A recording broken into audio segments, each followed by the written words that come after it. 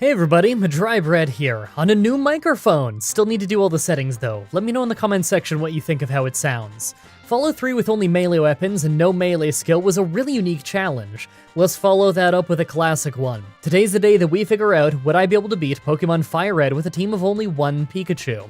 I'm sure that you already know from all the other Pikachu runs I've done, but before his buff in Gen 6, Pikachu's stats were pretty terrible. A bit below that of a first form starter Pokemon, with his only good stat being speed. By level up, he doesn't learn anything too amazing outside of Thunderbolt. By TM, it opens up a few more types like Dig for Ground and Iron Tail for Steel, but overall our coverage just isn't going to be great. Like always, I'm writing the script as I go through with the challenge, so all of this part is being written before I've started. Everyone comment down below and guess if I can win or not. I'm confident that I can win, but it won't be as easy as in Gen 1, thanks to how crits work in that game. I expect a crazy grind for Brock. Let's explain the rules. In combat, I can only use Pikachu. I'll need other Pokemon to use HMs, but I won't be allowed to use any of those Pokemon in battle. No glitches or exploits, no items in battle, only Pokeballs, held items, and items outside of combat are allowed. Also, if you enjoyed this video, be sure to like, subscribe, and ring the bell for more. Let's do this. So right off the bat, I used the Universal Pokemon Randomizer to replace Squirtle with Pikachu so that we can do the whole run with it. I picked to replace Squirtle so that our rival would have Bulbasaur, probably the hardest for us to fight. I named him Emolga because there's no way that will annoy anybody. Looks like we have neutral stat gains thanks to our bashful nature, and our ability is static, so sometimes physical moves will cause our opponent to get paralyzed. Other than that, we just have Thundershock and Growl. Alright, now before we can even attempt Brock's Rock Gym, we have to hit level 11. That's when we learn Quick Attack, our first move that can actually damage Brock's Pokemon. Problem is, we're physically very frail, and there's no way we could actually take them down at level 11. Thankfully, at level 15, Pikachu does learn Double Team, and although I normally try to avoid using this, because we learn it naturally, and it's super early in the run, all this is going to do is make it so that we don't over-level nearly as badly early on, and thus it'll make the near future of the run harder and more interesting. I'm just not going to use Double Team unless we really have to, but I'm not going to totally write it off. We learned it by level up after all, it's just part of using Pikachu. Even after getting Double Team at level 15 and getting a lucky enough run where we didn't get taken out early, we still can't win. We're still pretty frail, and our attack is so low that we would run out of power points even if we didn't get taken out. I have no choice but to grind more. On my next attempt, I have a genius idea. I went into the fight as we were just about to hit level 20. That way, when Geodude faints, we hit level 20, replace Quick Attack with Slam, and that refills our power points with an even stronger move. Man, I am really proud of that strategy. That worked out great. As nice as it is to get past that part so early, we still do need a bit more experience, so I decided to fight a little bit in Mount Moon. I know that the Water Gym is next, but after that is our rival fight, and that's usually an issue.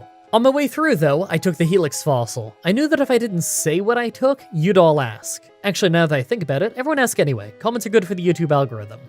On the other side, I go straight for the Water Gym to try and take it out early for more experience. Naturally, it was pretty easy, although we did need a little bit of paralysis luck. Thankfully, the rival fight after ended up being pretty clean. Sure, we did almost faint due to some missed slams on Bulbasaur, but he got just as unlucky with Sleep Powder, and this was still on the first try, so I consider it an easy win.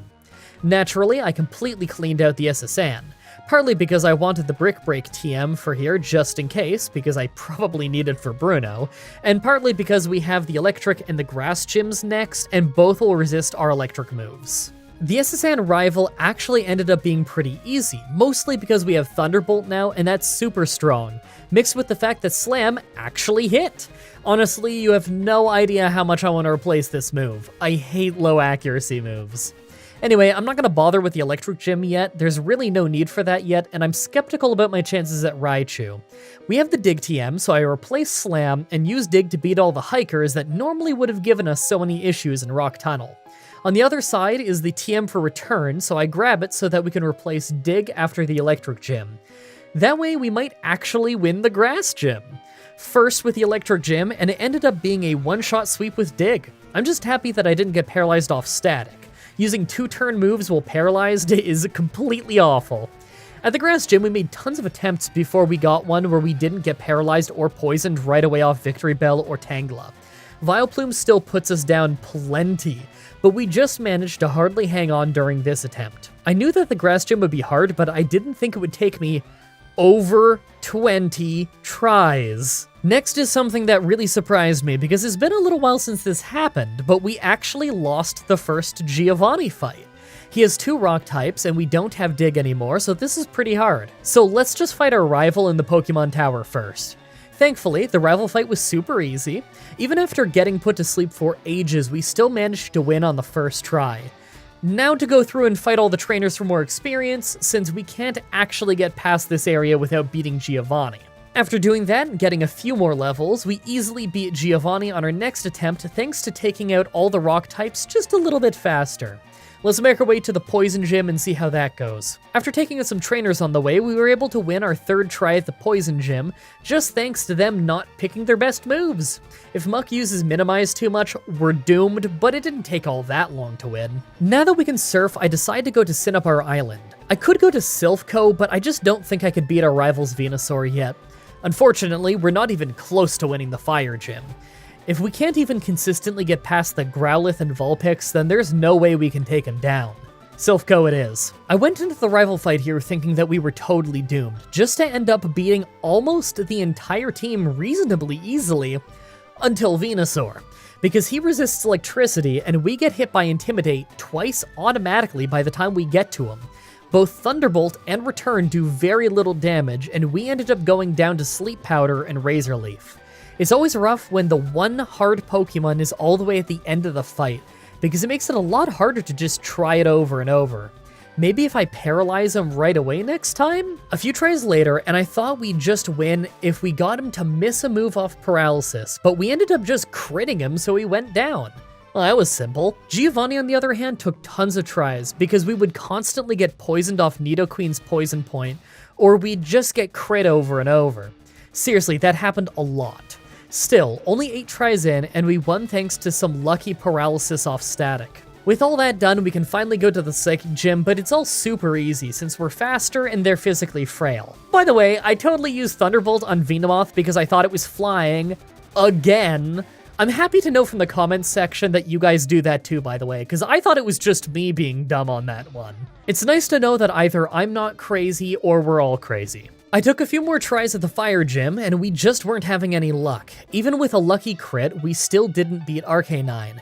If we have a few more levels, we could one-shot Vulpix, and then I think we could win this one. I tried again a few levels later, and hilariously enough, we almost won with a crit, but Arcanine landed with a Sliver. Okay, well, they still have to hit 2 Fire Blasts to beat me, and that's only 85 accuracy, so let's just try this a few more times. Literally on our very next attempt, though, both Rapidash and Arcanine got paralyzed from Thunderbolt and lost their turns. Okay, I knew I would win within a few attempts, but I didn't think that's how it was gonna happen. To say that we're not ready for the ground gym yet is an understatement, considering we can't even get to Giovanni yet. His trainers in his gym take us out first. I guess this is where the real grind begins. While I grind, let's talk strategy a bit. I could learn Brick Break to take care of the rock types on Giovanni's team, but that would leave us with less move choice for his non-rock types. His Nidoqueen and Nidoking have me especially worried since we can get poisoned by attacking them, possibly dooming us even with Double Team. This is going to be a really rough one. All the way at level 70, we can finally get to Giovanni, but we usually end up just losing because of the dreaded Poison Point. I'm using Double Team in this fight because I'd be completely insane not to. In fact, I don't think this is possible at level 100 without Double Team. But Earthquake is still 100 accuracy, so even with 6 double teams, you're gonna get hit by one eventually. Even all the way at level 75 though, we still often just lose right at the start, thanks to them spamming Earthquake. Maybe I'll have to bite the bullet and replace Thunderwave with Brick Break, just so that we don't have to lose Return.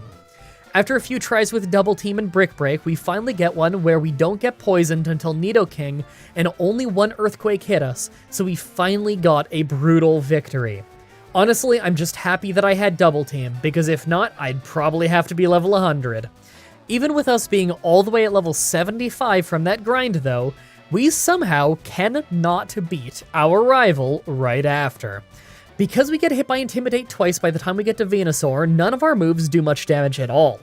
Because electric moves are literally the only special attack moves that Pikachu can learn in this game, we can't just learn something new that won't be affected by Intimidate without still being resisted by Venusaur.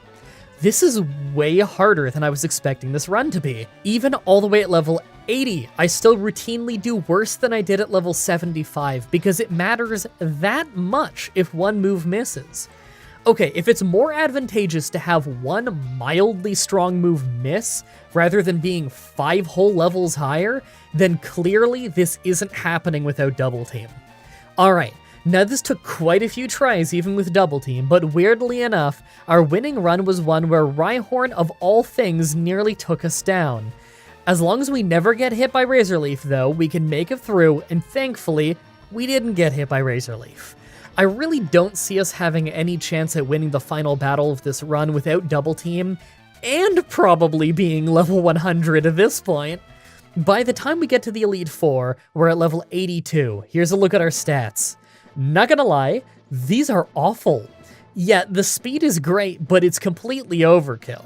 Our special attack is terrible, and although I'm sure Lorelei will be easy, I'm not sure we can beat Lance. Make your final guesses on if we can win this or not. Let's do this. First is Ice Trainer Lorelei. There isn't too much to say about this one, since it's mostly just Thunderbolt spam. Oh, and this took us 10 tries, because even with a level 30 lead on our opponents, we still can't one-shot some of them with Thunderbolt, despite being super effective against water types. I really don't stand a chance in this run without Double Team, do I? Second is Fighting Trainer Bruno. Believe it or not, this is where we get stuck again. He opens with 2 Onyx, both of them spam Earthquake. Naturally, that gives us no time to build up Double Teams, and we go down in only a few hits. I think we have to grind even more. I've got to say, this grind has gotten brutal. Not only are we already past level 80, so leveling is slow, but we really don't have a great place to grind, so I picked the Seafoam Islands, just for a little bit at least. I would grind by fighting Lorelei over and over, but not only do we usually lose against her, but we'd probably lose a lot of friendship from all the fainting, and that would weaken return. I really didn't think I'd be grinding so much in this run, but hey, it's all part of the job, I guess. I knew what I signed up for when I decided to do these Pokemon challenges every single week for almost 2 years now. Thanks for all your continued support, everybody. I'm gonna keep grinding. At level 86, I try a few more times, but we're still completely brick-walled.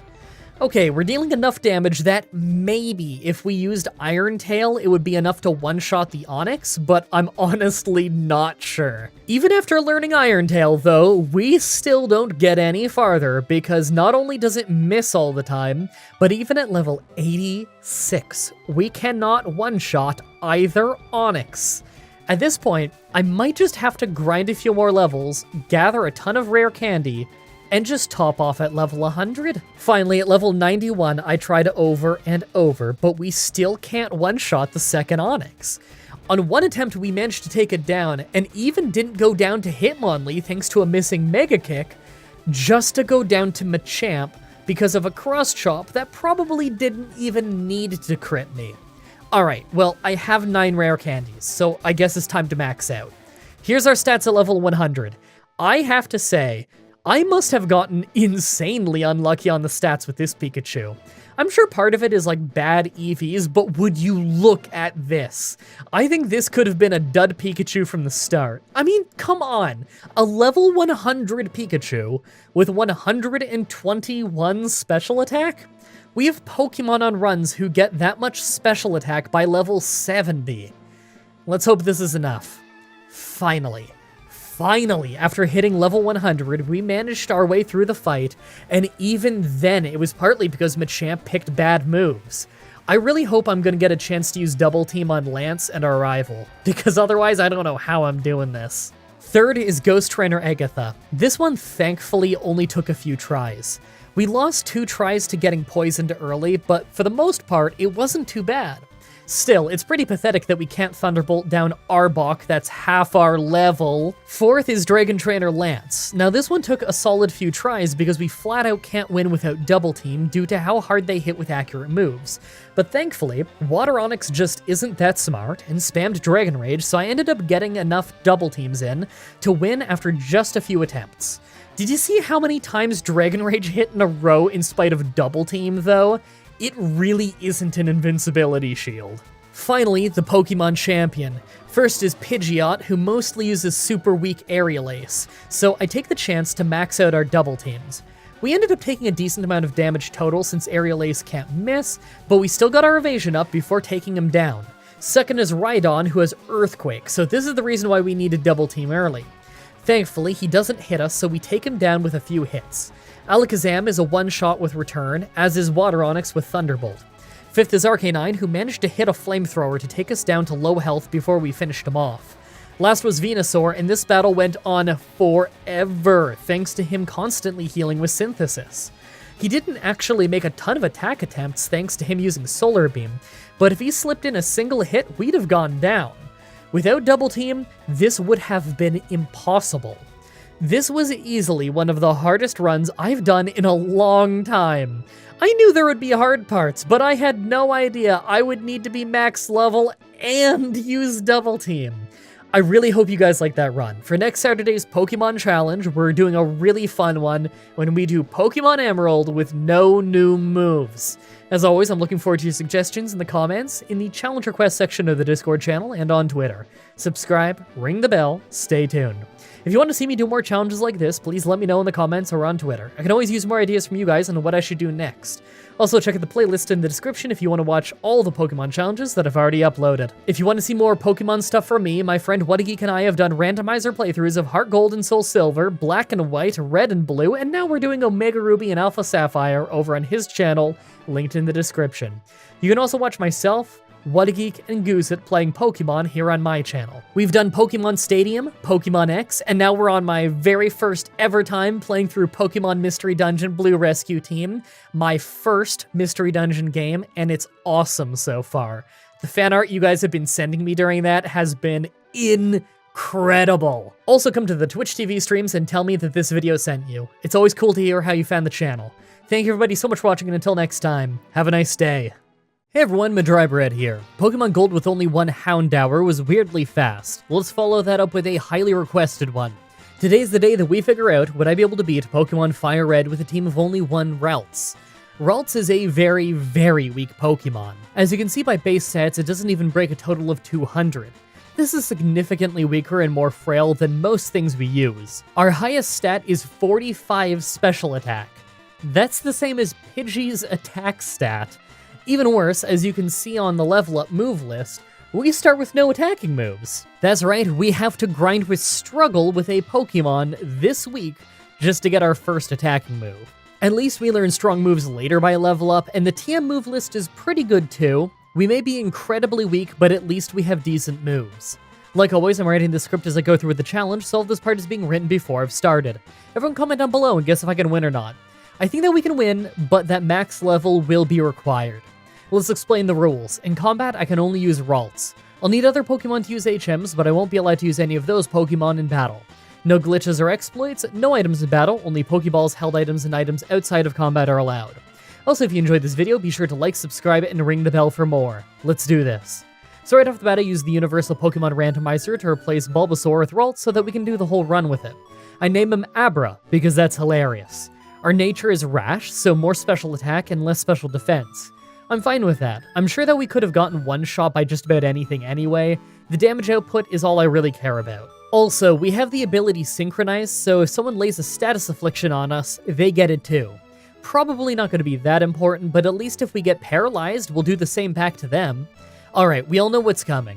I had to level up once before getting an attacking move, so here's what I have to do. I need to find a Metapod or Kakuna, use Growl about 35 times or so that we almost run out, then run away and find another Metapod or Kakuna. The reason why we have to find a new one is so that they don't run out of power points first and then beat us with Struggle. Once we run out, we use Struggle until we knock it out, then I heal with a potion and look for more Metapods and Kakuna. This takes forever and is exactly as boring as it looks, but hey, at least they can't fight back. And we only had to take down 3 of them to get confusion, so at least we didn't have to use a Poke Center and spam Growl again.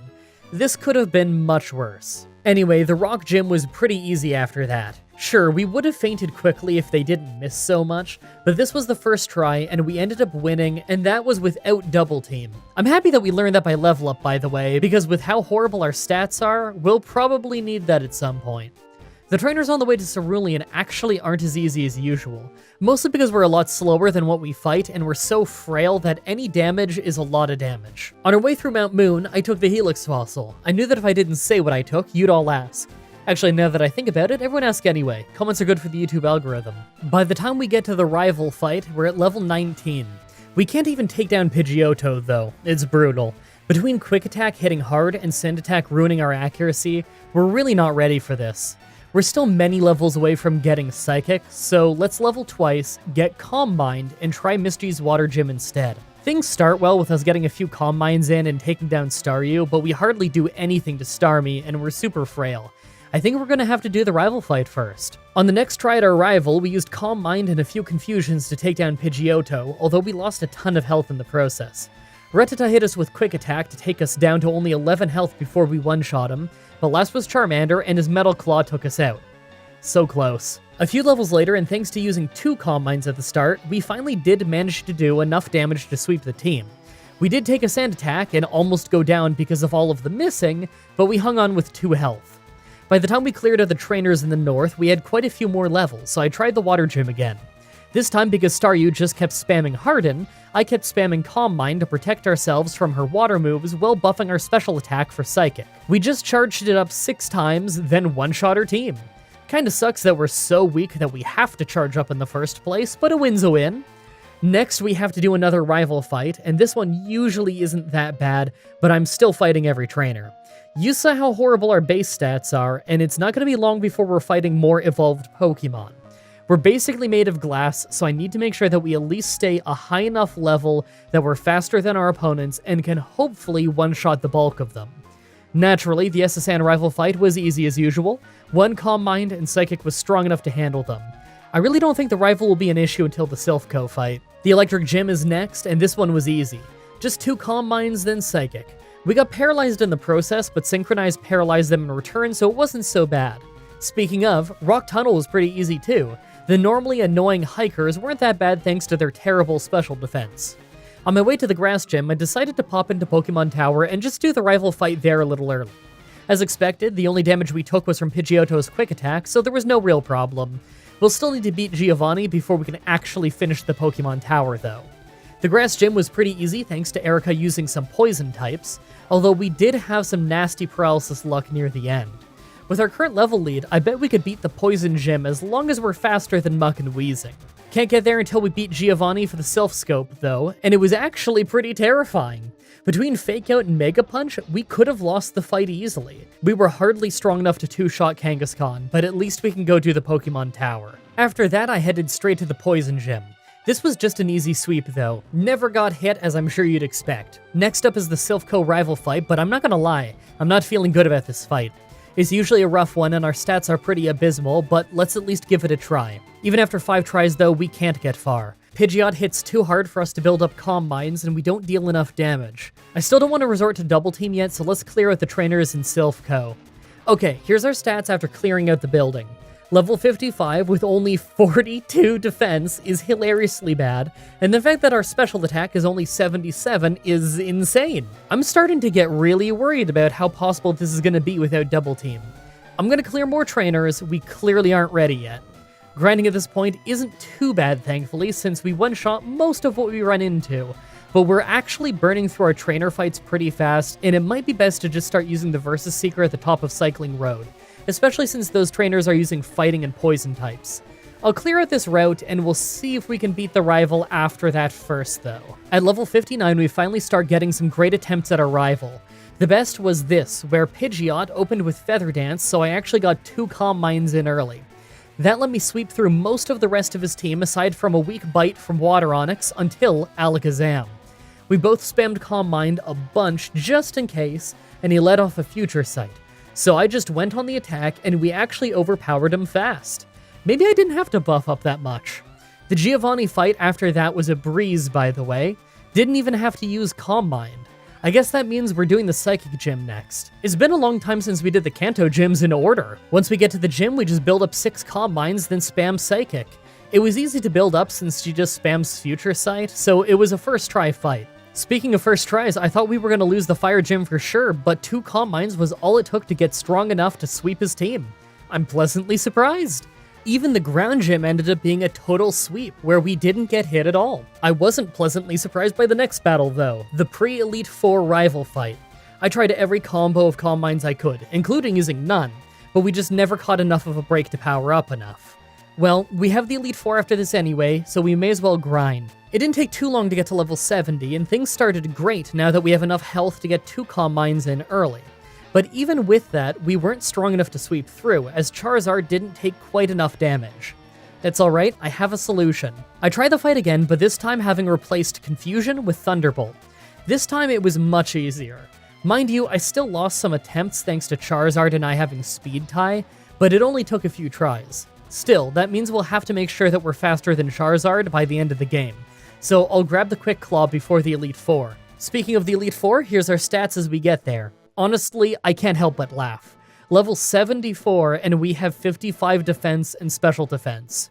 Our special attack is only 102. If it wasn't for the fact that Ralts learns great moves, we'd be doomed. Make your final guesses on if we can win this or not. Let's do this. First is Ice Trainer Lorelei. She was a pretty easy time thanks to Calm Mind and Thunderbolt since 5 of her 6 Pokemon are Water type, so a strong start. That's good, I'll probably need to grind by fighting her over and over and over by the end of this run anyway. Second is fighting Trainer Bruno. You'd think this one would be super easy, and yeah, it only took a few tries, but we actually only ended up winning because Machamp missed Cross Chop. Our abysmal stats are really causing problems. Third is Ghost Trainer Agatha, and it's finally catching up with us. We can sweep most of the team, but the last Gengar always one-shots us. Even when we have a Calm Mind in, we take too much damage in the process to survive. Lorelei and Bruno weren't that bad though, so it shouldn't take that long at all to level up a bit more by fighting them. After a few more run-throughs of the Elite 4, I take a few more attempts and ended up winning one because for whatever reason, instead of just one-shotting me again, Gengar decides to use Hypnosis and Nightmare. We just woke up and finished the fight easily. I have no idea why she did that. I was still getting one-shot even at level 80 on failed attempts. Fourth is Dragon Trainer Lance. None of my attempts on this fight go very long though. We're super frail, they're fast, and Aerodactyl's a monster. Maybe if we had a few more levels, then I'd survive long enough to build up some Calm Minds, because at this rate, I don't know if we'd get a chance to use more than one double team, and that's not going to do the job on its own. At level 85, we get a little bit farther into the fight with Calm Minds since Water Onix usually opens with Dragon Rage, but it doesn't really help us get much farther. I think it's time we should finally use Double Team. After literally 15 more tries though, I didn't have a single run where I didn't go down to either Water Onix or Aerodactyl because it's so awful trying to build up double teams to win. See, this is the stuff that people don't see when using Double Team that makes them think that it's so good in these runs. Every time I have to resort to Double Team to win a fight that I otherwise couldn't win, it's pretty much a guarantee that it's going to take me at least an hour of insanely slow and frustrating attempts. Alright, well I have a lot of rare candy, let's just level up a few more times off the Elite 4, and if that doesn't do the trick, we'll top off our level at level 100 with the rare candy. Even after another brutal 10 tries though, we literally did not make any more progress on our best attempt than our previous best attempt. Much like last time, we got to Dragonite once and then quickly lost. Alright, max level it is. Here's our stats at level 100. Honestly, 136 special attack for level 100 is embarrassing. And the fact that we still haven't broken 100 for defense and special defense is depressing. I don't have high hopes. After a ton more attempts at level 100, we finally get a super lucky run where Onix misses tons, so we got a few double teams and Calm Minds in. Just enough, in fact, that we could sweep the rest of the team with Thunderbolt and Psychic. I'm really not looking forward to probably being slower than Charizard and getting one shot by a critical slash. Finally, the Pokemon champion. First is Pidgeot, so I used 2 Calm Minds right away and one-shot him with Thunderbolt, but not before losing 50 health to Aerial Ace. I then one-shot Water Onix, then Charizard, then Alakazam, then Rhydon, then Executor. I don't really know what to say. I didn't think it was gonna go that way. Well, that was a weird ending. The grinding near the end started to get really bad, but I really thought I wasn't gonna just beat the Pokemon champion on the first try. I really hope you guys liked that run. For next Saturday's challenge, we're going back to another Elder Scrolls Oblivion one, when we tried to beat Elder Scrolls Oblivion with only conjured equipment. As always, I'm looking forward to your suggestions in the comments, in the challenge request section of my Discord channel, and on Twitter. Subscribe, ring the bell, stay tuned.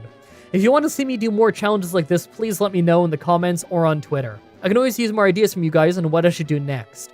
Also, check out the playlist in the description to watch all of the Pokemon challenges that I've already uploaded. If you want to see more Pokemon stuff from me, my friend Whatageek and I have done randomizer playthroughs of Heart Gold and Soul Silver, Black and White, Red and Blue, and now we're doing Omega Ruby and Alpha Sapphire over on his channel, linked in the description. You can also watch myself, Whatageek, and Goosit playing Pokemon here on my channel. We've already done Pokemon Stadium, Pokemon X, and now we're doing my first ever time playing Pokemon Mystery Dungeon Blue Rescue Team. Also come to my Twitch TV streams and tell me that this video sent you. It's always cool to hear how you found the channel. Thank you everybody so much for watching, and until next time, have a nice day. Hey everyone, Mah-Dry-Bread here. Pokemon Red with only one Goldeen wasn't too bad. Let's follow that up with a brutal one. Today's the day that we figure out would I be able to beat Pokemon Fire Red with a team of only one Shedinja. Shedinja's gimmick is clear from its stats. High attack, but only 1 health the whole game. The stats are pretty awful overall because of that. In fact, our base stats are in the baby Pokemon range. Our only real upside is our ability Wonder Guard, which makes it so that we can only be hit by super effective moves. So in our case, as a Ghost and Bug type, we're weak to Flying, Ghost, Dark, Fire, and Rock. By level up, we get a couple decent moves like Confuse Ray, but overall, we don't get anything that does much damage. By TM, we don't open ourselves up to many more quality moves other than Return. Shadow Ball could end up being our best move the whole game. Like always, I'm writing the script as I go through with the challenge, so this part is being written before I've started. Everyone comment down below and guess if I can win or not. I really don't know if I can win. I'm a bit paranoid that I'm going to have forgotten about some kind of brick wall that would stop me. Like a mandatory sandstorm or something. If there's nothing like that though, I think I can win. Let's explain the rules. In combat I can only use Shedinja. I'll need other Pokemon to use HMs, but I won't be allowed to use any of those Pokemon in battle. No glitches or exploits, no items in battle, only Pokeballs, held items, and items outside of combat are allowed. Also, if you enjoy the video, be sure to like, subscribe, and ring the bell for more. Let's do this. So right off the bat, I used the Universal Pokemon Randomizer to replace Bulbasaur with Shedinja so that we can do the whole run with him. I picked to replace Bulbasaur so that our rival would have Charizard, probably the hardest for us to fight. I name him Lesnar, same reason as last time, these will be quick matches. Our nature is serious, so neutral stat gains. Okay, so right away, we're leveling a bit in Viridian Forest, and I need to tell you about what has me worried here. So, Brock's Onix has Rock Tomb, and you'll notice that he rarely ever uses it in these runs. I've been told by people in the comments that he's programmed to only use super effective moves if your health is low enough, and it would finish you off. Basically, Brock is programmed to take it easy on you and not use it non-stop. Here's what I'm curious about though. Exactly how is that programmed? Is it programmed so that he'll only use it if you're in yellow or red health? Because if so, we're safe. We always have green health. But if it's programmed to just use it when you're in range of fainting, then we have a problem because we're always in that range. If that's the case, then we have to hit level 9, learn Sand Attack, and keep trying over and over and over until we can get a run where he doesn't hit us with Rock Tomb once. Let's hope that isn't how he behaves. At level 11, I reach Brock. Right away, he switches from Geodude to Onix and uses Rock Tomb, instantly ending the fight. Alright, this is gonna be a serious problem. What you're watching right now is the last 8 minutes of me trying this fight over and over and over, just so you can have a very small taste of what this looks like. It took a lot longer than this to get a successful run, but I just want to show you what it actually looks like when you're trying to fight this again and again. It's just me saved before the fight and restarting the game every time I get hit with Rock Tomb so that I can get back into the fight as fast as possible. What we need to do is spam Sand Attack and hope he misses with Rock Tomb all 15 times, so that he runs out of power points. Then we need enough power points on our moves to take out both of his Pokemon. As you can see, on tons of attempts, we didn't even dodge one Rock Tomb, and it really didn't help that Onix is faster than us. But eventually we got a run where we laid in enough sand attacks that he ran out of power points on his only move that could hit us. After that, we just had to spend another 5 or so minutes using Scratch and Leech Life until his whole team was down. As tedious as that was, we actually won at a pretty low level. With that done, we fight our way through the following trainers pretty easily. There's only 5 types that can hit us, so in early areas like this, where no one has very good type variety, we're pretty safe. Next stop is the Water Gym. On our way though, I took the Helix Fossil. I knew that if I didn't say what I took, you'd all ask. Actually, now that I think about it, everyone ask anyway. Comments are good for the YouTube algorithm. The Water Gym was super easy since Misty didn't have any moves that could actually hit us. I get the feeling this is gonna happen a lot. As interesting and gimmicky as Shedinja is, it doesn't make for very interesting battles.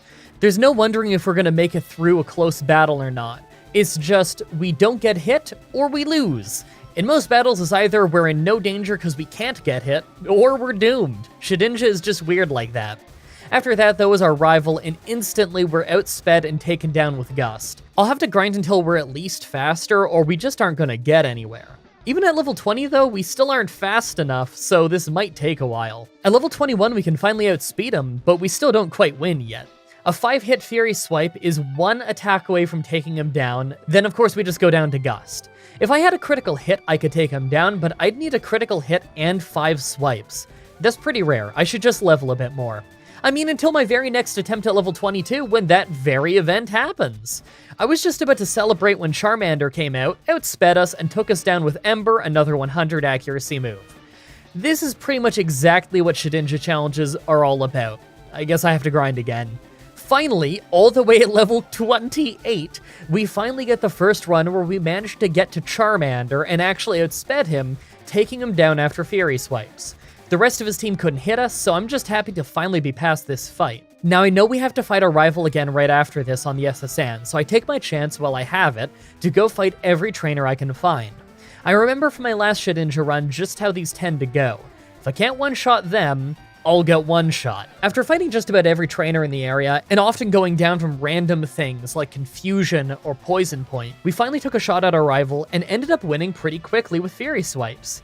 It's still easy to lose if we don't get enough hits in with it, but with that win, we can at least get to a few new parts of the map for better TMs. Rock Tunnel is awful since we have to fight so many rock types. This has happened to me a few times now, but every time I fight someone with an Onyx, we go through the same routine of me saving before the fight, using Confuse Ray and Sand Attack, then having a painfully long fight with Fury Swipes while I just hope that Rock Throw doesn't hit. Every one of these fights we get into easily takes us at least 6 tries before we actually win, so don't go thinking that just because you don't see a bunch of travel that it must be easy. No, it's just unbelievably boring, and I spare you from it. On the other side of Rock Tunnel, we finally grab the TM for return, so we actually have one good move. Now that we have it, let's go try the Electric Gym. It ended up being a really easy sweep. In fact, we leveled up enough to get Shadow Ball on our way there, so we ended up using that instead. Still, return is useful for when we're fighting normal types, and Shadow Ball won't work on them. After that was the Grass Gym, and it's just about as easy. We did get paralyzed from Stun Spore, but I don't think any of our Pokemon could have made us faint without poisoning us, so we got an easy victory. After that is Giovanni, and for the first time in a while, it took us multiple tries. Kangaskhan can take us down with Bite if we don't get her to hit herself in Confusion twice in a row, so this took 6 or 7 attempts. But once that happened, we won without too much issue. After that is the normally easy Pokemon Tower rival fight, but this one took a few tries. Same reason as usual, we can two-shot some of his team, but because they can one-shot me, I had to try a few times until I could get decent Confusion luck. I'm starting to wonder that a major grind could be coming up before I could beat the Silphco rival fight. As we go through the Pokemon Tower, now's a great time to let you know that the Pokemon Stadium Let's Play that myself, Whatageek, and Goosit have been uploading on my channel is finally done. So if you've been waiting for it to be fully uploaded before you binge it, you can now find the whole thing in the Pokemon Stadium playlist down below. I personally think the Let's Plays are the best stuff on the whole channel, so I hope to see you there. Anyway, the Poison Gym ended up being an easy first try, and I'm not really sure why. I know he has Toxic, so he could have made us faint with that, but he just never used it, so we won pretty easily. Right after that, I go to see if we can stand a chance against the Fire Gym, and it started worryingly with us one-shotting both of his first 2 Pokemon, but losing attack to Intimidate in the process, so it's probably bust. On Rapidash, we got super lucky with Fire Spin missing, so we got our chance to take it out, and last was Arcanine, so our attack was down 2 stages now. Knowing I'd faint if I was attacked, I confused it instead. He hit himself in confusion, I took him to half health with Shadow Ball, but he used a full heal. I reconfused him, he hit himself again, and we managed to finish him off. I want to point out that he has Bite. If he didn't hit himself in confusion both times, he'd have one-shot us. Next is Rival Fivel, Shadows to J-Rose, and it's pretty much a luck fight again. I keep trying it, and it looks like we just have to hope to get super lucky with confusion again. Either that, or we grind until we can one-shot his whole team. Honestly, I wonder if you guys would just prefer I use Double Team, considering this is Shedinja. Let's grind a bit, though. It's not awful to grind here, although there's a lot of walking. The more I think about it, the more I think it makes sense to learn Double Team early with Shedinja, since he actually has some strategic synergy with that move. Since not every Pokemon can actually hit him, he's got a great chance to build up his double teams on the ones who can't, so that when you get to the ones who can, you won't just get wiped out instantly. Considering we can't take a single hit and survive, and the whole gimmick of the Pokemon is that it's a glass cannon that avoids danger, this kind of makes sense.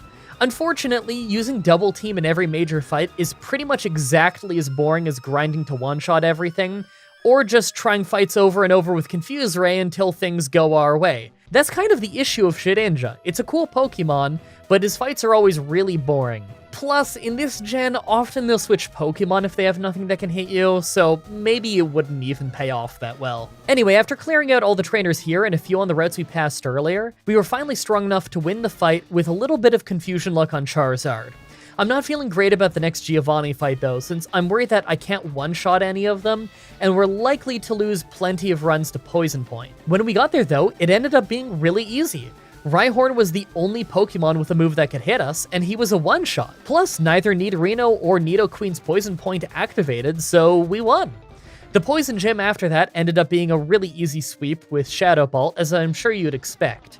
In Gen 3, Ghost moves are physical, weirdly enough, so we get to use our great attack stat against their low defense Psychic types. Last for the gyms is Giovanni's Ground Gym. Don't go thinking that just because you don't see many embarrassing losses that they aren't happening, by the way. This happens a lot. Okay, a couple levels later, and now we just one-shot his entire team. As nice as that is, I really don't have high hopes for the next rival fight. Anyway, I try the rival and... Alright, give me a second. Right, at level 76, Man, really? So, level 77. We one-shot Pidgeot and Rhyhorn, then go down to Charizard. Looks like I'll need some confusion luck with him. Tons of tries later, and we finally get Charizard to hit himself so we could get the win, and the entire rest of the battle went perfectly fine with Shadow Ball. Honestly, I'm pretty unsure about how the Elite Four is going to go at this point, so I'll have lots of fights with trainers on my way. When we get there, we're level 84 from clearing out every last trainer in Victory Road without using repels for part of it. Our attack stat is fantastic, and our defense is hilariously high considering we can't get hit and survive. Usually we end up with a lot of defense effort values from all the Metapods and Kakuna we have to fight in Viridian Forest, although I'm not sure the cause of it this time. Well, the speed and attack are good, and those are all that really matter right now. Make your final guesses on if we can win this or not. Let's do this. First is Ice Trainer Lorelei. Her only way of hitting us is to use the weather effect Hail and Confuse Ray. She uses Hail right away on most of her attempts, so accuracy changes can't really help us here. Let's go with Confusion. This took tons and tons of tries because she has 3 Pokemon that we pretty much can't give a chance to hit a move, but we can't one-shot any of them. We can technically get hit by Lapras and be fine since it's just Confuse Ray, but hitting ourselves in Confusion once makes us lose the whole fight. All we can do is try this fight over and over until I get the right luck. After an entire half an hour of failed attempts, though, I decided that the luck required was way too crazy, and grinding until I can at least one-shot the Dugong would require far less luck. Finally, 5 levels later, and after 15 straight minutes of attempts, we finally got one where we snapped out a Confusion before hitting ourselves, and no one made it Hail, so we finally won. I didn't think Lorelei was going to be that brutal. Second is Fighting Trainer Bruno. Most of his team has Rock Tomb, so he can hit us. This almost took 30 tries because of terrible luck with how often Rock Tomb would hit. But eventually, we got a simple victory where we mostly just spammed Shadow Ball.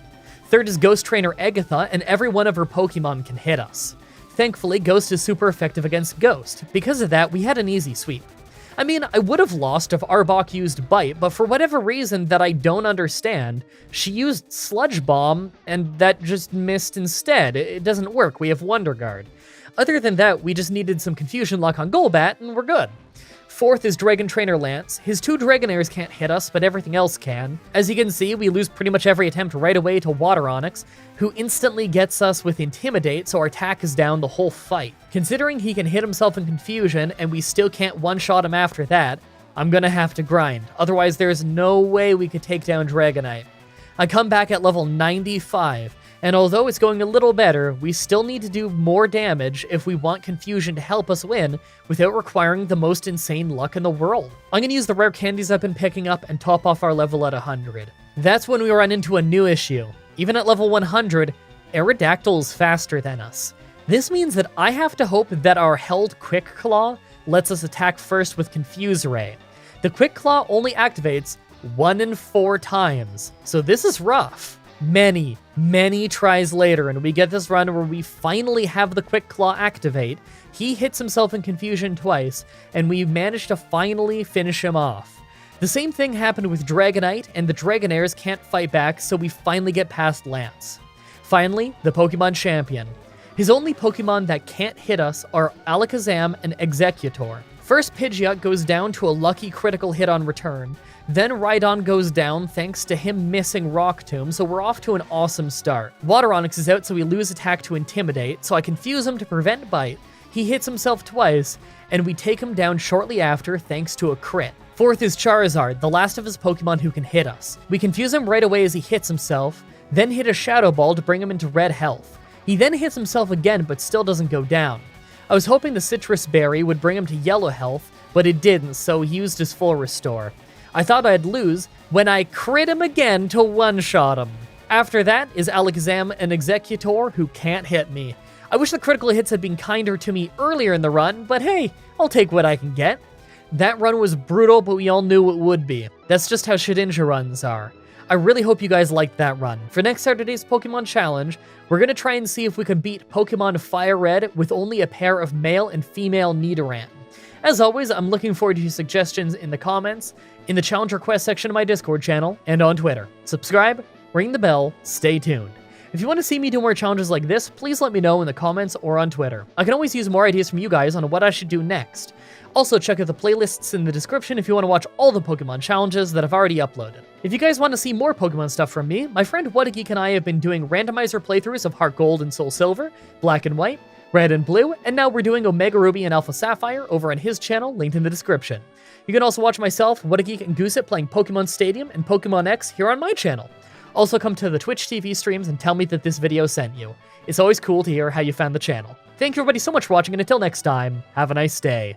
Hey everyone, Mah-Dry-Bread here. Pokemon Black with only Sock and Throw was actually a really well-paced run.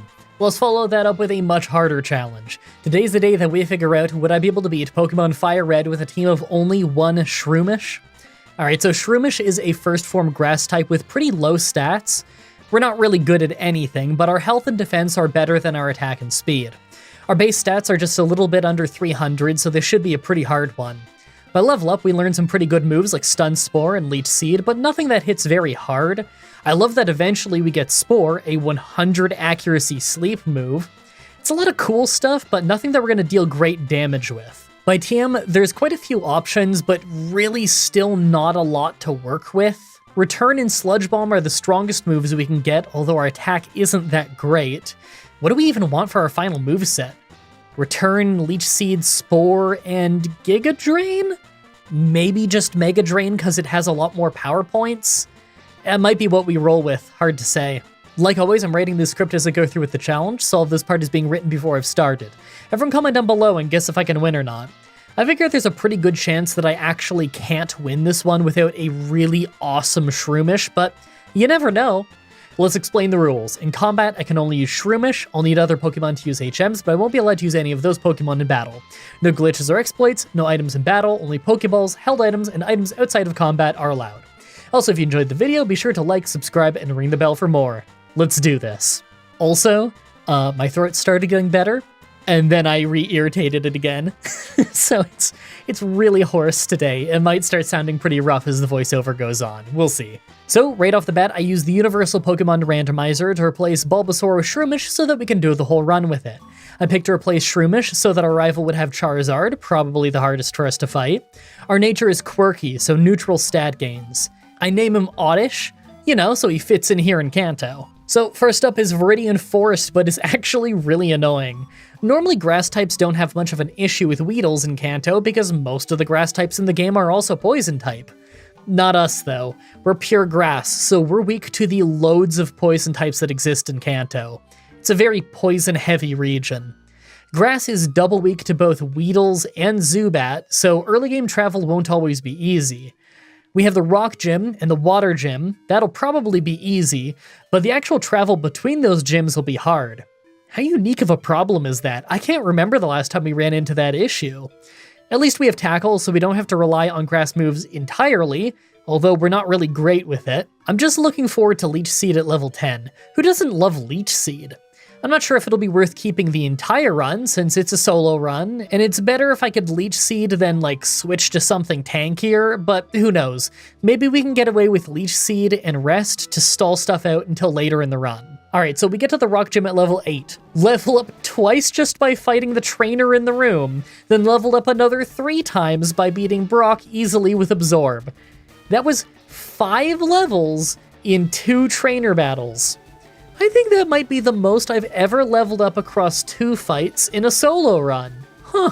Alright, so while we travel, let's talk a little bit about Shroomish and his leveling. It sucks! Yeah, we just leveled 5 times in 2 fights, but that's because we're early game and the different leveling rates don't really become noticeable until later. Shroomish is in the very rare fluctuating level category, the slowest leveling category of them all. The most average leveling group is medium fast, where you require 1 million experience points total to get to level 100. Fluctuating, on the other hand, is the slowest, requiring an entire 1.64 million experience. That's way more than most Pokemon need, so we're gonna start leveling really slow at some point. Thankfully, once we max out our effort values, we can just use rare candies to bypass that, but it's still worth pointing out that even if I'm fighting every trainer, we're not going to be gaining many levels. I'll still make sure to fight loads of them because I want to max out our effort values as early as possible. By maxing out our effort values early, we get to make way better use of our time. Why spend an hour grinding for levels when I could spend 2 minutes using rare candies to get to that level, then spend that hour grinding out attempts at the fight instead? That results in way more interesting fights to show you guys and a lot less needless grinding. That said, I don't think we're going to have our effort values maxed out for quite a while, so I expect to grind the old-fashioned way once we get to Cerulean City. Who knows, maybe we'll breeze through somehow. Wish me luck. On our way there, though, I took the Helix Fossil. I knew that if I didn't say what I took, you'd all ask. Actually, now that I think about it, everyone ask anyway. Comments are good for the YouTube algorithm. So the Water Gym ended up being easy, thankfully. It took a while because Starmie loves using Recover, of course, but between Leech Seed, Paralysis, and Mega Drain, we eventually were able to take it down. I mean, that's good and all, but how's the rival fight gonna go? Horribly, but I'm sure you expected that. So I tried this fight a bunch. We have Headbutt now, so I was kind of hoping I'd cause flinches, but I never got good enough luck. See, the problem is, Pidgeotto doesn't mess us up too badly damage-wise, but it completely ruins our accuracy with Sand Attack. So anytime we could take it down, we just lose to Charmander super fast after. I don't think I need many levels to stand a chance though, so I'll just go grind a little bit. At level 25, I level a few more times when we got this run where we crit a Headbutt on Pidgeotto. We still lost a stage of accuracy before we took it out, but this is still progress. Charmander ended up doing quite a bit of damage with Ember, and we missed a Headbutt, so although it was a 2-shot, we had red health. Now if he sent in Rattata, I'd have probably lost, but he sent in Abra. It can't fight back, so I just seeded it and used Mega Drain till it went down to get as much health back as possible. Last was Rattata, and we're still missing some moves, but he couldn't do much, and we're healing with our own attacks, so he went down. That wasn't too horrible. Wow, how weird is this? Being done the Water Gym before the rival fight. Normally I'm on Nugget Bridge telling you about how I'm getting ready for the water gym, but it's already done, so I guess I'll just clear this place out and go straight to the SSN for another rival fight. On my way, I pick up the TM for Secret Power. I'm not sure if I'm gonna bother using it. It's pretty good, but it's also the same power as Headbutt. What do I want more, flinches or paralysis? I'm not really sure. A flinch is a guarantee that they can't do anything that turn. Paralysis is a 33% chance that they do nothing every turn, but I'd need to paralyze them in the first place. Maybe paralysis is better? It's hard to say. Then again, later when I get Spore, I'm gonna prefer Sleep. I do have Stun Spore right now, so maybe paralysis with that, then Headbutts to stack the chance that they do nothing would be even better.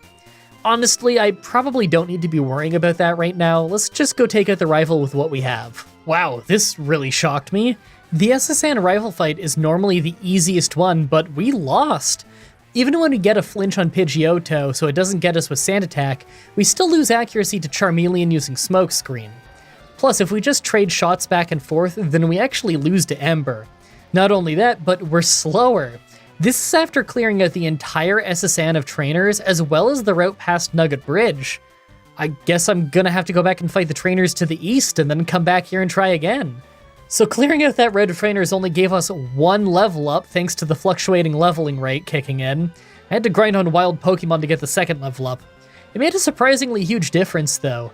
Charmeleon is just a 2-shot now, so even though I was missing sometimes, the rest of the fight went really smoothly. That's good, because I don't think our effort values are maxed out, and I was dreading having to level up on wild Pokemon.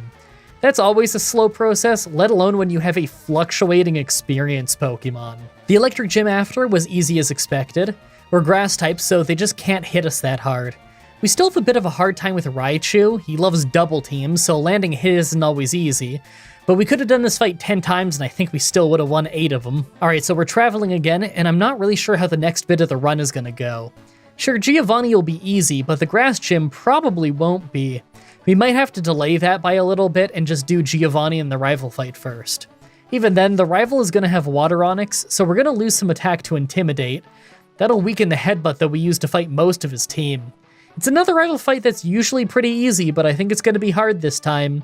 My plan is to clear out the entire Rocket hideout, fight Giovanni, clear out the grass gym of trainers, and then just see how the gym leader goes. Okay, Giovanni was super easy as expected. We really don't do that much damage to Kangaskhan, but Leech Seed kept us healthy, and we actually ended the fight with full health, so that was wild. Let's clear out the grass trainers, then try the gym leader. Alright, so I tried the grass gym a few times, but even when I'd get super lucky with flinches, Victory Bell lasted ages.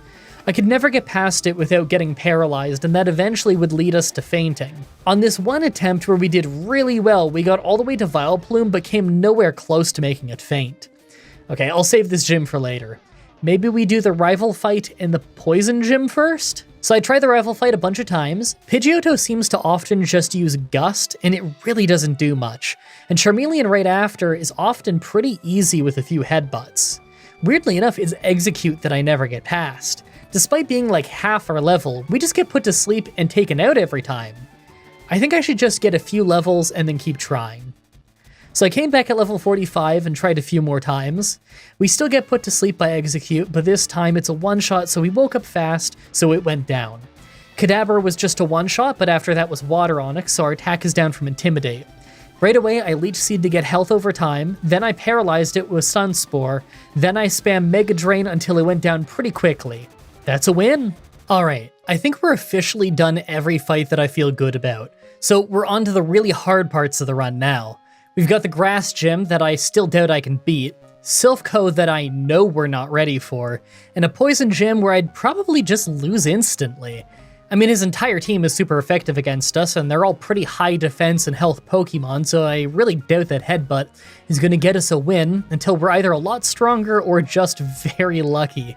I don't see Paralysis getting us through that whole fight. So I tried the Poison Gym, but instantly we got hit with Self-Destruct to take out most of our health, then Muck hit Sludge once to make us faint.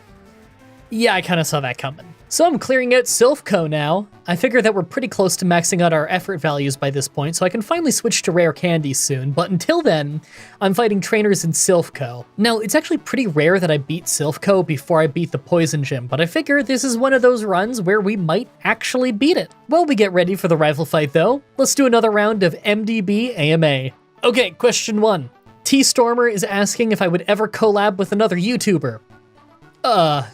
Well, if you check the playlist section on this very channel that you're on right now, you will find well over 300 different Let's Play series, with tons of them including my friends who are also YouTubers. So I've done at least a good 3,000 to 4,000 collab videos, maybe more. I mean, if you mean like collaborating with someone just because they're another YouTuber that people watch, I'm not really interested in that. I make videos with my friends. If I become friends with a YouTuber, then sure, I'll do videos with them, but I also do videos with my friends who have no channel. I don't know, that's just something fun to do with my friends, you know? Let's get together and make some fun videos together. Question 2 is from Garus Bro, who wants to know why I don't use Evilite in first form runs. I think I brought this up once in like a Pokemon Black run or something, but I think it would be insanely boring if I just cheese my way through all these first form solo runs by having an item that gives us such a huge advantage. Like, I get that it's a normal in-game item. It's not like it's cheating or anything, but if I could just grab that every run, then it would be too much of an advantage. Maybe that should be something that I grab if I'm level 100 and still can't win, rather than something that I'm grabbing every run just because it's there. You know what I mean? Oh, question 3 is a good one. I get this one a ton. Lots of people ask how I deal with Pokemon disobeying because I am too high of a level. Well, as you can see from many of the challenges, they just don't disobey. I'm kind of surprised that so many people don't know exactly how the obedience system works, considering probably everybody who's commented this has had a Pokemon reach beyond level 10 before they beat the first gym, and just never noticed that their Pokemon still obeys them.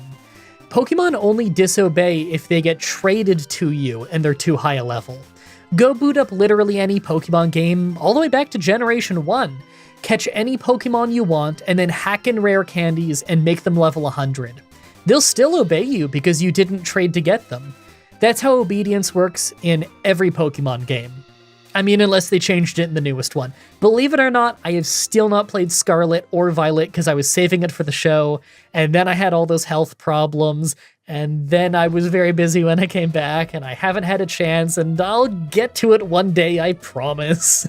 I'm gonna do full playthroughs of Generation 7 and 8 and 9.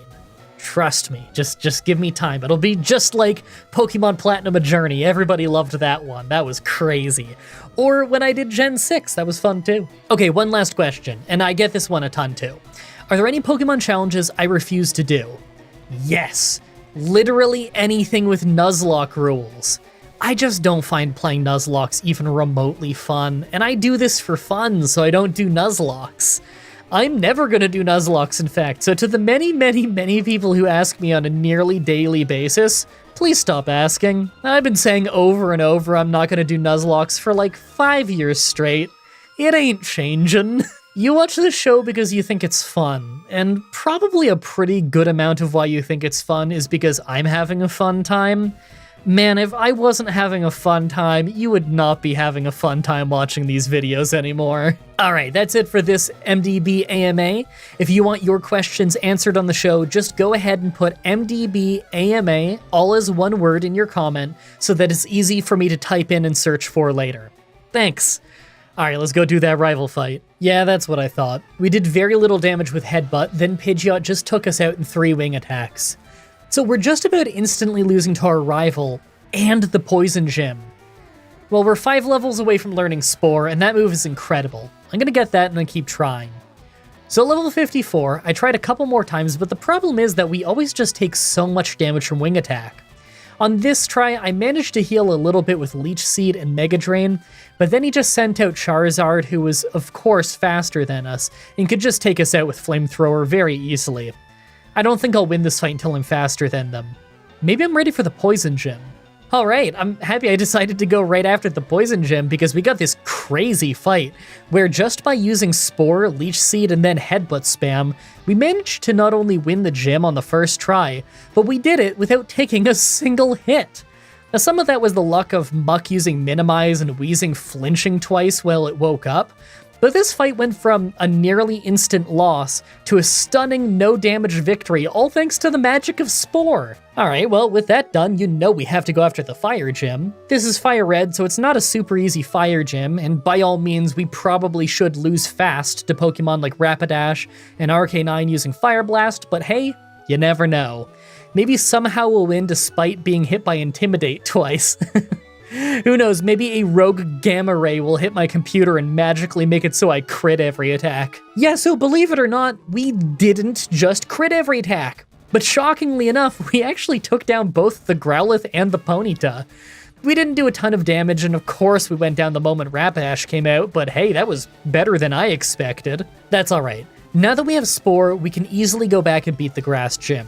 I almost forgot about it for a minute there. I guess I'm gonna have to beat the rival next, but even after clearing out the Fire Gym of trainers, we only gained 1 level since the last time I tried the rival fight. I'll have to level a little bit more than keep trying. So I top up to level 57 and things start great as we're now faster than Pidgeot so we can beat it without getting hurt. But we still just maxed out and one-shot Charizard every time it comes out. Okay, well, our effort values must be maxed out by now, right? With fluctuating leveling. I'm gonna keep leveling and trying the fight. So I tried a few times at level 60, and if we don't get hurt by Pidgeot, then we can survive 1 Flamethrower. But we still lose every time because we aren't dealing much damage, and he always wakes back up to finish us off. Maybe a few more levels and we'll be faster? 3 levels later and we're still slower and lose the exact same way. This is brutal. Another 2 levels later and we're still slower, but take out Charizard by total luck when he uses Smokescreen. We hit Spore, he stayed asleep, and we hit enough headbutts to finally take him out. Alright, we're making some progress. Execute is next, but we put it to sleep too, and just keep headbutting it until it went down. It never hits us. After that was Alakazam, and it's faster, but it just used Calm Mind. Then we put it to sleep and landed some headbutts to take it out. He did let off a Future Sight before going down, though. Last was Water Onix, so our attack is down. So I put him to sleep, hit Leech Seed, and then kept using Mega Drain. We don't always hit thanks to Smokescreen, and we aren't dealing much damage, but neither is he. We ended up winning, finally. So here's the first try at the Giovanni fight. The funny thing is, this was a super unlucky attempt where we got poisoned off Poison Point early, so I had to rely heavily on Leech Seed and Mega Drain to stay alive, and yet, we won the entire fight easily. That said, I might want to finally bite the bullet and just learn Return. It's at a point where Headbutt really is not doing enough damage. I love the flinches when they happen, but I think it's at the point where we just need to deal more damage. And the Psychic Gym right after was very easy. Her whole team is physically frail, so all we had to do was spam Return and we won pretty fast. We're totally gonna lose at the Fire Gym, aren't we? Well, we actually did pretty well. Thanks to a lucky crit, we even took out Rapidash for the first time, but we still weren't doing much damage to RK9. The moment he woke up, we went down. I bet we could win in a few levels, though. Okay, so I tried this a bunch more at level 70. On this attempt, I managed to get to RK9 with full health, and although we had bad luck with RK9 waking up super early on the first Spore, the second one stuck for long enough that we did just enough damage to feint it. We crit at the end, but I'm pretty sure it would have feinted even without that crit. And of course, the Ground Gym right after is very easy. I mean, it's pretty slow because we got paralyzed off a Body Slam early, but it's better than getting poisoned. None of them could do any serious damage to us. We could have won with Leech Seed alone if we really needed to. Alright, so right away I had to level up twice before we stood a chance at the rival thanks to the weird damage ranges on Pidgeot, but on this try we did exactly enough damage for a 2-shot. So with Spore, that means we didn't get hit. Charizard, of course, was faster than us and took out most of our health with Flamethrower, but at least we survived to put it to sleep. We weren't dealing amazing damage, but we did enough damage to 3-shot it while it was asleep. Didn't get to use Leech Seed though, so our health is still low as Execute came out. We actually crit with a Mega Drain on it after putting it to sleep, so we got a little bit of health back before finishing it off. Alakazam was faster than us and disabled Return right away, so I had to put it to sleep and use Leech Seed instead of one-shotting it with Return like I wanted. I guess it paid off since he used Calm Mind and went to sleep. I was using Spore again early while waiting for Disable to wear off, and it paid off because we managed to put him back to sleep early on the same turn that he woke up. We lost a ton of health to Psychic before taking him out though. Rhyhorn was next, so of course it was a one-shot with Mega Drain, so we have some health back, and last is Water Onyx. Naturally, I just played it safe by seeding him early for the health, put him to sleep, and I spammed Mega Drain until he went down. We had some close calls, but once again, we ended with full health. With that done, we can finally move on to the Elite Four, but I am not feeling great about it. Maybe Lorelei will go okay. It's hard to say because she has a lot of water types, but she also has some strong ice moves. Bruno might even be easy, but what are we gonna do for Agatha? I literally only have 10 power points on Mega Drain, and all 3 of her ghosts resist it. Even with Leech Seed to help, it's gonna take forever to take them down. Even then, she's gonna use full restores for sure. Replacing Mega Drain with Giga Drain would actually overall be worse because it's trading 10 power points of a 40 power move for a 60 power move with only 5 power points. Over the course of a long fight, I would do more damage with Mega Drain. There isn't really anything else that I can learn that's stronger though. Maybe you could argue Bullet Seed, but that sounds like a nightmare of RNG considering it's only got 10 power until Generation 5. So it would only do more damage than Mega Drain on a crit, or if I got lucky enough to hit 5 times. Then there's Lance, and he really won't be much easier, will he? I guess it's going to be return spam for that fight. Now that we're at the Elite Four, let's take a look at our stats. Yeah, I'm going to be honest, I can't possibly see us taking out Agatha at anything less than level 90. I mean, we're level 73, and we only have 79 special attacks, so there's just no way. I'll try the Elite Four just to see what happens, but I fully believe that we're going to have to be between level 90 and 100 before we can beat Agatha. I'm going to need to spend some power point ups on Mega Drain, and then make some attempts. Make your final guesses on if we can win this or not. Let's do this. First is Ice Trainer Lorelei. Now this fight was actually going really well for a long time. All of her Pokemon could hit really hard with her ice moves, but as long as we put them to sleep and used Leech Seed and Mega Drain, we could always just out-heal them and take them out. That is, until Jinx. Jinx is faster, uses Lovely Kiss to put us to sleep, Confuse Ray to confuse us, and then Attract to immobilize us. As you could probably imagine, that combo of moves made us basically useless. As much as I liked having Miracle Seed for this fight, I think I'm gonna have to just level up a little bit and then go get a Quick Claw. That could really save us with Spore.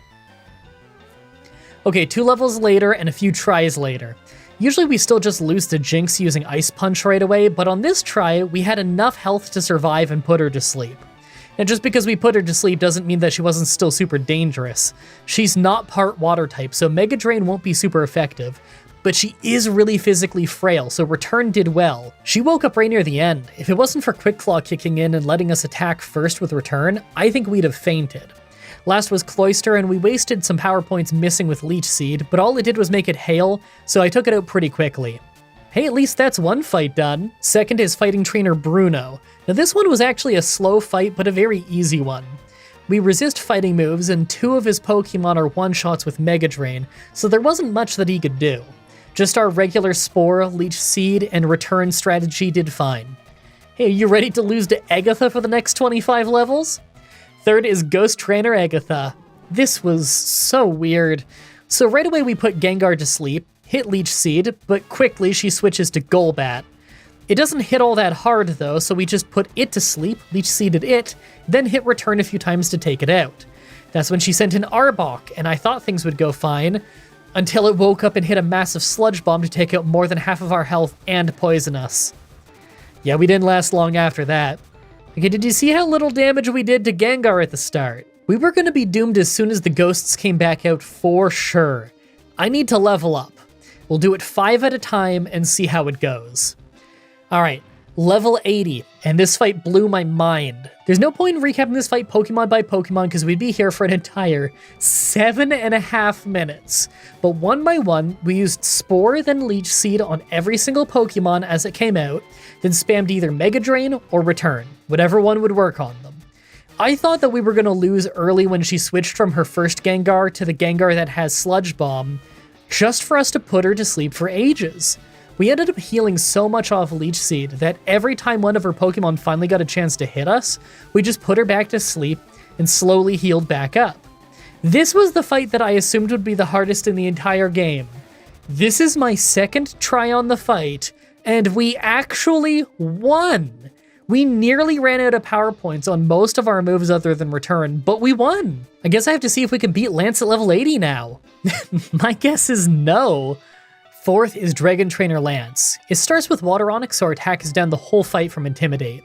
Things start well with Water Onyx really not being able to do anything to us as we laid in a lot of hits, when weirdly, he switched while he was asleep, and I was about to finish him off.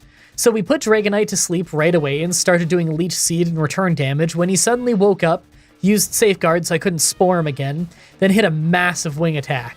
Our ability paralyzed him, but it didn't matter. We just got taken out. Man, that's brutal. Wing attack did crazy damage. I'll have to come back a lot stronger. If we have issues against Dragonite, then we'll for sure have issues against Aerodactyl as well. Level 85, and this fight went much different.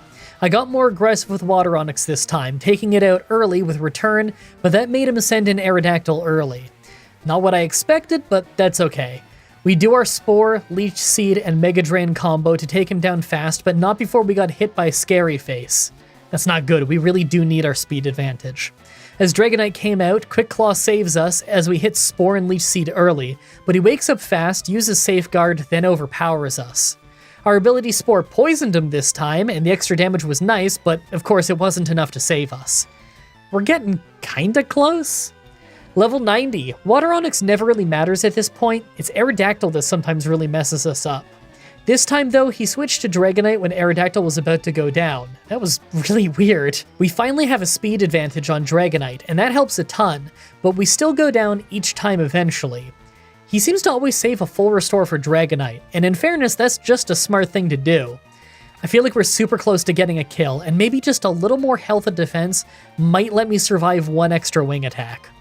Level 95, and I was totally right about needing just a little more health and defense. Being just that little bit stronger got us a surprisingly fast win on Dragonite, and all that was left after that was 2 weak Dragonairs. We put them to sleep, seeded them, and then used Return to finish them off. Finally, the Pokemon Champion. First is Pidgeot, and I was really worried that he'd use Feather Dance, but I guess he decided to just stick with damaging moves because of us being Grass type. We actually took him out without much trouble, but second was Charizard, and he both outspeeds us and hits an incredibly powerful Fire Blast right away. It was so strong that even with us Leech Seeding him the first time, we couldn't heal enough to survive another one by the time he woke up. Okay, well either really good sleep luck or one of those Fire Blasts missing, and I think that this is possible. I'm gonna level up to 100 because I'm not crazy, and then try this until it works. Okay, a few tries later. We still get hit by Fire Blast right away, but he stayed asleep for long enough that we took him out with 97 health left. Alakazam was faster than us too, and brought us to only 34 health as we nearly one-shot it with Return, just for him to use a full restore. I was a little bit worried when my second return took him to a sliver again, but then he just used another full restore. Our third return was a one-shot. That was perfect. We got him to waste his full restores. Executor was next, so I used Spore right away, then went straight for Return since we can't Leech Seed a Grass type. He used a full restore right after, but we put him back to sleep and finished him off with a few hits of Return. I can't believe we're still in this. Next is Rhydon, so I just used Mega Drain to massively heal ourselves off that one shot. Last is Water Onyx, and I knew we had it in the bag at this point. I put him to sleep, seeded him for the healing, and then just kept using Mega Drain until he finally went down. Took a long time, but it was totally safe. We ended with full health. That was an awesome run. I absolutely love Spore. It's an incredibly fun move to use. Getting to combo that with Leech Seed gave us a way more interesting and fun strategy than usual. Kinda makes me want to play as Shroomish and runs more often. Maybe Gen 4 or 5? I really hope you guys like that run. Next Pokemon Challenge should be up next week on Saturday like usual with Pokemon Platinum with only one Mr. Mime. I love Mr. Mime, so I think that's going to be a fun one. As always, I'm looking forward to your suggestions in the comments, in the challenge request section of my Discord channel, and on Twitter. Subscribe, ring the bell, stay tuned. Alright, outro time. My voice must sound so hoarse. I'll hear it when I have the headset on and I'm editing later, but I can feel it getting really scratchy as the day goes on. Ugh. I'm gonna have to just shut up for a couple days and let my throat really heal. I was getting better for a little while and it stopped getting so sore, and then I irritated it again. I'm just being too rough on it. I feel bad because I was talking in the previous few outros about how I'm streaming more and I have all these plans to stream more, and I was streaming some more until I really wrecked my throat. So I think I'm gonna have to take it easy for a little while, really let it heal up, then I can get back to streaming more. And I have so many streaming plans: Stardew Valley, Bannerlord, maybe some Crusader Kings, some more wrestling games, some Wrestling Empire. I want to get back to that Pokemon collectible card game on the Game Boy Color, because I love that game. And I haven't streamed it in like years now, so I still have the save file though. So I want to, just pick up that save file and go right back to it. That was a really fun one, so I can continue that playthrough. Oh, there's so much I want to do, but I gotta let my throat heal first, and I'm not really letting it heal right now because I'm doing a voiceover right now, but hey, the show must go on. I can't just not do my job. It's not like you guys don't go to work when you have a sore throat, so of course I'm going to work with a sore throat. And I have plenty more work to do today, but that'll have to wait until after I make a meal, because it's 3:11 p.m. and I have not had a bite of food yet. My stomach has been growling for the last multiple pages of the script. All right. I'm gonna go cook up some food. Thank you everybody so much for watching, and until next time, have a nice day. Hey everyone, Mah-Dry-Bread here. Pokemon Emerald with only one Relicanth was a fast but surprisingly hard solo run. Let's follow that up with a weirder solo run. Today's the day that we figure out, would I be able to beat Pokemon Fire Red with a team of only one Shuppet? So I don't know about you, but I don't think of Kanto when I think of Shuppet, and that's exactly why I wanted to use it today. I have no idea how well a pure ghost will do from the start of the game in Kanto. Shuppet is kind of a glass cannon. It's got pretty good attack and special attack, but with bad defense and special defense. By level up, it does learn a few good moves, but the problem is that it starts with the super weak knockoff move. It learns its situationally useful Nightshade that doesn't work on normal types, and then no attacking moves for ages. I'll need TMs early. Speaking of, by TMs we can learn a lot. Now, a few of these are expensive Game Corner TMs, but a few of them are easy to get. Stuff like Psychic and Secret Power have potential to be pretty useful to us. There's nothing crazy powerful, and Shadow Ball ends up being our best move, but I think that we can make this work. As always, I'm writing the script as I go through with the challenge, so all of this part is being written before I've started. Everyone comment down below and guess if I can win or not. I mean, I'm pretty sure that I can win, but I do worry about how frail we're going to be by the end of the run. I could see it being one of those runs where we either one-shot them or they one-shot us. Let's explain the rules. In combat, I can only use Shuppet. I'll need other Pokemon to use HMs, but I won't be allowed to use any of those Pokemon in battle. No glitches or exploits, no items in battle, only Pokeballs, held items, and items outside of combat are allowed. Also, if you enjoyed the video, be sure to like, subscribe, and ring the bell for more. Let's do this. So, right off the bat, I can use the Universal Pokemon Randomizer to replace Bulbasaur with Shuppet so that we can do the whole run with it. Our nature is mild, so more special attack and less defense. That's a really good nature for us. I'd get a little bit more out of an attack boost since all ghost moves are physical in this game, but whatever, I'm still really happy with that. I name him Wyatt because he's like a spooky puppet. So the early game travel is all incredibly safe, but also incredibly slow. The only thing that can hit us right now are the Weedles with Poison Sting. Everything else just uses stuff like Tackle, so we're in no danger most of the time. The problem is that we have to go back to the Poké Center pretty often for power points just because Knockoff is so incredibly weak. It's all we've got for attacking moves until Nightshade at level 13, so it's gonna have to make do. Obviously, we can't beat the Rock Gym until I have Nightshade, and it might even take longer than that because they have Rock Tomb to hit us with, but who knows. I'll give it a try at level 13 and just see how it goes. Well, that was surprising. I kind of assumed I wouldn't be able to win, but it turns out that we can just 3-shot Onix with Nightshade. But 3 Rock Tombs leaves us with 1 health, so we had exactly enough to win. Well, that saved us some time. That means we're traveling. We're slowly running into more things that can hit us, but still nothing too dangerous. The most annoying thing is just that we can't use Nightshade on normal types, but it's by far our strongest move at the moment. Once we get into Mount Moon, I'll hunt down the TM for Thief. It's only 40 power, but Knockoff is 20, so it's just a straight upgrade. Plus, we likely won't need to use it for a long time anyway. There's better moves that we can learn as soon as we beat our rival, but we all know that the fight tends to be pretty hard, and he opens with Pidgeotto, so we can't use Nightshade on it. so Thief might be what saves us there. On our way there, I took the Helix fossil. I knew that if I didn't say what I took, you'd all ask. Actually, now that I think about it, everyone asks anyway. Comments are good for the YouTube algorithm. So I tried the rifle fight once I got there at level 21, and it was so close to being a win. Pidgeotto and Charmander are the only members of his team who can actually hurt us, but both do quite a bit of damage. Plus, we're slower than Charmander, so he hits first. If we did a few more points of damage and we were a little faster, then we'd win this for sure. At level 24, I tried this a few more times, and after losing to one where I got crit a bunch, I finally got a win. It requires that Pidgeotto uses Gust instead of Sand Attack, but other than that, it's pretty consistent.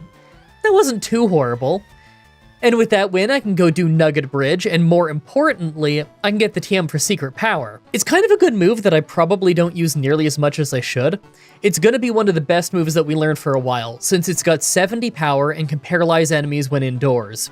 Kind of like a slightly weaker Body Slam. It does a different effect depending on the terrain you're in, but what matters most to me is indoors because that's where gym battles are. Hopefully, this gets us a win at the water gym. By the time we get to the water gym, we're level 30, and I lost a couple of tries just to damage ranges, and figured I could get the win if I just paralyzed them to get the speed advantage, but we ended up critting pretty early on the third try to take her out early. Well, that was lucky. That just means we're at the SSN a little bit early. So I figured the rival fight on here won't be hard, and the electric gym right after shouldn't be either, so it's nearly time to overhaul the moveset. We're finally going to be able to get some type coverage soon. The only thing between us and new moves is a couple of reasonably easy fights. I don't see us having any problems again until the Poison Gym.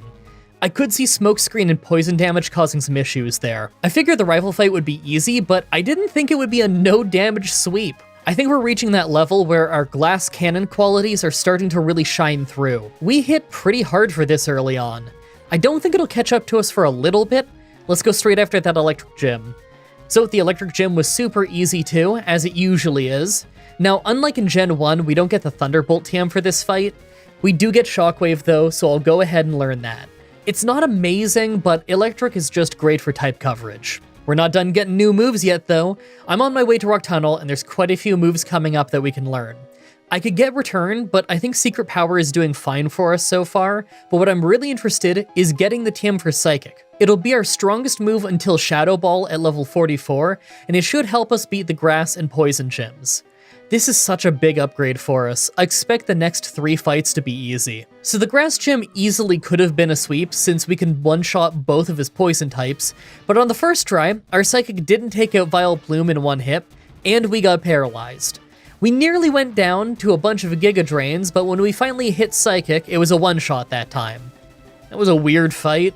Okay, this next chunk of the voiceover is going to be done with Sabu in my lap, because he didn't get any lap time earlier and he won't leave me alone now. Giovanni right after was easy as usual. Some of his team could hang on a little bit longer, but they were pretty limited in moves that could actually hit us, so it's not a problem. Last for the boss rush is the Pokemon Tower rival fight, and the moment we were about to fight his Psychic types, Sabu left my lap. The moment that we were about to fight his Psychic types, we learned Shadow Ball and just swept the rest of his team with it. Beautiful timing, much like Sabu leaving my lap. Alright, that's enough of the smooth sailing. We have the Poison Gym next, and I don't know if Psychic is going to be enough to get the win without some leveling. Even if it is, I'm skeptical about our ability to beat the Fire Gym early.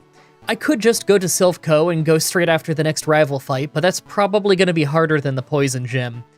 I think I'll try the Poison Gym, and if it doesn't go well, then I'll do Silph Co first. Man, I'm trying to skip quite a few trainers at this point, and yet I'm still just crushing it in these battles. Yet another no damage sweep, although it's mostly just due to them using stuff like Acid Armor. I guess I'll go do the Fire Gym early. This has to be a loss, right? Okay, that's what I thought. We one-shot the Growlithe at the start, but we had to switch to Psychic for Arcanine since Ghost moves are physical, and we've been hit by Intimidate twice. It didn't matter though, because Psychic didn't do much and we got one-shot by Fire Blast. I guess that's to be expected though. Let's go try Silph Co's rival fight first. The fight starts off alright with us having Shockwave to counter Pidgeot. We don't deal tons of damage, but it helps. It's more useful against Water Onix right after, who we one-shot. As soon as Charizard came out, we were doomed. It's faster than us and one-shots us with Flamethrower. Alright, well, we gotta grind. I went ahead and cleared out all of the trainers in Silph Co. I don't think I necessarily need a ton of levels to win this, but I need some. I figure if I could get faster than him and get to Charizard at full health, that maybe I'd survive Flamethrower and get a 2-shot. Then we could probably just win the rest of the fight without getting hit. So here we are at level 58. We do take some damage on our way to Charizard, but we ended up faster than it, and it used Scary Face. That made us slower, but we actually survived Flamethrower and took it out. Execute was a one-shot with Shadow Ball, as was the Alakazam right after. Well, that was a win! Of course, the Giovanni fight right after was super easy as always. He didn't even land a hit on us. Psychic Gym's gotta be a sweep, right? Yeah, total sweep. We did get hit by Alakazam because of the speed advantage, and it hurt a lot, but we could have only gone down to a crit. I'd say if this was Gen 1, then he'd probably have crit us, but if this was Gen 1, then she'd probably use Psywave to hit for 8 damage, so this was still somehow harder. We're back at the Fire Gym, 8 levels higher than last time we tried, and although we're doing much better, we still go down to Arcanine every single time. He loves using Hyper Potions, and Fire Blast absolutely wrecks us. I think I need to get much stronger before we can win the entire fight if we can't even take down Arcanine yet. Okay, so this is kinda crazy. Level 65, and if Shadow Ball gets a defense drop, then we can take out Arcanine with Psychic right after. But then we have to deal with Ponyta, who I can't one-shot with Psychic and just takes us out. How am I gonna survive both that and Rapidash? I've got 2 attack drops and Shadow Ball uses attack in this game. Psychic is probably our best move at that point. I guess I have to get stronger. If you want some kind of idea of how shockingly difficult this is, here's all the way at level 70, and we still can't make Arcanine faint unless we get a special defense drop. I tried with both Psychic and Shadow Ball. Neither one of them was doing enough for a 2-shot without the stats drop. It's gotta be enough by level 73 though. Okay, level 73, and now this is what every attempt looks like. We're hitting so hard with Shadow Ball that it's still better than using Psychic even after 2 attack drops, but we just go down in the end because Rapidash hangs on and hits Fire Blast every time. Okay, well we only need 1 Fire Blast to miss, so I'll keep trying. Alright, that wasn't so bad. Every attempt took about a minute, and it only took 3 more tries, so we had this beat in no time. You know, leveling aside. The ground gym has gotta be a breeze after that. So the ground gym was actually really close, but I think it was my own fault. I used Shadow Ball at the start because it hits harder and our attack is higher, but I forgot that Psychic would do way more anyway just because of their massive defense and special defense gap. Because of that, we lost some speed at the start of the fight and got hit more than normal, but it was still easy. Now I know we leveled up a ton for that Fire Gym, but the pre-Elite 4 rival fight is normally pretty hard. This time, we hardly got hit at all. It was incredible. With that win, all that's left is the Elite 4 and the Pokemon Champion. I'm really not sure how things are going to go. I have the money that I could pick up Thunderbolt, so maybe Lorelei won't be too bad. And we have Psychic and Shadow Ball, so I think Bruno and Agatha will go okay. I'm worried about Lance and our rival, though. I don't really see us winning those fights until we're much stronger, but we'll see how it goes. Now that we're at the Elite 4, let's take a look at our stats. Level 75 with pretty solid attack, decent special attack and speed, and we're frail. I mean, it might work out, but any random move could do a ton of damage to us. With low special defense like that, it's no wonder that stuff like Flamethrower and Fire Blast were causing issues. Make your final guesses on if we can win this or not. Let's do this. First is Ice Trainer Lorelei. Right away we crit Dugong for a one-shot that we probably wouldn't have gotten without a crit. And second was Lapras. It took out almost half of our health with a Surf. We nearly 2-shot it just for it to survive with a Sliver. It nearly took us out with Ice Beam, then we hit it way harder on the next Thunderbolts to take it down. I can't believe we're still in this. Cloyster has low special defense, so it was a one-shot, and Slowbro is part Psychic, so it was a one-shot with Shadow Ball. Last was Jinx, who we outsped in one shot. Well, that fight was awesome. Second was Fighting Trainer Bruno. This was a pretty simple fight because his fighting types never stood a chance against us, but the funny part was that both of his Onix did a decent amount of damage. Those are usually his dud Pokemon. Earthquake is just a really good move. Third is Ghost Trainer Agatha. Right away, we one-shot Gengar with Shadow Ball, so I was feeling pretty good, but the second Gengar was faster and hit us first. We still one-shot it, but we lost 3/4 of our health in the process. Golbat was a one-shot with Thunderbolt, and next was Arbok, who survived Psychic to hit us with a bite that nearly took us down. We only have 6 health left. She used a full restore while we hit Psychic again, then she used another full restore and we hit Psychic again, then the speed advantage let us finish it off. Last was Haunter, who we one-shot with Shadow Ball. That was way closer than I expected. Fourth is Dragon Trainer Lance. It starts with Water Onyx, who's a one-shot, but second is Aerodactyl, who's faster than us and hits really hard. We get him to use a full restore, but we eat 2 hits before we're able to finish him off, so our health isn't great. As soon as Dragonite came out, it was obvious that we were doomed. Doing what looks to be under a quarter of his health and damage with Shadow Ball before getting knocked out. Okay, I for sure need to be a lot stronger. Level 83. Water Onyx goes the same, and Aerodactyl is still faster than us, but now sometimes we actually get a one-shot on it, and it takes 1 less hit total as a result. Next is Dragonite, and it's always brutal, but on this run we got a special defense drop with Psychic, and he wasted a turn with Safeguard. Then we survived Outrage with a Sliver to give us a chance to finish him off. But we can't one-shot the Dragonairs yet, so obviously that takes us down. This might be possible at this level with the right luck. I'm not sure. It's definitely not possible though unless I get a special defense drop or a crit. Never mind, I was wrong. Level 87, and even with a special defense drop to get past Dragonite, we still lose every time to Outrage. I guess Glass Cannon runs tend to end like this though, don't they? Level 90, and here I am, still constantly losing. You know, we can't even get past the Dragonite unless we either crit or get a special defense drop on the first hit. It's pretty miserable. Not only that, we really aren't doing much damage to the Dragonairs. I think it's possible that we don't even get past them until near level 100. Amazingly enough, at level 95, we are still getting outsped by Aerodactyl, so we always take damage early, and we still lose to Dragonite every time that we don't get a special defense drop or a crit, just like what was happening like 13 levels ago. I'm still convinced that we wouldn't survive 2 Dragonairs after this. We still haven't survived 1! I thought I'd be hitting level 100 at the rival, not Lance. Okay, I was really starting to worry that I wouldn't even win at level 100 without a lucky crit or something, but we finally outsped Aerodactyl so it doesn't hit us. Now without a special defense drop or a crit, we still take tons of damage from Dragonite, but what matters is that the Dragonairs are finally one-shots. Let's hope we can handle our rival. Finally, the Pokemon Champion. Right away, Thunderbolt one-shots Pidgeot, as well as the Water Onyx, who came out second. Third is Charizard, who takes big damage, almost getting one-shot, but Fire Blasted us to nearly one-shot us in return. He used 2 full restores as we keep using Thunderbolt until it finally went down, but we were left with so little health that Rhydon right after took us out. We were insanely close to getting one-shots in some of those Thunderbolts. I'm convinced that a one-hit knockout is within our damage range. Okay, it took 4 more tries, but not only did we get a one-shot on Charizard thanks to a happy damage range, but Rock Tomb never hit us at the end of the fight, so we literally didn't even take a hit. What a weird way to win in the end. We either lose at level 100 or we don't take a hit at level 100. Well, that one got really hard near the end, but I guess that's how Glass Cannon runs tend to go. I really hope you guys like that run. The next Pokemon Challenge should be up next Saturday, like usual, with Pokemon Red, with only 1 of each Nidoran. I did it in Fire Red years ago, so let's do it in Red. As always, I'm looking forward to your suggestions in the comments in the challenge request section of my Discord channel and on Twitter. Subscribe, ring the bell, stay tuned.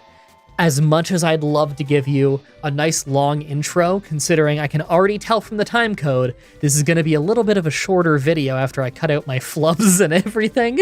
Because I flub. Of course I flub reading these lines. I actually have guests over, and although they aren't here at the moment, I'd like to run around and clean up a little bit so that things are nicer for the guests when they get back, because I am a responsible host. I'm gonna go do that. Thank you everybody so much for watching, and until next time, have a nice day. Hey everyone, Mah-Dry-Bread here. Pokemon Red with only 1 Spearow was hard, but also a pretty boring run. Let's follow that up with a fun one. Today's the day that we figure out would I be able to beat Pokemon Fire Red with a team of only 1 Staryu. First with the stats, Staryu can hit decently hard and is pretty fast for a first form, but it has both very little max health and not very much defense or special defense to protect itself. Basically, it's an early game Glass Cannon. Where he shines is his moveset. By level up, we get Water Gun early to take down Brock, and maybe more importantly, at level 15 we learn Recover so that we can heal. We don't have much health or defense, but with Cosmic Power, it might be good. By TM, we can also learn some Electric, Ice, and Psychic moves too, so we can have some fun with this run. Like always, I'm writing the script as I go through with the challenge, so all this part is being written before I've started. Everyone comment down below and guess if I can win or not.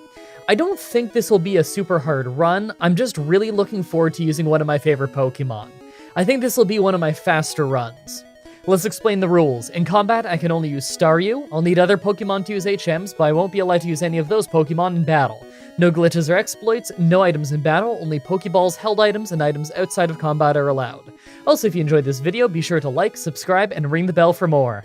Let's do this. So right off the bat, I used the Universal Pokemon Randomizer to replace Squirtle with Staryu so that we can do the whole run with it. I picked to replace Squirtle so that our rival would use Bulbasaur, probably the hardest for us to fight. I name him Star Who because that's hilarious. Looks like our nature is docile, so neutral stat gains, and our ability is Natural Cure, so that won't do anything for us. Kinda wished I had the other ability for extra encounters, could be good for grinding. Anyway, Viridian Forest was super fast this time. We had no reason to linger for once. We already have Water Gun since we get it at level 6 and is quad effective against both of Brock's Pokemon, so there's no real reason not to fight it at whatever level we naturally get there at. Once we get there, we're level 10 and we easily take down his team. No problem at all. Right after that, while fighting trainers on our way to Mount Moon, we hit level 15 and learn Recover. This move heals us by half of our max health. It's not a ton since we don't have much max health in the first place, but I'd be shocked if we never get a chance to use this. On my way through Mount Moon, I took the Helix Fossil. I knew that if I didn't say what I took, you'd all ask. Actually, now that I think about it, everyone ask anyway. Comments are good for the YouTube algorithm. We ran into a real problem right after when we tried the Water Gym. Neither of us can do almost any damage to each other, and we both have Recover. Sure, I could probably outlast Staryu if I spend 5 straight minutes on it, but there's no way I beat Starmie right after. I think I should fight the rival first, and maybe against the trainers in the north we'll level up enough to learn Swift? That might be able to win us the fight. Against our rival is when we run into the real issue, though. After trying a dozen times to get a run where he doesn't just use Sand Attack right away, we take down Pidgeotto and out comes Bulbasaur, who we hardly hurt, and he has Vine Whip. You know what that means? Grinding, and in a real awful place too. It's easy to get poisoned here, but it's the only place to train that we can reach. Maybe if we beat Misty, then we can use the Water Pulse TM against our rival, but honestly, I don't know who will be able to beat first. We are really stuck right now. Finally, all the way at level 24, we learn Swift, so I take another shot at the Water Gym. I took my chance with Staryu to use all 6 Hardens, mostly just so that when we inevitably hit ourselves in confusion, we won't take a ton of damage, and it's a good thing we did this, because oh man, was Starmie ever hard. We were in a battle of attrition with Starmie for ages, constantly using Recover for health and Swift for damage. It doesn't help that we get confused all the time from Water Pulse, and Misty has a Super Potion. It took ages and we had a few close calls, but in the end, we finally got the win. After that, I tried the rival fight, this time with the Water Pulse TM from the Water Gym. It really helped us get through Pidgeotto without taking too much damage, and although we did get Leech Seeded, we were able to use Swift to bully our way through Bulbasaur. After that, the rest of his team wasn't a problem, so it was nice to make some progress again. On the SSN, I make sure to clear out every last trainer. They aren't hard, and we aren't under-leveled, but the next 2 gyms are the electric and grass ones, so I figure I'm gonna need as much help as I can get. Thankfully, the rival fight here goes pretty well. Vine Whip was doing way less damage than I was expecting, and we were pretty much able to just brute force our way through the whole fight. The electric gym right after was super weird though. Believe it or not, they didn't do any damage to us despite having a few opportunities due to paralysis with Thunder Wave. It's rare that they pass up chances like that in Fire Red, but you do see it happen sometimes. Thankfully, Rock Tunnel is actually easy for once. Normally, this place takes forever in Fire Red due to having so many mandatory hikers, but we have water moves, so it's not that much of a problem. Normally, I'd go after the Grass Gym next, but we're not even close to ready yet, so I decided to take on the Rocket Hideout first. Considering Giovanni is mostly a ground and rock kind of guy, I have no worries about how that fight will go. Even after that though, I can't get a single good attempt on Erica's Grass Gym, and that's even with Stun Spore missing. I have an idea though. If I got enough money to convert to coins, then I could get the TM for Ice Beam. I mean, I'll need it eventually anyway, so why not now? Unfortunately, even after selling everything that we could and converting the money to coins, we're a bit short. Alright, maybe if I go clean out Pokemon Tower first, I'll have the money for Ice Beam. Thankfully, the rival fight was super easy. Even with his team being a little bit more complete than it was before, we still don't have any issues thanks to critting Return on Ivysaur. I'm worried about the Silphco one, though. I'll need to bring Ice Beam to that fight for sure. Finally, now we can afford the Ice Beam TM. We easily sweep through the grass gym like it's nothing. It's time to go get Surf from the Safari Zone. Normally I just dump this move on an HM Pokemon, but Surf is actually a really solid move, and this is going to be our best water move. We could learn Hydro Pump, but that tends to miss, so I'm going to go with the safety of Surf. Next up is the Poison Gym. This one had me really worried because of how Muck hit us with Toxic so early in the fight, combined with things like Smokescreen. But thanks to a crit saving us a hit on Muck, we actually did super well and got the victory on our first try. With that win, we can use Surf outside of battle, so I go ahead and do the Pokemon Mansion right away for the key to the Fire Gym.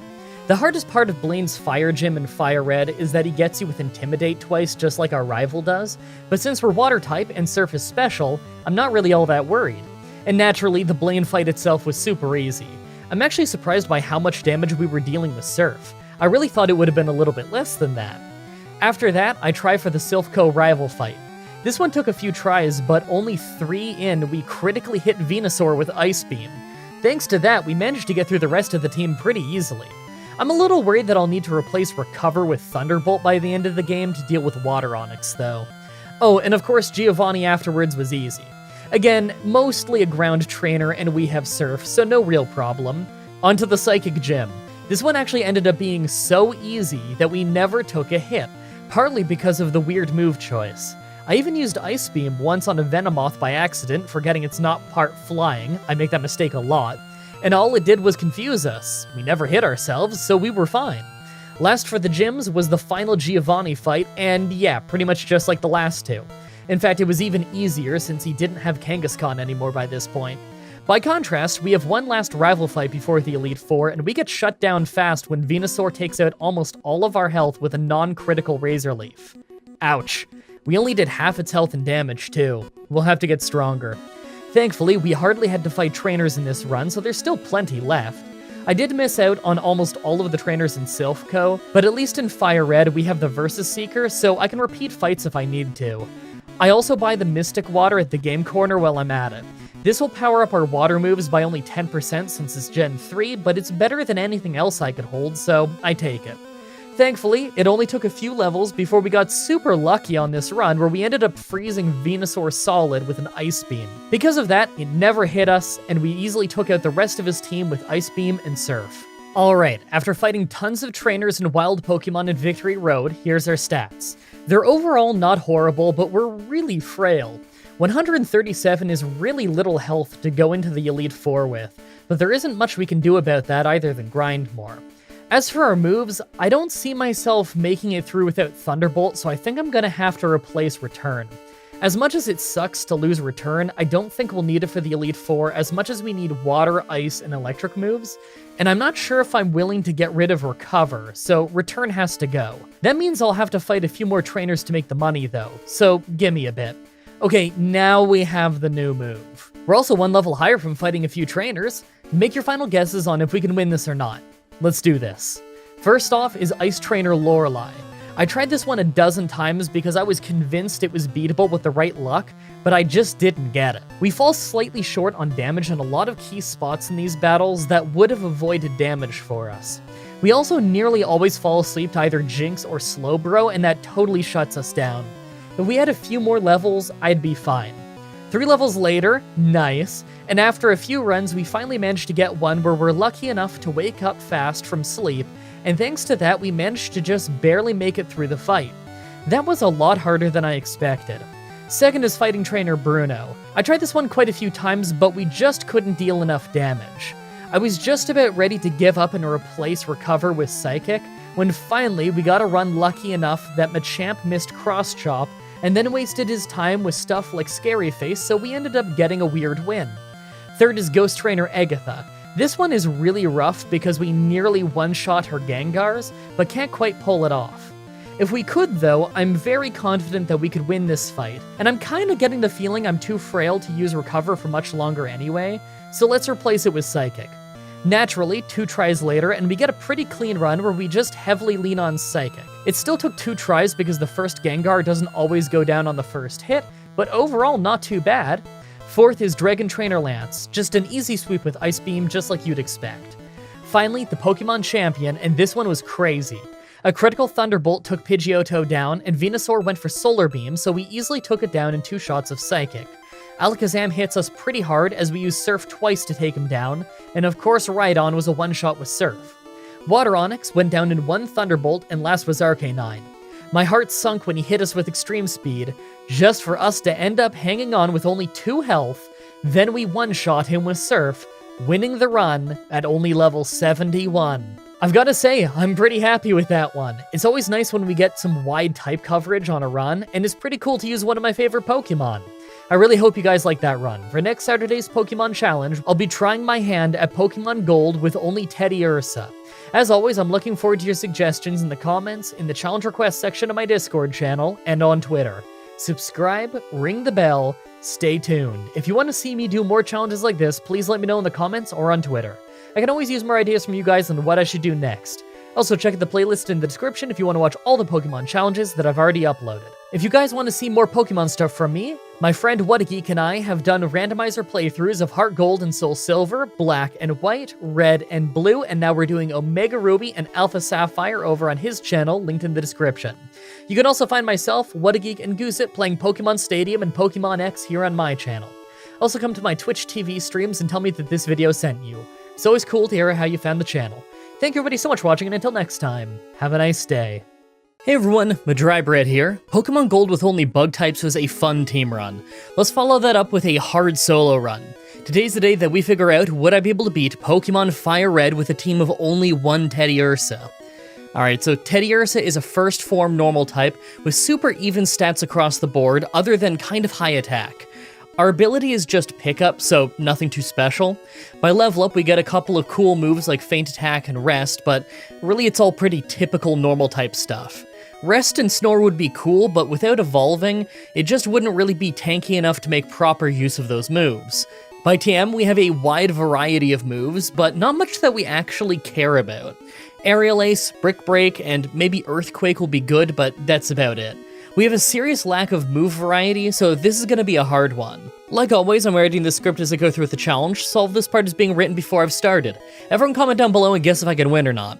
I'm confident that I can win, but I think I'll need to be close to max level to do it. We don't have much type variety, and Intimidate is definitely gonna be a problem. Let's explain the rules. In combat, I can only use Teddiursa. I'll need other Pokemon to use HMs, but I won't be allowed to use any of those Pokemon in battle. No glitches or exploits, no items in battle, only Pokeballs, held items, and items outside of combat are allowed. Also, if you enjoyed this video, be sure to like, subscribe, and ring the bell for more. Let's do this.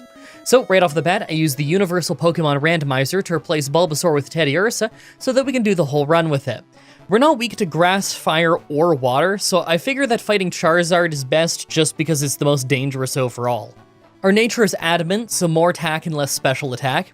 It took maybe 5 resets to get that, and it was totally worth it. I think Thief and Feint Attack are literally the only moves we can learn that use special attack. Every other move that we can learn uses regular attack, so investing in that seems smart. Yeah, Intimidate is common in this game, but we can make this work. I name him Teddy Heart, like last time. We need that psychopath energy to win this one. Also, can I just say that this sprite rocks? It looks really good. So we're doing the early game grind, and this might be a slow one. We have the Rock Gym first, and we don't learn anything that makes it any easier. Fury Swipes is unreliable, and Lick is just really weak. But I figure that if we can paralyze them, then we can stand a chance. My big worry is that they'll spam defense buffing moves early on, so every attack we can do will only do 1 damage. I couldn't see us possibly winning below level 16, so I'm gonna grind up to that and then see what happens. So after a decent grind, we get to level 16, and I figure the Rock Gym is worth a try. We actually ended up paralyzing Geodude with Lick pretty early in the match. He can raise his defense, so that had me a bit worried, but we actually ended up taking down Geodude with a lot of health left. The problem is that Onix right after is faster than us and just keeps hitting bind. I was surprised that it wasn't missing at all. That move not only does direct damage, but it also does some damage over time, so it's almost as if we were poisoned. We never paralyzed him, and although we did passable damage, all things considered, we still just lost. We aren't learning any better moves for this anytime soon, so I just have to bite the bullet and grind. Maybe by level 19 or 20 we could win this with Fury Swipes. I'll try at 18 though, just in case. Okay, now this took a couple of tries due to the worst Fairy Swipes luck ever, but we actually won this at level 18 just thanks to getting a paralysis fairly early on Onyx, and getting Fairy Swipes to hit a lot. It's resisted, so it hardly does anything, but if we roll a high number of swipes, then it does actually do more damage than Scratch or Lick, so it ended up saving us. With that done, we're on the move to the Water Gym, and the usually pretty hard first real rival fight. Now, we may not have any great moves yet, but on our way there we can learn Mega Punch and Mega Kick from the move tutors. We probably don't need both, but I may as well learn them, since there's nothing else that I really want right now. I figure that Mega Kick might actually save us in some of these early fights, just because it's such a high power normal move. I kinda doubt that I'll actually be beating the Water Gym until I have Feint Attack though, since that's gonna help us against Starmie for sure. Who knows though, maybe we'll hit so hard with Mega Kick that it just won't matter. I'll try the Water Gym first, and then the rival fight. On our way there, though, I took the Helix Fossil. I knew that if I didn't say what I took, you'd all ask. Actually, now that I think about it, everyone asks anyway. Comments are good for the YouTube algorithm. Wow, Water Gym went great. Don't get me wrong, we were maybe a hit or two away from fainting, but Mega Kick was hitting so hard that we took out Starmie. It was nearly a one-shot. That got us a level up, so we learned Feint Attack. We may not be good with it, but I'm hoping that it'll save us in the rival fight if we get sand attacked too much. Hopefully we can just score a one-shot with Mega Kick right out the gate to avoid that though. This actually took 2 tries because of getting burned early on, but as expected, we got saved by a Mega Kick being a one-shot. The entire rest of his team was super easy with Scratch and Feint Attack, so it just wasn't a problem. Alright, early game's been going great so far, aside from a kind of difficult rock gym, so I figured that we're gonna have some pretty smooth sailing all the way until the poison gym. Still, I'm gonna have to pick up a lot of better moves if I want to win the run. I made sure to pick up Secret Power, Dig, and Brick Break while traveling to the next rival fight. I figure the rival and the Electric Gym are both gonna be easy, then I can grab the TM for Aerial Ace and make my way over to Celadon to try the Grass Gym early. I want to try and do that one early since I figure that is the hardest upcoming fight, and I just want to see how early I can get away with doing it. Then maybe we do the Giovanni fight since he has rock types. We might need to learn Brick Break for that one. After that is probably an easy rival fight, then we can go lose to the Poison Gym. Looking forward to it. While I travel though, today's a great time to talk about this episode's sponsor, Factor Meals. Factor Meals is a service where you can get awesome meals delivered right to your door. These are fresh, never frozen, chef-prepared meals. You can pick from several meal plans that cater to your tastes and needs: Chef's Choice, Vegan, Keto, Protein Plus, and Calorie Smart. I always go with Protein Plus personally. What you get in the box is 6 to 18 chef-prepared packaged meals that have never been frozen. How many you get is up to you when you sign up. It's as easy as can be to heat up your food. Each package has both microwave and oven instructions on them, with it taking about 2 to 3 minutes in the microwave and 10 to 15 in the oven. Something I love about Factor is the crazy meal variety. I end up with new meals I haven't tried before in every box. This morning I had the chicken tikka masala because I love chicken and I love tikka masala, so I figured it was a no-brainer.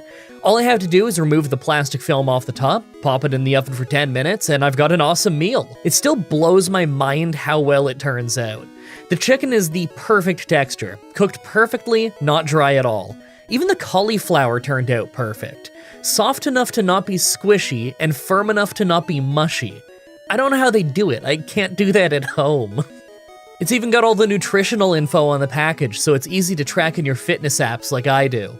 Head to factor75.com or click the link below and use the code 50MDB to get 50% off, plus free shipping on your first Factor box. That's code 50MDB at factor75.com to get 50% off, plus free shipping on your first Factor box.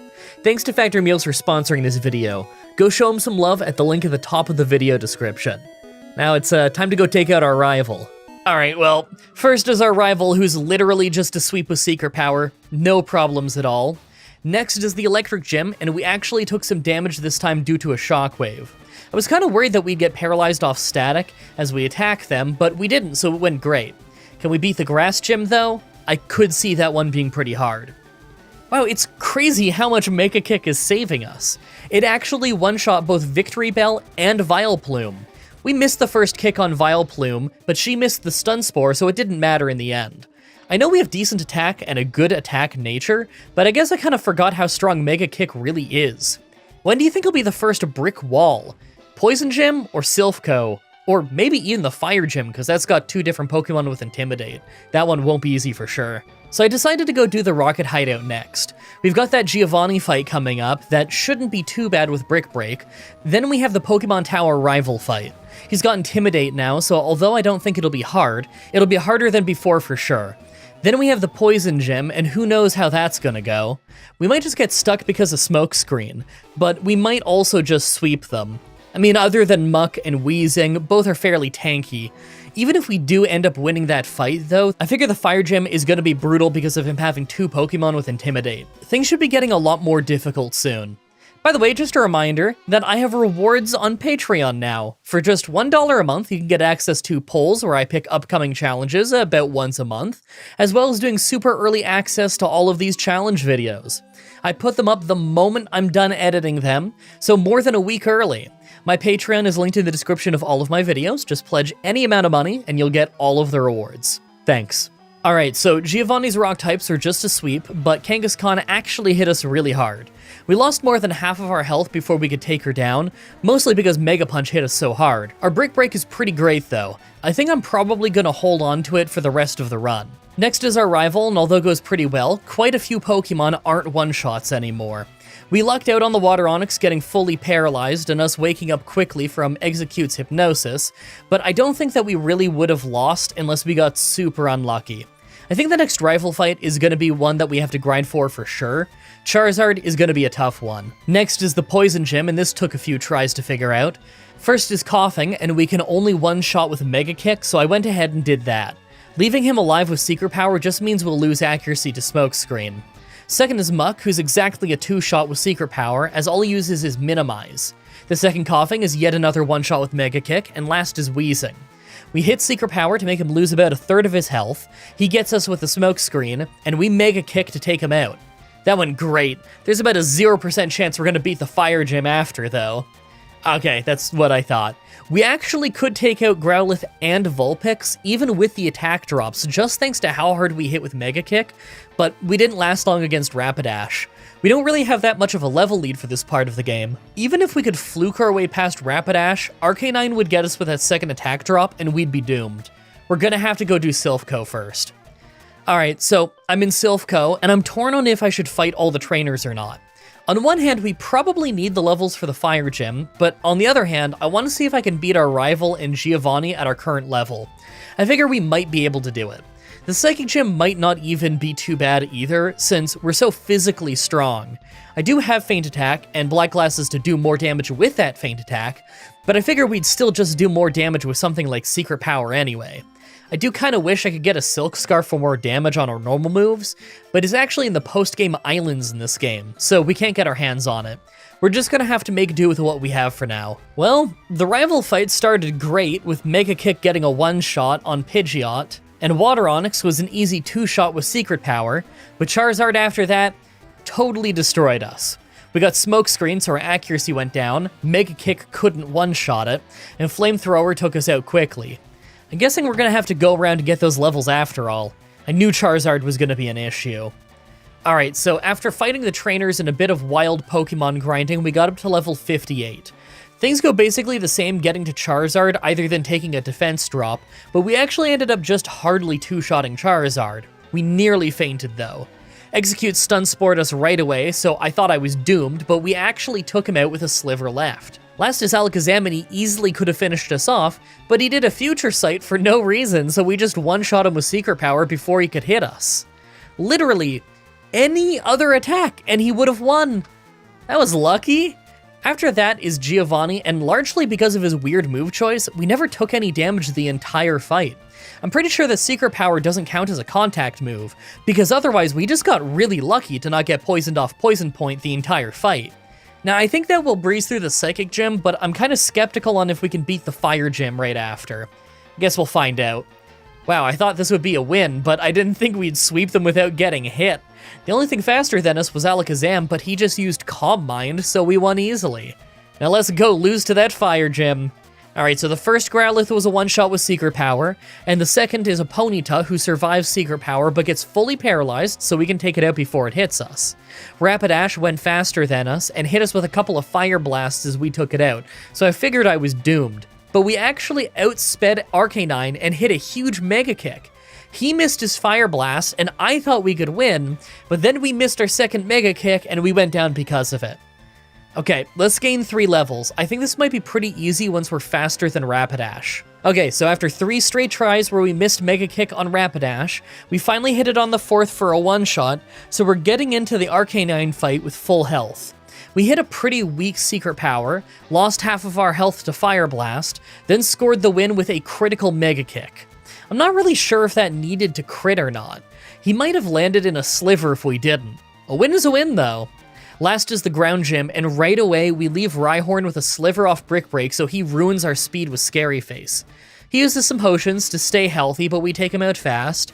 Now we're slower than Mega Queen though, so although we take her out pretty quickly, we lose half of our health to Earthquakes. Because of that, his Nidoking was able to take us out with a couple of Earthquakes of his own. If we were faster, then I know we could win. I'm gonna level up literally just once. That might be enough to one-shot Rhyhorn and keep our speed advantage. Okay, I really thought it would only take 1 level, but after going 1 level at a time and trying over and over, we couldn't one-shot Rhyhorn until level 69. Nice. Because of our speed advantage, though, we got hit by half as many Earthquakes, and thus were able to take out Nidoqueen and Nidoking just fine. Dugtrio was a one-shot, and so was the Rhyhorn at the end, so this actually went pretty well. I'm kind of worried about the rival fight, though. Okay, rival time. So first is Pidgeot, who goes down in 2 hits to Secret Power, as we take a bit of damage, and second is Rhyhorn, who's just a one-shot with a critical Brick Break. That probably didn't even need to crit. Execute was just a one-shot with Secret Power, and Alakazam just uses Calm Mind, so we one-shot him too. Water Onix is next, so our attack is down, and although Secret Power and Mega Kick take him out, we lose a chunk of our health to Hydro Pump. Last is Charizard, and he's faster. We paralyze him with Secret Power, he nearly takes us out with Flamethrower, I think we're gonna win with Mega Kick, but he lands with an absolute sliver of health to survive and finish us off. Man, that was so close! We lucked out on getting that paralysis to give us the speed advantage too. I'll get 5 levels and try again. We'll need those levels before the Elite Four anyway. Okay, this one took a few tries, but on this one, Water Onix used Leer, so we went into the Charizard fight with a lot of health left. We got hit by a huge Flamethrower, then paralyzed him with our Secret Power. Our second Secret Power didn't take him out. I thought we'd faint, but he tried for Scary Face for some reason, failed, and then we finished him off. You know, I'm pretty sure if he used Flamethrower, we would have fainted. I don't know why he used Scary Face. I mean, what did it even matter? Even if he hit Scary Face, because of the paralysis, I was still probably gonna be faster than him. So we're traveling to the Elite Four, and I'm really not sure how it's gonna go. Lorelei might not be too bad, but Bruno's gonna hit us incredibly hard. And how are we even gonna beat Agatha? Even if we were to learn Earthquake, that doesn't hit her ghosts. They've got Levitate. I guess Black Glasses with Feint Attack could work, but we really aren't a good special attacker, and she's got more special defense anyway. I might do even better if I just learn something like Aerial Ace, just so I have a physical move. Then it's Lance, and that's probably just a mess due to them overpowering us. We don't have a type advantage against the vast majority of what we're fighting, so I could see us just having to level up a ton before we stand a chance. Now that we're at the Elite Four, let's take a look at our stats. Our attack is alright, but not really as high as I would like it to be. But outside of that, we're pretty much useless.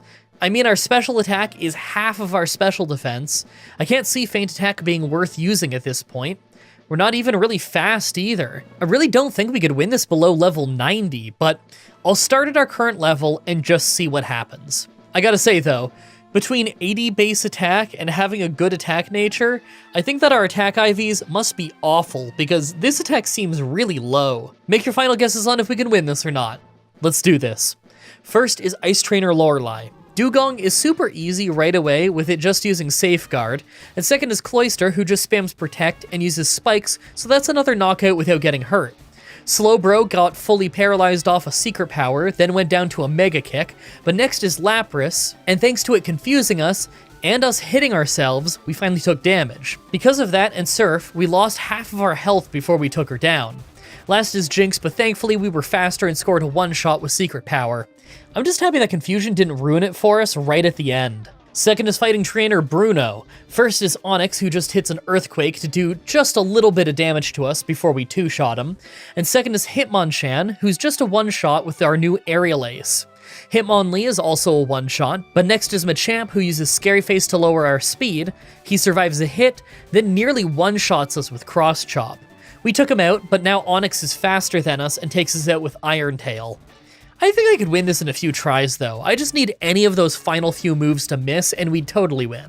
So after an entire 9 tries where we just kept getting hit by Scary Face or Rock Tomb, we finally got this one where he missed Rock Tomb, we took him out, then we had tons of health left, so we just easily beat the final Onyx. We're just lucky that we've even gotten this far without needing a bunch of levels, but I think that's about to change.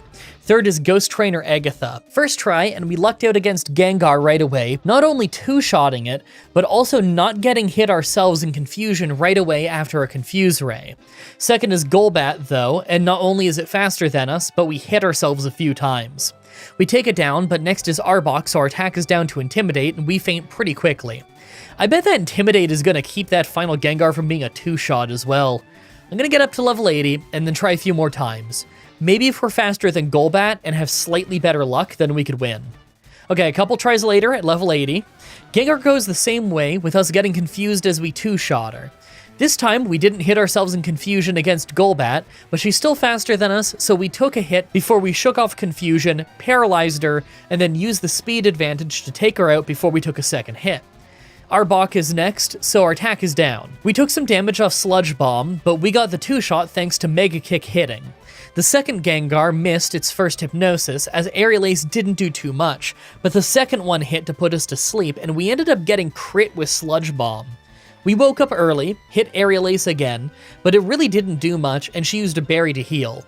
We almost fainted from her next attack, but then we crit to take her out. I assumed I was doomed as Haunter came out, but we were faster, so we got one hit in for half of her health. She missed Hypnosis, and our next hit was just hardly enough to take her down. We actually got crazy lucky at the end there. This fight easily could have taken way more tries. Fourth is Dragon Trainer Lance. So this one starts really rough right away with Water Onyx dropping our attack with Intimidate. He actually didn't hurt us too much before we took him down, but second is Aerodactyl and we were hardly doing any damage. I thought we were doomed when we absolutely fluked our way to a victory when he used Hyper Beam and dropped us to 1 health so we could finish him off on his recharge turn. Not that it mattered, because of course Dragonite just took us out right after. I'm gonna bump up to level 85, but I strongly believe we can't win this fight until we're closer to 95. So things were shaping up to go more or less the exact same, but we ended up landing a crit on Aerodactyl partway through the fight to take it out early. Problem is, we still don't stand a chance against Dragonite at all. Okay, I'm thinking I'll need to be level 100, but let's try 90 first. So at level 90, we do even worse, but I guess that's not very surprising. Of course we're gonna lose really badly in comparison to a try at 85, since we got a lucky crit on that one. Hey, at least we know from level 85 that if we get to Dragonite, then we're close to getting a two-shot with Secret Power. Maybe next time we get back there, I could hit a Mega Kick and get a win. I really don't want to rely on Mega Kick if I don't have to, since it really does miss a lot. Okay, level 95. We hardly get hurt against Water Onyx, and second is Aerodactyl, but we totally luck out, critting our first Brick Break, so although we do get hurt a bit, we score one shot. Next is Dragonite, who's still hitting us pretty hard, but now we can use one Secret Power and one Mega Kick to take him out. Maybe we could actually win this. We nearly got a one-shot on the first Dragonair by using Secret Power, but we took a hit and we're on really low health. He heals a few times as we keep hitting him, but eventually he goes down. Last is his final Dragonite, and I really didn't want to risk fainting now, so I just went for Mega Kick, and thankfully I landed it for the one-shot. Finally, the Pokemon Champion. Now, I have to open with Mega Kick for a one-shot because Secret Power is not strong enough, and Feather Dance will ruin us, but on this try, we get it. Next is Alakazam, who's faster than us, hits us with a strong Psychic, but we one-shot it as well. Problem is, next is Executor, who's not a one-shot and gets us with Sleep Powder. Then we stay asleep for ages as he hits Giga Drain over and over. We woke up and landed another hit, but of course we fainted. Maybe if I try Mega Kick next time I could just get a one-shot, avoid the whole Sleep Powder thing. So here we are a few tries later, we got to Executor again, and Mega Kick was a one-shot. Nice. After that is Rhydon, who is also a one-shot, although we did get a crit.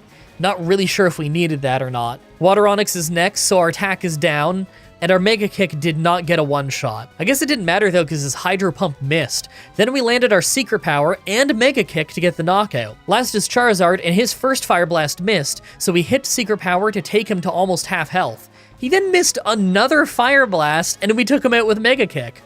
Alright, that was funny. We only needed one Fire Blast to miss. The second one missing was just for style points, I guess. Here I was thinking a paralysis would save us, but instead he just missed, so it didn't even matter. Well, it was a hard one. A lot of it went really fast, but as soon as we got near the end of the run, every fight was pretty hard. Our low stats really caught up with us by the end. I hope you guys like that run. The next Pokemon Challenge should be up next week on Saturday, like usual, with Pokemon Platinum, with only fire types. The team is, limited. As always, I'm looking at your suggestions in the comments in the challenge request section of my Discord channel and on Twitter. Subscribe, ring the bell, stay tuned. Alright, 2 bits of news. 1, if you remember the outro from last week, I was talking about how the Factor Meals thing happened, but then you all have seen this episode and the Factor Meals one will be in this one. Well, I made a pinned comment about it before the video even aired, so some of you may have missed that. I figure some people probably... He definitely missed it, just because, look, a lot of people don't read comments, it's what it is. Yeah, just because of shipping delays, because of the non-stop snowstorms here in Canada, the actual Factor Meals came in a little bit later that I needed to use for, like, you know, the sponsorship, so that's what that was about. Nobody's fault, it's just the weather. Also, I was talking in the outro, I think it was either last week or the week before, I was talking about how I was getting some like monitor arm things so that I could stand up and do these voiceovers a little bit better, and how last week I stood up and I did it, but I just had to kind of crane my head down a whole lot for it. Well, this week, the arms are in, because shortly after I did that voiceover, like 2 days later, they dropped the price by $15 again. So I ordered the arms and I have them all set up now. I'm loving all the extra desk space. I even got to crack out some of my old spare monitors that were a bit bigger that I wasn't using before because my tri-monitor arm thing just could not handle it. So I have all those set up. I'm loving the setup right now. It's really nice.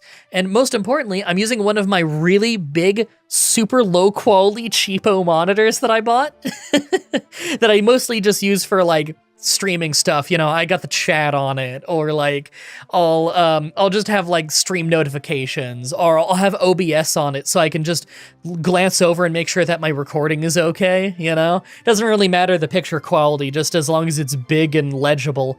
So I'm using one of those big cheapo monitors I have right now to read this script. I have it on the arm, I have it up nice and high. It's not quite as high as I would like. I guess I'd like it at eye level. But I have it as high as it goes with this arm, and I have it tilted upwards, so it's almost like a giant tablet, where I only need to tilt my head down just a little bit. I wish my crane arm on my mic could go a little bit more upright, but, you know, my desk is a little bit low and whatever. It is how it is. I'm standing up. I've done the voiceover for this whole video, just standing up and looking at this monitor and talking into the mic while standing. I think I started that sentence with standing. Whatever. You know what I'm talking about. And I think it went pretty well. Obviously, I haven't heard it back yet because you're hearing me talking. You're not hearing editing me. You're hearing voiceover me. But I think, I don't know, I didn't flub my lines very much, which normally I'm a big line flubber when it comes to reading scripts, even though it's my own script. It's so much easier to breathe when I'm standing up. I have really bad nasal problems in general. I think I got a deviated septum or something. I think that's what it's called. I've never had it fixed before. So often I just can't breathe through my nose. Makes it really hard to do these voiceovers, just because I have to breathe through my mouth, and I'm also talking through my mouth, you know? But if I'm standing, it gets plugged less often, and also just, you know, I have room for my diaphragm to expand and give me a little bit of power behind my voice and everything, so I can really power through and breathe better and do the voiceover. And I've been flubbing less, and I feel like I'm projecting better, so the voiceover probably sounds a whole lot better. And you know what? This was much more comfortable on my neck than last week, having to crane my head down a whole bunch. That was brutal on the neck and like the upper shoulder muscles by the end of the voiceover. Whereas right now, I'm looking over. I am 33 minutes into this voiceover. It'll probably be more like 27 after editing, because, I do have some flubs and some empty space to edit out. But I don't know. I feel like this was very worthwhile investment. So hopefully that means that these voiceovers will be a little bit easier for me to do. I can get them edited a little bit faster because of that, and get them up even earlier for you on the Patreon. Thank you everybody so much for watching, and until next time, have a nice day. Hey everyone, Mah-Dry-Bread here. Pokemon X with only gift Pokemon was a pretty fun and fast team run. Let's follow that up with a solo run. Today's the day we figure out, would I be able to beat Pokemon Fire Red with a team of only one Torkoal? Now, Torkoal is actually a pretty strong Pokemon. It's got crazy defense, and it's pretty good at everything else other than speed. We have White Smoke as an ability, so stat reduction moves don't work on us. Also, it doesn't say this in the description, but Bulbapedia tells me that it cuts wild Pokemon encounter rates in half, so that might make grinding annoying, but for the most part, it's a great Pokemon. Really, this is all about what level I can get a great Pokemon to the end of the game at, when we're probably going to be acting second in nearly every single fight. By level up, we have a few moves that I'm interested in. Flamethrower is super strong, so that's a must, and Curse might be good for getting tankier at the cost of our already terrible speed, although the attack raises will mostly go to waste, since all the fire moves are special in this gen. Body Slam could be good, but I'm kind of interested in Amnesia, just to make sure that water moves aren't too brutal, but then again, Iron Defense would help us with ground moves. Wish I had more move slots. By TM, we could get something like Return, Sludge Bomb, or Sunny Day, but I'm not sure if I'm gonna need any of those. Body Slam could be worth keeping because of Paralysis. Sludge Bomb only really helps against grass types, and I could just use Flamethrower for those. And am I ever really gonna need Sunny Day? Probably not. I think I'm mostly using level up moves this run. Like always, I'm writing the script as I go through with the challenge, so all this part is being written before I've started. Everyone comment down below and guess if I can win or not. I'm confident that I can win eventually, but I think that it'll be different fights than usual that will be difficult just due to being so slow. I'm excited to see what fights we just aren't tanky enough for. Let's explain the rules. In combat, I can only use Torkoal. I'll need other Pokemon to use HM, so I won't be allowed to use any of those Pokemon in battle. No glitches or exploits, no items in battle, only Pokeballs, held items, and items outside of combat are allowed. Also, if you enjoyed this video, be sure to like, subscribe, and ring the bell for more. Let's do this. So, right off the bat, I used the Universal Pokemon Randomizer to replace Charmander with Torkoal so that we can do the whole run with it. I picked to replace Charmander so that our rival would have Blastoise, probably the hardest for us to fight. Our nature is Rash, for more special attack and less special defense. This is only the second nature I got, and it's probably not a perfect nature, but I think it'll be a fun one to roll with. It'll make us weaker to water, so that might be interesting. I name him Blastoise, because that's hilarious. Alright, so we've got early game travel, and I really don't know how this first bit is gonna go. Yes, we're a strong Pokemon, but we have the Rock Gym first, followed by the Water Gym. Two gyms that we're weak against. Not only that, but they both resist our Ember, so I can't expect to do much damage. I don't get a decent non-fire attacking move until level 20, so hopefully I won't have to grind quite that much. Let's just hope that it's not as bad as I think it might be. Who knows, maybe we're just so tanky that it won't matter this early in the game. Also, going second really sucks when you're fighting a bunch of Weedles that poison you, by the way. I actually fainted to poison damage while walking around a couple times in the forest. So after a short grind, I got to the Rock Gym at level 12. I used Curse once right away, and after just a few Embers, he switched to Onix. It was pretty much just a chip fight. I was really hoping to burn him, but it wasn't happening, and things got worse when he used Bind, so I was taking extra damage, but it still worked out. We eventually took out Onix with a little less than half of our health left. Geodude wasn't too much of a problem when it came back in. We once again didn't burn him, but a crit helped speed things along. Looking back at it though, I think I'd have won even if we never crit him or burned him, just as long as he didn't crit us. That wasn't so bad, but we're absolutely gonna lose to the Water Gym, right? On our way there, I took the Helix Fossil. I knew that if I didn't say what I took, you'd all ask. Actually, now that I think about it, everyone asks anyway. Comments are good for the YouTube algorithm. Alright, so, as I expected, the Water Gym was awful. Even with Body Slam doing great damage, Staryu really messed us up. We didn't stand a chance against Starmie after that. Maybe we can beat our rival, though. I don't actually have to worry about sand attack for once because of white smoke, so maybe it won't be so bad. So right away, Pidgeot crits us with quick attack and hits Gust before we can make it faint, but even with those two moves, it hardly did anything to us. Squirtle had me worried when his first move was Withdraw, and it kept it from being a two-shot. His water gun did decent damage, but thankfully, we ended up paralyzing him fast, so we could go first on the last round to take him out. Abra was of course just a one-shot, and last was Rattata, who hit a quick attack before going down. I think the only reason we won that fight was because White Smoke kept us from being sand attacked. If we got hit by sand attack, this would have been so much worse. Well, with that done, I decided to just go do Nugget Bridge and the S.S.An. The S.S.An was actually kind of annoying because of all the water Pokemon, but I really need the levels. I'm worried that I might be in one of those situations where I'm beating our rival on the S.S.An, but I'm still not at all close to beating the Water Gym.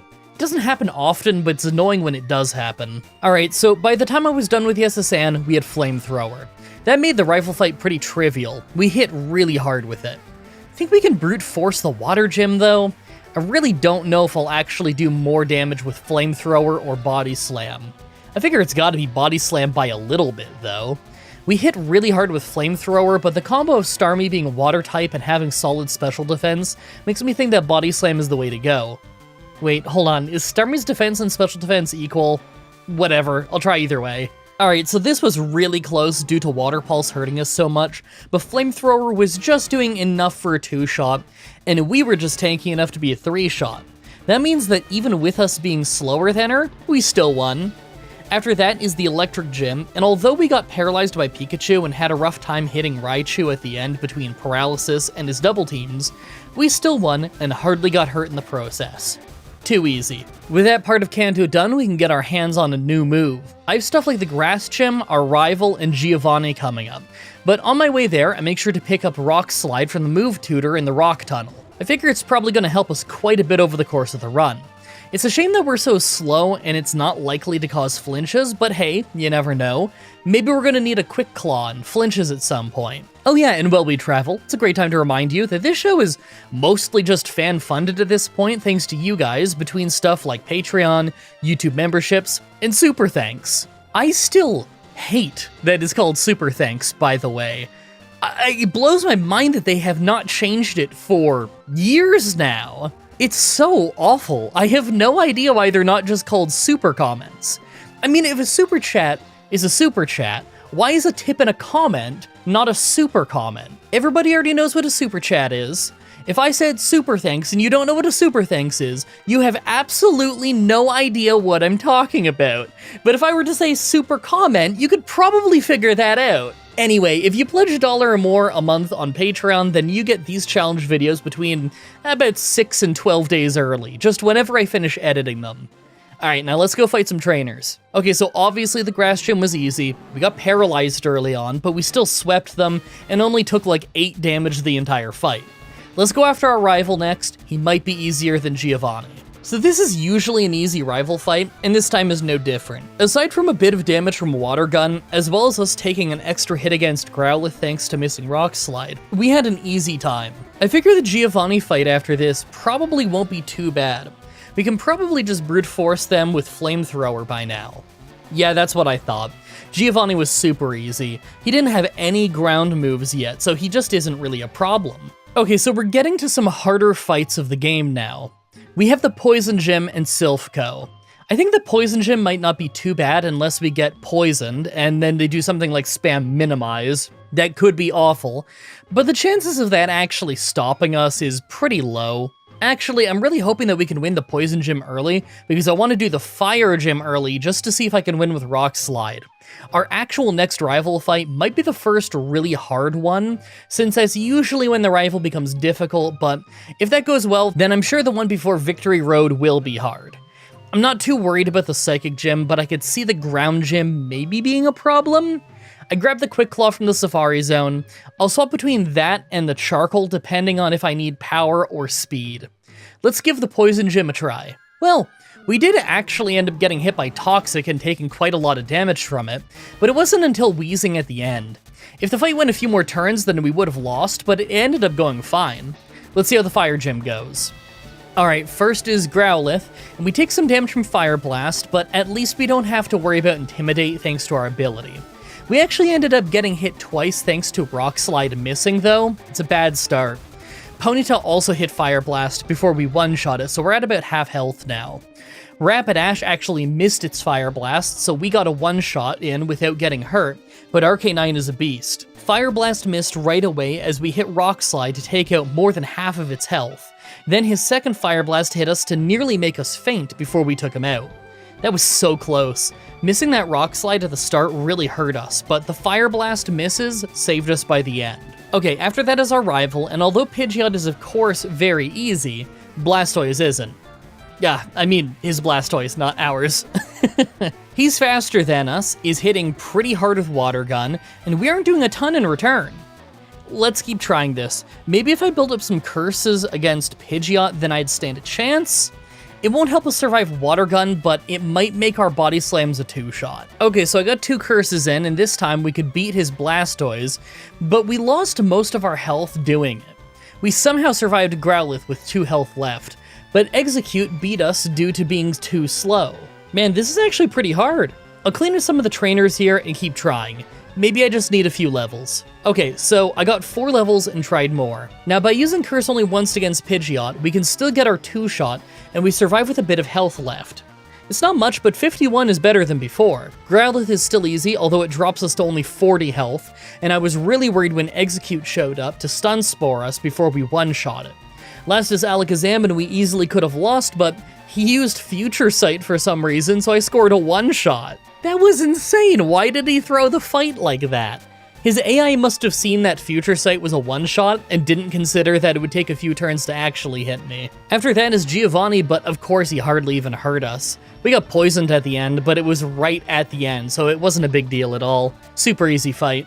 Alright, the Psychic Gym was just funny. So we one-shot our way to Alakazam because of their terrible choice of buffing themselves instead of fighting back with their speed advantage, but Venomoth did confuse us. We hit ourselves twice in a row while we were also being hit by Psychic when up against Alakazam. All he had to do was hit us one more time with Psychic, but for seemingly no reason at all, used Future Sight. We snapped out of confusion, then we body slammed for the win. They completely threw the fight, easily could have got us with another Psychic, and there would have been nothing I could do to stop it. That was amazing. We just had 2 Alakazams throw their fights. Last for the gyms is the Ground Gym, and this one was close. The Rhyhorns were easy, but the Dugtrio, Nidoqueen, and Nidoking all Earthquaked us in a row. We are crazy tanky, so each one didn't do a ton of damage, but one more Earthquake and I think we would have fainted. It was cool seeing both our terrible speed and our amazing defense both come into play here. I think the rival is going to be a loss though. Okay, rival time, and this is 6 tries in because of horrible crit and missing luck. So I have to use Curse right away against Pidgeot before I can Rock Slide it down. We took an extra hit due to missing a Rock Slide here, but it hardly did anything. The problem is, second is Rhyhorn, and it's super annoying with Rock Blast. It often crits us or just hits 5 times. This time we hit a Rock Slide, then a Flamethrower to take it out, but only after missing a Rock Slide and then him missing a Rock Blast. Flamethrower isn't enough for a one-shot, but it's very close, so that's why I tried Rock Slide instead. It doesn't matter though. After that is Blastoise, and although he makes it rain first, so we don't get taken out instantly, Body Slam isn't even close to a one-shot, so of course we go down. I think it's finally time that I have to gain some levels. Maybe once Rhyhorn is a one-shot, this will be possible. So I came back 3 levels higher, and this time I didn't use Curse at all and just took out Pidgeot early. I did this because it means that we're faster than a Rhyhorn, and he's a one-shot now with Flamethrower. Now next is Blastoise, and because of not using Curse, we wouldn't normally Body Slam for enough damage, but we lucked out hard. We crit right away, it paralyzed him, then he was fully paralyzed for 2 turns. We took a lot of damage from Water Gun, but we still took him out. Growlithe was faster than us and hurt us very slightly before we one-shot him. Execute was slower than us, and we one-shot it with Flamethrower. And last is Alakazam, who actually wasn't a one-shot with Body Slam. All he did was disable Flamethrower and hit Psychic before we took him out. If he just used Psychic twice, we would have lost. That fight was all just the luck of beating Blastoise and Alakazam not fighting better. Well, we've been pretty strong for most of this run, but how badly that rival fight went makes me think that it's about to get worse. Lorelei has some good water moves, Agatha is faster than us and spams a lot of good effect moves like Hypnosis, and the Pokemon Champion is just the rival fight but harder. I could see us needing to be something like level 80 or higher before we can win, just because of how many hits we're going to be taking due to being slower. I might use the Quick Claw in some of these fights, I'm not sure. Charcoal only gives us 10% more power on fire moves, because this is Gen 3. So although it's good, it's not huge. We'll see. Now that we're at the Elite Four, let's take a look at our stats. Well, our defense is amazing, and both our attack and special attack rock. Really, it's just the speed and the special defense that I'm worried about.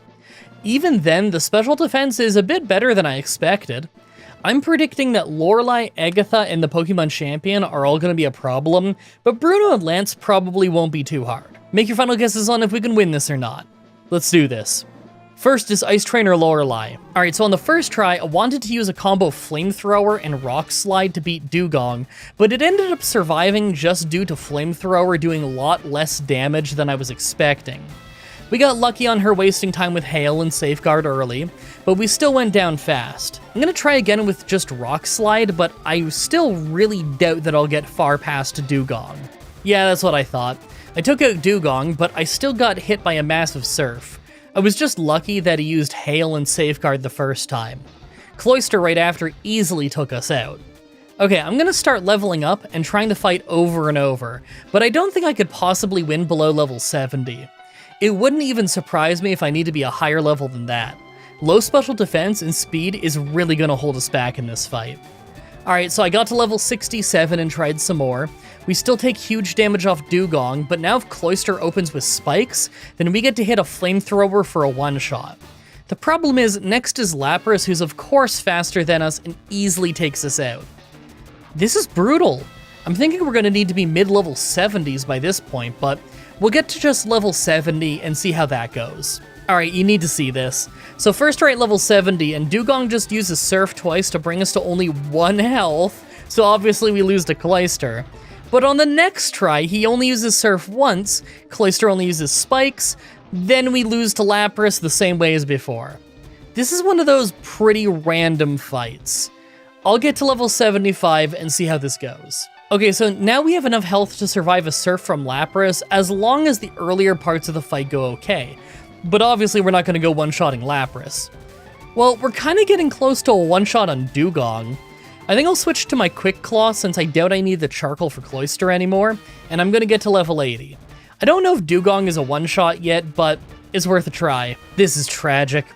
So we do great against Dugong, we don't get the one-shot on the first hit, but she just used Safeguard, then a full Restore, and in the second one we got the one-shot. Cloyster just used Hail, so we didn't get hurt much, but then Lapras confused us right away, we hit ourselves, and then we went down quickly to Surf. Fine, I'm gonna bite the bullet and go to level 85, just so that we can for sure one-shot Dugong every time. That'll take us some of the randomness so that we might actually get past this Lapras fight. Alright, so after 5 straight failed tries thanks to Confuse Ray, we had this super lucky one where not only did we not get hurt at all by Lapras, but our Quick Claw let us hit first and get a flinch. He healed back up with a full Restore, then we hit a Rock Slide and our Quick Claw let us Body Slam for the knockout. We still have full health. Not that it mattered, mind you, because next is Slowbro and we aren't doing as much damage as we need to. He even got us with Yawn, so we passed out.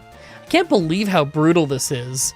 I guess I'll just get to level 90 and try more. So a couple tries into level 90, and we once again get a lucky flinch on Lapras, but for some reason, she didn't full Restore this time. I guess she had exactly enough health to not bother with it. Slowbro was only a 2-shot this time, so we avoided damage, but we still got hit by Yawn. Thankfully, last is Jinx, and she couldn't hurt us that much, so I just won with a Flamethrower when we woke up. Can't believe we finally got past that awful fight. Second is Fighting Trainer Bruno. After all that we went through with Lorelei, Bruno was obviously a sweep. We got hit a few times because of how slow we are, but it didn't matter, we were just too tanky. Let's get mentally prepared for how insane the Agatha fight might be. I'm using a Quick Claw on that one for sure. Third is Ghost Trainer Agatha. I thought this one might be brutal, but it was actually a pretty easy first try. One of the Gengars managed to put us to sleep and do some good damage with Nightmare, but overall it was an easy fight.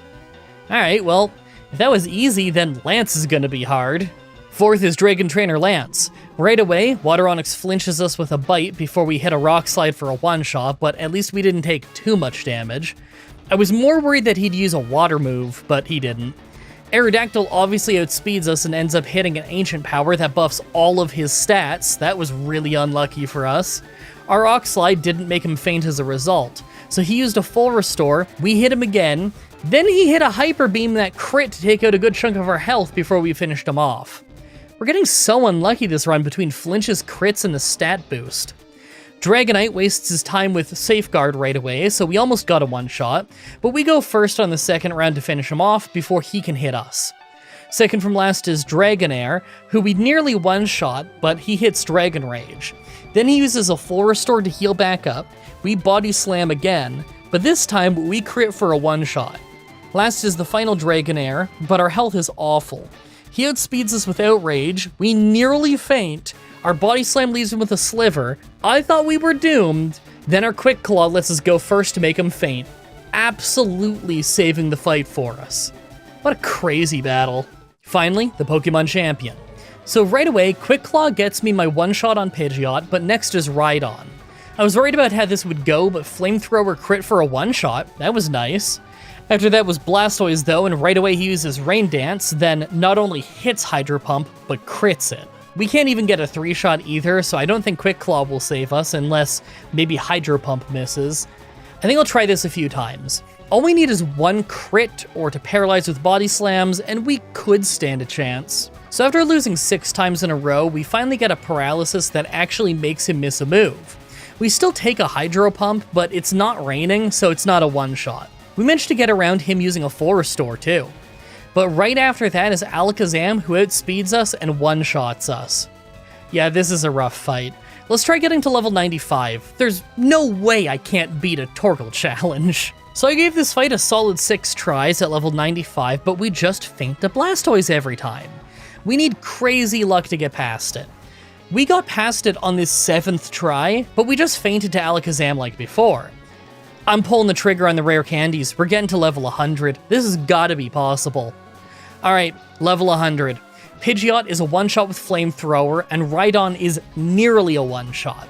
He missed his Rock Tomb and used a full restore, but we're faster, so we can two-shot him down. This is a decent start. Blastoise is next, so I Body Slam and Paralyze him as he uses Rain Dance. He seems to have slightly less than half of his health, but he eats a berry, so our Rock Slide doesn't make him faint, but it flinched him, so we're still in the game. He uses a full restore as we Body Slam again, and this time it's a crit, so he faints. We still haven't gotten hurt yet. For Alakazam, we have to tank a Psychic, then Body Slam him to take it out, but the Psychic wasn't really that bad. Second from last is Executor, who is a one-shot with Flamethrower in spite of the rain. And last is Arcanine, so I hit a Rock Slide for the one-shot. I'm just so happy with how that Blastoise fight went. That was perfect. I had to say, it really surprised me that I had to get to level 100 at the end there. Torkoal is a solid Pokemon, but it was really never meant to be used in solo runs like this. Although, I guess you could say that about every Pokemon. Slow and tanky Pokemon tend to make for really interesting challenges though, so I for sure need to use Torkoal in more games. Let me know in the comments if you want to see more Torkoal runs and what games you'd be most interested in seeing it in. Like, you know, Platinum, Black, White 2, just whatever you're interested in. I really hope you guys like that run. The next Pokemon challenge should be up next week on Saturday, like usual, with Pokemon Gold with only one Shelder. Believe it or not, I have never done a Shelder run. I thought I did, but I looked it up. I have not done a Shelder run, so I'm doing a Shelder run. As always, I'm looking at your suggestions in the comments, in the challenge request section of my Discord channel, and on Twitter. Subscribe, ring the bell, stay tuned. Outro time, I'm in a little bit of a rush today. And the reason I'm in a bit of a rush today is because right after this voiceover, I'm going to be recording more of that Project Zomboid Let's Play I've been doing with my friend Clippy. You can find the playlist for that in the playlist section of my channel. We've been playing a lot of Project Zomboid, and we haven't played it in a few months now. We're finally free again, so we're gonna record a big session of that, and I'll get it up on YouTube. I mean, by the time you're hearing this, even if you're hearing it early on Patreon, I'm sure the Project Zomboid recording that we're doing today will already be up in the playlist section, so you can watch it there early if you like Project Zomboid, because it's a super, super fun game. But I need to get I need to make like a protein smoothie, you know, like a protein fruit smoothie type thing. Get that in me, and then message her, and we will get recording. So thank you everybody so much for watching. Until next time, have a nice day. Hey everyone, Mah-Dry-Bread here. Pokemon Emerald with only Wally's teamed moves was a fun and weird team run. Let's follow that up with a crazy solo run. Today's the day that we figure out would I be able to beat Pokemon Fire Red with a team of only one Trapinch? So Trapinch is a really weird one. It's a solo ground type with super high attack, super low speed, and everything else is 45. When it evolves, it loses a bunch of its attack, but then gains it back as soon as it hits its final form. It's a cool concept, but we're just staying as a Trapinch this run, so I could see our speed being a real issue. By level up, we learned some stuff that would be pretty cool if not for how this is Gen 3, so the physical and special split hasn't happened yet. That means every dark move you see on this list is special, even though it's stuff that clearly makes contact, like Bite and Crunch. So we don't get our first decent move by level up until level 41, and that's the only decent move by level up. By TM, we get some more choice with stuff like Earthquake, but we don't really have much to choose from. Secret Power, Return, and Earthquake all stand out as decent moves, but everything else is something that I might just grab for a short time like Rock Tomb.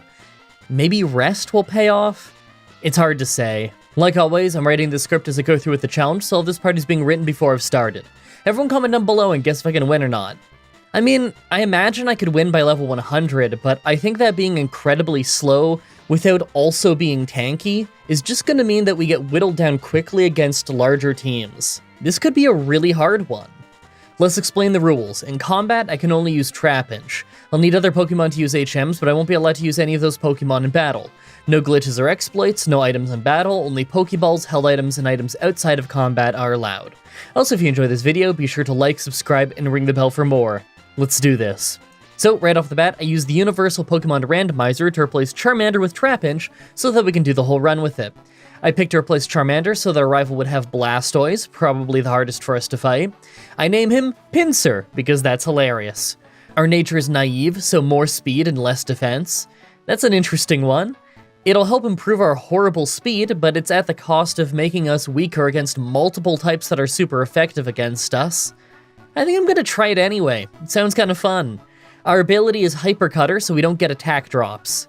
You know what, in a generation where it seems like half the Pokemon have Intimidate, that's gonna save us a lot. So right away, we're grinding up in the woods. Now, like I said before, we don't get any physical moves for a really long time by level up, and we have no TMs that we can get before the Rock Gym, but thankfully, we don't need it. See, all dark moves in Gen 3 are special, and Brock's Pokemon all have terrible special defense compared to their physical defense. Yeah, we may only have 45 base special attack, but this should still make things a lot easier. I could see us winning the Rock Gym fight at a pretty low level, then we get that TM for Rock Tomb. It's not very strong, it's not terribly accurate, and it's not the right type to give us a bonus, but I'll take any physical move that I can get at this point. Now we get to the Rock Gym at level 14, and although we're slower than his entire team, things go pretty well. Neither of his Pokemon hit very hard with Tackle, so it didn't matter much that we were slower. Bite let us get around their resistances and high defense to get a pretty easy victory. With that done, I have to travel to Cerulean City. I'm actually kind of worried about the next chunk of the run. Between Sand Attack and Water Gun, the rival could probably really mess us up the next time we fight him. But the only other thing we can do is go to the Water Gym, and obviously that's going to be much worse. All I can do is get as many levels as I can on the way to our rival, then once we can take him down, we'll have access to a few new TMs that could help us a lot. I'm just assuming that I'll be a lot slower than his whole team by the time I get there. I mean, I'm slower than the level 7 Metapods that these trainers are using on me, so I figure I'm going to be slower than anything my rival has. Let's see how it goes. Oh, on our way there, though, I took the Helix Fossil. I knew that if I didn't say what I took, you'd all ask. Actually, now that I think about it, everyone asks anyway. Comments are good for the YouTube algorithm. So, I tried the rival fight at level 21. I lost a couple of tries to sand attack right away, but on this run, Pidgeotto just tried to damage us instead, so we took it out pretty fast with Rock Tomb and Bite. Second was Squirtle, and it started great with him using Withdraw 2 turns in a row, boosting his defense that we weren't going after. Problem is, he easily took us out after with 2 water guns. Okay, I think a few levels and we could overpower him. I try more at level 25, and now that we have Sand Tomb, it goes much better. We hit it first turn, as his Squirtle uses Water Gun instead of Withdraw, so I follow up with a Rock Tomb to hit hard and drop his speed. He tried raising his defense then, but it was too late. We switched to Bite to use the speed advantage to take him out. Abra couldn't fight back, so it was easy, and last was Rattata, who could hardly hurt us as we bit him down. That wasn't too bad. Hey, it's time to finally get some more reliable moves. While leveling past the Nugget Bridge, I made sure to pick up the TM for Secret Power and Dig. Dig is only 60 power in this game, so it's not awesome, but hey, at least it's a ground move. Secret Power is pretty much like a weaker Body Slam when used indoors, but that's alright with me. Anything to use our attack stat. Maybe now we can overpower the Water Gym. Alright, this Water Gym fight was insane. Staryu was just a one-shot with Dig, nothing special there, it's the Starmie fight. We got outsped and hit by a Water Pulse that took us to only 9 health. I reached out to my keyboard to write that we're not even close to winning yet, and then we crit for a one-shot. Oh, that absolutely just saved me a really long grind. That is awesome. Now, that doesn't mean that I'm going to stop leveling on the SSN or anything. I figure we need every level that we can get on this run, not because we're weak, but because we're so slow that we'll be giving them a lot of free hits on us. Any level lead that we can get will be worth it for the sake of the possibility of being faster than anything on the next Gym Leaders team. I mean, not specifically the Electric Gym Leaders team, I mean Gym Leaders in general. I'm not sure how the upcoming rival fight is gonna go. Kadabra and Wartortle might be a real issue. Alright, Pidgeotto hardly hurt us with Quick Attack, so we took it out in one hit, no problem there. Wartortle is second, and right away he uses Withdraw, but we did just over half of his health and damage. He took out about half of our health as we took him out with a Crunch. Raticate took us down to yellow health before we one-shot him as well, and last was Kadabra. Right away he disabled Secret Power as we were using it, so we lost our first turn. Then he hit us down to only 13 health before we one-shot him. Sure, they were mostly one-shots for that fight, but we almost lost just because we're slower. And of course, at the Electric Gym right after, we don't even get hurt. It's the Electric Gym, this is basically free for us. So I'm not really sure where I want to go next. We have a rival fight, the Giovanni fight, and the Grass Gym. Now, grass types aren't too much of an issue unless they try and get me with something like Razor Leaf, and Erica has that, so it could be an issue. Giga Drain could be a problem too. I knew if we were faster then we would win, but chances are we won't be. Our rival is going to be at least a little bit harder than the last time we fought him, and that last time was a really close victory for us. I doubt I'd beat him right now. That just leaves us with Giovanni, and I can probably beat him by just spamming Dig. How about I clear out the Rocket Hideout, beat Giovanni, and then we try the Grass Gym on our way out of town. Yeah, so the Giovanni fight was no problem. We one-shot his entire team with Dig, although Mega Punch did do decent damage to us. Sorry Giovanni, you're just not that dangerous. The Grass Gym after was a failure. We hit level 42, but Giga Drain messed us up pretty fast, and of course we're slower than Victory Bell. That's fine, we don't need to do this one yet. Well, this surprised me. The rival fight ended up being super easy because Wartortle was the only big threat, and it got paralyzed on the first Secret Power, so we got the speed advantage and just two-shot it while it was trying to boost its defense. Kadabra hurt a little bit, but it wasn't a big deal. Alright, so I figure I should try the Poison Gym before I should try the Grass Gym again, just because I know that I'll need the levels. I could also go do Silph Co early, but there's no way I'd beat the rival in there. I figure we stand a chance in the Poison Gym, though. Sludge won't do much to us, although we can't hit most of them with Dig due to Levitate. I guess we can hit Muck, but it's going to try and spam Minimize and possibly Acid Armor, so I don't know if giving it extra turns while digging would be wise. I could see it being a while before we actually get a win. Man, maybe we will have to do Silph Co first. I knew that Acid Armor and Minimize would be an issue, but I forgot that I would also have to contend with Smokescreen. If we were hitting like normal, I don't think we'd have a big issue, but they always poison us quickly with their moves, and we miss like crazy between Smokescreen and Minimize. I'm actually gonna have to go level up more. That means I'm in Silph Co. There's a bed in here for quick heals and everything. Hey, while I'm doing this, why don't we do some MDB AMA? I haven't done this in ages. I'm gonna go grab a few comments that include MDB AMA in it and answer them on the show.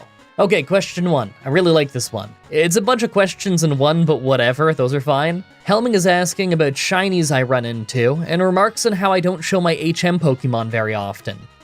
I mean, you guys still see the HM Pokemon sometimes. You'll see it pop up in the travel footage when I use Surf and stuff. Maybe in some upcoming runs I could show you guys what Pokemon I typically catch for the HMs, just for people who are curious. And yeah, I've run into a few shinies that I couldn't catch. I don't remember what run it was anymore, but I'm sure one of you guys remembers.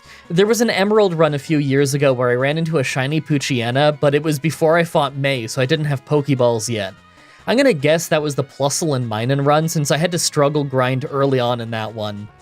But yeah, I've run into a few shinies. I always show them on screen whenever I see them, though. So those of you who've watched every single challenge, you might remember how many shinies I've run into better than I do. Anyway, I don't box them and keep them, though. There's not really any point. I'm no shiny hunter, and I only play the save file for a week anyway, so what's the point? Anyway, question 2. They want to know when I'm bringing back MDB AMA. Well, right now. Ooh, question 3. I get this one a lot. See the Beast wants to know if we're going to get more Pokemon wrestling. Okay, so he's talking about my 2023 April Fool's video. If you missed it, I put together a card of matches with Pokemon in Action Arcade Wrestling and then did wrestling commentary over it. That game has an awesome character creator tool, and people have used it to make all kinds of super creative creator wrestlers, including incredible looking Pokemon, as you can see from the footage on screen. Some are stunningly accurate, some are hilarious, but I'm really proud of that video. That was a fun one. I'm happy so many people liked it, which I was really surprised by. I thought people would be mad at me that I didn't put up a normal challenge that week. Yeah, I'll probably do something in that again sometime. It was pretty fun, and there's a lot of Pokemon I haven't even showed you yet. Alright, that's it for this episode of MDB AMA. If you want your question read on the show, then just include MDB AMA, all one word, in your comment. Remember, it's not MBD. I don't know how people still get that wrong. Anyway, yeah, use MDB AMA, all one word. It makes it easy for me to type it in and search for that later. It's a back end of YouTube thing. You can search individual phrases in your comments and stuff if you're a YouTuber, so I can just search that, and that gives me all the questions. It's really convenient. So, please don't just use the MDB AMA tag to make challenge requests. All that does is clog up the tag. I'm gonna see those challenge requests whether you type that or not. Back to the run. Alright, so at level 50, I tried the grass gym a ton more times, and there is so much randomness here. Believe it or not, the times he opens with Poison Powder, we lose, but on the Giga Drain attempts, we win. Vileplume is a one-shot with Dig, and Tangle at the end sometimes finishes us off because of the poison damage building up so much that and Giga Drain really hurts, but on this run, we got our 2 hits in to take it out. We hit so hard now, it's crazy. So I tried the Poison Gym right after, and you need to see how this goes. So the first coughing is fine, it just uses sludge and we didn't get poisoned, so it was a 2-shot. No smokescreen this time. For Muck, it just uses minimize twice while we dig, but we one-shot it so it doesn't matter. The second coughing went for Toxic, but missed so we took it out just fine too. This is great. Last is Wheezing and it gets us with Toxic right away so we have a short time limit, but we paralyze it. Right away he uses a full heal, but we paralyze him again. That gives us the speed advantage to finish him off on our 3rd hit. What a wild fight. Okay, well that means that I can go to the Fire Gym early, and I absolutely am. Between having Dig, being immune to their Intimidates, and being a ground type, I think we can win pretty early. We're still really slow, and they could hit hard with stuff like Stomp and Takedown, but I still think it's worth a shot. Nope. Never mind. We lost really fast, actually. 2 Fire Blasts took us down, and that was from their weaker Pokemon. Well, I'm not exactly going to be faster than Ponyta and Rapidash anytime soon, so I think I'll have to come back when I'm stronger. Let's try the rival fight instead. I had to retry a few times because Pidgeot sometimes just crits us or does something crazy, but sometimes it wastes time with Feather Dance, even though it does nothing to us because of our ability. It doesn't matter though, even on the good runs, we can't beat Blastoise. We hit it pretty hard, but it always hits us first, and we can't handle water moves like that. Well, we're stuck at this fight and the Fire Gym, so I guess I'll clear out some more trainers and come back. So I come back at level 55 and try a few more times, and although we lucked out and paralyzed him this time, we weren't quite strong enough for a 2-shot, so we still went down. Man, even if we were, I don't think we'd survive Alakazam. Maybe more at like level 60? Alright, first try at level 60. Right away, Pidgeot used Feather Dance, but it did nothing because of our ability, so no damage as we took it out. For Blastoise, we still paralyzed it, so we managed to two-shot it, but not before losing a big chunk of health. Still, this is great progress. Next was Execute, but we lucked out with it surviving Secret Power just to end up missing its Stun Spore, so we didn't get paralyzed as we took it out. Alakazam is next, but it used Reflect while we were going for Secret Power, so it hung on from what would have surely knocked it out. I switched to Crunch, and it worked as he was just using Future Sight. Last was Growlithe, but we just dug once to take it out in spite of Reflect. That was kinda close. Giovanni right after was a first try, but it was actually kind of a close call. Nidoqueen at the end did a good chunk of damage with Body Slam and actually paralyzed us. We won, but I could see the ground gym being kinda hard. Then again, I might need some serious levels before I can beat the Fire Gym to even get there, so who knows. After that is the Psychic Gym. Right away we one-shot Kadabra as it's going for Calm Mind, then we one-shot Mr. Mime right after, but not before taking a Psybeam for some decent damage. Venomoth missed Supersonic and went down in one Secret Power, so last is Alakazam. Now I thought I might just go down to some huge Psychic move, but it used Calm Mind and we just one-shot it with Secret Power, so it was no problem at all. Well, that was easy. Unfortunately, the Fire Gym is going pretty poorly. We're slower than his whole team, and Fire Blast catches up with us very quickly. The best we can do is make it to Rapidash, then faint. Well, I know that Dig can one-shot them, let's just level up more until we can survive. Level 65, things go the exact same way. Okay. Maybe we just need to be faster than the Growlithe and then things will turn around? Level 70. So I gave this one a few tries, and although I lose each time, I still think it's possible. We're faster than Growlithe, so we can take one less hit early on. That means that we can take out Rapidash and then feint against Arcanine. If we just try a few times, then we only need one Fire Blast to miss for us to get a win, right? There we go, 3 tries later, and Arcanine misses Fire Blast, so we could one-shot him. I'm happy I took the Speed Nature, or we'd have been here even longer. Then again, wonder how much extra damage I took because of the lowered special defense. Time for the ground gym. First was Rhyhorn, so we just one-shot it with Dig, and no issue there. The trio was a one-shot with Secret Power, but it hit us with an Earthquake first for a bit of damage. Nidoqueen was much tougher, hitting reasonably weak Earthquakes, but taking a lot more hits to make feint. I can't just Dig to one-shot her, because Earthquake hits us while we're underground and does extra damage. Nidoking right after brings us to red health, but we crit to take him out, and last is his final Rhyhorn. I dug to take it out like I did with the first one, but this one used Earthquake, so we fainted underground. Dig is our only answer to rock types right now. You know what? I bet we don't need Rock 2 anymore. I'm gonna learn Giga Drain and see if that saves us. First try with Giga Drain, and not only did we get a paralysis on both Nidoqueen and Nidoking to let us have more health going into the Rhyhorn fight, but Giga Drain was a one-shot once we got there. That's perfect. Made sure to use the TM for Earthquake right away and put some power point-ups on it. It's gonna be our strongest move by far. Alright, rival time. Right away, Pidgeot hits us with 2 wing attacks before going down, thanks to us not having a rock move anymore.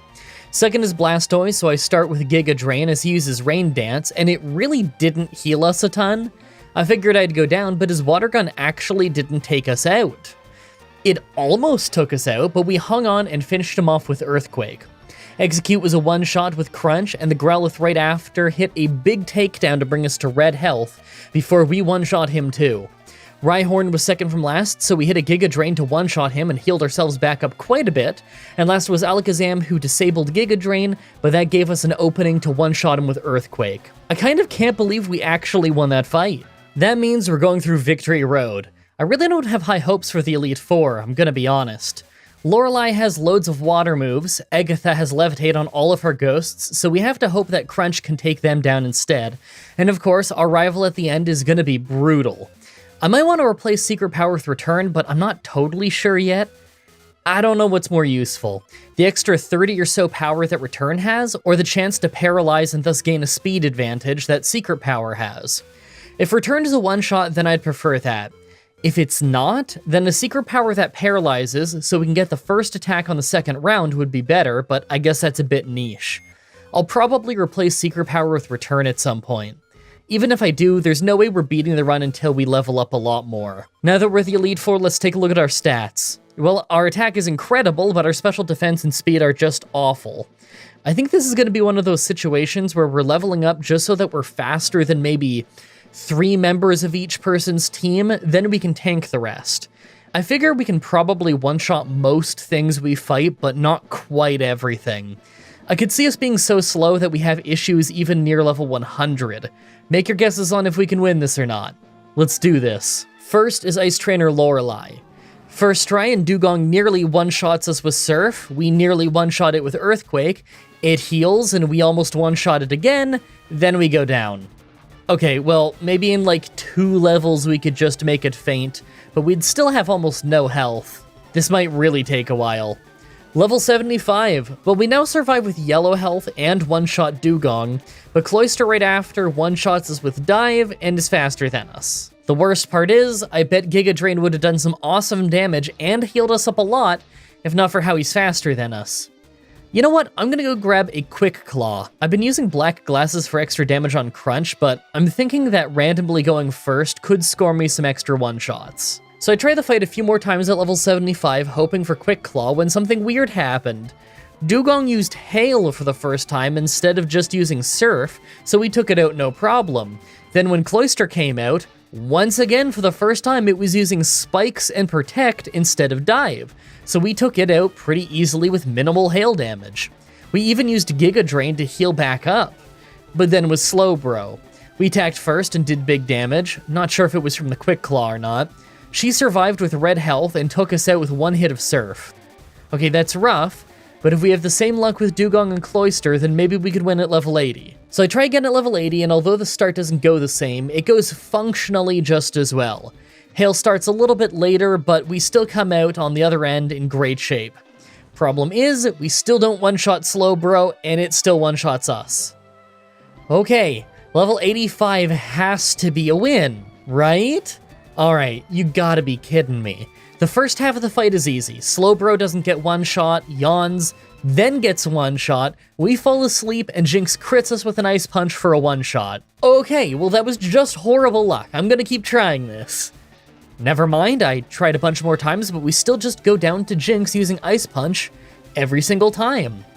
What am I even hoping for at this point? Earthquake to be a one-shot, then Quick Claw needs to kick in twice in a row? I just need to level more. So I try more at level 90, and even on this very lucky run where we took no damage but hail damage, going into the Jinx fight, we hardly survived a single non-critical Ice Punch, so the moment she went down, we just got outsped and finished off by Lapras. Alright, Quick Claw activating on either one of them would be a win, right? I'll keep trying. Well, literally the next try, and not only does Quick Claw kick in to give us the one-shot on Jinx, but it kicks in on Lapras too. That means on the winning run, we literally only got hurt by hail. That fight was awful. The rest of the Elite Four is probably a breeze now, right? Second is Fighting Trainer Bruno. Things went okay, but honestly, we could have lost this. No individual member of his team is that hard to fight, but all of them are faster than us and they get free hits in. If Machamp didn't miss the cross chop after bulk up at the end, I bet you I could have lost. Hey, do you think I should use the black glasses or Quick Claw for Agatha? I'll try Quick Claw first and just see how it goes. I figure we're probably gonna one-shot with Crunch anyway. Third is Ghost Trainer Agatha. Now this took a solid 3 tries because Hypnosis is the worst thing in the world, but as soon as we got a run where Quick Claw kicked in a little bit and Hypnosis actually missed, we won really easily. None of them could hit us incredibly hard unless they used something like Dream Eater, and our Crunch did a lot more to them than I thought it would, considering it uses our special attack in this game. Like, I thought I'd one-shot some of them, but not quite as many as I did. On our actual winning run, we hardly took any damage at all. Fourth is Dragon Trainer Lance. Right away we take a Dragon Rage from Water Onix just to end up paralyzing him off Secret Power, giving us the speed advantage and a knockout on round 2. That was very nice. Second is Aerodactyl, and I really wasn't sure I'd even be able to make this thing faint. It hit a scary face, so our speed is extra awful, and although we did okay damage with Secret Power, he healed with a full restore. Eventually, I take him down with Giga Drain and Crunch, but none of our moves do much to him. As soon as Dragonite came out, we just fainted. Okay, well, I'm gonna have to get stronger. I kind of want the black glasses for more crunch damage, but it's only 10% more power in this game, and the quick claw is probably more important. Alright, I think I got crazy lucky to even get that far at level 91, because here we are at 95, and we usually just lose bad. Water Onyx usually hits us twice, and then Aerodactyl just hangs on for ages and hits us over and over. We can heal a bit with Giga Drain, but not much. Every time we take it down, Dragonite just finishes us off. Even on my best try where we paralyzed it, we only knocked out half of its health and we still just went down to Outrage. I for sure have to be level 100. Let's keep trying. Many tries later, Water Onyx gets us with Bite and a Hyper Beam, so we have a bit more than half health as we take him down. Aerodactyl is spamming Wing Attack, so I just spammed Giga Drain to get as much health as possible out of this thing. He used a full restore, and he used Scary Face, so we got more chances to get our health back. By the time we took him out, we had healed a bit. Dragonite is next, but it uses Safeguard, so we get a free shot with Secret Power. Second round, Quick Claw kicks in to hit first, but it's not a one-shot, so we get hit with Outrage. Next turn, Quick Claw kicks in again, and this time we finish it off. Nice. The first Dragonair comes out, and either we're faster or Quick Claw just got us a one-shot.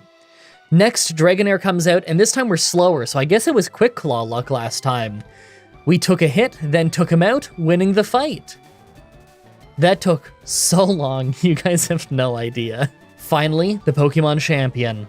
Right away, I had to retry a few times since Pidgeot sometimes uses Sand Attack, but on this try, it used Feather Dance and that doesn't work, then hits a weak Aerial Ace, so it went down fine.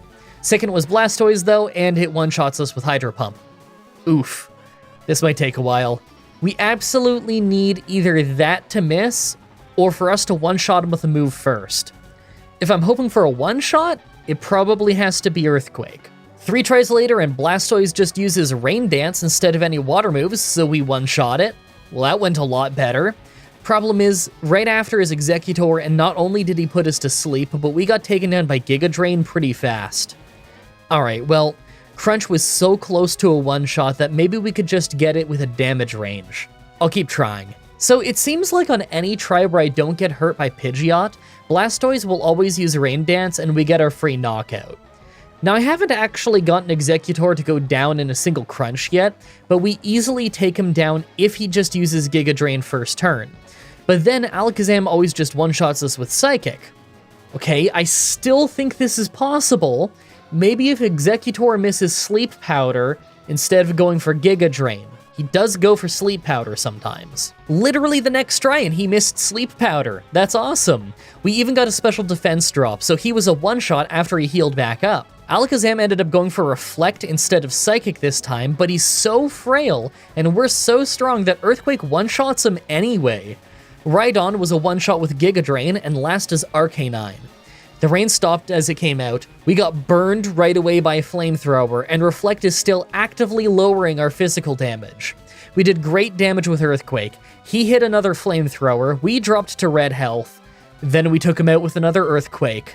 That was insane, I can't believe we finally won. That was brutal near the end, but it was fun. Typically when I play slow Pokemon, I want to be tanky, not necessarily hard-hitting. That was a pretty different run, though. I really hope you guys like that run. The next Pokemon Challenge should be up next week on Saturday, like usual, with Pokemon Black, with only one Krabby. Oh, you know that's gonna be a weird one. I love Krabby, though, so I'm pumped to see how it goes. I'm sure Zekrom near the end is gonna be a nightmare. As always, I'm looking at your suggestions in the comments, in the challenge request section of my Discord channel, and on Twitter. Subscribe, ring the bell, stay tuned. I would love to stay for the longest, never-ending outro of all time, but not only am I getting quite hungry, I'm also waiting on a call from my accountant, which I don't know if it will happen today or tomorrow, and there is a 4-hour window of when that could happen. So I've been doing this entire voiceover with my phone propped up under my monitor so that I can see the moment I get a phone call, so I don't miss it. So I gotta get my earbuds back in and be ready to wait for that phone call some more. Maybe I'll go make some lunch while I do that. Thank you everybody so much for watching, and until next time, have a nice day. Hey everyone, Mah-Dry-Bread here. Pokemon Gold with only one Tyrogue was brutal. Let's follow that up with a strange one. Today's the day that we figure out would I be able to beat Pokemon Fire Red with a team of only one Venonat. So Venonat's a weird one with so many advantages and disadvantages that I'm not sure how easy this will be. First, by stats, we're pretty even and low. Our total stats are just below first form starters, so not that remarkable. By level up, we learn some pretty cool moves, but you'll notice that as a bug and poison type, we only get the same type attack bonus on Leech Life, and this is back when it only had 20 power. We learn some good psychic moves, but we aren't psychic type and have terrible special attack. We have the great Compound Eyes ability, so our moves are more accurate, but outside of Supersonic and maybe Sleep Powder or Stun Spore, I don't think we'll need Compound Eyes. Lastly, by TM, we can learn a few decent moves, but not much. Sludge Bomb's TM is post-game only, so Leech Life is really our only same type attack bonus move. Like always, I'm writing this script as I go through with the challenge, so all this part is being written before I've started. Everyone comment down below and guess if I can win or not. I'm confident that I can win, but I'll probably get one-shot by Charizard's Flamethrower or Alakazam's Psychic until we're pretty over-leveled.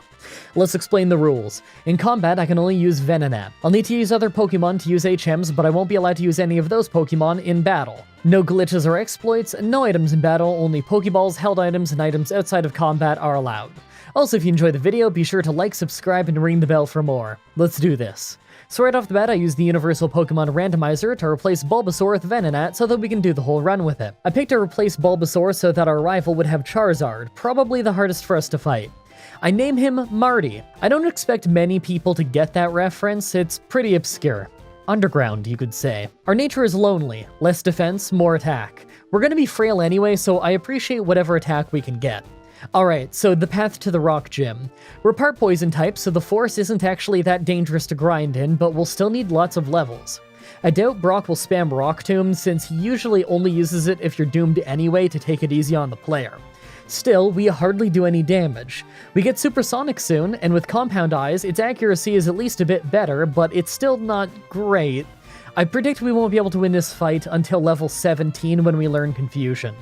At level 13, I tried the Rock Gym just to see if we could do it without Confusion, but it wasn't even close. We could hardly get his Geodude to half health. We're hitting for about 1 damage and he's hitting us for 5. We're gonna need to grind till we have Confusion. Thankfully, the moment we learned it, we easily blasted our way through the Brock fight. We didn't hit all that hard, but neither did they. Now we've got that rough Celadon rival fight next, so I made sure to take some time to grind a little bit in Mount Moon. We have Confusion, and there are plenty of poison types in here, so it's not that bad. Oh, and on my way through, I took the Helix Fossil. I knew that if I didn't say what I took, you'd all ask. Actually, now that I think about it, everyone ask anyway. Comments are good for the YouTube algorithm. Rival time. It took lots of tries before we could handle Pidgeotto. He hit us for decent damage and often likes to lower our accuracy with Sand Attack. We hardly hurt him, so we have to rely on Confusion and Poison to get us through this. Unfortunately, right after that is Charmander, and Ember is even more dangerous, so we go down quickly. We'll have to grind more. At level 28, we learn Stun Spore, so here we are making attempts with that. It still took quite a few tries, but eventually we got this incredible run where not only did Confusion confuse Pidgeotto, but it happened on Charmander too. Because of that, we had a pretty easy time getting through. After clearing out the trainers in the north, we took a few shots at Misty's gym.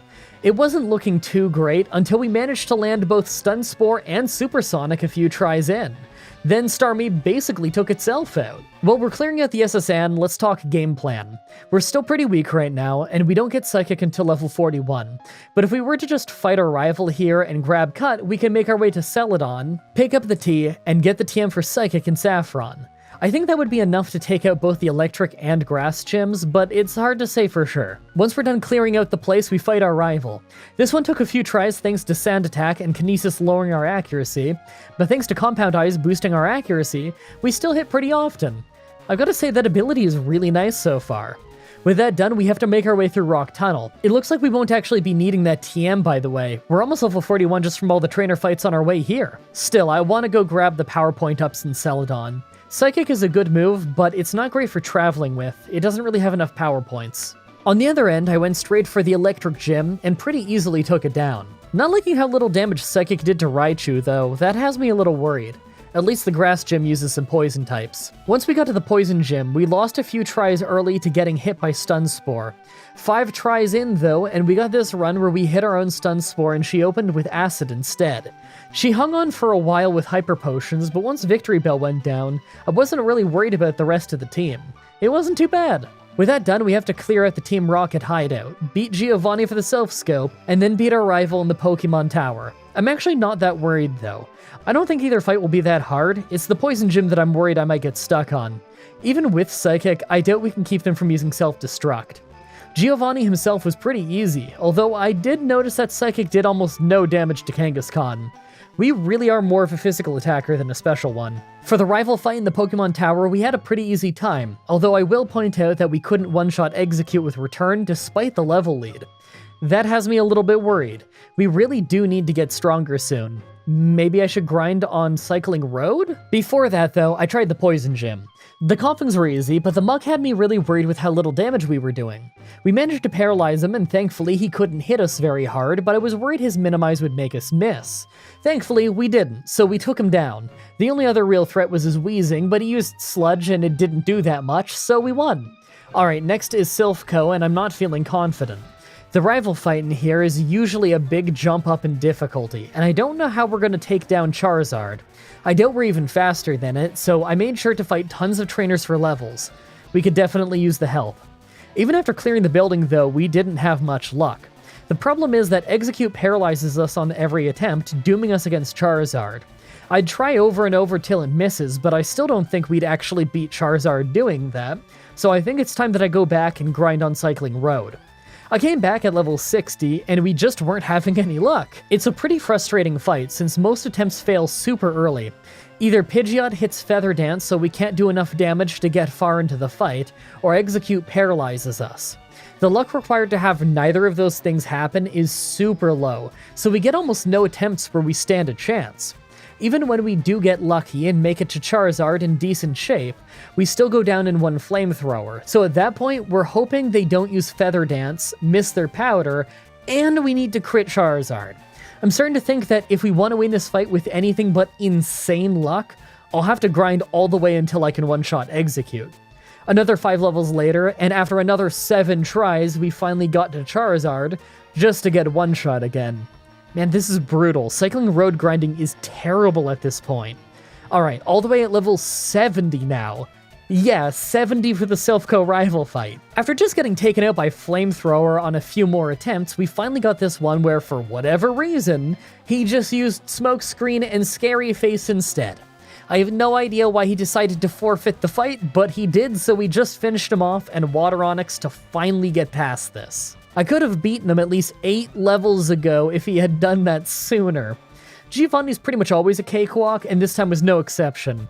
Even with him having rock types and us being bug, still, we had no issues with him. Speaking of no issue, we didn't even get hit by Sabrina. Isn't it crazy how much harder the Silphco rival fight is than the fights right after it? Now for once, we actually had a really intense Blaine fight. First is Growlithe with Intimidate, so we have less attack for the whole fight. We confused him right away and hit Return to take him down. Second is Ponyta, who hung on with a Sliver, hit a big Fire Blast, then recovered with a Hyper Potion just to get taken out in one hit. Third is Rapidash, and we probably could have gotten taken out if not for Fire Blast missing. Last is Arcanine, so our attack is down again. Instead of Brute Force, we went for Confusion and Paralysis. It actually worked great. He tried to shake it early with a full heal, but then we just paralyzed him and confused him again. He never ended up getting a chance to attack. I've gotta say, Compound Eyes boosting the accuracy of Supersonic and Stun Spore is really awesome. I never thought I'd get to use Supersonic in a run. Last for the gym leaders is Giovanni. He actually wasn't a pushover like he often is. In fact, he did a lot of damage to us over the course of the fight with Earthquake. We won pretty cleanly and it was on the first try, but if we got beaten up that bad by him, then I'm not looking forward to the rival fight in a moment. At the rival fight, we have a pretty easy time as long as we don't get hit by Feather Dance, but once again, Charizard can easily finish this off any time that I get to him. I don't exactly want to grind even more right now, so I'm gonna just try and land Confusion and Paralysis. Now this took another 15 attempts, but we finally ended up getting to Charizard with full health, and he just ended up dropping our speed with Scary Face a bunch. After so many runs of just losing the flamethrower, I don't exactly know why he did this, but thankfully the Water Onyx could hardly hurt us with his hydro pumps right after, believe it or not. And last was Execute, who hit for a sliver with Solar Beam, so the rest of the fight wasn't too bad. Alright, let's take a look at our stats before the Elite Four. 113 attack is... well, it's not great, but it's passable for our runs, I guess. 74 special attack, though?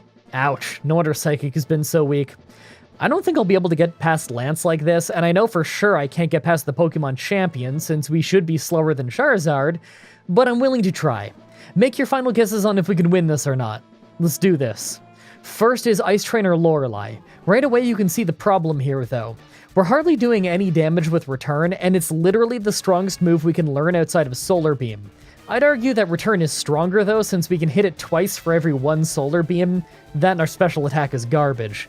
Plus, I don't think we should get rid of any of our current moves. They're actually reasonably usable thanks to Compound Eyes. Let's just come back when we're stronger. At level 80, I try a bunch more times, but as you can see, we're not really dealing more damage. If we were just slightly stronger, we'd be able to get past Dugong in 2 hits, giving him less chances to wear us down. I'm still not really feeling this fight, though. At level 83, we can beat Dugong faster, but it honestly doesn't help us that much. Sometimes we can get pretty far into the fight, but we never actually get close to winning because Lapras can so easily finish us off. If you're wondering why I'm not using Supersonic and Stun Spore more, it's because it requires so much luck. We have to hit Supersonic, then they have to hit themselves, then we have to hit Stun Spore, then we just have to hope that they can't hit us until we take them down. That can work here or there for individual Pokemon like Charizard, but it would be far too lucky to try and do that on the bulk of somebody's team. More often than not, we're just handing them chances to hit us. The grind here is exactly as bad as you would expect, by the way. I actually grind at the top of Cycling Road mostly, because at least Psychic lets us one-shot everything here. Where if we grinded in Victory Road, then half the encounters would be worth too little experience, and the other half of them we can't one-shot. It's brutally slow either way. All the way at level 90, and we're making attempts again. We still lose tons of attempts, because even at level 90, we're hardly able to take down her tankier Pokemon like Slowbro. Even when I try Stun Spore and Supersonic, it's rare that it works out in our favor. It took an hour of attempts at level 90, but eventually we managed to get lucky enough on Lapras that it didn't get to finish us off. We hung on with only 7 health, and all she needed to do was start another hail to finish us off. I had no idea Lorelei was gonna be this hard. Second is Fighting Trainer Bruno. It was nice to get a first try victory after the torture that was Lorelei, but we actually almost went down. We were hardly doing anything with Psychic thanks to our terrible special attack. That actually has me really worried for the next fight. Third is Ghost Trainer Agatha. Thankfully, it didn't take too many tries. We lost a few times thanks to Hypnosis and Nightmare, but it didn't take too long before we woke up just in time to actually win the fight. Fourth is Dragon Trainer Lance. Let's not mince words though, we don't stand a chance. Look at how little damage we're doing to Water Onyx. It's crazy. Since he starts the fight, that means that we get hit by Intimidate right away and have lowered attack the entire fight. I'm gonna have to go hunt down the rest of the rare candies and top off our level. It looks like we're gonna need it. At level 100, I tried this fight another 10 times and not once did we ever get past Dragonite. Lance instantly lowers our attack at the start of every fight with Water Onyx, and he has 2 of the highest attack flying types in the entire game with Aerodactyl and Dragonite. I can't believe we have to resort to this in this of all runs, but I think I'm actually gonna need to use Double Team. I hate to move away from using Stun Spore and Supersonic with Compound Eyes because it's pretty unique to this run, but if we want to win this in less than a week, we can't rely on status afflictions. The fight is too one-sided. We need Double Team. And by the way, I see people all the time say that Double Team is too strong and that it makes runs easy. I will say to that the same thing I say to most people who say that it's easy to do runs. I say, go and try what you're seeing on screen right now. Grab a single terrible Pokemon out of your PC, give it Double Team, and try to win. You guys get to see all the successful runs, but when I'm actually doing the challenge, it's more like this. You finally get a run where you manage to get all 6 Double Teams without running out of health, just to get hit by Wing Attack a bunch of times anyway. Double Team's only good enough to take a fight from being impossible to being technically possible. It's still gonna take you at least an hour to win. These are single Pokemon runs. You need a lot of luck. Lo and behold, after 40 minutes of trying, we finally got this run where we managed to actually win. It still took ages because Water Onix came out twice, thus lowering our attack twice and forcing us to switch to Psychic, but at least in the end we won. Finally, the Pokemon Champion. Pidgeot is first and he's got Aerial Ace, a flying move that can't miss. Because of that, we just hit return twice to take it down. Alakazam was thankfully a one-shot, and third was Rhydon, who isn't that dangerous, so we took our chance to get our 6 double teams in. It's the only way that we can survive Charizard after all.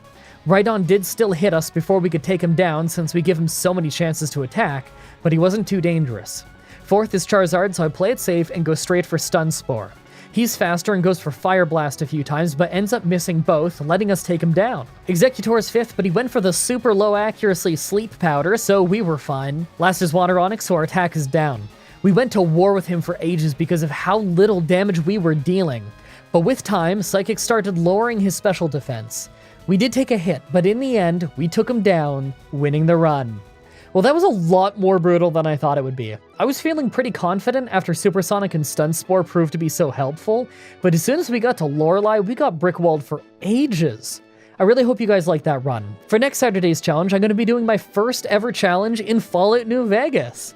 I'm not entirely sure what I'm going to do, but I used to beat that game all the time. I love that game, so I'm sure whatever we come up with will be a fun one. As I always do with my first challenge run in new games, by the way, I'll make sure to catch all you guys up on the plot as we go so that you don't have to have played the game before just to enjoy the video.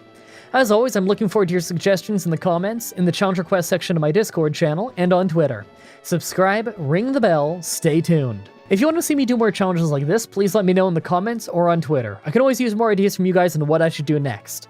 Also, check out the playlist in the description if you want to watch all the Pokemon challenges that I've already uploaded. If you guys want to see more Pokemon stuff from me, my friend WhatAgeek and I have done randomizer playthroughs of Heart Gold and Soul Silver, Black and White, Red and Blue, and now we're doing Omega Ruby and Alpha Sapphire over on his channel, linked in the description. You can find myself, WhatAgeek and Gooseit playing Pokemon here on my channel. We've done Pokemon Stadium, Pokemon X, and now we're doing my first time playing Pokemon Mystery Dungeon Blue Rescue Team. Also come to my Twitch TV streams and tell me that this video sent you. It's always cool to hear how you found the channel. Thank you everybody so much for watching, and until next time, have a nice day. Hey everyone, Mah-Dry-Bread here. Pokemon Gold with only HM moves was a fun one. Let's follow that up with a really strange one. Today's the day that we figure out would I be able to beat Pokemon Fire Red with a team of only one Water Onix. Now, I know what you're thinking. One of my first Pokemon challenges I ever did was Pokemon Fire Red with only one Magikarp, so this must be possible. And yes, I do think it's possible. However, in that Magikarp run, we were allowed to use items in battle since it would be impossible otherwise. In this run, we aren't. I'm still going in assuming that this is mostly going to be a regular run rather than a brutal one, but time will tell. Like always, I'm ready to the script as I go through with the challenge, so all of this part is being written before I've started. Everyone comment down below and guess if I can win or not. I'm pretty sure that we can win, but I think I'm going to be in a slow leveling category, so I do worry about grinding. Let's explain the rules. In combat, I can only use Water Onix. I'll need other Pokemon to use HMs, but I won't be allowed to use any of those Pokemon in battle. No glitches or exploits, no items in battle, only Pokeballs, held items, and items outside of combat are allowed. Also, if you enjoy the video, be sure to like, subscribe, and ring the bell for more. Let's do this. So right off the bat, I use the Universal Pokemon Randomizer to replace Charmander with Magikarp so that we can do the whole run with it. Yeah, we could start with Water Onix, but this felt more fair. Our nature is quiet, so less speed and more special attack. Considering Water Onix has bad special attack and is a water type, this might help our water moves pack a little bit more punch. I mean, as far as I know, I'm going off the Bulbapedia numbers here, but I have no idea if that's accurate right now. Also, no need for a nickname at this point. You'll see why later. Okay, so the start of the game. By starting as a Magikarp, we have really made the start of the game harder on ourselves. We don't get any attacking moves until level 15, and we're in the slow leveling category, so this whole start is brutal. We have to find a Metapod or Kakuna, use 30 splashes, run away so that they don't use Struggle, find another one to use some more splashes on, then finally we can take out a few enemies with Struggle. As soon as we run out of potions, we have no choice but to heal at the Poke Center, getting our power points back on Splash, and forcing us to do the whole process over again. This is brutally slow, and honestly totally unnecessary since I could have just started with the Water Onyx, but I was worried this run could end up being too fast and easy. I know, it's the Water Onyx video, I'm sure no one was clicking on this if they didn't already know the Water Onyx joke, and I'm sure you guys wouldn't mind at all if I started with the Water Onyx, but then again, this makes the video longer, and I know you guys always ask for longer videos. The grind is awful, though. It didn't take long before we were requiring many trips to the Poke Center per level. Struggle has recoil damage, so we only have enough health to take down 2 Kakuna or Metapod before we have to turn back and heal. By level 10, it takes about 4 or 5 trips to the Poke Center just to level up once, depending on what level the enemy Pokemon were. How long each trip takes mostly depends on how long it took us to even find a Metapod or Kakuna. They're weirdly rare. Once we hit level 15, things get a little bit smoother since we learn Tackle. I mean, we're still super weak, but not having to spam out Splash before we can attack is really nice. Still, leveling from 15 to 20 in Viridian Forest with a slow-leveling Magikarp is pretty brutal. Absolutely required though, since there's no way at all that we could brute force the Rock Gym with Magikarp before evolving. Although we can reliably fight everything but the Weedles and Pikachu now, it still takes multiple trips to the Poke Center per level thanks to always running out of power points on Tackle. Finally, after almost an entire day of grinding, we finally hit level 20 and evolved. I know a lot of you probably have some questions right now. Don't worry, I do too. We'll answer some of those later. So here we have it, Water Onyx. We're Water and Rock type, we've got Rock Head so we don't take recoil damage, and hitting level 20 gave us Water Gun.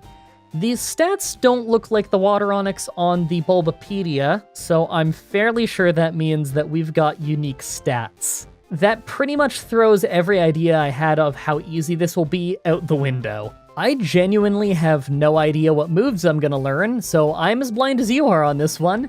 In fact, if I knew that we'd be Water and Rock type, I'd have made sure our rival used a Venusaur to make it harder, but I'm not exactly chomping at the bit to go redo an entire day of grinding on a new file, so we're gonna roll with this. Naturally, when we got to Brock's Rock Gym, we just one-shot our way through with Water Gun, as expected. Water Gun, by the way, at level 20, that's not normally what Water Onyx would have, which means unique moves too. Speaking of one-shots, the stat boost we got from evolving, mixed with us being level 21, means that the next little bit of the game is probably going to go super smoothly. There's no way anything in Mount Moon can handle us. Normally I don't let you know what the next challenge is until during the outro of the video, but I know that a lot of people don't hear that part, so I thought I'd just say this now. Next week's challenge, I've already started recording it, and I'm really excited for it. It's a birthday challenge where I play as a Drowsy in Pokemon Blue, and I'm going to be telling you about all of my childhood stories growing up with Pokemon back when it first came out here in Canada. And I'm super excited for it, because I think you guys are really going to like that one. I'm having a blast writing down all of my old Pokemon stories from as a kid. Oh, and on my way through Mount Moon, I took the Helix Fossil. I knew that if I didn't say what I took, you'd all ask. Actually, now that I think about it, everyone ask anyway. Comments are good for the YouTube algorithm. On the other side, I go straight after our rival. Pidgeotto was first, so it took a couple tries to not just get sand attacked. He can hardly hurt us though, so he went down fast. Aber can't fight back, so he was no problem, and third was Squirtle. Right away he started using Withdraw to boost his defense, so I had to switch to Water Gun. His own Water Gun didn't do much to us though, so we took him down. Last was Rattata, but he actually went down in one hit. After getting some levels north of Nugget Bridge, I take a few tries at Misty's Water Gym, but thanks to being part Rock type, we don't actually resist Water Pulse. Thanks to that, we ended up going down. Maybe I'll need to come back here later with some new moves. A few levels later and we learn Bite, a dark move in this game, so I use it to take out Starmie. It did a pretty great job. Right after that is the Assassin. Now, normally I wouldn't feel the need to grind here much considering what Pokemon we are, and it seems like our stats are alright at least. But considering I don't know how altered my stats might be, I don't want to take any risks. I also go ahead and use the TM for Rock Tomb and Water Pulse. I almost forgot that I'll have to manually check what TMs work. Okay, time for the SSN rival fight. Nothing much to say on this one, we totally mopped the floor with them. Let's get out of here, we got lots of traveling to do. Alright, so next is the Electric Gym, and although we aren't double weak to it since we aren't flying type, we're still weak to it thanks to being part water. I decided instead to just make my way towards Rock Tunnel. Yeah, the next gyms are electric and grass, so I'm not feeling great about either of them, but I bet we can get a new move on our way. In Rock Tunnel, I take a detour to go to the Rock Slide move tutor, and it worked. It's not an amazing move, but it's probably the best rock move that we'll get our hands on in this run. There weren't many good rock moves until Gen 4. Next up, I decide to go do the Rocket Hideout. I don't really feel confident about any of the places we can go to at the moment. We have Water Pulse, so I'm sure Giovanni won't be bad, and maybe by the end of this we can just brute force the Electric Gym. While we're here, we get the chance to learn Hydro Pump. I don't know how long I'll keep it since it's a little bit unreliable, but we could at least probably use it on the occasional gym battle. Giovanni was a total pushover, by the way. His Kangaskhan had some chances, but he used Tail Whip a bunch, so it went well. Okay, so I don't think we're ready for the Grass Gym yet, so I went to do the Electric Gym instead. It was super easy outside of Raichu stalling us out with Paralysis a little bit near the end. We're just too strong for it. Speaking of being too strong, we didn't even take a hit during the Pokemon Tower rival fight. We've actually got decent type coverage for him. I don't know how easy it'll be in Silphco, though. I'm kinda tempted to try it early. You know what? Why don't we? First, I go to the Safari Zone to pick up Surf since it's way stronger than Water Pulse, and then I go to Silphco for the rival fight. Pidgeot is first, so we take him down with one Rock Slide, and second is Execute. He could really mess us up, but we ended up one-shotting him with a Bite first. Alakazam was fast enough to let off a Future Sight, and strong enough to survive a Bite, but he just tried to use Future Sight a second time and it doesn't stack, so we finished him off. Blastoise is next, and between his bites and Future Sight hitting, we went all the way down to 5 health before we took him out. Last was Growlithe, and we're faster, so we managed to finish him off with Surf. That was really close. It's cool to win without a big level lead. After that amazing victory is yet another Giovanni fight that we have no troubles with at all. We're making great progress this run. Before we leave the town, I take a shot at the Psychic Gym. First is Kadabra, and he keeps using Calm Mind. Considering Bite targets special defense in this game, it kept him up for a little while. He even got to let off a Future Sight before he went down. I wonder if that'll actually get powered up by Calm Mind or not. Mr. Mime never got a hit in thanks to a flinch. As Venomoth came out, we took a Future Sight. Decent damage, but I don't know if that Calm Mind boost actually applied. It doesn't really look like it. Anyway, Venomoth was easy, and last was Alakazam, who started with Calm Mind. Our Bite did tons of damage, she used a Hyper Potion, and we finished it with Rock Slide. We're doing so well, let's keep this boss rush going with the Poison Gym. The first coughing was a one-shot, but the Muck minimized, and then kept spamming Hyper Potions when he had a sliver of health. Okay, that one was just awful luck, let's try that one again. Second try went way better as we just nailed Hydro Pump from the start, but he kept using Minimize, and we missed a few more times before hitting him again. Hey, at least we didn't get poisoned this time. All he had left was a coughing and a wheezing, and neither one of them could have stopped us at that point. I guess it's time that we finally do the Grass Gym. It ended up being a sweep with Rock Slide, so at least we never had to get stuck here. This is why I love Fire Red runs. So many of the major fights can be done out of order. When I get stuck on one trainer, it's rare that I have nowhere else to go. On my way over to Cinnabar Island, we hit level 50 and learned Double Edge. We have an ability that keeps us from taking recoil damage, so it's basically just Return but a bit stronger. The Fire Gym was an absolute breeze. We're a combo of two types that are super effective against fire, so I'm not even gonna blame Blaine for losing this one. Lastly for the gyms is the Ground Gym, but like every other Giovanni fight in this run, it was super easy. At sight of Dugtrio hitting Earthquake, everything went fine. Last before the Elite Four is one more rival fight. Pidgeot is first and goes down pretty fast, but it took tons of tries to get one where we didn't just get hit by Feather Dance right away. Execute is second, and Double Edge did decent damage, but we got paralyzed in the process. We took him down before he could use Solar Beam, but this could be really bad. Growlithe lowered our attack, but went down in one Surf, as did the Rhydon right after. Alakazam is next, and he used Calm Mind and Disable, so he went down without hurting us. Last was Blastoise, and right away he made us flinch with Bite, then made it rain and hit a Water Gun. I tried different moves, but we weren't doing much damage. Sucks to get overpowered right at the end of a fight. Looks like we finally have to grind a bit. The grind here isn't too bad since we can take things out pretty fast, although we aren't exactly the fastest leveling Pokemon in the world. I'm not really sure what level I'll need to be to win this since I don't know what the stats of a Water Onix are, so I decided to just go for a nice round number. It seems like attack and special attack are both pretty low, so I get the feeling our stats are a little bit closer to that of a regular Onix, rather than a regular Gyarados. Feels weird saying Gyarados right now. Ugh, feels wrong. You know what I mean, though. I gotta use the word sometimes. Come on, it's just utility. I'm being pragmatic here. We're level 60. Time for more attempts at the rival. It took 12 attempts before we actually didn't get hit by Feather Dance since we're still slower, and Execute finally missed Stun Spore so we can actually do this fight. Everything went more or less the same other than Alakazam letting off a Future Sight. I tried Hydro Pump on Blastoise, but it did just about nothing. So we still have to rely on Weakened Double Edge. In the end, we probably could have won because of the rain, but Hydro Pump missed, so we lost again. Yeah, I don't want to do another dozen attempts to avoid Feather Dance just to get paralyzed. I'm gonna grind some more. 5 levels later, and we finally get back to Blastoise in decent enough shape. This time, we actually did end up winning, partly thanks to him using Rain Dance and us hitting Hydro Pump, but really it was the extra attack from the levels that seemed to get the win for us. I'm really not looking forward to the Pokemon Champion fight, by the way. While I'm going through Victory Road, it's about time I explain exactly how I got a Water Onix. This is a ROM hack made by some members of the community. Domain 2 Genis, I think I said that right, made some awesome sprites of what a Water Onix would look like and put them into a Google Drive, inviting people to patch it into a ROM. Then I got an email from Dolo, who got the art into the ROM and edited Gyarados to be a Water Onix, complete with new moves, stats, types, and abilities. I genuinely have come into this run just about totally blind. All I knew coming into it is what Water Onix would look like, because I had seen the sprite on Twitter. Thanks to my email inbox being a horrible quagmire of sponsorship invitations that I don't want, please Raid Shadow Legends, please stop sending me sponsorship requests. Right, thanks to it being a horrible quagmire of sponsorship invitations that I don't want, I didn't end up seeing Dolo's follow-up email right away that let me know that it would have new moves and stuff like that.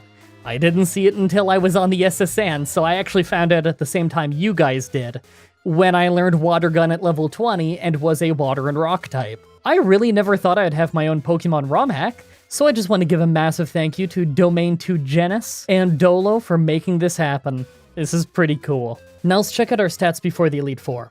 Our defense is amazing and our health isn't bad, but our attack and special attack aren't that great for an evolved Pokemon. I'm worried about how a lot of this will go, but I think it's possible. Make your final guesses on if we can win this or not. Let's do this. First is Ice Trainer Lorelei. She sends out Dugong, who goes down in one super effective Rock Slide, and second is Cloyster. He's weak to Rock, but I went with Water moves instead since he's got crazy high defense and low special defense. The first Hydro Pump didn't work thanks to Protect, but it didn't take too long before we finished him off. He did waste some of our time with Protect and Hail though. Third was Slowbro, and we had a big, ugly back and forth fight with him. She kept healing and we kept doing damage, but she outlasted us. After coming back our customary 5 levels higher, things go basically the same leading up to Slowbro. This time we almost took her down, just to get put to sleep by Yawn. That gave her the chance to heal back up, and then she started using Amnesia, so water moves are out of the question. Thankfully, she wasted so much time with Amnesia that we woke up and got some hits in for the knockout. Next is Lapras, and we almost took her down in one Rock Slide, but we got confused. The follow-up took her down, so all that was left was Jinx. We landed a double edge for a one-shot, winning the fight. Second is Fighting Trainer Bruno.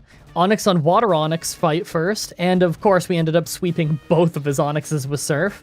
Third is Hitmonchan, and he ended up missing his Rock Tomb. That's actually really important because losing the speed advantage would probably have lost us the whole fight. 2 hits take him down. Hitmonlee went down in one double edge thanks to his low defense, and Machamp was last. He did manage to hit a Rock Tomb and to bulk up to get stronger, but we got super lucky and he missed his Cross Chop. We might have survived it because of high defense, but I wouldn't count on it. Third is Ghost Trainer Agatha. Gengar started with double team, so naturally we missed our first Hydro Pump. The second one hit for a one-shot though. That could have gotten out of control fast. Golbat confused right away and still went down to one Rock Slide. When Haunter came out, we hit ourselves in Confusion, but she just used Mean Look, so as Confusion wore off, we one-shot him. For the second Gengar, she missed Hypnosis, we almost one-shot her with Hydro Pump, she missed another Hypnosis, and we finished her off. Last was Arbok, but we took it down fast. Good fight! Fourth is Dragon Trainer Lance. It actually starts with a Water Onix mirror match. I went for Hydro Pump and he went for Bite, so it's obvious who's the superior Water Onix handler. Yeah, he went down fast. Second was Dragonair, and we did great damage, then got paralyzed. Okay, we all know where this is going. We took him down, as well as the second Dragonair, but not before taking decent damage from Outrage. As Dragonite came out, we dealt massive damage with Rock Slide just to get knocked down to 4 health, fully paralyzed and finished off. Ouch. We get back to the fight at level 82, and we're just strong enough to one-shot the first Dragonair. The second one just uses Safeguard, so it doesn't cause any issues. For Dragonite, we nearly one-shot with Rock Slide, he hits Outrage, then we finish it with Double Edge. Last is Aerodactyl, and although his Ancient Power hits hard, we hit much harder. Finally, the Pokemon Champion. Pidgeot is first, and this time we got lucky with the move choice, and he hardly hurt us. He went down in one hit, as did the Rhydon right after. Executor, on the other hand, is very, very dangerous. He only put up a light screen before he went down, so I'm lucky, because he has Mega Drain, and that would really mess us up. Alakazam is next, and we got outsped and hit hard by Psychic, but we still took him down with Double Edge. Next is Arcanine, so we have less attack from Intimidate. Hydro Pump actually didn't one-shot him thanks to Light Screen. It took a few more hits to take him down, so we went into the Blastoise fight with super low health. He made it rain, and then we both missed Hydro Pumps. That was terrifying. On the next round, we nearly took him out with Hydro Pump just for us to go down to his own. So close. A few runs later through the Elite Four and we're level 86, this fight goes almost the exact same until Arcanine, who we're faster than now, letting us get into the Blastoise fight with more health. Double Edge did decent damage and he started a Rain Dance. I went for Rock Slide to hope for a flinch, but no luck, we got hit hard. Knowing this is our last chance, I went for Hydro Pump, and thanks to his Rain Dance powering up our water moves, it was just enough to get the knockout and to put us all in the Hall of Fame. I want to say that this run didn't go exactly how I expected, but honestly, I didn't know what to expect. I came into this thinking it would be an easy run where I'd have Gyarados' stats, but in the end it worked out. I really hope you guys like that run. For my next Saturday's Pokemon Challenge, I'm going to be doing another Drowsy run, because it's going to be recorded on my birthday week, and it's my favorite Pokemon. I'm actually really excited because I've started recording this one, and it's really special. It's a run where I mostly just talk about all of my childhood stories of growing up with Pokemon when it first came out here in Canada. As always, I'm looking forward to your suggestions in the comments, in the challenge quest section of my Discord channel, and on Twitter. Subscribe, ring the bell, stay tuned. If you want to see me do more challenges like this, please let me know in the comments or on Twitter. I can always use more ideas from you guys on what I should do next. Also, check out the playlist in the description if you want to watch all the Pokemon challenges that I've already uploaded. Also, come to the Twitch TV streams and tell me that this video sent you. It's always cool to hear how you found the channel. Thank you everybody so much for watching, and until next time, have a nice day. Hey everyone, Mah-Dry-Bread here. Pokemon Fire Red with only one Bellsprout was brutal, so let's do a run where our stats are even worse. Today's the day that we figure out would I be able to beat Pokemon Fire Red with a team of only one Whismur. Right off the bat, would you look at these stats? I genuinely had no idea that Whismur's stats were this low until I looked it up. Base stat total of 240. That puts his overall stats a little bit lower than that of Zubat, and around a lot of baby Pokemon. We're incredibly slow and have almost no defense or special defense. We have a decent bit of health, and our attack might be enough if we overlevel like crazy, but our abysmal speed is probably going to mean that we need to heavily rely on Quick Claw yet again. Our level of moves actually aren't that bad, although they aren't exactly amazing either. Interestingly enough, we can get pretty good type coverage with TMs, including Ice Beam, so that's always good to see. So this will be a run where we have some good moves, but horrible stats. We haven't had a situation like that in a while. Like always, I'm writing the script as I go through with the challenge, so all this part is being written before I've started. Everyone comment down below and guess if I can win or not. I'm gonna say that I can win, but the horrible speed makes me think that I might have to resort to double team by the end. Let's explain the rules. In combat, I can only use one Whismur. I'll need other Pokemon to use HMs, but I won't be allowed to use any of those Pokemon in battle. No glitches or exploits, no items in battle, only Pokeballs, held items, and items outside of combat are allowed. Also, if you enjoyed the video, be sure to like, subscribe, and ring the bell for more. Let's do this. So right off the bat, I use the Universal Pokemon Randomizer to replace Charmander with Whismur so that I can do the whole run with it. I name him the Great ST because that's all that fit. If even one person in the comments section is able to figure out what I'm referencing with that one, I will be incredibly impressed. Our nature is docile, so neutral stat gains. For our ability, we have Soundproof. That makes us immune to sound-based attacks. Those are reasonably rare, but I bet it'll come in handy in some surprising ways. We start with Pound and Uproar. Neither is great, but Uproar is a bit stronger of a move than we usually start with, so at least it'll make grinding in the forest a little bit faster. Viridian Forest is actually a lot easier than usual, just because Uproar with the same type attack bonus is reasonably strong compared to what I'm fighting, although getting poisoned still results in fainting most of the time. At level 16, I had taken out every single trainer in the forest and the gym, as well as quite a few wild Pokemon, so I give Brock a try. For Geodude, I just used 6 Howls right away to build up some attack power. Geodude spent a lot of that time using Defense Curl to negate us, but I'll still need the attack power for if I make it to Onix. By the time we started using Uproar, we still weren't doing much damage, but we quickly landed a critical hit to take him out. As Onix comes out, we still don't do much damage with the 6 attack raises, but he also hardly did anything to us thanks to Onix having terrible attack stat. We ended up beating Brock at the first try at only level 16 as a normal type. I really didn't see that coming. I make sure to fight every last trainer that I can going forward. Normally I wouldn't because I don't think that I need that for Misty, but I remember how bad it is to grind near Celadon if you end up reaching there without being strong enough to beat your rival. The last thing I want is to get stuck having to grind against Ekans with Intimidate and Poison Sting. On our way though, I took the Helix Fossil. I knew that if I didn't say what I took, you'd all ask. Actually, now that I think about it, everyone ask anyway. Comments are good for the YouTube algorithm. Can I just say, by the way, that I love that you guys say this same thing on all kinds of different channels across the internet now, even including non-Pokemon ones? I just love that I've accidentally made a trend that ended up supporting all kinds of YouTubers. I mean, you guys have always been asking me how you can help support the channel. I guess this is the best way to do it, just comment. Before I get to Celadon, I go to the Mega Kick move tutor to replace Pound. It's only got 75 accuracy, but it's a 120 power normal move. So with the same type attack bonus, this could actually be really strong. I tried to use it to beat Misty's Water Gym, but I ended up going down for the exact reason you're probably predicting. Terrible defense stat mixed with terrible speed. Let's try the rival instead. He actually ended up being a total pushover since I could sweep his team with Mega Kick. After the fight, I started to learn Stomp, so I replaced Uproar. Stomp is stronger, and I don't have to commit to using it multiple turns in a row if I don't want to.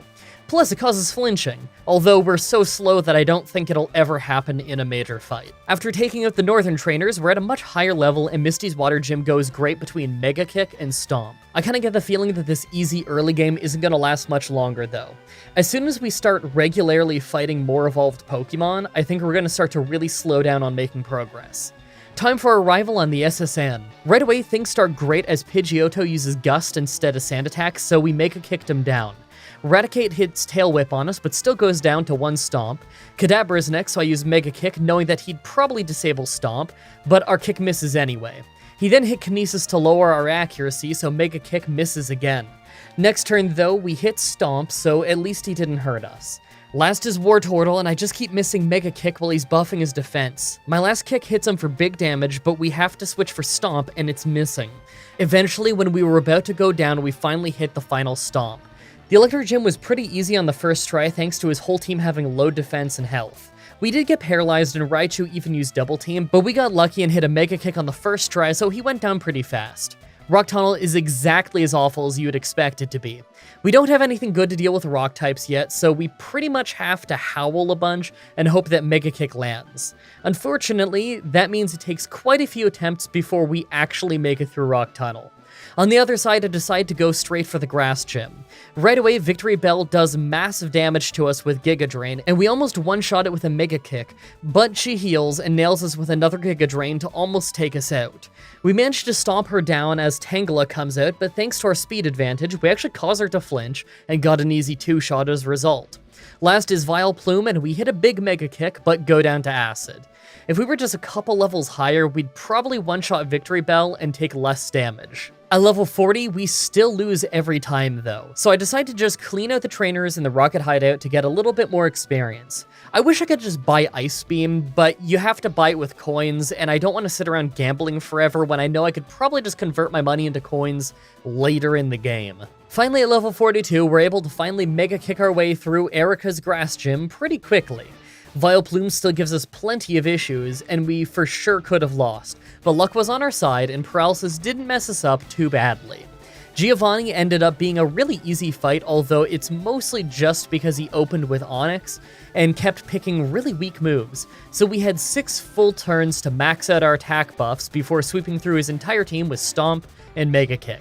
I'm just happy that I didn't need Ice Beam yet. Last in this area is the Pokemon Tower rival fight.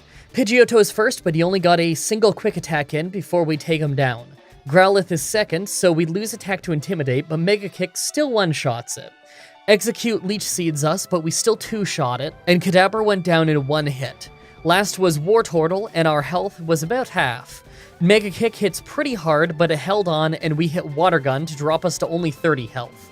We finished it off with Stomp to win the fight. So to be able to climb Pokemon Tower, we need to be able to hit ghosts, and relying on Supersonic for that would be horrible, so we use the Water Pulse TM that we got from Misty. I've been holding off on learning this move because it's not a very strong move, but we need something, and it's the best that we've got until we have the money for Ice Beam. Speaking of new moves, leveling up off the trainers on my way to the Poison Gym got us Hyper Voice. It's nothing too amazing, just a 90 power 100 accuracy normal move with no side effect, but between the same type attack bonus and it being 100 accuracy, it's really not that bad. We still do lose to trainers pretty often though. Pretty much any time that they have 4 or more Pokemon and they like to use Poison, we tend to go down. Speaking of, Poison Gym time! Mega Kick one-shots the first Coughing, and Muck was next. We hit it hard with Mega Kick, but he used Minimize, so I follow up with Hyper Voice to lower my chance of missing. It took him out, and the second Coughing survived a Mega Kick, but he hardly hurt us and just healed, so 2 shots took him down after that. Last was Wheezing, who smoke screened us, so our Hyper Voice missed twice in a row, then we got shot down with Sludge. Failing that, I go to Silph to fight more trainers. For once, we actually aren't doing this for levels quite as much as we're doing it for the money. Although the experience is absolutely nice, we really need to get Ice Beam at some point, and Flamethrower might not be bad either. I'm gonna need a lot of money to buy those though, so I have to beat up a lot of trainers. Back at the Poison Gym, and this one took tons of tries, but eventually I managed to get a run where I hit Mega Kick enough times and no one blew up. This took forever because of all the smoke screens they like to use, but it was either that or power leveling since we can't learn any super effective moves for against poison types. I try the Fire Gym next, but it's not even close. They're faster, we take tons of damage, and the only water move that we can learn is really weak. I might not be ready for the Fire Gym for a long time, and that has me worried because I don't think we're ready for the rival fight either. Regardless, I decide to try fighting him anyway. Pidgeot takes a solid third of my health with Wing Attack before I take him down, and Growlithe is second, so I lose some attack. We one-shot him with Water Pulse, and Execute is next. We do quite a bit of damage, but he paralyzes us before we take him down. Alakazam came out, let off a Future Sight, almost went down to Hyper Voice, then he tried to use Future Sight again for some reason. They don't stack. We took him down and Blastoise was last. He actually used Protect to stall so that we'd get hit by Future Sight, then he easily finished us off. I'm surprised that we even got that far. I try again after clearing out all of the trainers from the building. I also used Howl one time when his Growlithe came out to offset Intimidate. Because of that, I was able to easily take out Execute before I could get paralyzed, one-shot Alakazam without having the threat of Future Sight, and we got to Blastoise in better shape. He's still faster and can bite hard, but Hyper Voice does over half of his health and damage. His Water Gun almost finished us off, but we finally hung on and finally took him out. Giovanni was right after, and for once, he was actually pretty difficult. Nidorina was a one-shot with Mega Kick, but Nidoqueen was second. She slammed us, and we used Water Pulse on her to try and avoid contact, but it was just too weak. So I Mega Kicked her down, getting poisoned by Poison Point in return. Kangaskhan never hurt us, but we've been tail-whipped twice by this point. Thankfully, Rhyhorn was a one-shot with Water Pulse. That was getting rough. After that was the Psychic Gym. This one is usually just a sweep, but because of our low speed, they could have easily taken us out.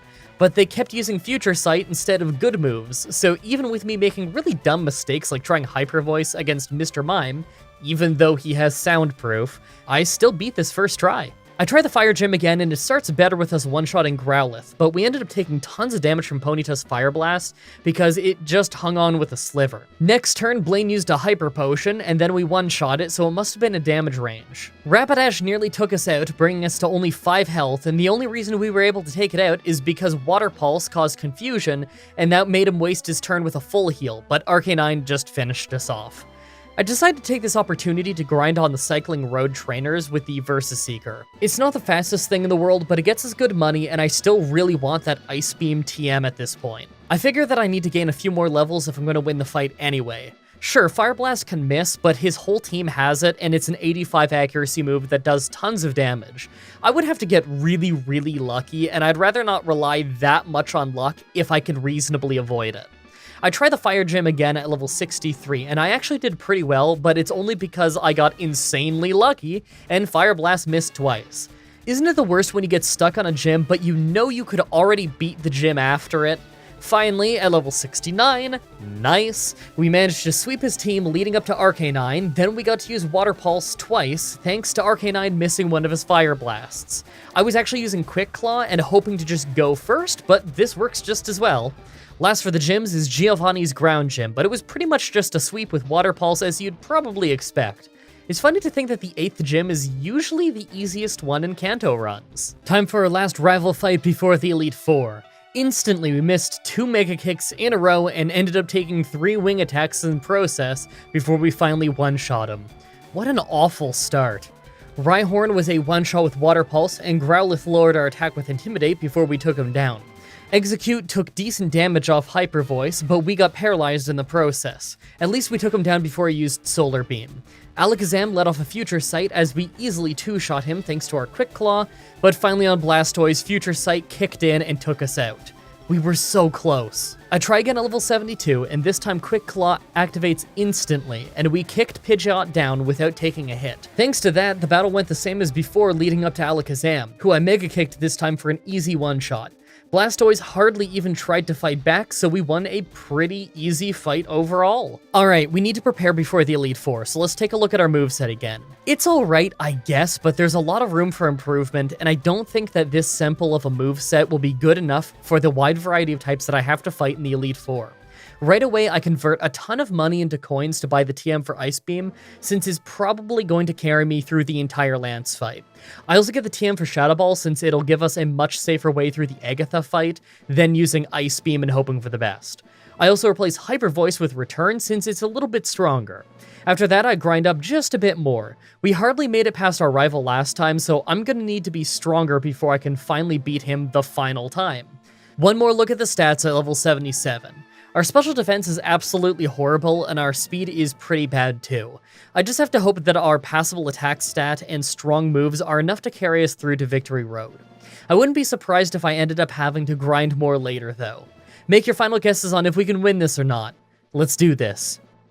First is Ice Trainer Lorelei. It starts off rough as Dugong outspeeds us and makes it hail. Our Mega Kicks deal lots of damage, but her Surf messed us up in return. We finished it off, and next was Cloyster, who successfully stalls me out for ages by spamming Hail, Protect, and healing items.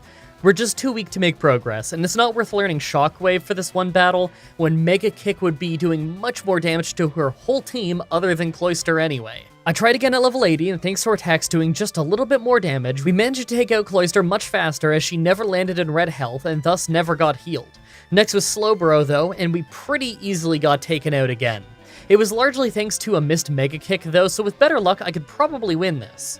I try again, this time not even taking damage by the time I got to Slowbro, and I just hit Return twice for an easy knockout. Lapras takes half of her health and damage from a Return, but heals a bit with a Berry and confuses us with Confuse Ray. I Mega Kicked to finish it, but we hit ourselves in confusion, then get crit by an Ice Beam, so we only have 6 health left. We then missed our second try at a Mega Kick, so we went down. This is cruel. 5 tries later, and we get to Lapras without being damaged again, and we do the same sequence of moves, but without hitting ourselves in confusion, and she goes down. Last is Jinx, and she outspeeds us and puts us to sleep, then hits a massive Ice Punch. She wasted her next turn going for a Tract when she could have finished me off, and we followed up by waking up, snapping out of confusion, and not being immobilized by love in the same turn to land the finishing blow. Oh man, we needed that. Second is Fighting Trainer Bruno. The first Onix is an easy one-shot with Ice Beam, but the second is Hitmonchan, and this could be dangerous. Sky Uppercut takes us all the way down to less than a quarter health as we one-shot him in return. Hitmonlee misses his Mega Kick, so we actually got to take him down. Machamp easily finished us with a Cross Chop though. Honestly, we only got that far because Mega Kick missed us. We need to get faster. I come back at level 83, but we're still slower than both Hitmonchan and Hitmonlee, and get easily taken out. This is with us holding a Quick Claw, mind you. It's just not activating as much as we need it to. All I can do is level up until I outspeed them. Finally, at level 86, we're faster than Hitmonchan and one-shot him, although Hitmonlee still hurts us pretty badly. We Mega Kicked Machamp for big damage, he missed a big Cross Chop, and we finished him off with Return. That win was total luck on Cross Chop missing, but I'll take what I can get. Third is Ghost Trainer Agatha. Gengar is first and she builds up double teams, but our second attempt at Shadow Ball hit her and she never hit us, so we're good. Golbat instantly missed Air Cutter, and we one-shot her in return with Ice Beam, so that was pretty lucky. Arbok is next, so we lose Attack to Intimidate, then get nailed by 2 huge Sludge Bombs, then poisoned before we finish it off. Another Gengar is out next, and we drop to 10 health off Sludge Bomb. Then Poison finally finished us. We got far, but it wasn't exactly a great run. I level 89, I try again. This time goes just about as clean as before up until Arbok. This time it tried for Screech, but we're immune to it because of Soundproof. Because of that, we only took 1 Sludge Bomb and didn't get poisoned by the end of the fight. The second Gengar still Sludge Bombed us though, and it even put us to sleep, but we woke up the next turn and finished it. Last is our Haunter, but it just used Mean Look, so we finished it off in 1 Shadow Ball. Fourth is Dragon Trainer Lance. Gyarados is out. Wait, aren't I calling that Water Onix now? Water Onix is out first, so our attack is down the whole fight. I used Return a few times anyway to get the knockout since he didn't hit us very hard. Second is Aerodactyl, and he did some solid damage, but 1 Ice Beam took him out. Dragonite was third, and he took us out with Outrage. Maybe if Quick Claw kicked in on the Dragonite, I could win that exchange. Weirdly enough though, on the very next try, he just used Safeguard instead of an attacking move, so I just one-shot him, then outsped and one-shot the rest of his team. He basically threw the fight. Finally, the Pokemon Champion. Right away, Ice Beam one-shots Pidgeot with a crit, although I doubt the crit was required. Alakazam put up Reflect and it saved him from Return that would have otherwise taken him out. He healed with a full Restore, we hit Return again, he nailed us with a Psychic for over half of our health, and we finished him off. Executor nearly got taken out in 1 shot, but managed to hit Giga Drain and actually knocked us out.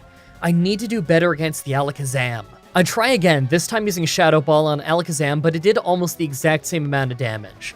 I think that I'm gonna need to one-shot him with Mega Kick if I want to win this fight. Worst part is that on most attempts I either get hit by Sand Attack or by Feather Dance, so it takes a lot of tries to actually get this far in the fight. Finally, after tons of failed attempts, at level 93, we finally have Quick Claw activate, and we one-shot Alakazam.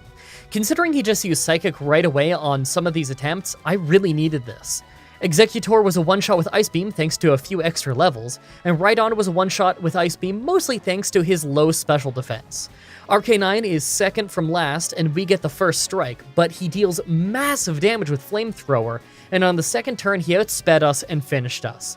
That means we need Quick Claw to activate 3 times in this battle to get to Blastoise. That's just not happening. I'm gonna have to just come back at level 100. It's a good thing that I saved up a lot of rare candies. At level 100, we try again. We take a little bit of damage up front on Pidgeot thanks to Aerial Ace, but we still take him down just fine. And Alakazam is still faster than us at a little over half our level, but he let off a Future Sight, so we just one-shot him. Executor went down in 1 Ice Beam, as did Rhydon.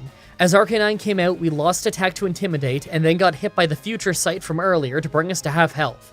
Arcanine's Flamethrower dropped us to red health, Return took him to half, and another Flamethrower ended us. Okay, well I didn't think I'd have to resort to double team on this run, but it's better than just losing, so I guess I'll give that a try. First, I one-shot Pidgeot with Ice Beam. Then Quick Claw lets me take out Alakazam before he can hit us. Executor was a one-shot with Ice Beam, and this time on Rhydon, I start building up my double teams. I picked to do it against Rhydon since he already has some pretty inaccurate moves that aren't really all that strong. He does manage to hit Scary Face to lower our speed quite a bit, as well as Earthquake to take out a third of our health, but we got our 6 double teams and then Ice Beamed him down.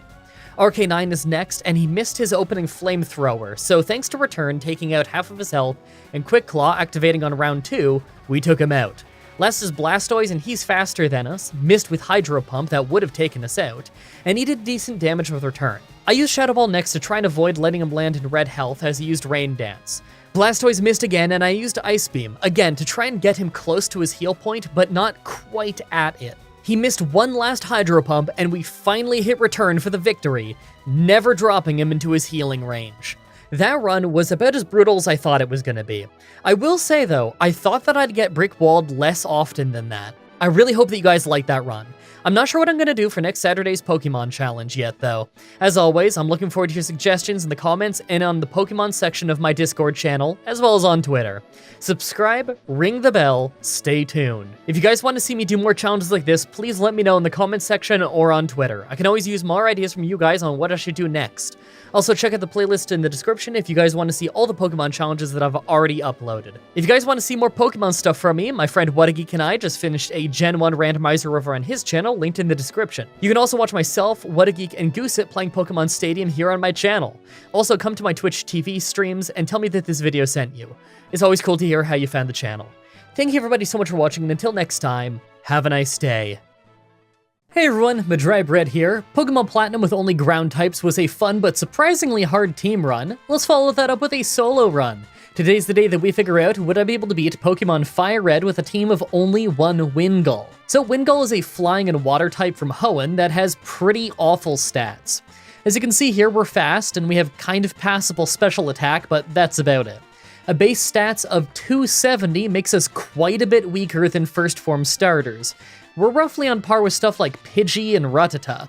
Between our low health, low special defense, and our double weakness to electricity, we could run into some real problems.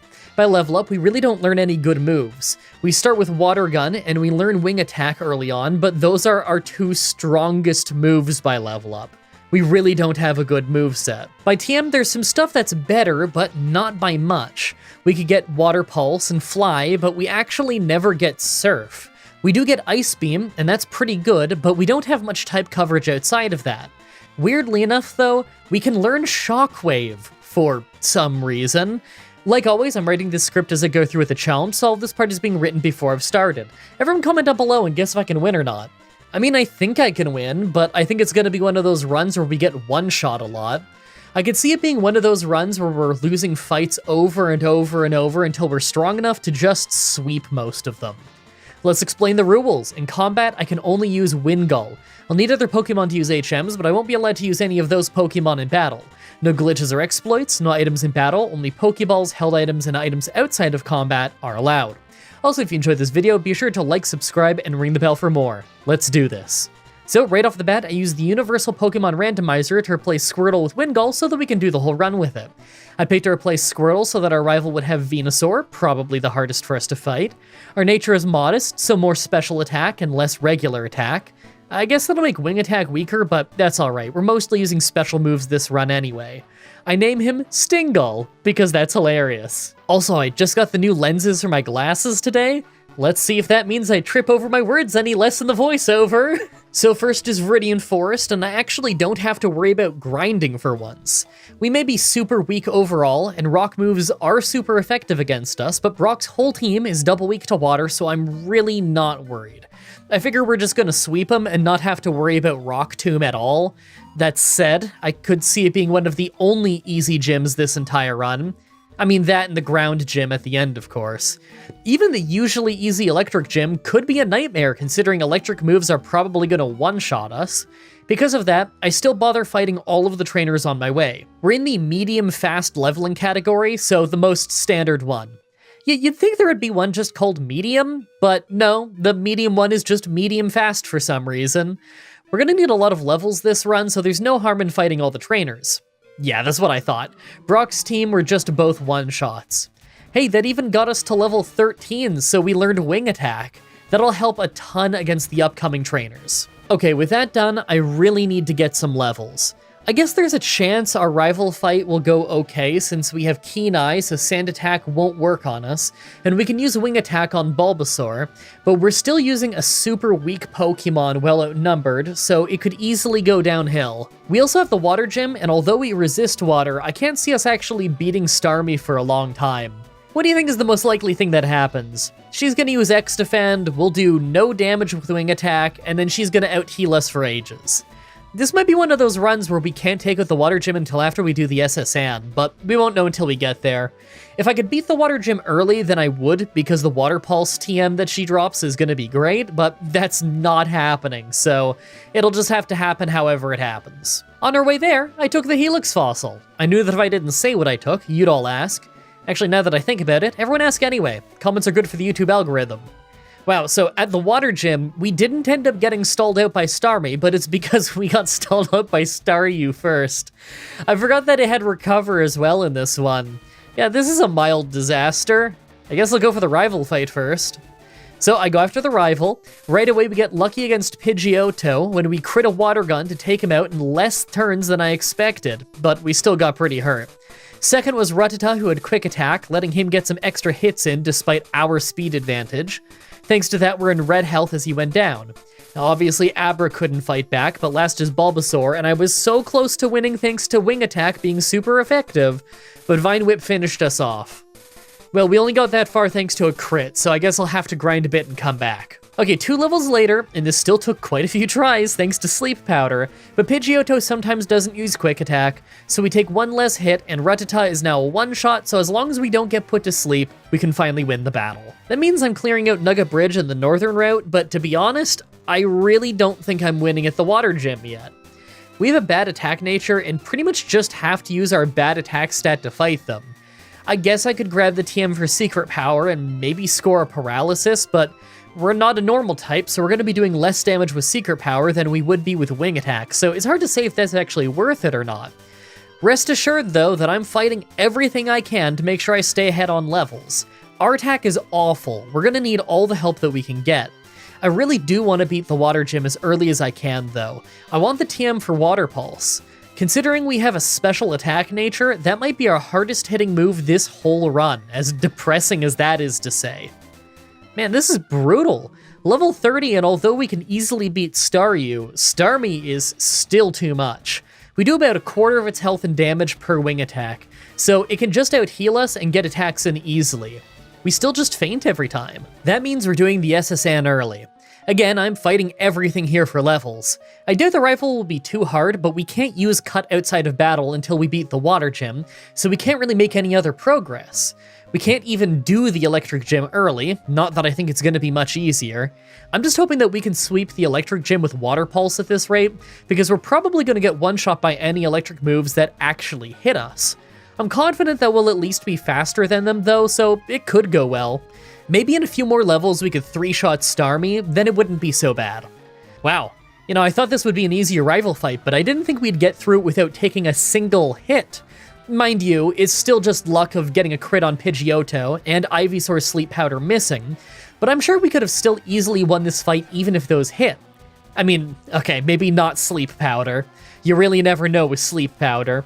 We got 4 levels on the boat, let's top off to 5 levels and then try the Water Gym again. Alright, level 35 was finally enough that we made pretty short work of the Water Gym. She still tried her recovery shenanigans, but we were too strong this time. As soon as she stopped to attack us, it was over for her. That means that we have the TM for Water Pulse. Let's go use it to try and sweep the Electric Gym. Well, it was almost a sweep. Raichu absolutely could have beat us up at the end, but our Water Pulse confused him, and he hit himself, so that ended up saving us. That got us the TM for Shockwave. Our special attack is pretty good, so I think I'm going to go ahead and learn that right away. We could use the type coverage. We're on the road again, and we kind of already have all the moves we want.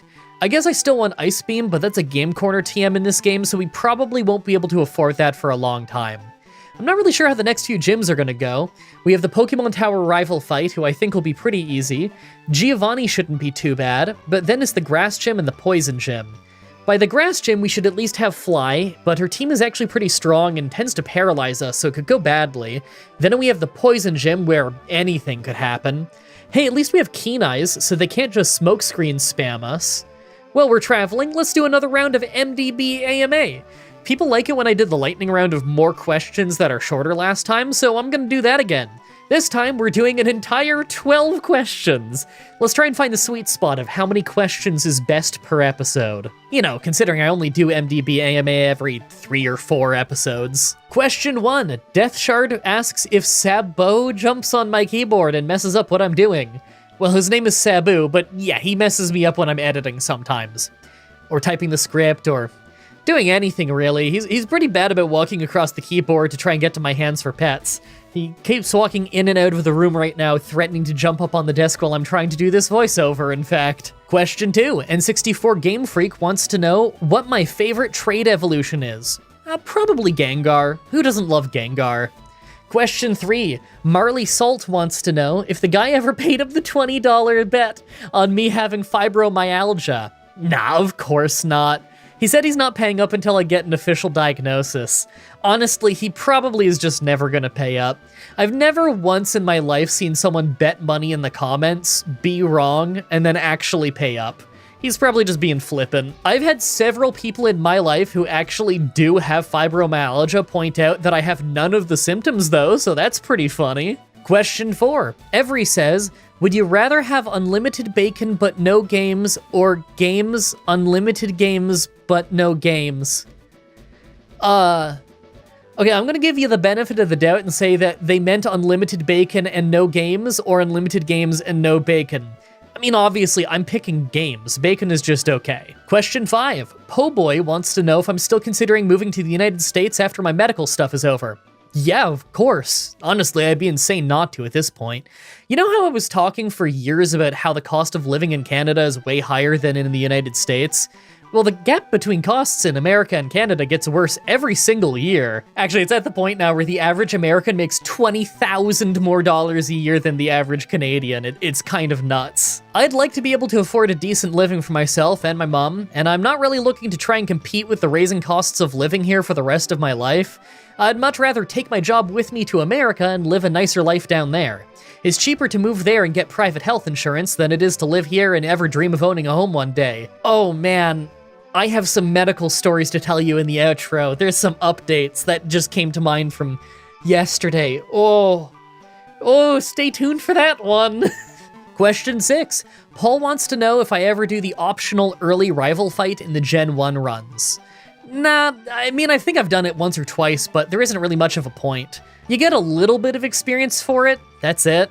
If it's a yellow run, then for sure, yeah, it's worth it because it'll make it so that your rival has a harder Pokemon to fight later, but I rarely do those, so it doesn't really matter. Maybe I should do more yellow runs. Question 7. Jimmy Neutron wants to know what sports I like outside of wrestling. Well, first of all, pro wrestling isn't a sport, it's more like theater. Super athletic, of course, but sports are competition. Pro wrestling isn't a competition, it's more like a dance. Your opponent is actually your partner. Anyway, I'm just not into sports. I think that these super early UFC events are pretty cool, you know, like I've seen the first 5, but I'm not really a big MMA guy. Question 8. Stephen Castleberry wants to know if I'm more inclined towards physical or special attackers. I mean, they're both fine, but I tend to prefer special attackers in my challenge runs. The main reason is that in every run from Gen 3 onwards, you run into Pokemon with Intimidate who are going to lower your attack, but you never run into anything with an ability that lowers your special attack.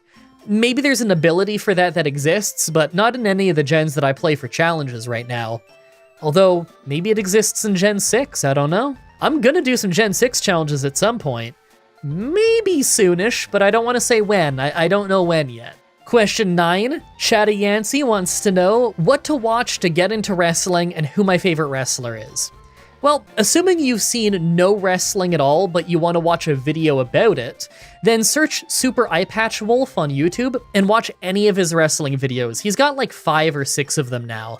I think he does an awesome job at translating wrestling storylines to people who have literally never seen wrestling before. People often ask, like, what's the first match to watch? I never recommend a wrestling match as your first thing to watch in wrestling. The first thing you want to watch in wrestling is probably something about wrestling or a wrestling thing that isn't a match. You gotta remember, a lot of things on wrestling shows are vignettes and backstage interactions and promos and things that get you into the characters first. I always recommend that first. I love pro wrestling matches, but usually you gain an appreciation for pro wrestling matches after you've already started to love the world of pro wrestling. And my favorite pro wrestler is Stevie Richards. Question 10. The Avatar of Insanity wants to know if I've considered not letting Gen 1 rivals use Charizard since Rage can deflate the tension later on in the fights. Nah, the thing is, Charizard is the most dangerous starter for the rival to have. Blastoise can be kind of threatening, for sure, more so than Venusaur, who just goes down early thanks to Solar Beam. But Charizard is by far the fastest. It's a gen where crits are based on base speed, and it has Slash, so its Slash pretty much always crits. In solo runs, being slower than your opponent is often what makes you faint. So Charizard being the fastest and having a crazy high crit rate with Slash is arguably more dangerous than Blastoise on average, even though Blastoise has the crazy Gen 1 highly accurate Blizzard. You can argue that Rage deflates it, but so does Blastoise using Withdraw and Bite, or Venusaur using Solar Beam. No matter what you pick, the rival has dud moves, and they're going to pick it in the final battle. Yeah, if Charizard uses Rage at the end, it's probably a guaranteed victory for me, but it's the same thing if Blastoise uses Withdraw, or if Venusaur uses Solar Beam. And you know what? Venusaur uses Solar Beam like every time. Question 11. Lewis Bateman asks, what 10-year-old me would say about my average move choice? Well, when I was 10, only Gens 1 and 2 were out, so knowledge of exactly how most of the moves worked was not really great. Not just by me, I mean Pokemon players in general. They only had just added the ability to look at the power of moves, but that was only outside of combat, so I probably didn't have any opinion on that. I mean, I had some Prima strategy guides that said what the moves did in the back of the guide, but even those weren't perfect. Question 12. Lastly, Wild Tofurky wants to know if I had ever gotten an ID number close to my birthday. I'm gonna be honest, I haven't got a clue. I don't think I've ever checked my ID number, nor have I considered its proximity to my birthday. All right, that's it for this MDB AMA. If you want to see your questions answered on the show, then put MDB AMA, all one word, so it's easy for me to search for. Please spell that right, by the way. I noticed a lot of people type MDAMA or MBAMA or MBDAMA. Dude, a lot of people just type MBD and say hi to me, and they think that that's my acronym, even though I say Mah-Dry-Bread at the start of the videos. Also, please, only use it for real questions for the show. I swear, I said this in the last MDB AMA, and people got even worse about using it for other stuff. I saw like a dozen people who literally just made normal comments, like it's a regular statement, and put MDB AMA in it just to try and get me to see it. You don't have to. I'm probably gonna see your comment anyway. All that does is make my job harder when I'm trying to find the real questions. All right, let's go beat up our rival. Okay, you need to see this. So this is the first try against the rival. See, the entire fight is pretty easy, other than Ivysaur. Because he's got two Pokemon with Intimidate, our attack is awful by the time Ivysaur comes out. Because of that, we need to land 3 hits.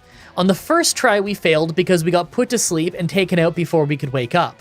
So I try again, this time got to Ivysaur with full health, thought we'd be fine because we got poison powdered instead of put to sleep, but then he crit a Razor Leaf and we fainted to the poison damage right after. But on the third try, we ended up winning after both Sleep Powder and Razor Leaf missed. I think Razor Leaf is a 95 accuracy move, so the chances of both of those missing is pretty rare. I only needed one of them to miss to win. I can't help but feel that all of my luck is being used up early. I gotta save that luck for the end of the run. So we're in Celadon now, and for as much as I want Ice Beam, I don't think we'll actually be able to afford it until we're almost at the Elite Four. That tends to be how it goes in these Fire Red runs. I would get the Amulet coin for more money, but that requires catching 40 different Pokemon, so that ain't happening. On the bright side, Giovanni should be easy, but after that is the Grass Gym, and with how much Sleep Powder has already been messing us up in the rival fights, we're probably going to lose easily at the Grass Gym. Now, Erica doesn't have Intimidate, so we wouldn't lose attack, but our attack is pretty terrible in the first place, so it's almost for sure not going to be enough for a one-shot. If I had Ice Beam, then maybe we could overpower them with that, but that's a long ways off. So I'm thinking either I'll need good luck with them picking bad moves, or we just need to try it later. Either way, I'm going to clear out the trainers in here, because even if we don't need the levels for the Grass Gym, I'm sure we're going to need them for the Poison Gym right after. Man, I don't even know what to say. It's been a while since this happened. We swept our way through the rock types, but as soon as Giovanni's Kangaskhan hardly took any damage from Water Pulse, I knew we were in trouble. We even lucked out on confusing her and getting her to hit herself once, but we still went down because Mega Punch was just rocking us. It's really not good. Maybe I'll clear the Grass Gym first and just see how that goes. Okay, so this Grass Gym took a good 5 tries because we just kept getting paralyzed or poisoned really early in the fight to doom us, but on the 5th try, we didn't get paralyzed until Vileplume at the end. It's still pretty difficult, and we take a lot of damage, but at least we managed to hit 2 flies for the win. We're about 3 levels higher now. Think we can beat Giovanni yet? Alright, so we actually beat Giovanni this time thanks to him being a 3-shot now, but we totally could have lost. If he didn't randomly switch to Tail Whip at the end, and instead stuck to Mega Punch, we probably could have just fainted. I don't know, it depends on damage ranges. I've gotta say, I'm really not feeling confident about the Poison Gym. We're not really hitting terribly hard, and a long fight in the Poison Gym is the last thing that I want.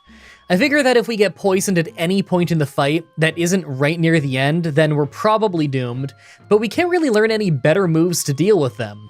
It might be one of the runs where I have to go to Silph early to get more levels, but I'm sure the rival fight in there will be even harder than the Poison Gym anyway, so we may just be officially at the hard part of the run.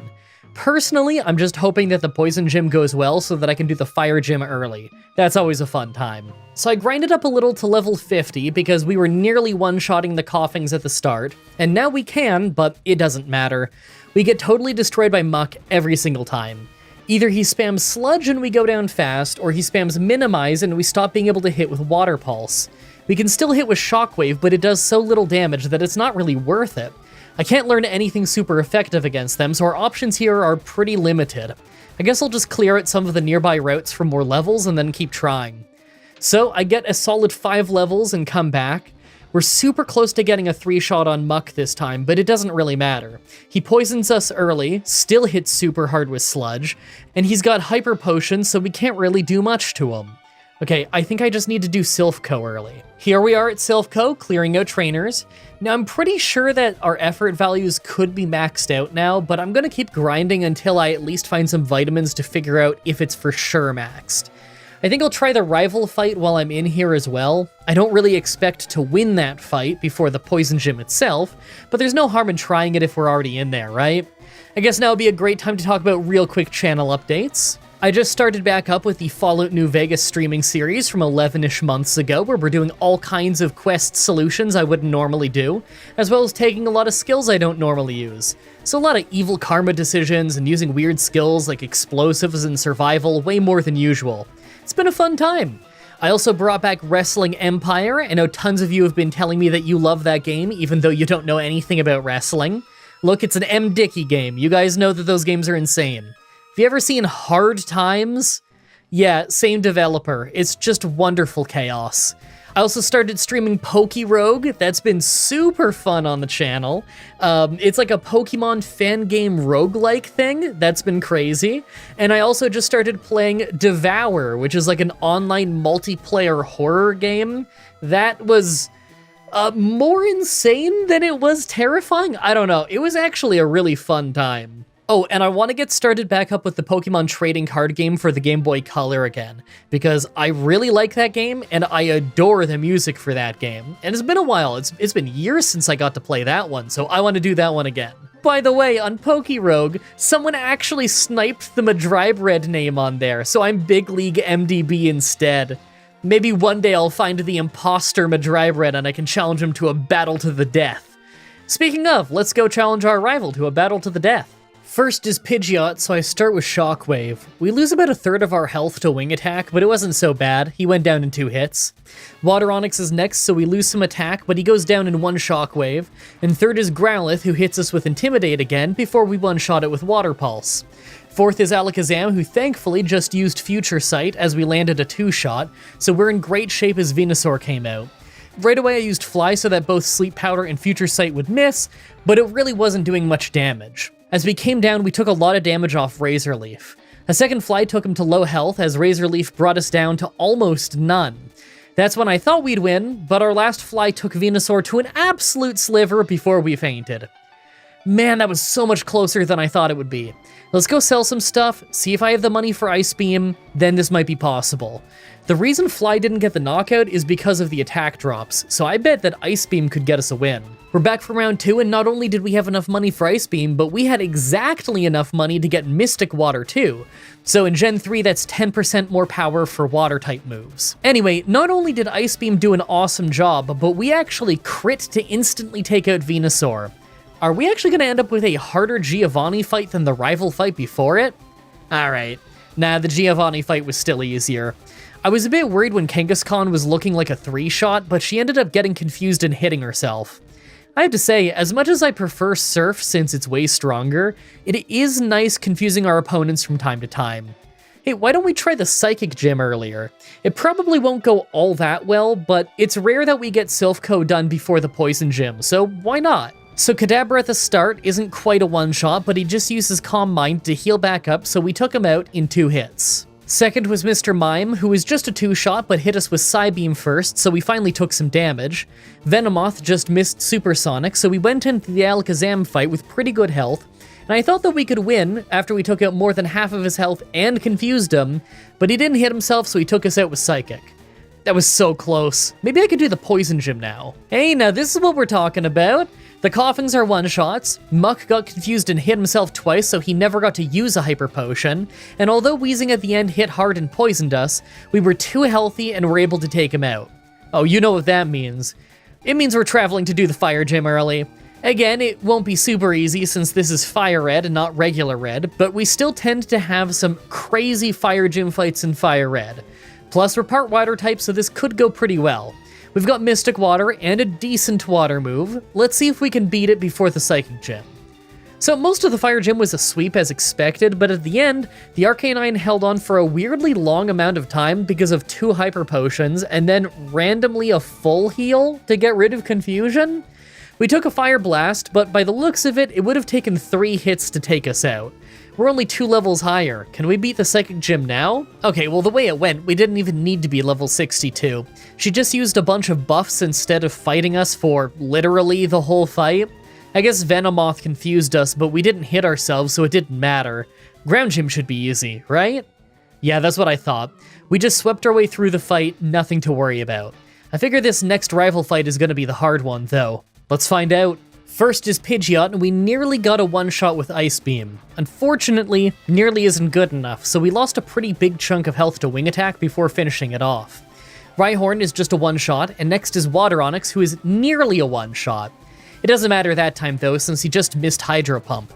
Growlithe is just a one-shot with Water Pulse, but after that is Alakazam, and I think we're only dealing slightly less than half his health and damage. The first Psychic brought us to only 1 health. We failed to take him out, and he finished us off. That's fine, we're really close to getting a one-shot on Pidgeot and a 2-shot on Alakazam, so a few levels will probably totally change how this goes. Level 70 and we're back! This time Pidgeot is a one-shot, so we don't get hurt right away. Rhyhorn is of course still a one-shot, and Water Onix is a one-shot too. Growlithe is a one-shot like before, so now we're at Alakazam without losing any health. Right away we hit for half its health, but he uses Calm Mind, so I decided to use Fly Second instead. I doubt it would have taken him out, but we actually crit. That was nice. Last is Venusaur, but all it was using was Growth, so it was an easy 2-shot with Ice Beam. So we're getting near the end of the run, but I think that things are about to get super difficult. We're really frail, and although it hasn't caused too many issues recently, I think it's about to. I'm not really sure what member of the Elite Four it's going to be against, but I think that our inability to really tank anything is going to be an issue. I figure Lorelei could be a problem since we don't resist any of her great ice moves, and she's got a bit of a tanky team. We've been getting by with kind of weak moves for a long time, but I just can't see stuff like Shockwave and Water Pulse being strong enough to 2-shot most of her team. Or 3-shot most of her team. Or even 4-shot them in some cases. I don't think we're going to make it all that far into the Elite Four until we're somewhere in the level 80s. Now that we're at the Elite Four, let's take a look at our stats. I'm gonna be honest, this looks bad. We've done alright so far, but these stats are awful, and I could see the Elite Four being a nightmare.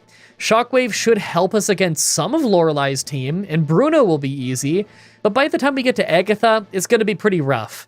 Make your final guess on if we can win this or not. Let's do this. First is Ice Trainer Lorelei. Right away, we weren't doing great damage to Dugong with Shockwave, but all she did was use Safeguard and Hail, so it wasn't so bad.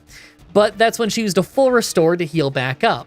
Because of that, she got to use an Ice Beam to take out most of our health before we took her out.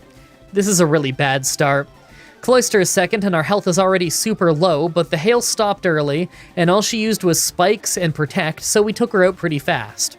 Third was Slowbro, though, and I'm sure it won't shock you to see that we didn't do a ton of damage and went down to Surf. Yeah, it's for sure time to level up. Maybe when some of these Pokemon are 2-shots, we'll get farther. If we got that messed up by Dugong, then I don't know how we're supposed to beat Lapras at the end.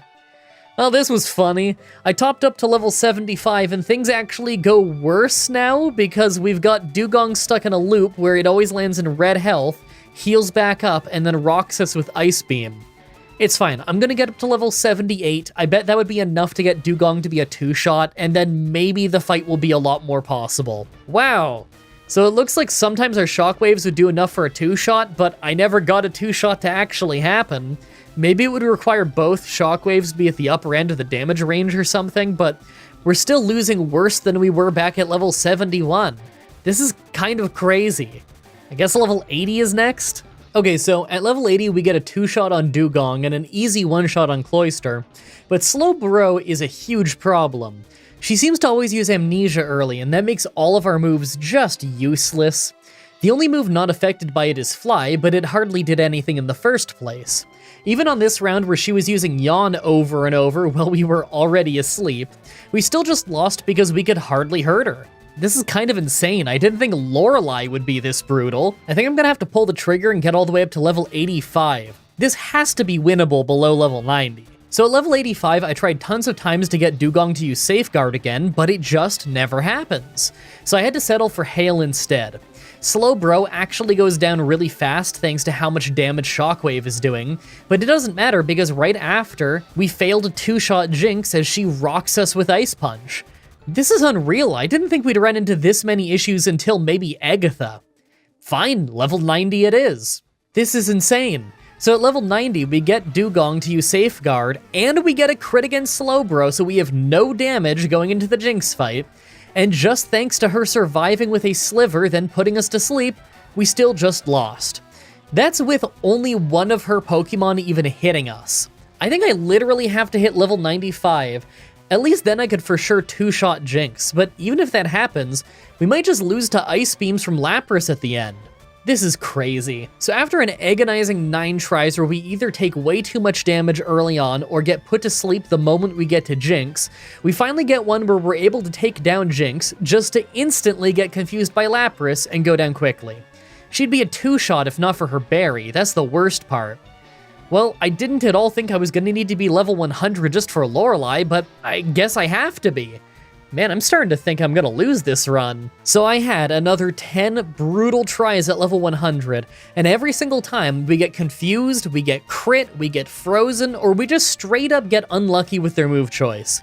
It was at a point where I was just gonna show a montage of losing and call it a day, when we finally got one lucky crit that gave us a win in an otherwise doomed attempt. I had no idea Lorelei was gonna be this hard. Do we even remotely stand a chance against Agatha? Second is fighting trainer Bruno. Well, at least it was basically a sweep. I mean, we didn't one-shot Machamp, but all he did was miss Scary Face, so it didn't matter. Why do I get the feeling like I'm walking into a meat grinder? Third is Ghost Trainer Agatha. Right away we hit Gengar hard, confused it, and it hit itself in confusion. That wasn't enough for a knockout, and she used a full restore right after, but it doesn't matter. We're faster, so getting 2 attacks in a row let us finish her off. Golbat was a 1-shot with Ice Beam, and after that was Arbok, who also got confused and hit itself off Water Pulse. We finished it off easily. The second Gengar came out and hit a Sludge Bomb for decent damage, but it was still just hardly a 2-shot. And last was Haunter, who was a 1-shot with Water Pulse. I love how as soon as we get into a fight where I probably couldn't have lost, I start confusing them left and right. Fourth is Dragon Trainer Lance. Right away we just 1-shot Water Onix with Shockwave, then we 1-shot Aerodactyl with Water Pulse. The first Dragonair is a 1-shot, so of course the second one is too. And last is Dragonite, who is of course also a 1-shot thanks to the double type advantage. Have I ever told you that I absolutely love Ice Beam? Finally, the Pokemon Champion. Right away we Ice Beam Pidgeot for a 1-shot, and second is Rhydon, who is of course also a 1-shot with Water Pulse. Third is Alakazam, who actually holds on with a good amount of health, but he used Reflect, so we just used Water Pulse again to take him out. Water Onix was a 1-shot with Shockwave thanks to the double type advantage, but after that was Arcanine, who had used Extreme Speed to take out a decent chunk of our health before we 1-shot him. Last was Venusaur, and Ice Beam left him with a sliver, but he just used Growth. He healed back up with a full restore, but we're faster, so we easily hit it again. He kept healing back up, but it didn't matter. It didn't take that long before he ran out of healing items, and we finished him off, winning the run. Well, that got brutally difficult out of nowhere. I kind of expected it, though. I knew what I was getting into with Wingull. It's the kind of Pokemon that might just not win the run. I'm lucky that I even did. I really hope you guys like that run. Next Pokemon challenge should be up next week on Saturday, like usual, with Pokemon Gold with only one Drowsy. I'm looking forward to that one. It's my favorite Pokemon.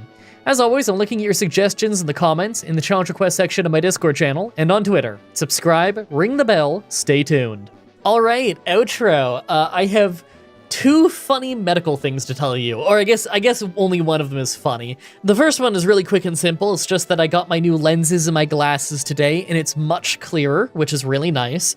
I'm far-sighted, nearsighted. I always forget which one's which. I can see up close, but in reality, I can only see really, really close. If I take my glasses off, I can't read the monitor in front of me, so that's how bad my vision is. I got the new lenses put in. They're much clearer. They also have like blue light filter, which the last one did, but it also has like a low contrast thing, which he said will help with reading off of a screen. I feel like I was a bit less tongue-tied today. My eyes are still a little bit out of focus when I'm looking at the screen. Like, I can see properly, it's just, I have a hard time actually focusing on it. I think that might be a nerve problem from the neck, but I don't know for sure. I don't know. But the funny thing, now this actually happened on stream the other day when I was playing Devour. This happened on the pre-stream, which is where I'm streaming, but I haven't started the YouTube recording yet. Oh my god. So, I was just about to start playing the game when I saw my phone light up with a number I don't know. So I thought, okay, I should take this. So I mute my mic, I take the call. It's my doctor's office. I can tell because they have the worst quality phone in the world, and you can barely make out what they're saying. And some lady on the other end, and she said, like, you have a gastro appointment in March, did they call you? Now, I could only make out like 70% of the words, but I thought she said March. It sounds like March. That's weird. It's, early September right now. What day am I recording this? September 6th. So this would have been September 5th I got this call. 2024. I have to specify. So I get the call, and she says, like, did you get a call? And I didn't get a call from the gastro, so I said, no, they didn't call me. And she said, oh. I said, hold on, let me get a document open so I can write down the appointment details. And she said, oh, it's okay, we'll just email it to you. I said, oh, okay. She said, okay, bye. And then she just hangs up. The call was less than 1 minute long. So, okay, that's what I expect from them, whatever. So I turn my mic back on. I'm talking to the pre-stream chat. There's like 50 people there or something over on my Twitch. And I was just like, I just got this call and this is how it goes. And everyone's laughing about how she just hung up. And the chat immediately points out, I think it was eating all the mushrooms, and the chat pointed out, rightfully so, if they're just going to email you the appointment details, why did she call you? And my answer was, I don't know.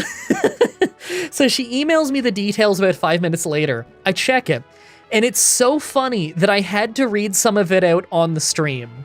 I didn't read out the details of anything, but basically she sent me an email, and it was one of those services where it's like, you have a message on whatever.com, and what you do is you go to the website and you put in your health card info, and it will be a secured message from someone in the medical industry. So this was a message from the gastro clinic. I don't know if it was from the specialist himself or if it was just from the clinic. I think it was signed the specialist himself, actually. I could be wrong, but it was a PDF and it was 2 pages. And I was so baffled reading it to myself that I had to start reading it out loud to the chat because it was nuts.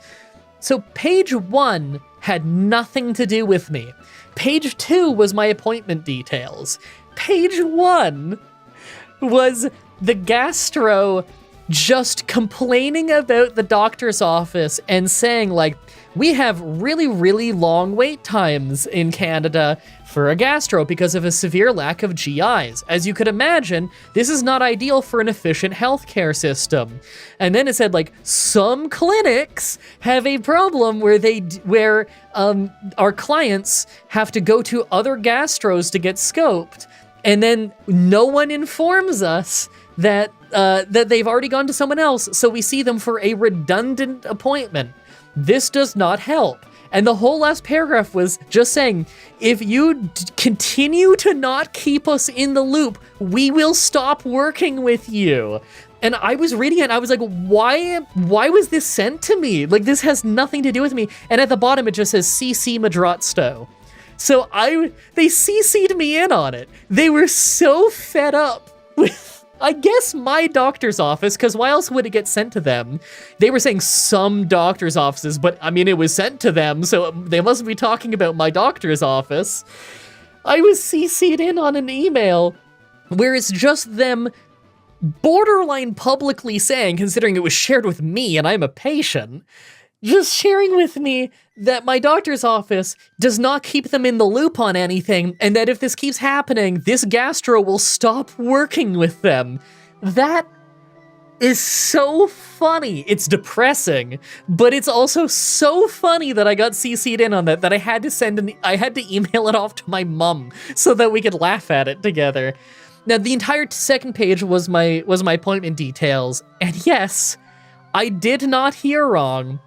On September 5th, 2024, they booked me, or at least I got informed that they booked me an appointment to get my colonoscopy to see what's wrong with my digestive tract and what's wrong with my abdominal pains for March 19th, 2025.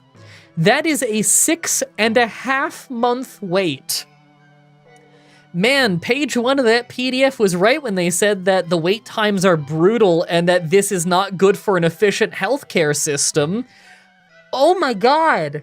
So, I don't know what to say. Look, if this abdominal thing is really serious, I can promise it'll be worse in 6.5 months. I don't see how it couldn't be. So, I guess the only thing that gives me hope in that email is that the first page of the PDF, when he was complaining about my doctor's office, he said that the long wait times makes patients try to seek out other gastros and other gastroscopists or something. I don't remember the exact verbiage of the professions, but the person who actually scopes you, because the GI themselves isn't the one who does the actual scoping of you. And by the way, this appointment, March 19th, that's not even to get scoped. That's an appointment to consult with the GI. I'm guessing so that they can figure out what they're doing with me, which is weird because what the doctor told me, or what the doctor's office told me originally before this phone call, when they first called me like a couple weeks ago, they told me that they put in a referral for me to get a colonoscopy, not a referral for me to see a GI to just consult with them. So when March 19th comes around, I'm still not getting the colonoscopy yet. That's just me talking to a specialist about what we're going to do, and then they'll book a future appointment for that. So the only thing that gives me hope is because he was saying these long wait times leads people to go see other people to get it done sooner, I guess that means that I could find someone else to do it sooner, but I would have to just go find them on my own, I guess. But that's the thing is my doctor has to send a referral, so what am I supposed to do? Do I need to find another place that'll do it sooner and then get my doctor to send a referral? Because it takes me months just to see my doctor. I don't know, man. I don't know what I'm supposed to do at this point. But, that's the update. That's all I got for you. I haven't felt the abdominal pains getting worse over the last 2 months, or 3 months now? I don't even know. I guess this started mid-June? It's September? Oh my god. I haven't felt it get worse. It gets better and worse, but it's never been worse than it was at its worst, which was mid-July when I was passing out. That was the worst it ever was. It's better right now than it was then, but it's definitely not gone. So I don't know what to tell you. There's good days and there's bad days. They CT scanned my abdomen back when I was at the hospital in mid-July and they didn't see blockages, so I don't know exactly how a CT scan works, but if I was full of huge cancerous tumors, it probably would have seen that. So I think I'm good there. I guess the only other update I have is I've already, because I got a urology referral back when I was at the hospital in July. I have had the ultrasound done on my bladder and kidneys. They're both part of the same checkbox on the form, so I guess they did both. I have that done, and I guess that's been sent off to the urology clinic now. I just need to actually have an appointment set up. So I don't know what the wait time is like on that. I don't have the appointment yet. but hopefully soon I could get an appointment and at least talk to a urologist so that if the problem has anything to do with that, or if it's anything that they could work on, then maybe that could get done before I see the GI. Maybe. Either than that, my next actual scheduled appointment for a medical thing is mid-November. Mid-November 2024 is when I see the cardiologist about the results of those 3 cardiology appointments I did, which was an echocardiogram. What was it? An echocardiogram, a stress test, and a 72-hour Holter monitor. So I did those tests. I just haven't seen the results yet. I'm not seeing those results until I see the cardiologist, which is currently scheduled for November, but they said I'm on an early cancellation list, so there's a chance that someone could cancel and that appointment might get bumped up to happen sooner. I don't know if I'm on an early cancellation list for the GI. No one has informed me. I might need to just double check that PDF, see if they have a phone number, see if I can call them and get on an early cancellation list. I have to call them anyway because their PDF said that if I don't call them more than 3 weeks before my appointment, they'll cancel my appointment and charge me $150. Yes. So if I show up at the appointment, but I haven't called them ahead of time, a month ahead to tell them I am going to the appointment, they will cancel and charge me for it. That is unfortunately common here. I believe back in 2022, I had the same thing where I had to call a few weeks ahead of time or else they would cancel and charge me when I was getting an MRI on my neck. I guess that's just something that has to be done for anything here that has a really long wait time. Which unfortunately is a lot of things here. That's your medical update this time. I don't think I'm going to have any medical updates for you for the next few outros probably, but hey, we'll see. That's it for that one, I guess. I've got so much work to do today, you have no idea. Oh, I've been doing the premieres again, and sometimes after the premieres, I will do a live stream over on Twitch right after. If you're watching the live premiere right now, I'm probably in the chat saying hi to you, and if I'm doing a stream right after, then you'll see it at the top of the chat. It'll be a pinned message, it'll link to my Twitch. Probably sometimes I'll stream on YouTube right after, but I typically mostly stream on Twitch. And also, all of my Twitch streams are recorded and then uploaded on YouTube after, so you're never going to miss anything if you don't watch on Twitch and you don't care about catching it live. You can just catch it on YouTube later. That's all fine and dandy with me. Thank you everybody so much for watching, and until next time, have a nice day. Pokemon Red with one Pikachu was fun, but it's December, so let's end the year with some hardcore challenges. Today's the day that we figure out, would I be able to beat Pokemon Fire Red without healing at a single Poke Center? Not only is it obviously going to be brutal because of the lack of free healing, but the lack of being able to safely restore power points is going to be an even bigger issue. This is actually harder than my Emerald no Poke Center run, because my pickup ability strategy won't work in Fire Red, the experience share is far later in the game, and there's nothing as tanky as Makahita early in the game to use Struggle with. Also, no items in battle this time. Like always, I'm writing the script as I go through with the challenge, so all of this part is being written before I've started. Everyone comment down below and guess if you think I can win or not.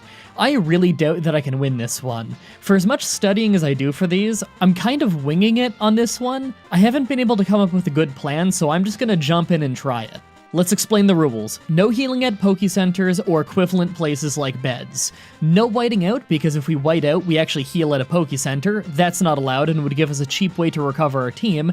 Cheaper than items, at least. So if I lose a battle, I have to restart the game to the last point that I saved. So no losing just to heal. To make it even harder than the last one, no items in battle, just held items, and items between battles are allowed.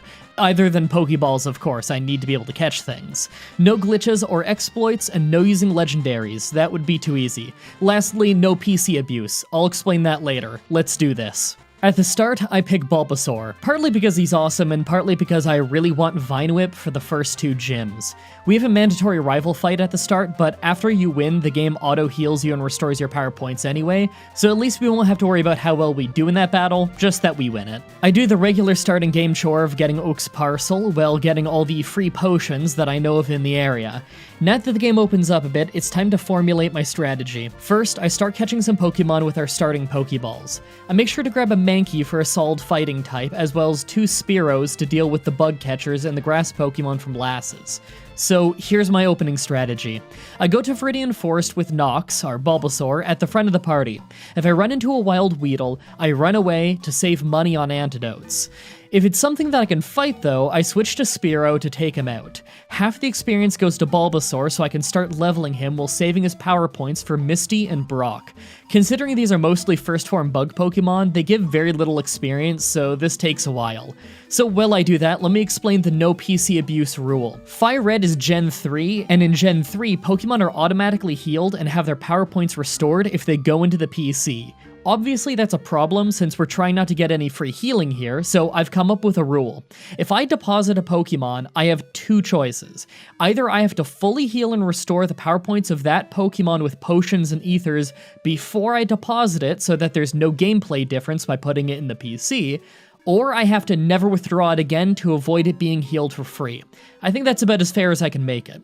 By doing that, there's literally no gameplay impact whatsoever to using the PC. That also means that if I want to catch something, I have to make sure there's a slot open in my party so that they're not auto-healed by being in the PC from the catch. Anyway, eventually Nox is at level 10 and learns Vine Whip, so before Brock, here's the team. They're a bit banged up since they don't have full health when I catch them, and the wild Pokemon did hit some of them a little bit.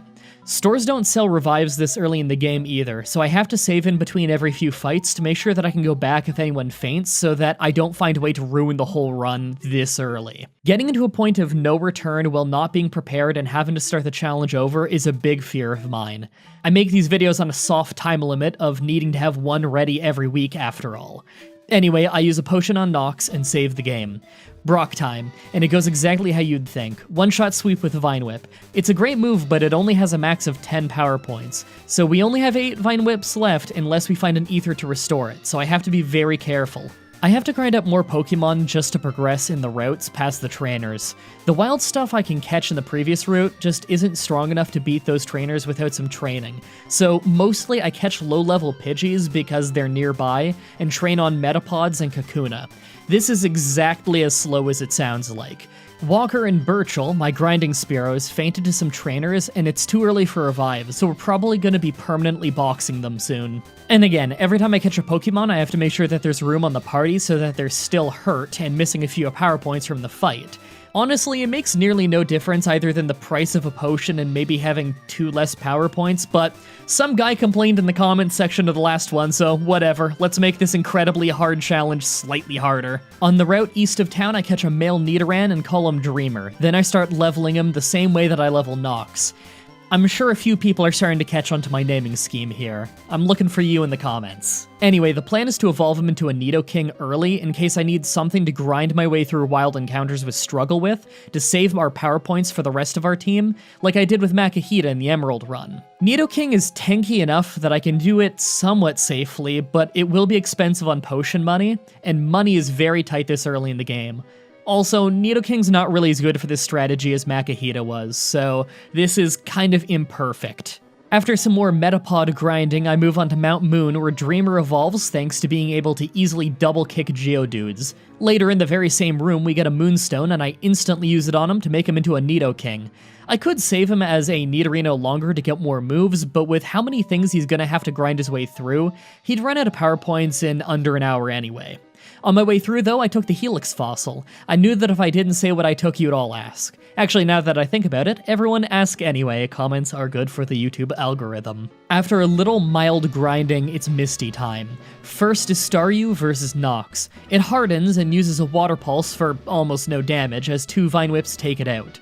Starmie hits Swift and takes us to half health as we put it to sleep and don't do much on a Vine Whip, so I Leech Seed and put it to sleep again since I'm at low health. One more Vine Whip wins us the battle, but we had to use more power points than I anticipated. That's not good. I'm trying to grind a little bit more before the rival, but this is a really terrible area for grinding without a Poke Center. The wild Pokemon have things like Quick Attack and Poison Sting, and there's nothing that isn't dangerous at this level. Also, I can't just catch something to easily beat a bunch of the Pokemon in the same area. The type advantages just don't line up right. Not only that, but Dreamer has 30 Leers that he needs to waste before he can use Struggle, and nothing safe to use them on. Plus, money is tight and I can't just buy 1,000 potions and Pokeballs. We need to get to the next city before this challenge gets easier. We need to win this rival fight, but look at his team. We don't stand a chance right now. We have one double kick left for Rattata, and maybe low kick would be okay enough if we level up Yoshi more, but I've got nothing for Pidgeotto and Charmander. I need to level. Rival time, Pidgeotto versus Nox. We take a sand attack and put him to sleep, then seed it. He wakes up fast and sand attacks us again as we manage to hit a tackle. Somehow our next sleep powder still hits as it's getting whittled down, so I switch for Rattata since my accuracy sucks and stat changes don't carry between switches. It wakes up and takes out Rattata quickly, so I switch for Spearow. Gust takes us to half health, but the seeds finally whittle it down enough and take out Pidgeotto. I switch to Nox for Rattata and put it to sleep and seed it to try and stay healthy. He wakes up fast though and keeps hitting as we miss a tackle. I put it to sleep again and switch for Dreamer and tried to brute force it with my last double kick, easily finishing it. Should have done that in the first place, honestly. I'm a little bit brain fried from the grinding. Third is Abra, and he can't fight back, so I take the opportunity to have Dreamer use 21 of his Leers to get him closer to being able to use Struggle. Once Abra uses Struggle, I switch for Pidgey and finish it off with the one Gust. Last is Charmander, so it's back to Nox, and I get hit by a critical Ember, but hang on and put him to sleep and seed him. That was terrifying. I switch back to Pidgey again as I plan to throw away my weak Pokemon while the seeds whittle him down. I start building sand attacks for safety, and get 2 in, then start laying in with Gusts as Charmander wakes up and misses twice before going down. As much as the trainers north of town are hard at our low level, I'm just happy to be making money again. We only had 4 potions and money for another 5 left going into this rival fight. Thanks to a weak bug catcher, I was finally able to run out of Leers on Dreamer so I can put his high stats to use with Struggle. I take damage doing it, but if I'm incredibly careful, I should have just enough money to make it to the next city without running out of potions. Mostly thanks to the Nugget on Nugget Bridge getting us enough money for another 16 potions. This strategy is far from foolproof. Here's me fighting a Hiker's Onix. I could potentially take a lot of damage from an individual Pokemon battle, and it's especially bad when it's a trainer with multiple Pokemon since I can't use items in battle. Eventually I managed to get to Vermilion City, mostly thanks to Dreamer learning Thrash, and I talked to the lady at the Poke Center to get the Versus Seeker. This lets us rematch trainers not only to grind, but more importantly, to get renewable money. That means that as long as I'm still very careful and save often, I always have a source of money. Now that I have to worry about that a bit less, I go back and fight some old trainers while using the swap strategy to level up some of my Pokemon that still have power points to spare to prepare myself for the SSN rival fight. An hour later and it's rival time. I start with Yoshi just to switch for Dreamer like I'd been doing to level him, since I knew that I would want to squeeze another level in on him. 2 struggles take down Pidgeotto as we take a bit of damage. Dreamer takes Kadabra down in 1 hit, so third is Raticate. I take a ton of damage off a critical Hyper Fang as 2 struggles take him down, but my health is just too low. I switch for Yoshi against Charmeleon. Karate Chop hits hard, but he growls to lower our attack.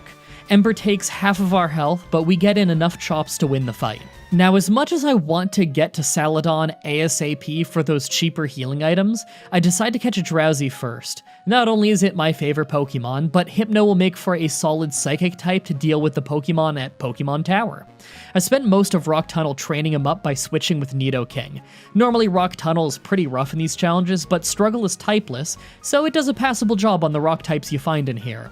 Finally, I make it to Celadon City and rush for the vending machines. Lemonade is half the price of Super Potions and gives you 80 health back rather than 50. These are probably going to be my main source of healing for the entire rest of the game. Time to fight Giovanni. Onix is out first, so I switch from Richards to Dreamer so that Richards gets experience, then I start struggling. Onix spams Harden a lot, but poisons himself with Rage due to our Poison Point ability, so he goes down easily. Back to Richards, then back to Dreamer for Rhyhorn as well. It goes the same way for a while, but Dreamer's health is getting low by the time we win.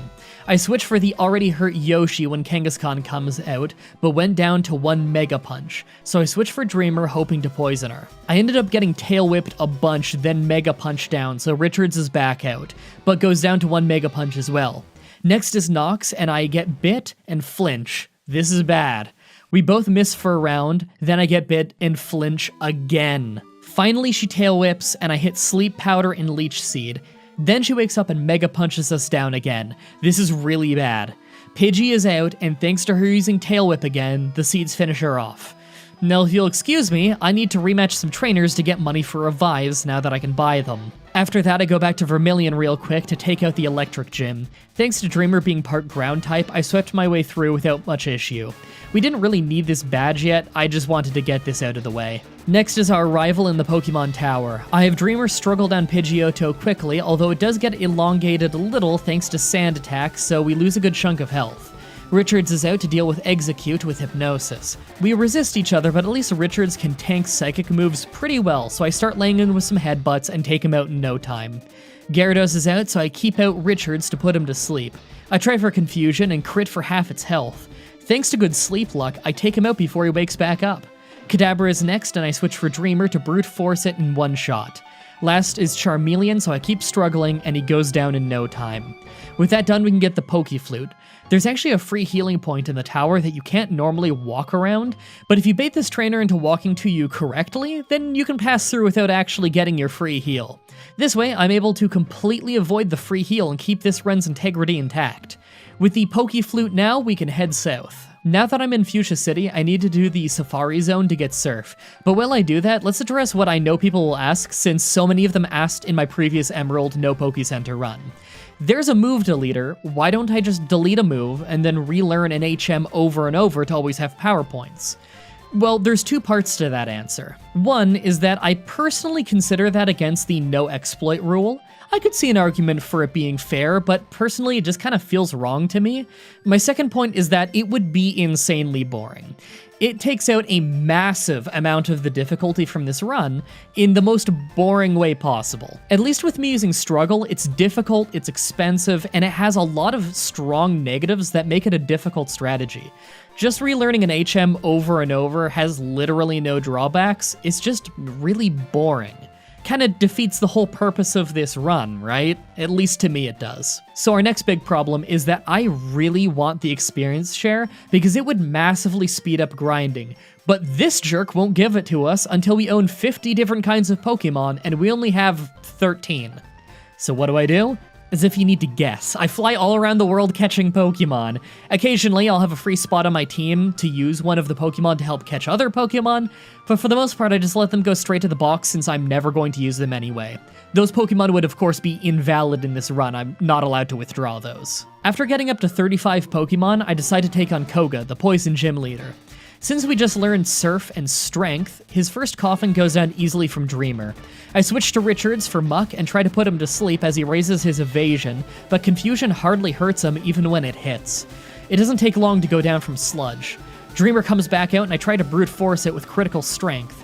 I keep him out for another Coughing, and even with all of his healing, I take him down in a few hits, but between said healing and my missing, I lose a lot of power points that I just got. And again, I refuse to delete and relearn HMs for unlimited power points, so these are pretty limited. Last is Wheezing, so I send out Nox, but get one shot. Oddish is out, but also goes down in one hit. I try to burn it with Hardy, but he gets one shot. Finally, Dreamer is out, and Surf hits hard, but he starts smoke screening me. My health is dire when finally a critical Surf lands, winning me an incredibly close battle. With that, we can surf now, so I go to Cinnabar Island and replace our Pidgey with an Aerodactyl that I named RVD, along with a Tentacool I catch and named Regal, and a Growlithe that I name Hardy. I think that's everyone I want for my team. And again, I caught those ones when I had empty slots on my team so that I don't break the rules. I feel like this is the point where everyone in the comments section who is going to know what I'm referencing with these names has already figured it out. Finally, after more Pokemon catching, I hit level 50 and get the experience share, so I start farming for money and levels with the Versus Seeker at the north end of Cycling Road. This is a great spot due to there being so many trainers in a small area, and they're poison types so they hardly hurt Dreamer. It's still really time-consuming to slowly buy healing items from a vending machine and then get experience for my team through an experience share, but at least it gets the job done. The next rival fight is against level 35 to 40 Pokemon, so I leveled the team up to 33. Finally, it's Silph Co-rival time. This one's always hard. Dreamer starts with Pidgeot. We hit hard, but right away he's using Feather Dance to drastically lower our attack. We take him out fast, but we have to switch to remove the debuff. I send out Hardy to deal with Execute, and he's left with a sliver off Flame Wheel, but we get paralyzed before we can finish him. I send out RVD for Alakazam and fly as he lets off a Future Sight. We land a huge hit and finish him with Wing Attack without being hit. Richards is out for Gyarados, but he doesn't tank Future Sight as well as I had hoped. With Dragon Rage, we're almost done, we miss Hypnosis and get finished off easily. Next is Nox, and Razor Leaf does passable damage. Then he switched to Charizard, so obviously I switch for Regal, but get hit hard by Flamethrower and Wing Attack. Bubble Beam does decent damage, but we go down. Dreamer is out, and 2 struggles do it, but our own health is pretty low. Gyarados is back out, and I keep struggling, getting a crit and taking it out for the win. After that is Giovanni. I have Regal start powering through Nidorino with Bubble Beam. It goes well, as I only take about 30 damage in the process. I use Dreamer against Kangaskhan to match Brute Force for Brute Force. Even at double the level, I end up taking about a third of my health and damage due to struggle. Nox one-shots Rhyhorn as you'd expect, so Regal is out for Nidoqueen.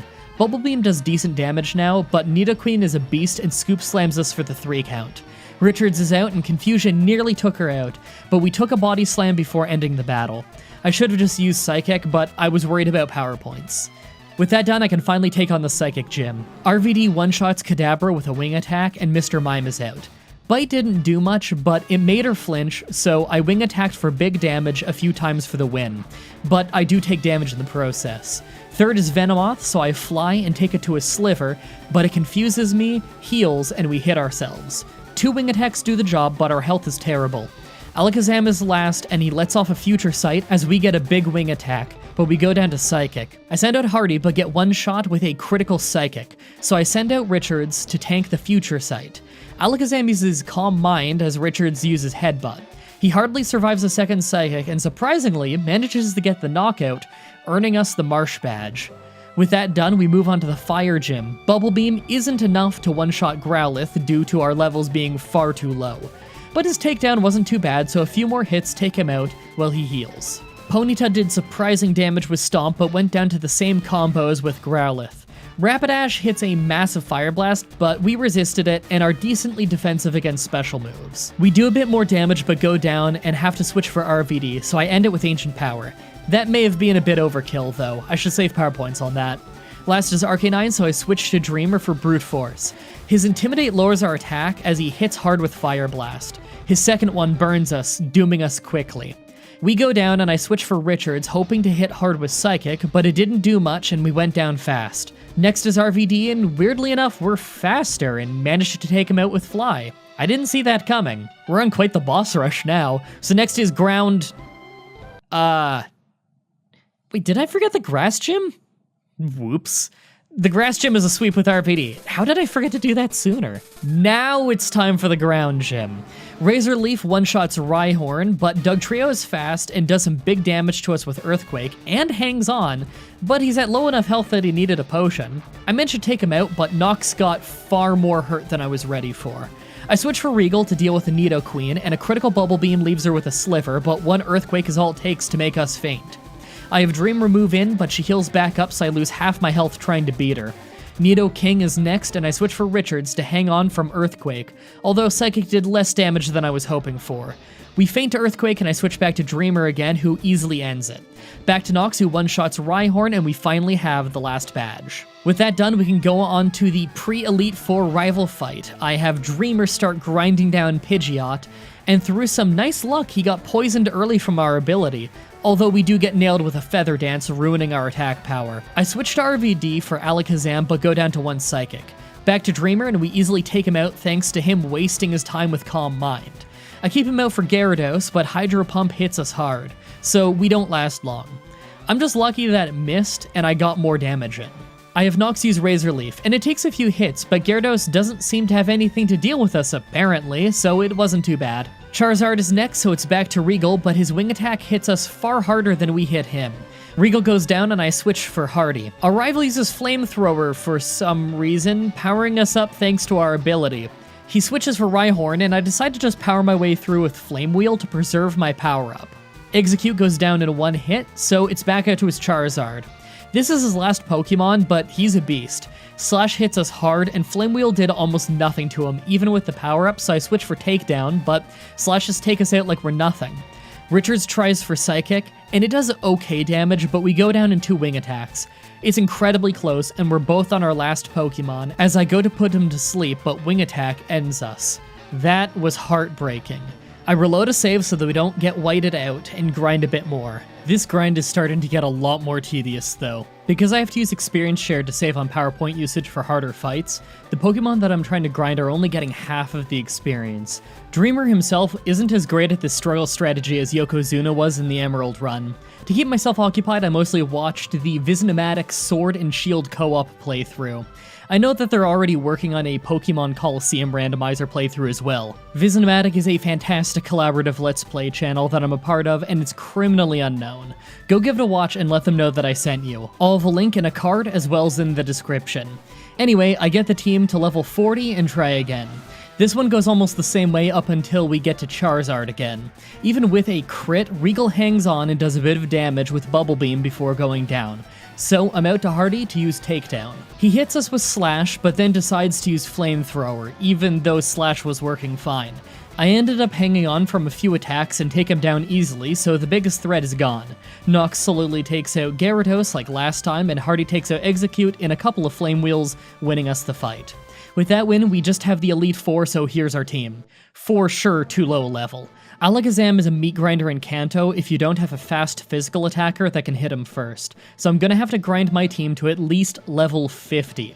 Before that though, here's the box where I put every single Pokemon that we're never allowed to withdraw again. Pour one out for the fallen heroes that helped us along the way. It's actually less than I expected, since we mostly caught our throwaway Pokemon leading up to Vermilion City.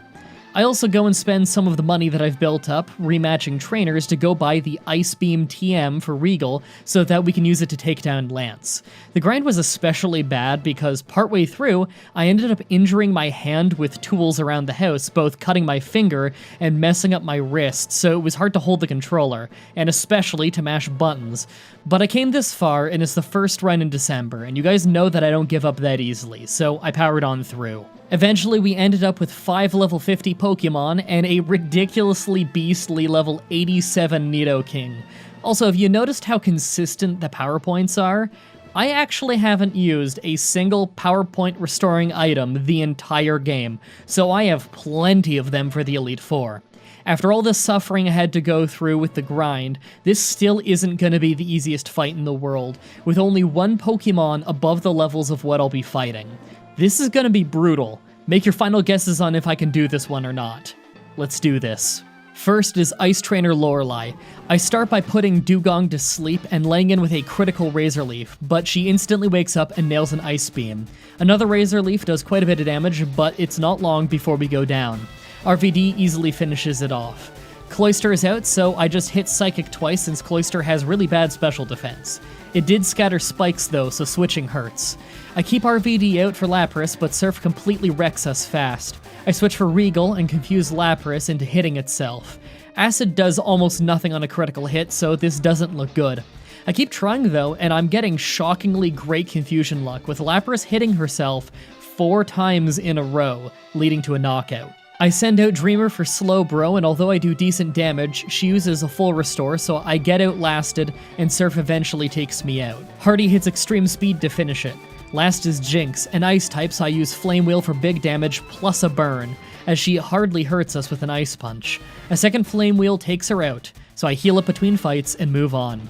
Second is Fighting Trainer Bruno. Nox one-shots Onyx, so I switch for RVD for Hitmonchan. He never even landed a hit on RVD since Rock Tomb missed, and he had to heal from Fly, so our following critical ended him. Machop is next, and Wing Attack takes him to half health as he lowers our speed with Scary Face. Cross Chop hits us damn hard, but Fly safely finishes him off. Nox one-shots the second Onyx, and last out is Hitmonlee, so I have RVD finish it in one fly. Easy fight. I use potions between the fights and move on. Third is Ghost Trainer Agatha. Gengar is building up double teams, so I use Confuse for less damage than I had hoped for. She gets confused and hits herself, so we can easily finish it with Psychic. Golbat bites us, flinches us, and confuses us. We hit Psychic, but she heals, and we hit ourselves. Eventually, we go down to a critical bite, and we have to send out Hardy to try for Flame Wheel, but he hit himself in confusion too. Twice in a row. We took a ton of damage before Golbat went down. Arbok is out, so I have Dreamer tank his way through since he can't get poisoned anyway. I switch for RVD in response to Haunter. I hit hard, but get put to sleep, and he ends up healing off Dream Eater, taking us out in 2 hits. Hardy is back out, but also goes down to Dream Eater easily after only 1 hit. Dreamer is out and Struggle manages to take Haunter out, but last is our final Gengar. Struggle hits hard as she misses Hypnosis, and a second Struggle brings her to a Sliver. She uses a full restore, but thanks to a crit, it only took 2 more Struggles. I was worried about that one. I heal up between fights and go on to the last Elite Four member. Last is Dragon Trainer Lance. I open with Nox to deal with Gyarados since Nox always did such a good job against the one our rival's been using, and it went pretty well. He ended up realizing that it wasn't working though and switched for his terrifying level 60 Dragonite.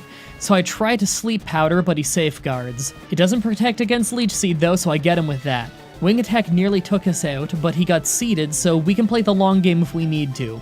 Outrage drops Nox, so Regal is out. Ice Beam has double type advantage and rocks him hard, as we lost 80 health to Outrage. A second Ice Beam takes him out. Next is Dragonair, and Ice Beam takes him to low health, but we get paralyzed. Next round, we end him though. Gyarados is out, so it's back to Richards to go for Psychic, but he doesn't do much. It does lower his special defense though, so although I go down to Hyper Beam, Hardy is fast and ends it quickly. Next is his Aerodactyl, so I go for Ice Beam on Regal and hit hard, but Ancient Power finishes us off, well buffing all of his stats. It takes forever, but Dreamer ends up fainting to a Hyper Beam, so Hardy is out once again to finish it off. Last is his Dragonair, so I keep Hardy out and hit hard with Extreme Speed and Takedown until Lance is done. That was close. I heal up, restore as many power points as I can, including on Dreamer, and move on to the final fight of the run. Finally, we're on to our rival, the Pokemon Champion.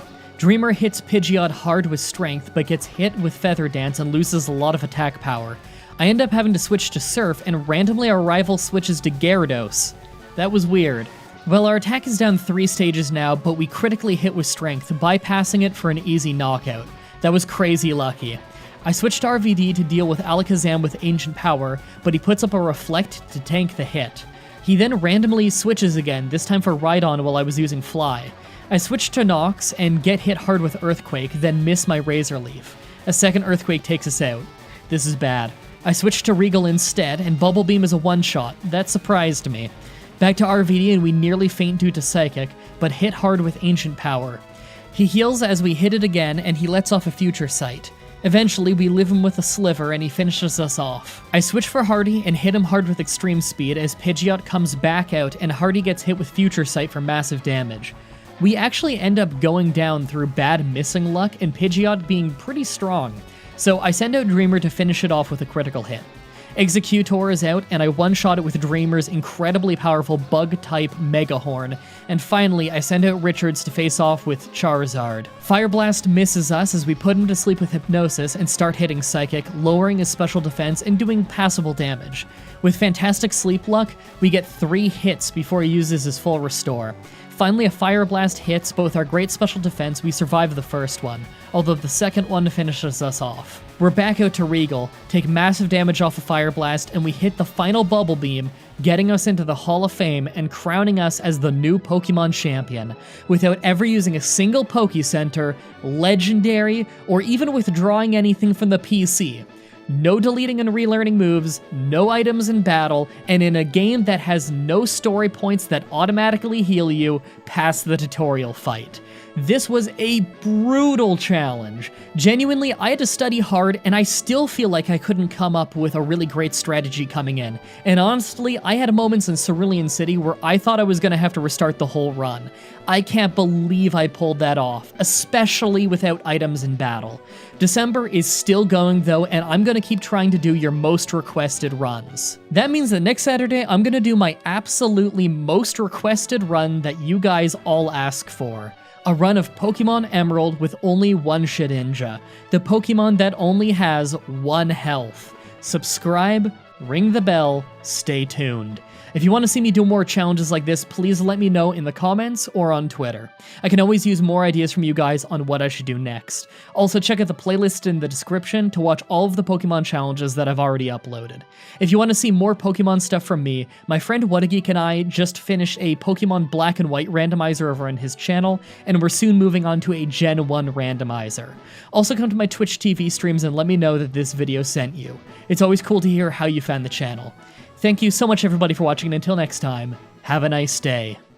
Pokemon Gold with every in-game trade was quick, so let's have a brutally long challenge. Today's the day that we figure out, would I be able to beat Pokemon Leaf Green with a team of only one Shuckle? He is a hardcore defensive bug and rock Pokemon, meant to stall opponents while you set things up like Stealth Rock and Toxic.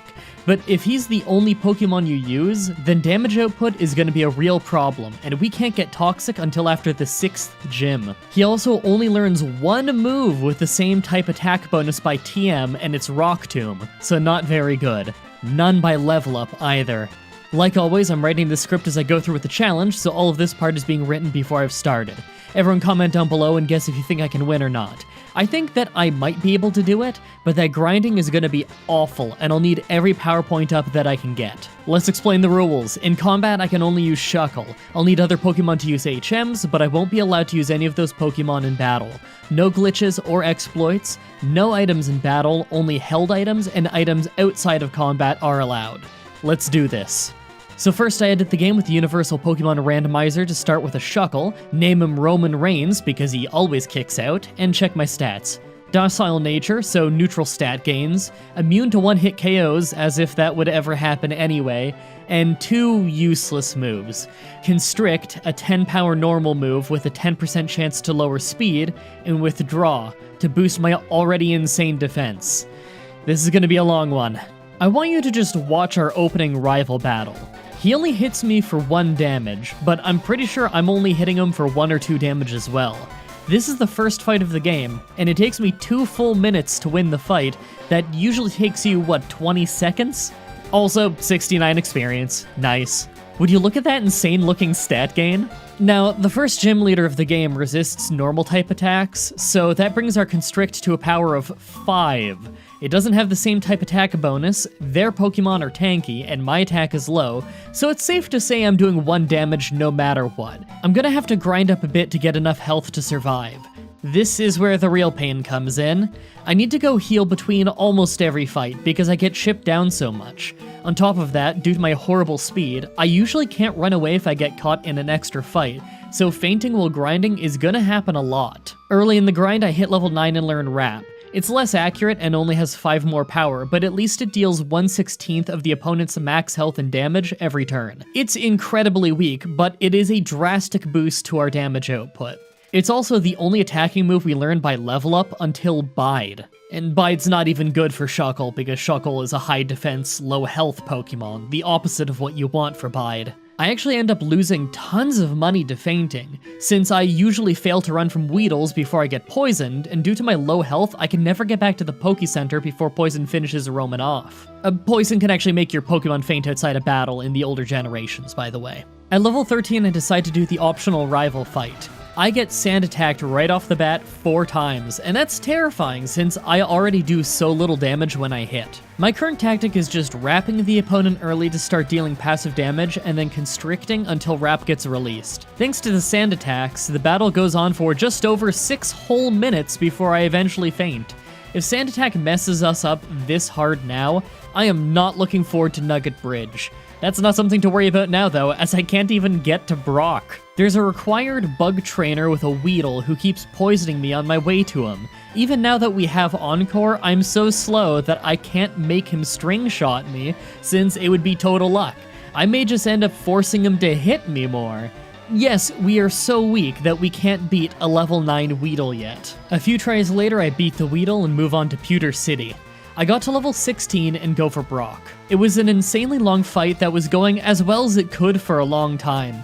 I only took 10 damage from Geodude thanks to being faster than him after enough constricts, so I could do Encore on him while he was defense curling, but Onyx was my downfall. Bind does 2 damage to me every turn, and I just couldn't keep up.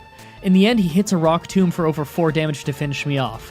I have no idea why he wasn't doing this the whole time, considering it's super effective. I'll need to grind more. This grind is an especially long one. I'm trying to get to level 20 off level 2 to 5 Pokemon, but it's all I can do.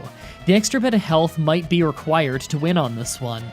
I go after Brock again, and this time I'm faster than Geodude right off the bat, so it's easier to encore him with his defense curl, getting him to waste more turns. In the end though, he still dealt 10 damage to me. Onix was an incredibly close call, but the extra health managed to pull out the victory for me. I'm so lucky that he didn't use Rock Tomb. I really have no idea why he didn't. Let me know in the comments if you think you know why. It must be some kind of AI quirk.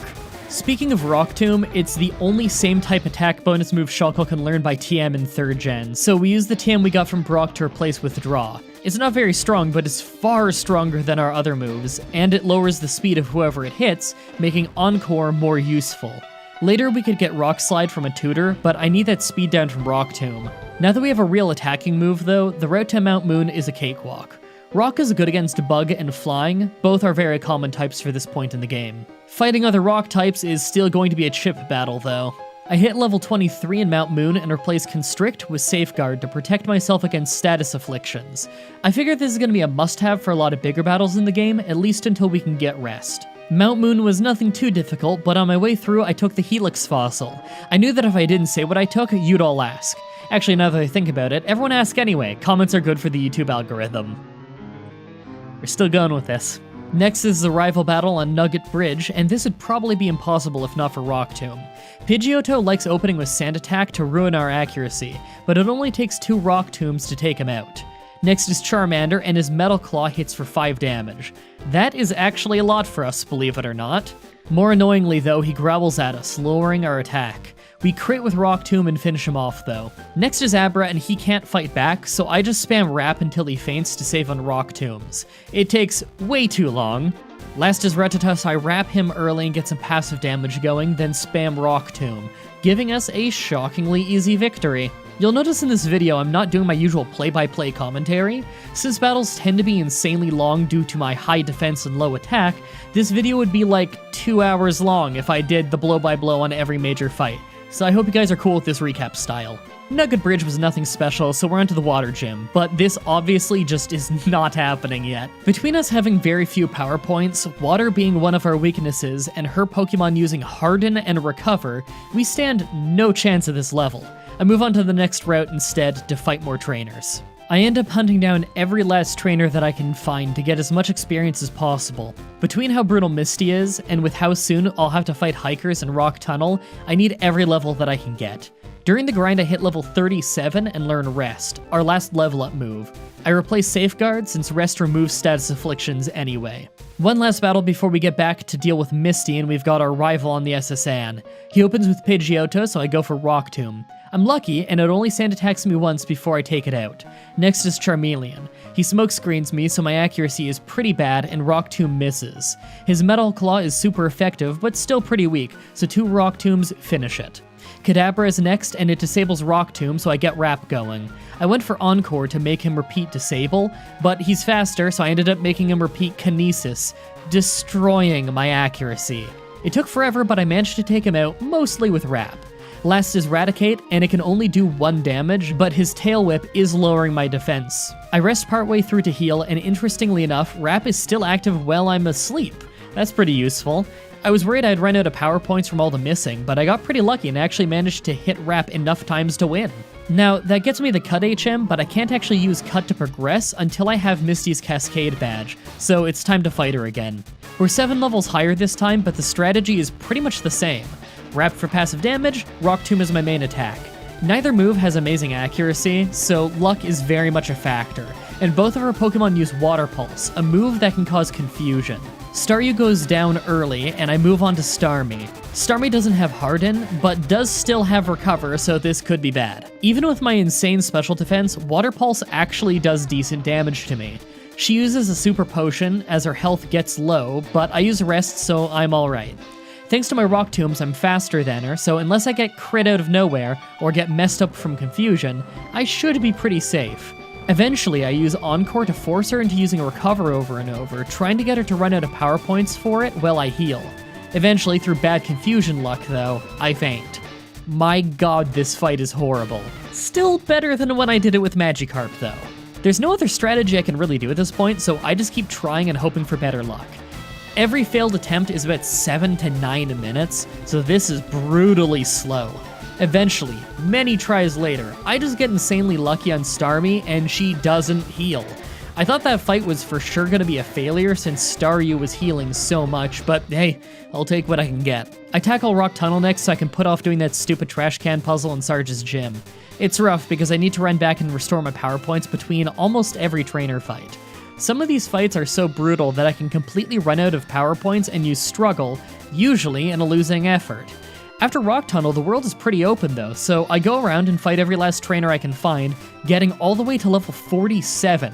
Now it's time for a bit of a boss rush. I finally decide to go after Lieutenant Surge. Sonic Boom is a problem since it always does 20 damage regardless of my defense, but at this level, even with my horrible attack, I can do some decent damage with Rock Tomb.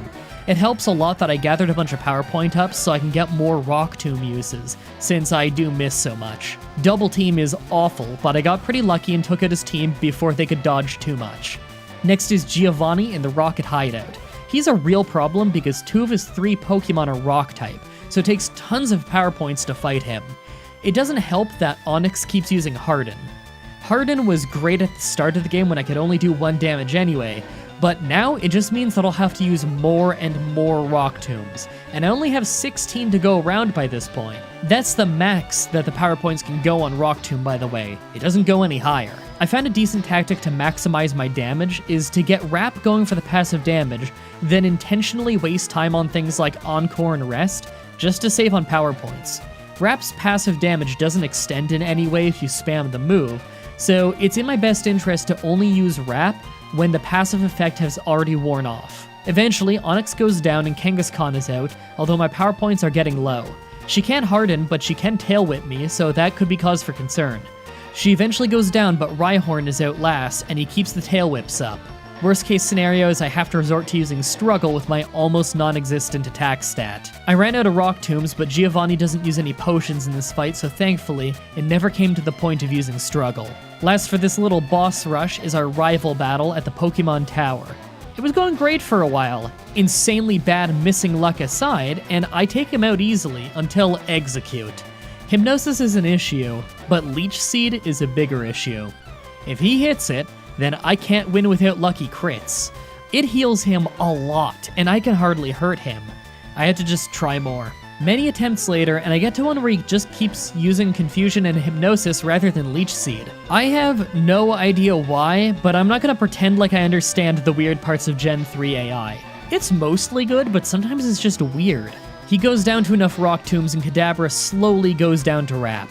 Gyarados has Intimidate, so I've lost some of my already super low attack, but at least he's part flying, so Rock Tomb is super effective, so he isn't too hard. I'm just happy that I didn't have to grind again. Just because I didn't need to grind for that doesn't mean that I don't still need experience though, so as always I fight every trainer I can find on my way to getting the Pokeflute.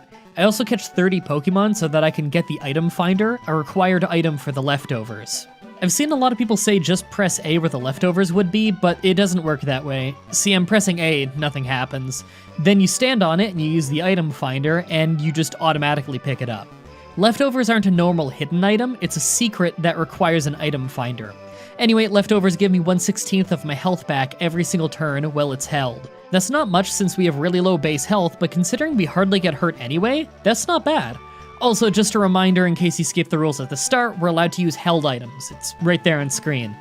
Believe me, tons of people skip the rules. It's crazy, I got called a cheat on these videos like literally every day because they don't read the rules. Anyway, I skip past Silphco and do Koga's Poison Gym first. His opening Koffing gets 2 smoke screens, lowering my already bad accuracy before hardly hurting me with the self-destruct. Next is Muck, who keeps using Minimize. Then Acid Armor to raise his defense. Okay, this fight sucks already. This is the single longest fight I've had with one individual Pokemon in my entire history of doing Pokemon challenges. What is this, like challenge 12? It took so long that we ended up both using Struggle on each other, mostly missing, for entire minutes. Eventually, Muck went down, But the next coughing just hit me with Toxic, and since it does more and more damage as time goes on, there's no possible way that I could win once that happens. That's a shame because I came here to get the Toxic TM. I'll have to come back later when I'm a higher level, I guess. I go back to fighting every trainer I can, this time in Silphco. Roman's brutally low attack is really causing issues now that higher health Pokemon are common. A while later and I realized that I never did Erica's Grass Gym. She doesn't pose any real threat, it's just a really slow battle. We take her out without any real trouble. So we can't really progress until we can either beat our rival or Koga, and we're too weak for either, so I have to grind a bit. You know, real quick while I grind, a little bit of a public service announcement. I know a lot of you guys are new to the channel, so I'm not gonna be too hard on you, but I'm Mah-Dry-Bread, not Mah-Dry-Bread, not Mah-Dry-Beard, it's Mah-Dry-Bread. People usually call me Mah-Dry or MDB. I've seen tons of confusion about that recently, and although I've said that in roughly 5,000 of my videos, and yes, somehow I've made over 5,000 videos, I know that most of you don't watch the Let's Play stuff since that's just a huge time commitment, so I thought I'd let you know that here. Oh, also, during the grind, I saved and decided to try out my hidden power to see what type it was. I got Dark type, so mildly useful, but I decided to restart before the save and just keep Wrap for now. That might be good for Agatha though. Agatha's the one that I think I might not be able to beat. A while later and we hit level 69, nice, and let's look at our stats. I just always find it funny to look at how ridiculously lopsided Roman's stats are. Let's take a crack at the rival in Silphco. First is Pidgeot, so I naturally Rock Tomb it with no issue. Next is Charizard, who's double weak to rock, so he isn't hard, although he smokescreens me and hits Scary Face, so my speed and accuracy are both down. Execute is next, and for whatever reason, even though Bulbapedia says he still has Leech Seed, he just doesn't use it. It's not like he doesn't have a chance. Between me missing and my paralysis, I take forever to take him out, but he just never uses Leech Seed. Next is Alakazam, but his only attacking move is Future Sight, so he isn't really a threat. His Reflect stalls me quite a bit, and he isn't really doing damage, so I don't get an easy chance to use Recover to remove paralysis, since I need to be hurt to use it, and leftovers keep maxing out my health. Eventually though, I manage to use Rest and keep using Wrap until he goes down. Much like how I don't know why Execute didn't use Leech Seed, I have no idea why Alakazam didn't just use Recover. Last is Gyarados, and as always, it cuts my attack. It has Dragon Rage, so I need to be careful, as it always does 40 damage regardless of my crazy defense. I end up winning, but it was very close. Giovanni is next, and although the battle is easy and we're not really in any danger at this point, I'm sure you can tell from this footage, it's going a little bit faster than usual. That's because this took me 14 entire minutes just for this one Pokemon battle. Giovanni stalled me out pretty hard. Psychic Gym is next. Sabrina really didn't stand a chance. Her Pokemon all have terrible physical defense, so even with my awful attack, I was able to overpower her pretty easily with Rock Tomb. I had to use Encore a little bit to shut down the recovery spam, but it wasn't too bad. We finally have to fight Koga. I'm very careful to use Encore to try and reduce the chance of getting hit with Smokescreen, but I can't stop Acid Armor from beefing up Muck's defense or Minimize from increasing his evasion, as he didn't attack early enough for me to loop him into it with Encore. He didn't get to Minimize more than once though, so that already puts me in a better place than my last attempt. Did you know that Koga has 2 Hyper Potions? Yeah, this battle was awful. Eventually his next coughing is out, but of course he just starts Smokescreening me, because I can't have a single fight without my accuracy being messed up. Thankfully, he self-destructed before too long, so his last Wheezing is out. I'm nearly out of power points by now, so this is rough. Plus, he has Smokescreen, so every member of Koga's team has something that can affect accuracy in some way. Plus, Toxic is a terrifying move. In spite of my awful accuracy at this point, I have astonishingly good luck hitting Rock Tomb for once. It's not enough to take him out before I run out though, so I have to spam Rest until I run out of power points. Struggle's accuracy is lowered by Smokescreen though, so I still miss plenty, but 2 struggles later and I finally win this never-ending battle. Yes, this battle was even longer than the Giovanni one. With that victory, I finally get the TM for Toxic and replace Encore. Encore was good, but Toxic is the perfect move for Shuckle, since I can outlast anything. I could use this to beat just about anything that's not Poison or Steel type. I also replace Wrap with our Dark-type hidden power so I can deal with Agatha's Poison-type ghosts later in the game. Next is Blaine the Fire Gym Leader. Now that I have Toxic for offense and Rest for removing status afflictions and healing, I can pretty much stall out most Pokemon that we're going to run into. So although it's a very slow strategy, it's an incredibly effective one. Blaine didn't stand a chance, but Ground Gym Leader Giovanni is a different story. I decided to skip the Sevi Islands and go right for Giovanni. His rock types are no longer such a terrifying brick wall for us to overcome thanks to Toxic, but he has both a Nidoqueen and a Nidoking. They can't be poisoned.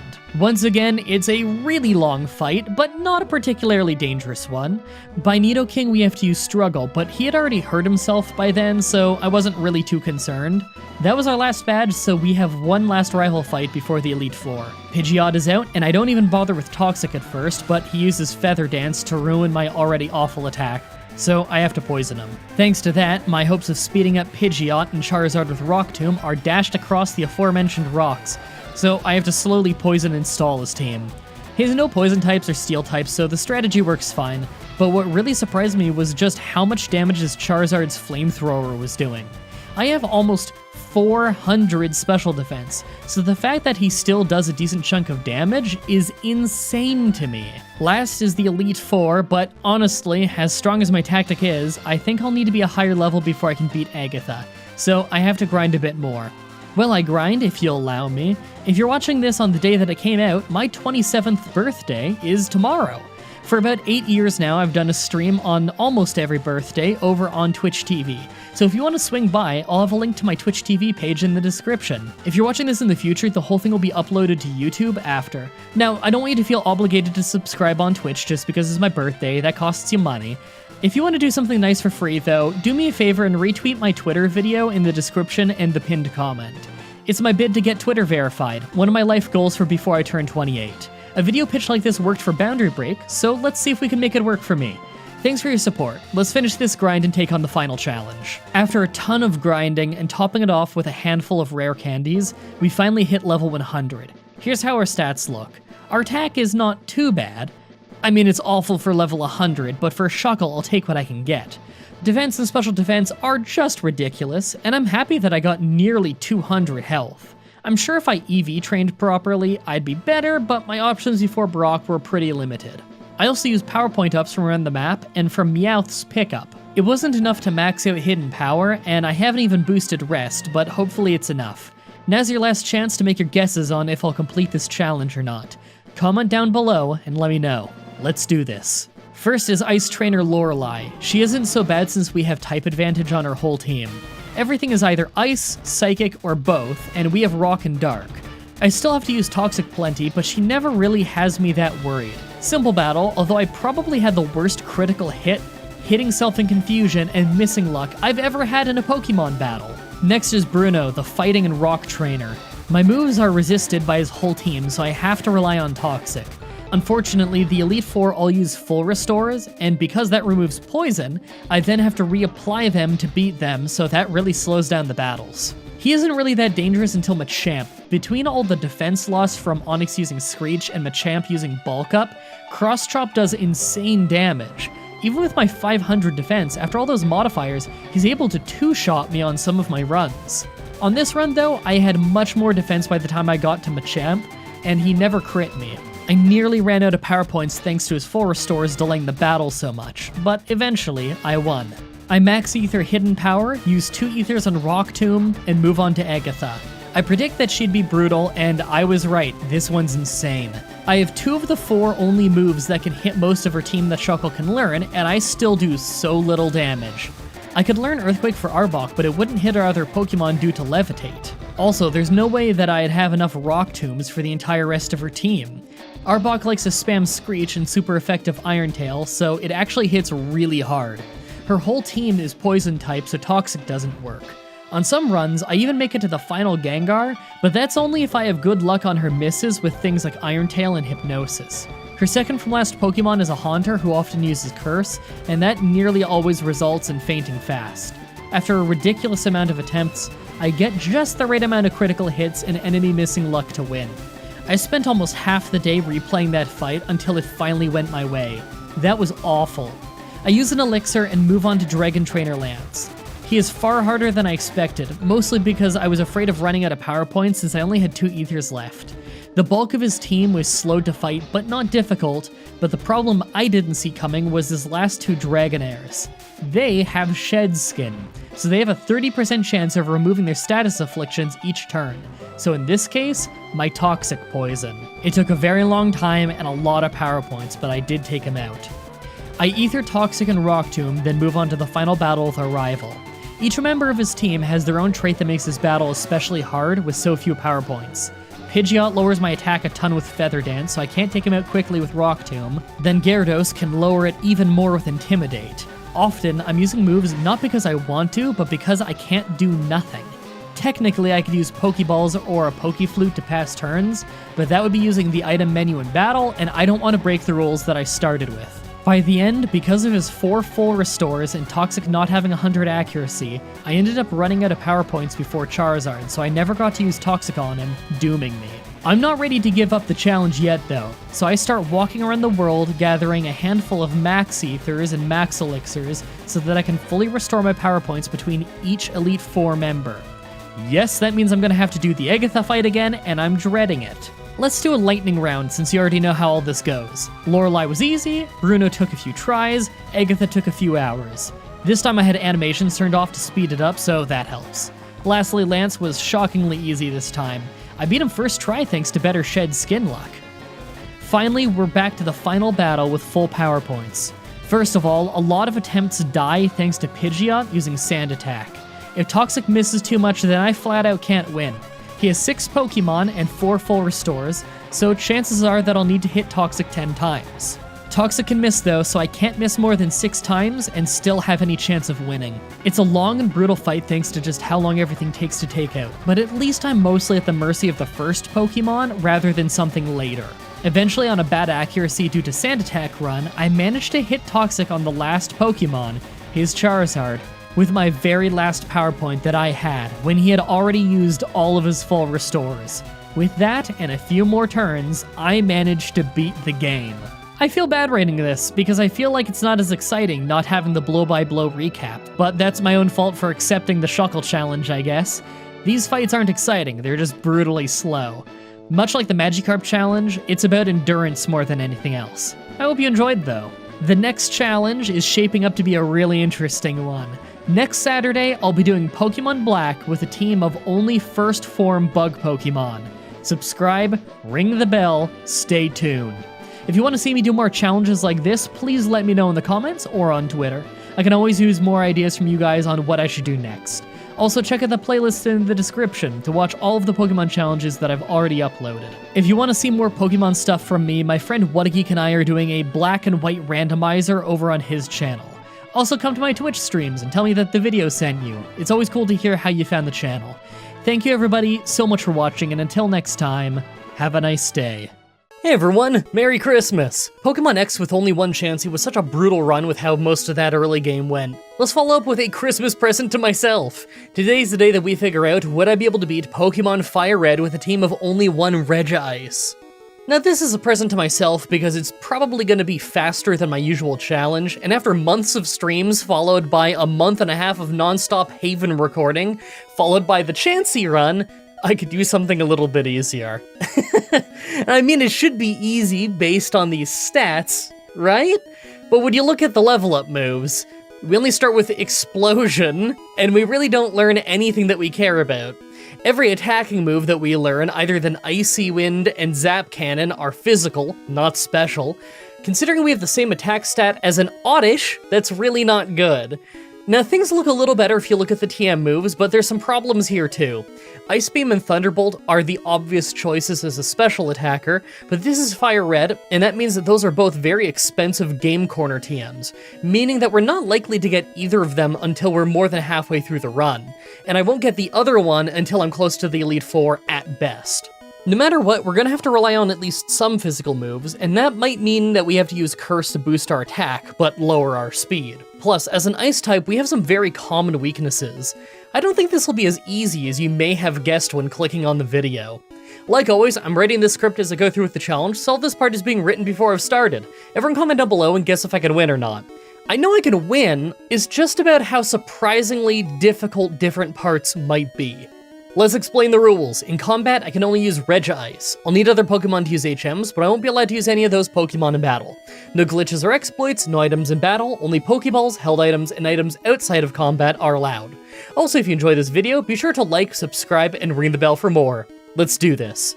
So right off the bat, I use the Universal Pokemon Randomizer to replace Bulbasaur with Regi-Ice so that we can do the whole run with it.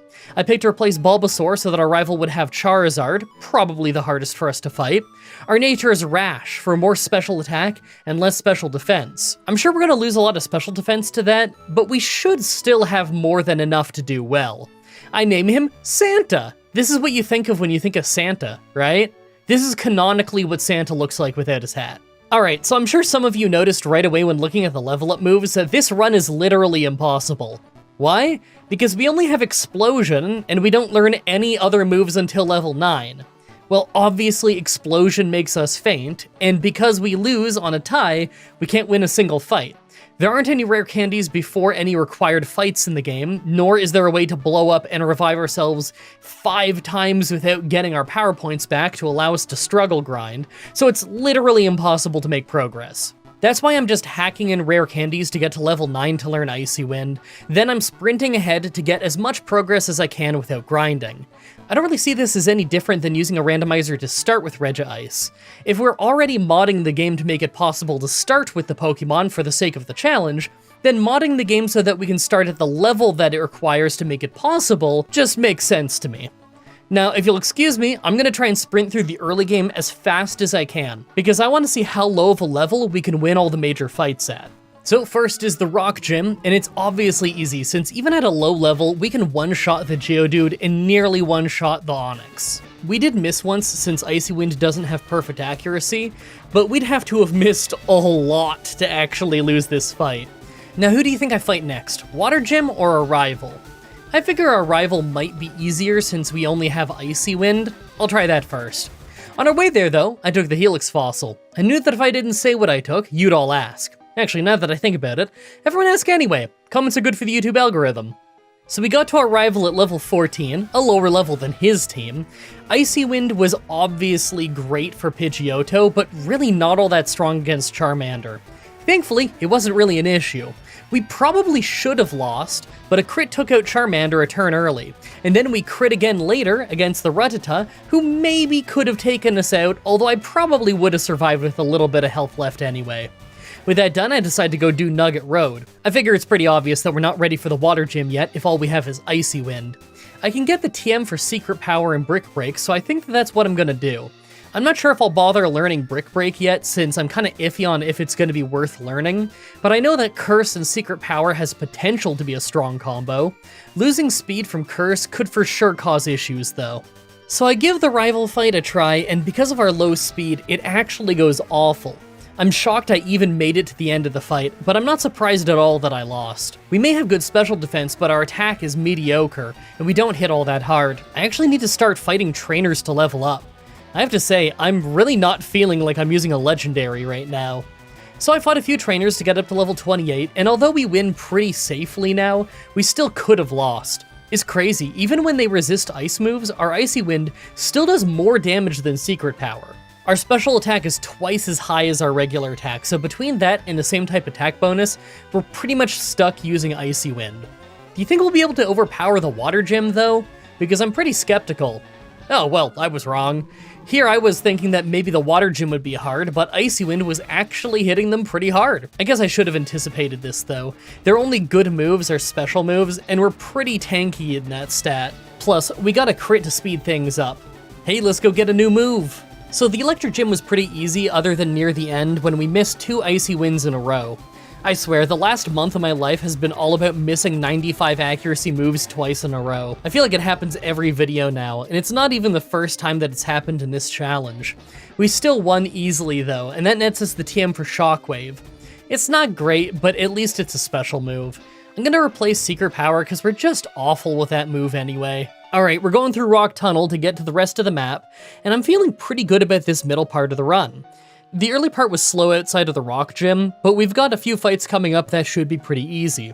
We're super effective against both the grass gym and most of Giovanni's team, and the Pokemon Tower rival fight is always pretty easy.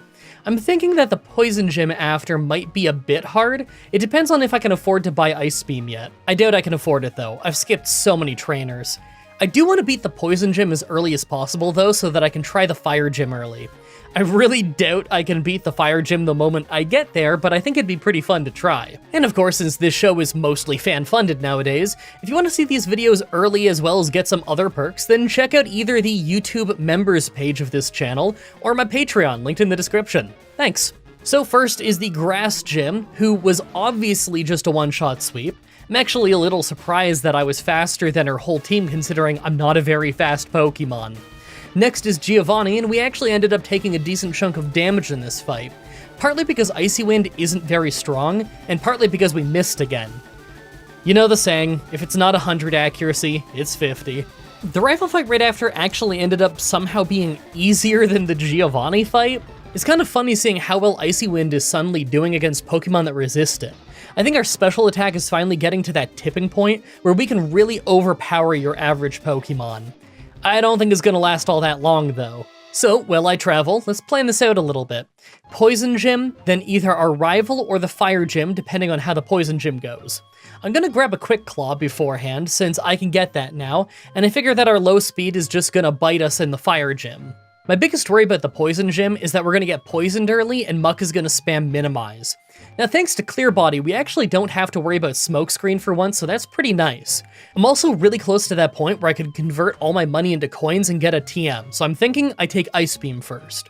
We do have the same type attack bonus after all, and if we freeze them, then that makes our lives a lot easier. Let's just go and see what happens. Well, I didn't see that coming. I thought that the Poison Gym would be possible but take a ton of tries, but no, it went great. Mind you, it's probably because we froze Muck with Ice Beam, but still. I guess I'll go try the Fire Gym next, but I really doubt I'm gonna win that one. So I tried the Fire Gym a bunch of times, and now that we have learned Amnesia, I can actually get pretty far. It takes a bunch of tries because sometimes we get crit or burned, but on this attempt we got all the way to the end. The problem is that Rapidash has some decent physical moves and can pretty easily paralyze us with Bounce. I don't think we can beat Arcanine yet, but I'm impressed that we even got this far. Okay, now this fight blew my mind. It's the Silphco rival fight, and I went in just assuming that I'd need to use Amnesia, but I figured I'd just use Ice Beam the whole time on my first try and just see how much damage I do. And yeah, I'm sure Amnesia would have gotten me a win, but instead Quick Claw saved us against Charizard, and we crit against the Water Onix at the end and just fluked our way through the fight.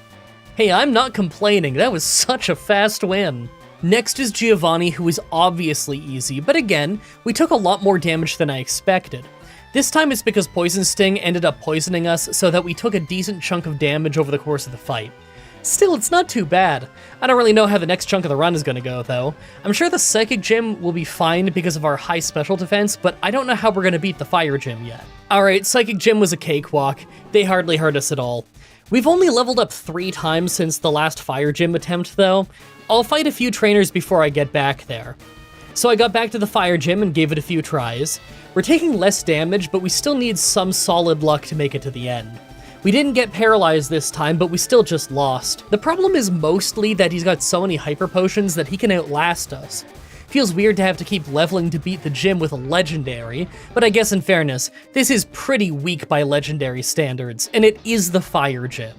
I'm just happy that I have Amnesia, or this would be so much worse. Alright, this one was heartbreaking.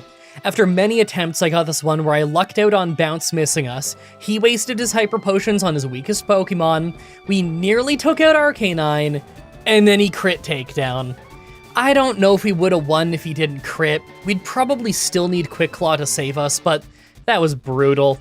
So I came back 5 levels later and decided I'd just see how much damage I was doing by not using Amnesia again. Not only did we sweep the start of the fight, but Arcanine was still on pace to beat me when I crit to take him down early. Hey, that may have been rough, but I think we might have smooth sailing all the way to the Elite Four now. Yeah, of course, the ground gym was incredibly easy since his whole team is weak to ice now. We've got the Earthquake TM from that, but our attack is so low compared to our special attack that I don't even know if it's worth learning. The last rival fight before the Elite Four was a pretty easy first try thanks to building up our special defense early, but we still could have lost if we got crit. Charizard couldn't use Flamethrower thanks to how high our special defense was, but we still lost a lot of health over the course of the fight. We won this fight, but I don't think we'd be able to win the Pokemon Champion fight the same way without more level ups first. Alright, now that we're the Elite Four, let's take a look at our stats. I'm not really sure how I feel about this. Lance should be easy, but Bruno could be a problem. Agatha probably won't be easy either, not totally sure. I don't really think our rival will be too horrible thanks to Clear Body and Amnesia, but I'm sure I'm going to need more levels before I can win that one. They're just going to brute force us at this point. Maybe when I'm around level 70, that'll be a win. Man, I really wish I had Thunderbolt, but I'm nowhere close to having enough money to get it thanks to avoiding so many trainers. I know people sometimes say that I should just cheat in more money to buy TMs from the game corner, and I'm not completely opposed to that, but I want to give it a try with Shockwave instead. As great as Thunderbolt is, we might not need that. Water Onix is double weak to electric moves anyway, so Shockwave might already be strong enough. Make your final guesses on if we can win this or not. Let's do this. First is Ice Trainer Lorelei. This was a pretty easy first try thanks to Amnesia and them mostly being special attackers. Although Alapra's Body Slam paralyzed us and Confuse Ray obviously confused us. Parafusion is usually awful, but we got pretty good luck with it and only hit ourselves once. I don't think I even lost a turn to Paralysis. I don't think the next fight's going to be easy though. A bunch of fighting types with strong physical moves and decent special defense. Yeah, that sounds like it's going to be a fight that we lose at for a while. Second is Fighting Trainer Bruno. Yeah, this went how I thought. He sent in both Onix first, we one-shot them, but then Hitmonchan was faster than us and hitting really hard with Sky Uppercut. We actually took him out, much to my surprise, but then Hitmonlee outsped us and easily finished us off. Considering the Machamp right after won't be a one-shot, I don't see us winning this until we're either a little bit more tanky or faster than them. So I tried the fight again at level 67. No, I don't know what the meme is, and I'm only now realizing while typing this that everyone's gonna think that was intentional. I'm 33. I don't know your young people memes anymore, I'm sorry. This is just the level where I started being faster than them at. Anyway, it does help a little bit, but we get into the full restore loop with Hitmonlee that ends in us fainting. So we got one hit farther into the fight. I mean, I think I'll need to be level 80 to get a one-shot, but that might not be necessary. I'll try low level 70s and just see what happens. So at level 73, we're in this weird position where we sometimes one-shot Hitmonlee, but sometimes we don't. Cross Chops still messes us up really badly after, but sometimes that misses, so I see potential at winning this soon. I'll get to level 75 so the damage ranges are slightly more in our favor, then I'll grind out a bunch of attempts. Alright, well, I got 2 more level ups, and both of the Pokemon that I was rarely one-shotting before got one-shot. And Machamp didn't even try to hit us, so we won without taking a hit. That was weird. Third is Ghost Trainer Agatha. I kinda thought this one would be hard, and I guess I did have issues the first few times due to getting confused. But we can actually one-shot basically her entire team, so it ended up being easy as soon as we stopped hitting ourselves. Fourth is Dragon Trainer Lance. Yeah, this was basically a no damage sweep other than taking a little damage from Ancient Power, no problem at all. Finally, the Pokemon Champion. First up is Pidgeot, and he could hardly hut us. Come on. So I built up our special defense with 3 Amnesias, then took him out with Ice Beam as our health was just above half. Rhydon was a one-shot, but next is Charizard. He's faster than us and he hit 2 Fire Blasts to knock our health down to only 66, but we got the 2-shot with Shockwave. Alakazam was also faster than us, but only hit us for 10 damage before we nearly one-shot him. Then he full restored 3 times in a row, as we kept hitting him down to red, just for the last Ice Beam to end up one-shotting him. Executor was a one-shot with Ice Beam, and last is Water Onix, who went down in 1 Shockwave. Not bad at all. Well, that was a fun and fast run. It actually would have gone much worse if not for Amnesia. I could see us having to be in the mid to high level 80s to win that, if not for being able to boost our special defense. And Clear Body definitely helped us too in places like the Poison Gym. I really hope you guys liked that run. The next Pokemon Challenge should be up next week on Saturday, like usual, with Pokemon Platinum, with only Bug-type Pokemon. As always, I'm looking at your suggestions in the comments in the challenge request section of my Discord channel and on Twitter. Subscribe, ring the bell, stay tuned. outro time, and guess what? We have more names on the $50 supporter shoutout tier. So let me just get my document open for that. Thank you so much, Jacob Busby, Javid Khusro, Grayson Fitz, Tara Luis, Alessandra Hedgeblog, Joel Mann, and the new people of Dark Soul and Young Smoky VP. Thank you so much for the continued support. Very much appreciated, especially in this holiday season. You know what blew my mind the other day? Today, the day of the voiceover is, sorry, I'm reaching for my clock over here. It is the 13th.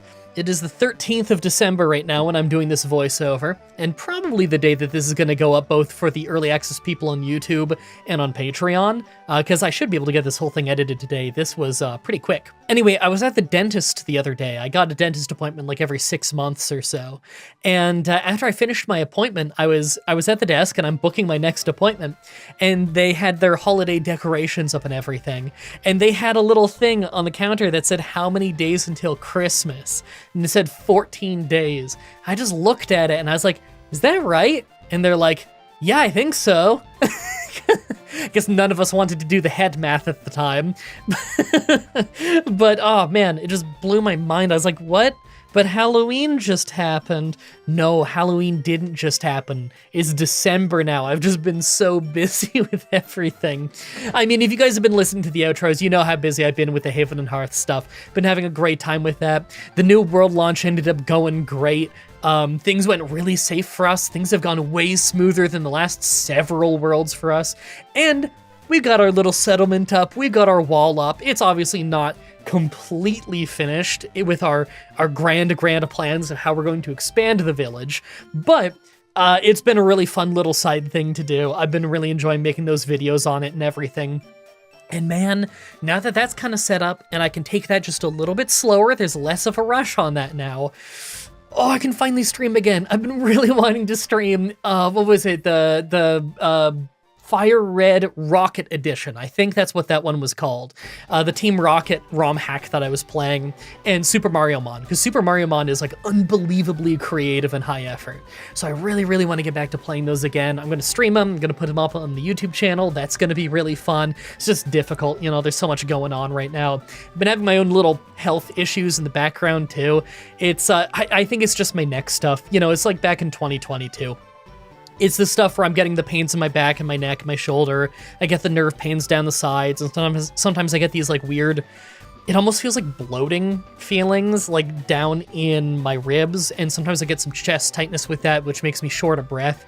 When I'm short of breath like that, I can't do most of my job. Like, I can play Pokemon to some degree, especially if I'm standing, which thankfully I've got a wireless controller, so it's not a huge deal, but I gotta sit to type.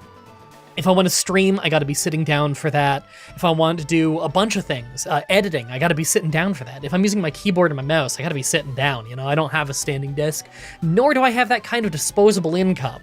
So it's been difficult. I'm just trying to take care of my body the best I can. But you know, health is what it is. Sometimes it gets better, sometimes it gets worse. All I can do is stay on top of eating well and do my at-home physiotherapy stuff and hope things improve.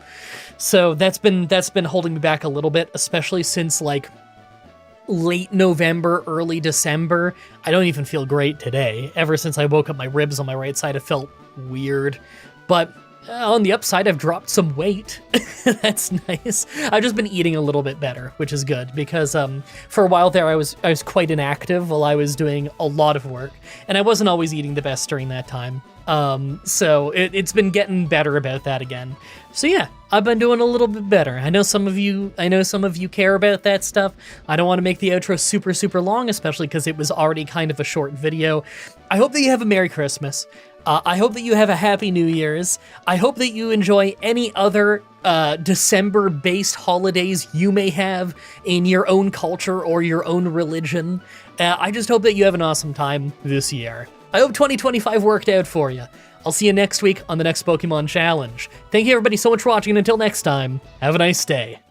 Hey everyone, Mah-Dry-Bread here. Pokemon Platinum with only one Drifloon was a long requested challenge. Let's follow that up with one that you guys picked on Patreon. Today's the day that we figure out, would I be able to beat Pokemon Fire Red with a team of only one Poochyena? If you saw me try this in Emerald, then you already know this is gonna be horrible. Look at these stats. With a base stats of only 220, we are insanely weak. This is 100 base stats lower than your average first form starter. Our stats are only 20 overall higher than that of a Magikarp. We're the magical combo of both frail and slow, and with an ability that doesn't do anything in trainer battles. By level up, we have almost no type coverage or good moves. Maybe I can get some use out of Howl. I'm sure that Bite flinches will save us in a lot of the harder fights, but what else here is even worth using? Maybe I could luck my way through a fight with Swagger, but that's a pretty risky move. By TM, we really don't have much more type coverage. We don't really care about having a Steel type move, so I'm guessing I'm just grabbing Dig. Maybe we go with Bite, Return, Dig, and Howl. I know some people say to use Crunch since it's stronger than Bite, but the flinches are a huge deal. Why care about 20 more power when a flinch will let me hit twice? That's the equivalent of having 60 more power. Like always, I'm writing this script as to go through with the challenge, so all this part is being written before I've started. Everyone comment down below and guess if I can win or not. There's just no way. I mean, I don't see it being possible. Maybe if you had the most amazing IVs in nature possible and you EV trained it, then you could sweep with Return. But I don't think we're gonna get that lucky. Let's explain the rules. In combat, I can only use Poochyena. I'll need other Pokemon to use HMs, but I won't be allowed to use any of those Pokemon in battle. No glitches or exploits, no items in battle, only Pokeballs, held items, and items outside of combat are allowed. Also, if you enjoyed this video, be sure to like, subscribe, and ring the bell for more. Let's do this. So, right off the bat, I used the Universal Pokemon Randomizer to replace Bulbasaur with Poochyena so that we can do the whole run with it. I don't know if any particular starter would have been harder, so I just replaced the first Pokemon, so Bulbasaur. Our nature is quirky for neutral stat gains. I name him Road Dog, like last time. Alright, now for as weak as our Pokemon is this run, I'm actually not worried about the Rock Gym. They don't resist Bite, and we learn that pretty early at level 13, so I think that is pretty likely that we're gonna win as soon as we learn it. I'm just gonna rush my way through the forest, grind a little bit at the end to hit level 13, and then get the Rock Gym out of the way. Alright, so the Geodude at the start was a 2-shot, and it didn't hit us, but Onix wasn't easy. It crit us early, and was faster than us, so I thought we might lose, but a critical Bite ended up doing a ton of damage. We still got banged up pretty badly, but we took it out in the end.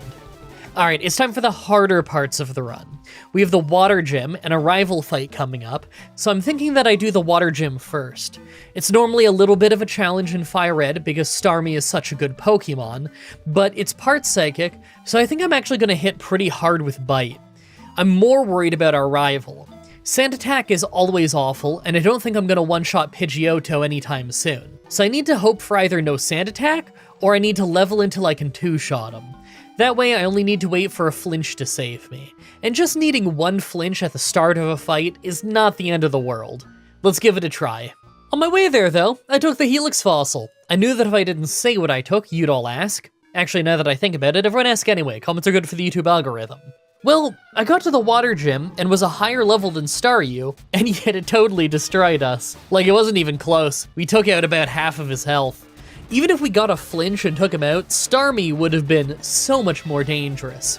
I'll try the rival fight, but I don't think I'm winning either fight yet. Oh man, yeah, the rival went even worse. We took 2 Sand Attacks right away, then easily got taken out with a bunch of Quick Attacks. We're slower than the opening Pokemon of both major trainers in the area, and we can't make a single member of their teams faint. That means I gotta do a pretty serious grind.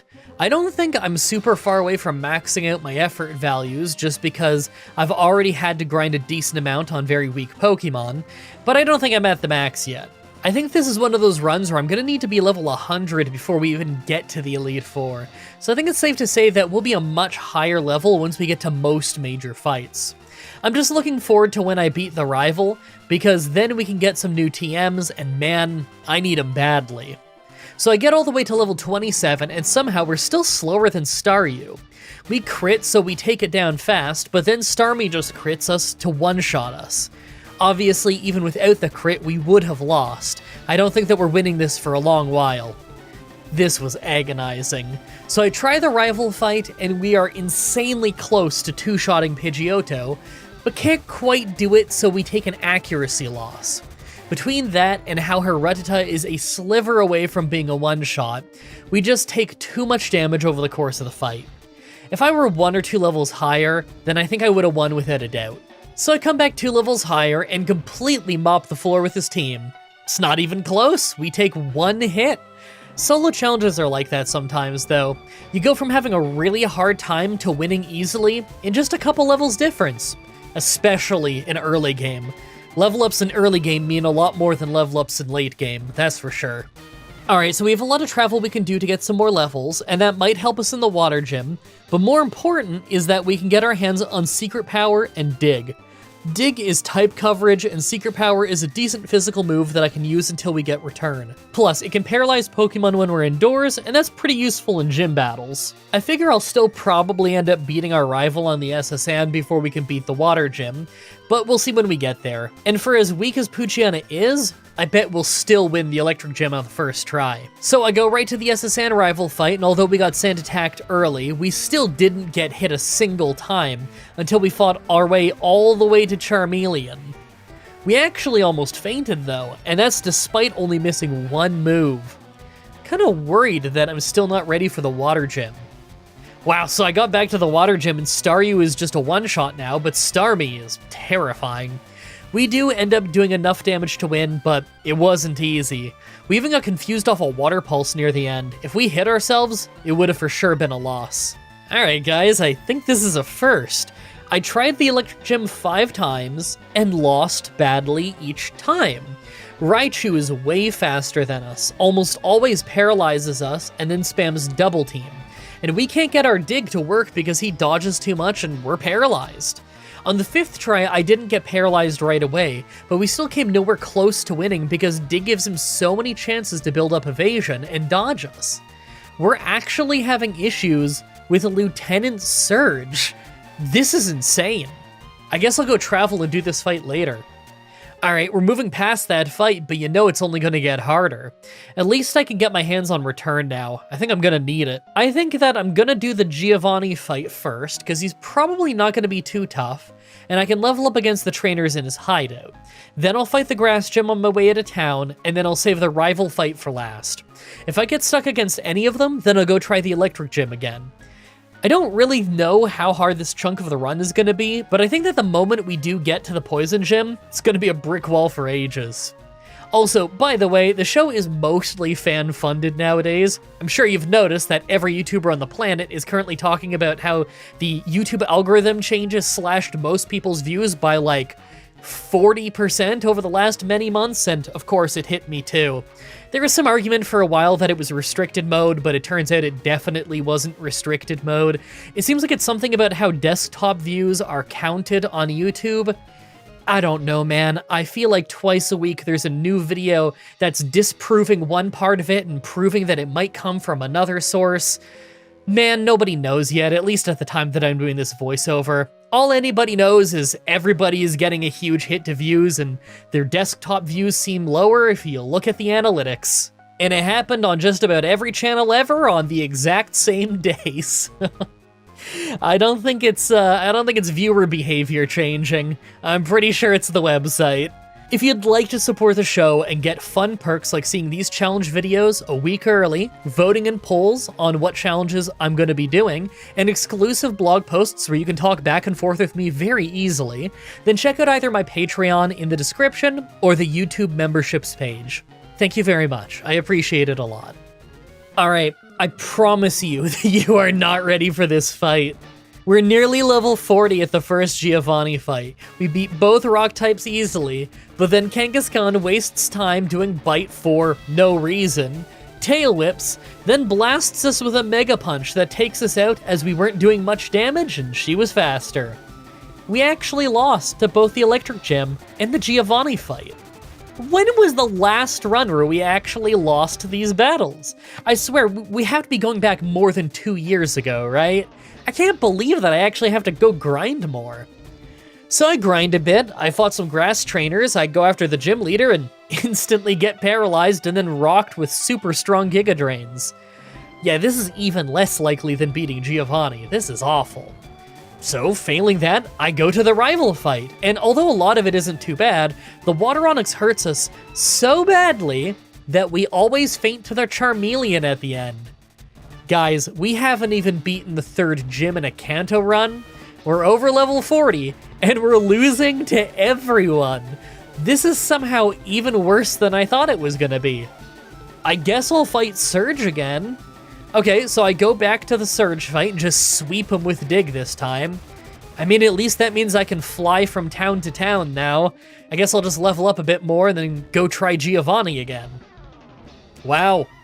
Level 45 and Kangaskhan still very easily takes us out by lowering our defense a bit and hitting Mega Punch. We survived the first one with 2 health, but fainted to the second. Guys, starting to think that I'm not even going to make it to the Elite Four on this one.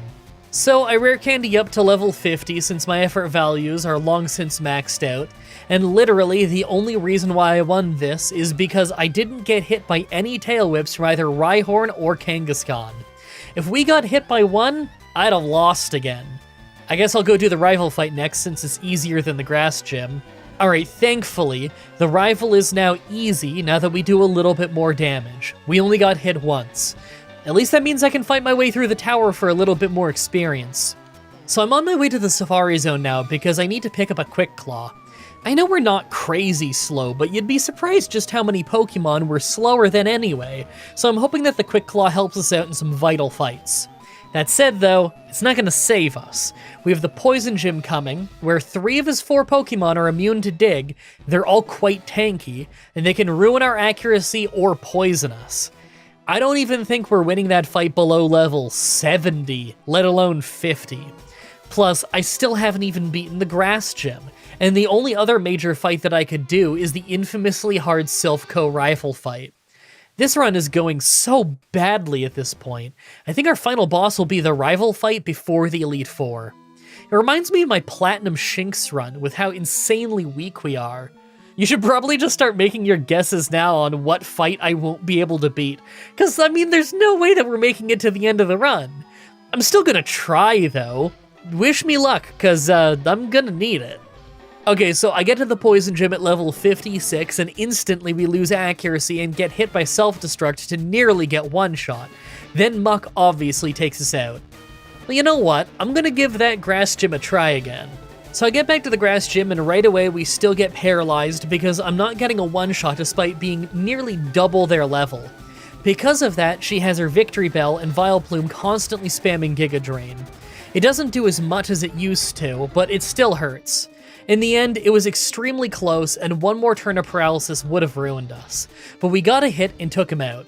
I guess I just need to level up and try the Poison Gym some more. Alright, level 60, and we finally got a little bit of luck on a try.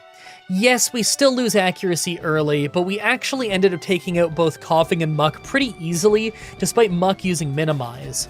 The problem is that because we can't one-shot the Coughings, the second one hits Toxic. Obviously, we lose quickly once we get to Wheezing, since we've already been badly poisoned by then. Look, what level do you think I can one-shot the Coughings at?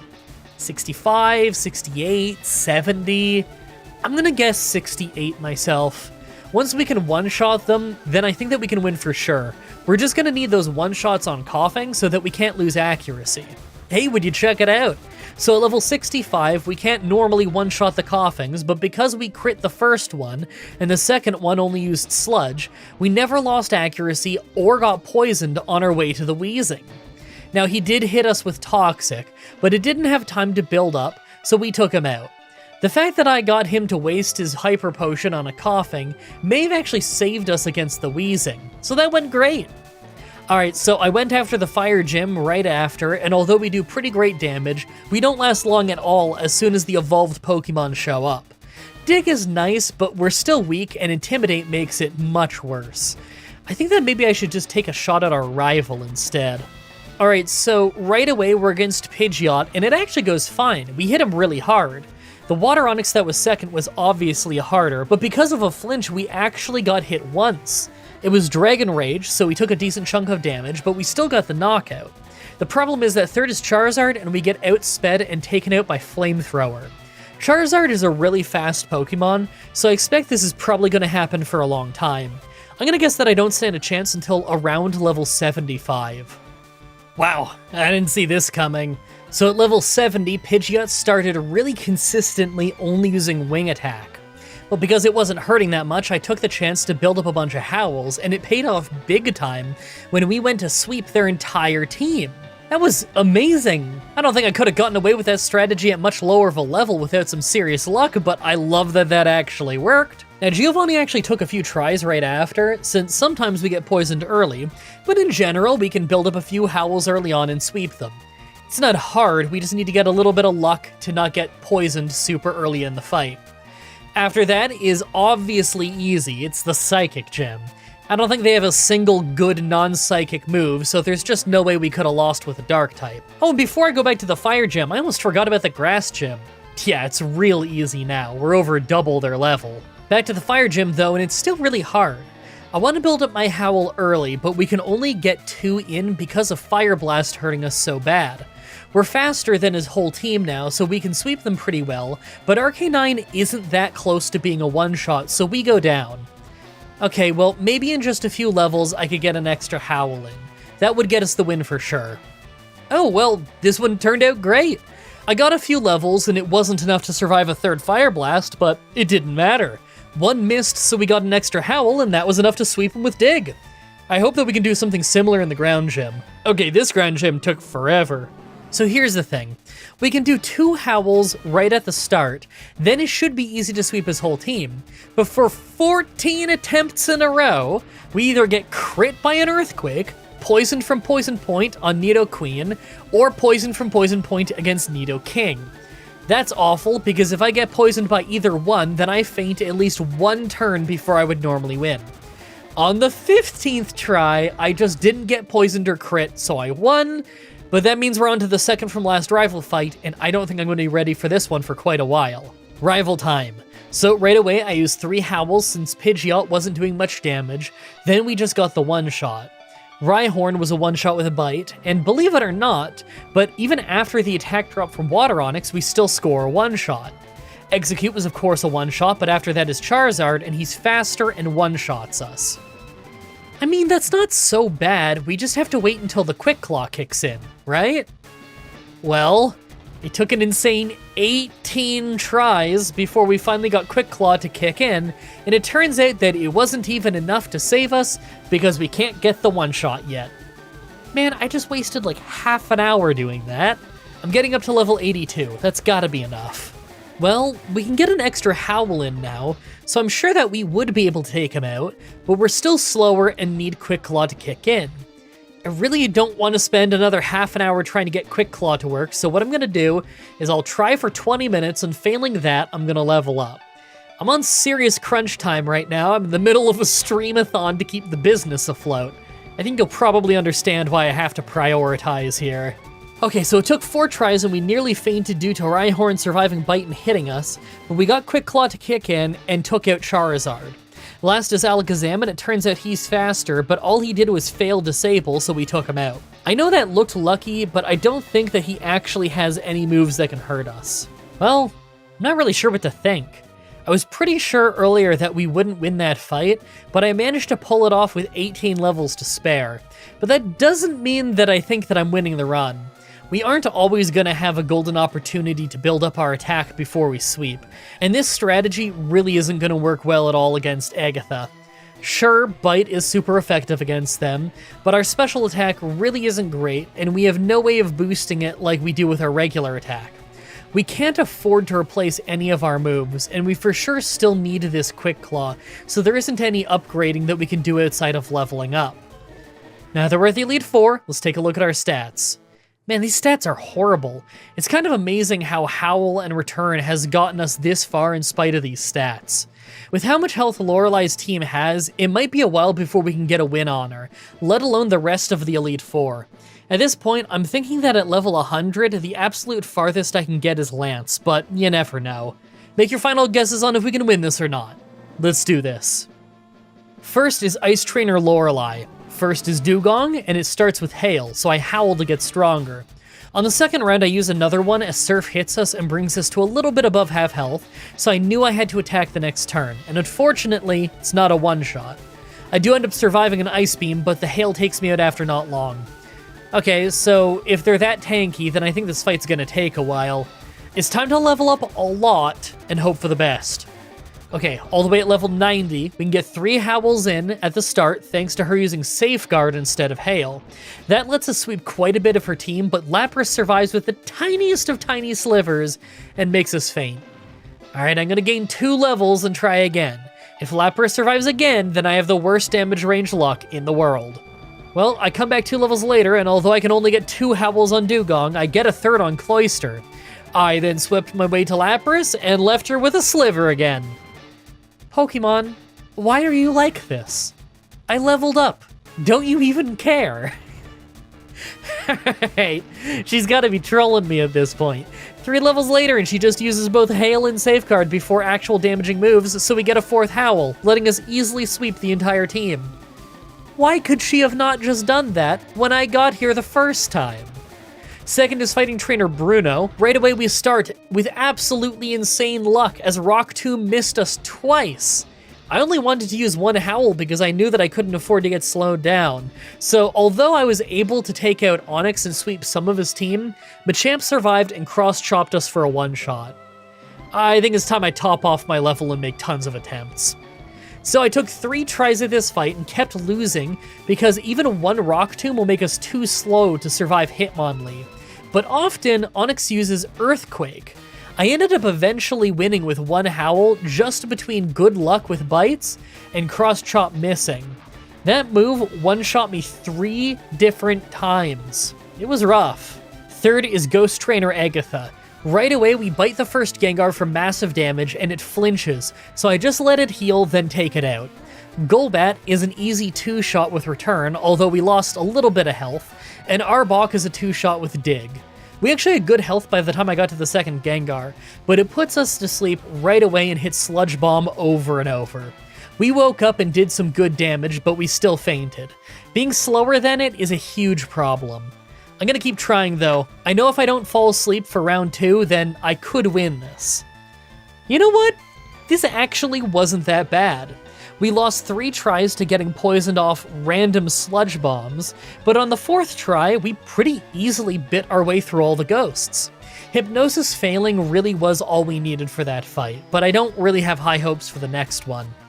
4th is Dragon Trainer Lance.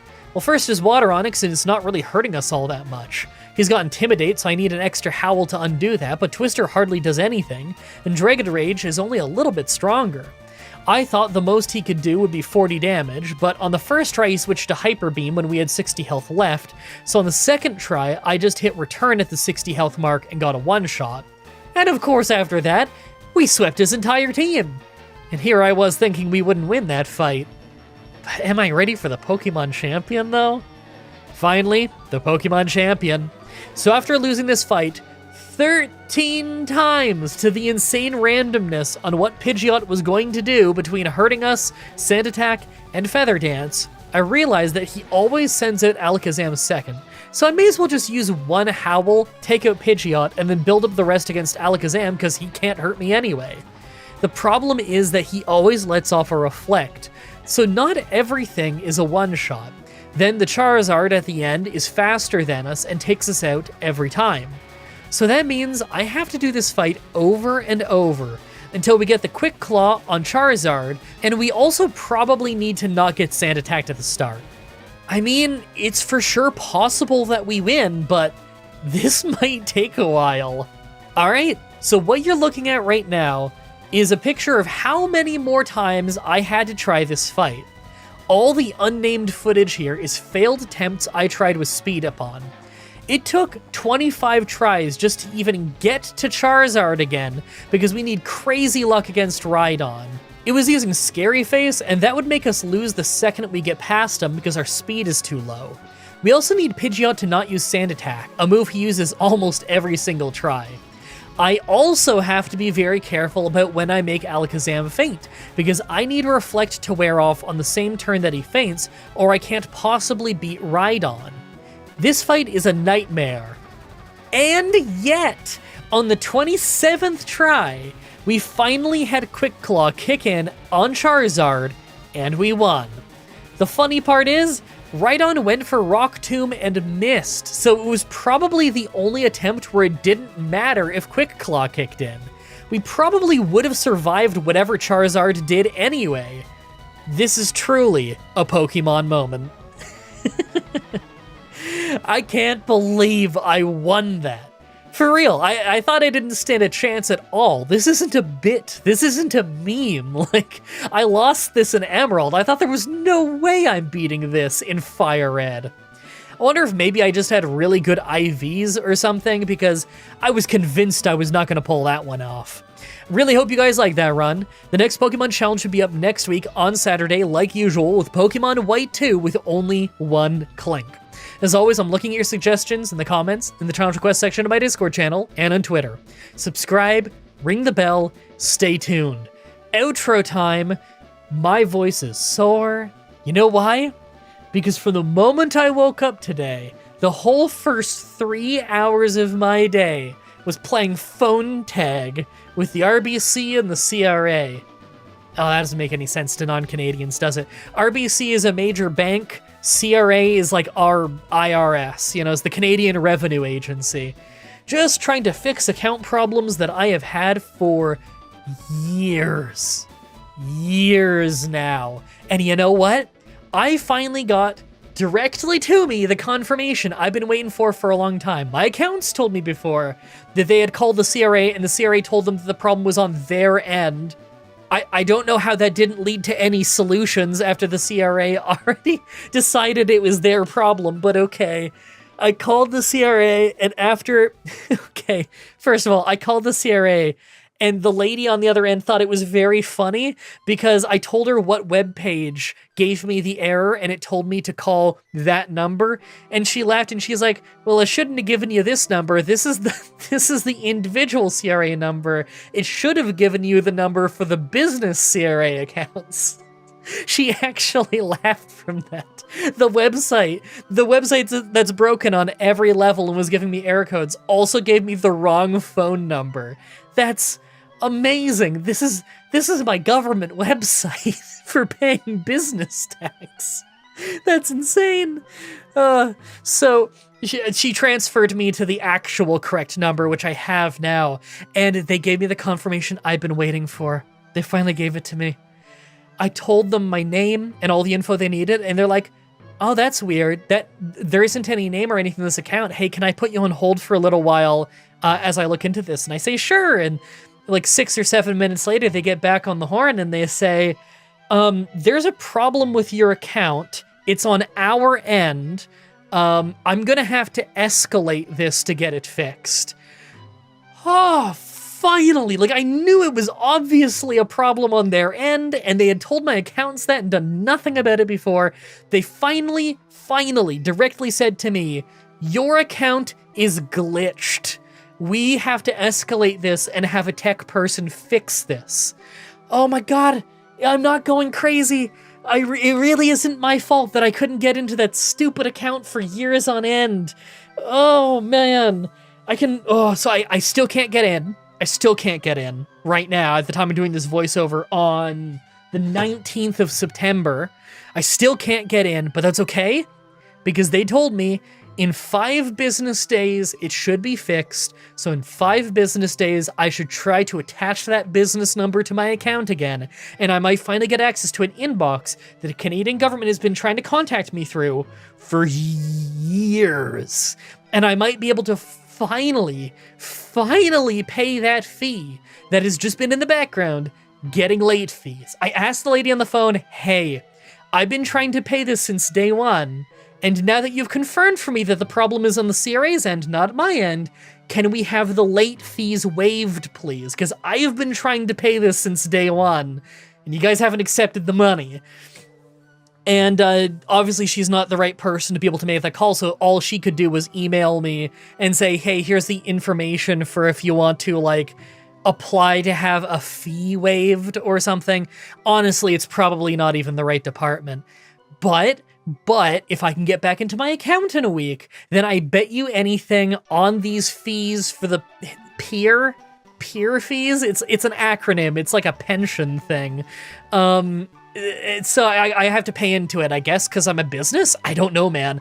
I was talking to the people on the CRA number about this, and they were as confused as I was. The first lady I talked to, the individual lady, she's like, peer? That's pensions? Like, that's not even a CRA thing. Why are they charging you for peer? And I say, I don't know. The only reason I know it exists is because my accountants say that it exists, because they have their own portal to log in through. I can't get in to see exactly what it says. So, that lady told me, hey, whenever you get in, there's probably going to be some kind of support number you can call for like an agent attached to this whole situation. Explain it to them. And I said to them, I was like, do you think I can even get the fees waived? I think she said, maybe. Talk about that with them. So, who knows? Now, mind you, it's Friday. It's the end of the day at Friday. So when they say 5 business days, what it really might mean is 9 days total, because we're about to go into the weekend. And then I don't think they're going to have it done by Friday. I think it's going to be another weekend. And then we go into the next week. And then maybe by Monday I can get into the account. So, another month's late fee. I mean, the one positive, after getting off the phone with RBC, they fixed their end of things, and I was at least allowed to pay my business tax. So that's nice. No late fees on that or anything. That's all handled. In fact, the payment will come out on my birthday, which is September 22nd. Very excited for my big birthday stream, by the way. If you're watching this before it has aired, because you are watching it like through the membership thing or the Patreon thing, then the streamathon is still on. I still have a few big streams left, but just as a reminder for anyone who missed the vlog, the original one, right before the streamathon started, or the more recent one that I uploaded midway through September, I haven't been able to stream in the streamathon nearly as much as I wanted to, mostly due to a lot of things getting in the way in my personal life, largely business things. So I just had so much going on. I haven't been able to stream nearly as much as I really want to. So what I'm going to do is Streamathon still ends at the end of September. I'm not going to just have some artificial never-ending Streamathon, because that feels, I don't know, not right to me. What I'm going to do is just after September, I'm just going to stream a lot more often in general, because I have some life changes happening on October that's actually going to make it a lot easier. My girlfriend's moving in, and so I'm going to have a lot more support around the house, and thus a bit more free time around the house, and I can dedicate more of that free time to hopefully streaming a few times a week, a little bit on YouTube, a little bit on Twitch. Again, the recordings always go up on YouTube in the playlist section of this YouTube channel after, so you don't miss anything if you want to watch that stuff, even if you didn't manage to catch it live. Anyway, I have to rush to get so much of this edit done. I was gonna stream today. I didn't think I was gonna spend 3 hours on phone tag. Those are 3 hours that I had planned to stream today and now cannot. But I'm gonna get this video done today so that those of you on Patreon and YouTube memberships can watch it today. So I need to lock myself in the editing dungeon. Thank you everybody so much for watching, and until next time, have a nice day. And I almost forgot the shoutouts again. Thank you so much, Jacob Busby, Javid Khosrow, Dan Sorrell, and Grayson Fitz for the continued support. It really does make a pretty huge difference. Now you're allowed to have a nice day. You watched me beat Pokemon Blue with only a Rattata, you watched me somehow beat Pokemon Crystal with only a single Sunkern, but nothing compares to today's challenge. Today is the day that we figure out, would I be able to beat Pokemon Fire Red with only a single Magikarp? Mah-Dry-Bread, I hear you yelp, but we already know you can't beat Gen 1 with a Magikarp. It can't hit ghosts. Well, hypothetical viewer, you'd be right if this was in Gen 1. However, this is Fire Red, the remake made in Gen 3 where the move Struggle is typeless and thus hits ghosts. I mean, I still don't know if I can pull this off, but I know that it's at least possible. Normally, this is the part where I'd explain the challenges that I expect and the weakness of my Pokemon, but honestly, do I have to? Magikarp has better sets than my Sunkern from my previous challenge, but it is so much worse because it only learns 3 moves, and one of them does nothing. Tackle is weak, Flail is passable, and Splash just makes me waste time without being able to use Struggle. In fact, it learns its first attacking move at level 15, So before that, all I can do is use Struggle after I've splashed 40 times. Magikarp also learns no TMs or HMs, meaning that the only type coverage I'll have is normal type. So I don't even get the same type attack bonus, and I'm super effective against nothing. In fact, it's not very effective against rock Pokemon, you know, like the first gym leader in the game. Also, it levels slowly. Magikarp is completely useless. Just like last time, I'm writing this script as I go through with the challenge, so all of this part is being written before I've started. Everyone comment down below and guess if you think I can do it or not. Personally, I think flat out that I just can't win, but I'll at least make it to the Elite Four. This will probably be the first challenge where I have to max out my level too. Let's explain the rules. In combat, I can only use Magikarp. Obviously, I'll need other Pokemon to use HMs like Surf and Strength, but I won't be allowed to use any of those Pokemon in combat. I also won't use glitches or exploits. I'll be able to use items in battle this time though, because it's probably impossible otherwise. Let's do this. So first I added the game with the Universal Pokemon Randomizer to replace Squirtle with Magikarp so that my rival still has Bulbasaur for added challenge. I then name my Magikarp Katya, the river fish. I then obviously lose to my rival, because I only have Splash. Now is where the real pain begins. I'm pretty much already at a wall. To progress in the game, I need to beat Brock, the rock-type gym leader. But I have no attacking moves until level 15, so I have to go find a Metapod or Kakuna, use Splash 40 times so that I'm out of power points, then use Struggle. In Gen 3, Struggle is a 50 power typeless move that causes Magikarp to take 1/4 of its damage that it deals. This means that I can kill about 2 Metapods before I need to go back to the Poke Center to heal, but when you heal at the Poke Center, you also get all of your power points back, meaning that I then need to splash 40 times again. I could speed this up slightly by healing with potions, but money isn't renewable this early in the game because I don't yet have access to the Versus Seeker. I need to do this all the way till level 15 just to unlock Tackle, an incredibly basic attacking move that's actually a bit weaker than Struggle, and is normal type so it would be resisted by Brock's rock Pokemon, but at least it doesn't hurt me to use. Look at this footage. This is the first Metapod that I found. 7th encounter, by the way, because you're going to run into a lot of other Pokemon that aren't Metapod or Kakuna. It took about 4.5 minutes just to use 30 splashes on it, just for it to start hitting me with struggles of its own, so I had to run so that I could go fight a different one. So I need to find 2 Metapods or Kakuna just to beat one of them. And there's only a 15% chance that I'll find either of them for each encounter. I mean, 15% total between both of them, by the way. So I finally find a second Metapod, and I manage to run out of splashes and start hitting with Struggle. Look at how little damage I do. Actually, who cares about that? Look at how little experience I get. From when I started trying to find my first Pokemon that I could fight, to when I could beat the first Metapod, was 12 minutes. Needless to say, after the first one, I turned off battle scenes and put it to fast text to try and speed it up as much as I could, but that only shaves off about 30 seconds from each fight. That long for just 51 experience, and I need 114 just to level up once. After beating that one Metapod, I had to go heal and get all 40 power points of Splash back again. After a few levels, I was able to beat 2 Pokemon in one go, but still only after using all 40 splashes on a couple of Metapods, and if I was lucky, I could finish off a quick Caterpie on my way out for some extra experience points. I counted. In my quest to level 15, I defeated 82 Pokemon. This took me just over 6 hours. Nearly an entire workday of just walking around, running away from encounters, spamming Splash, and fighting the occasional bug in the forest, just to have to go heal again. At level 15, I gained Tackle and instantly started going to every trainer I could before Brock to try and get some experience. On the second trainer, I got poisoned and fainted on a level 7 wheel.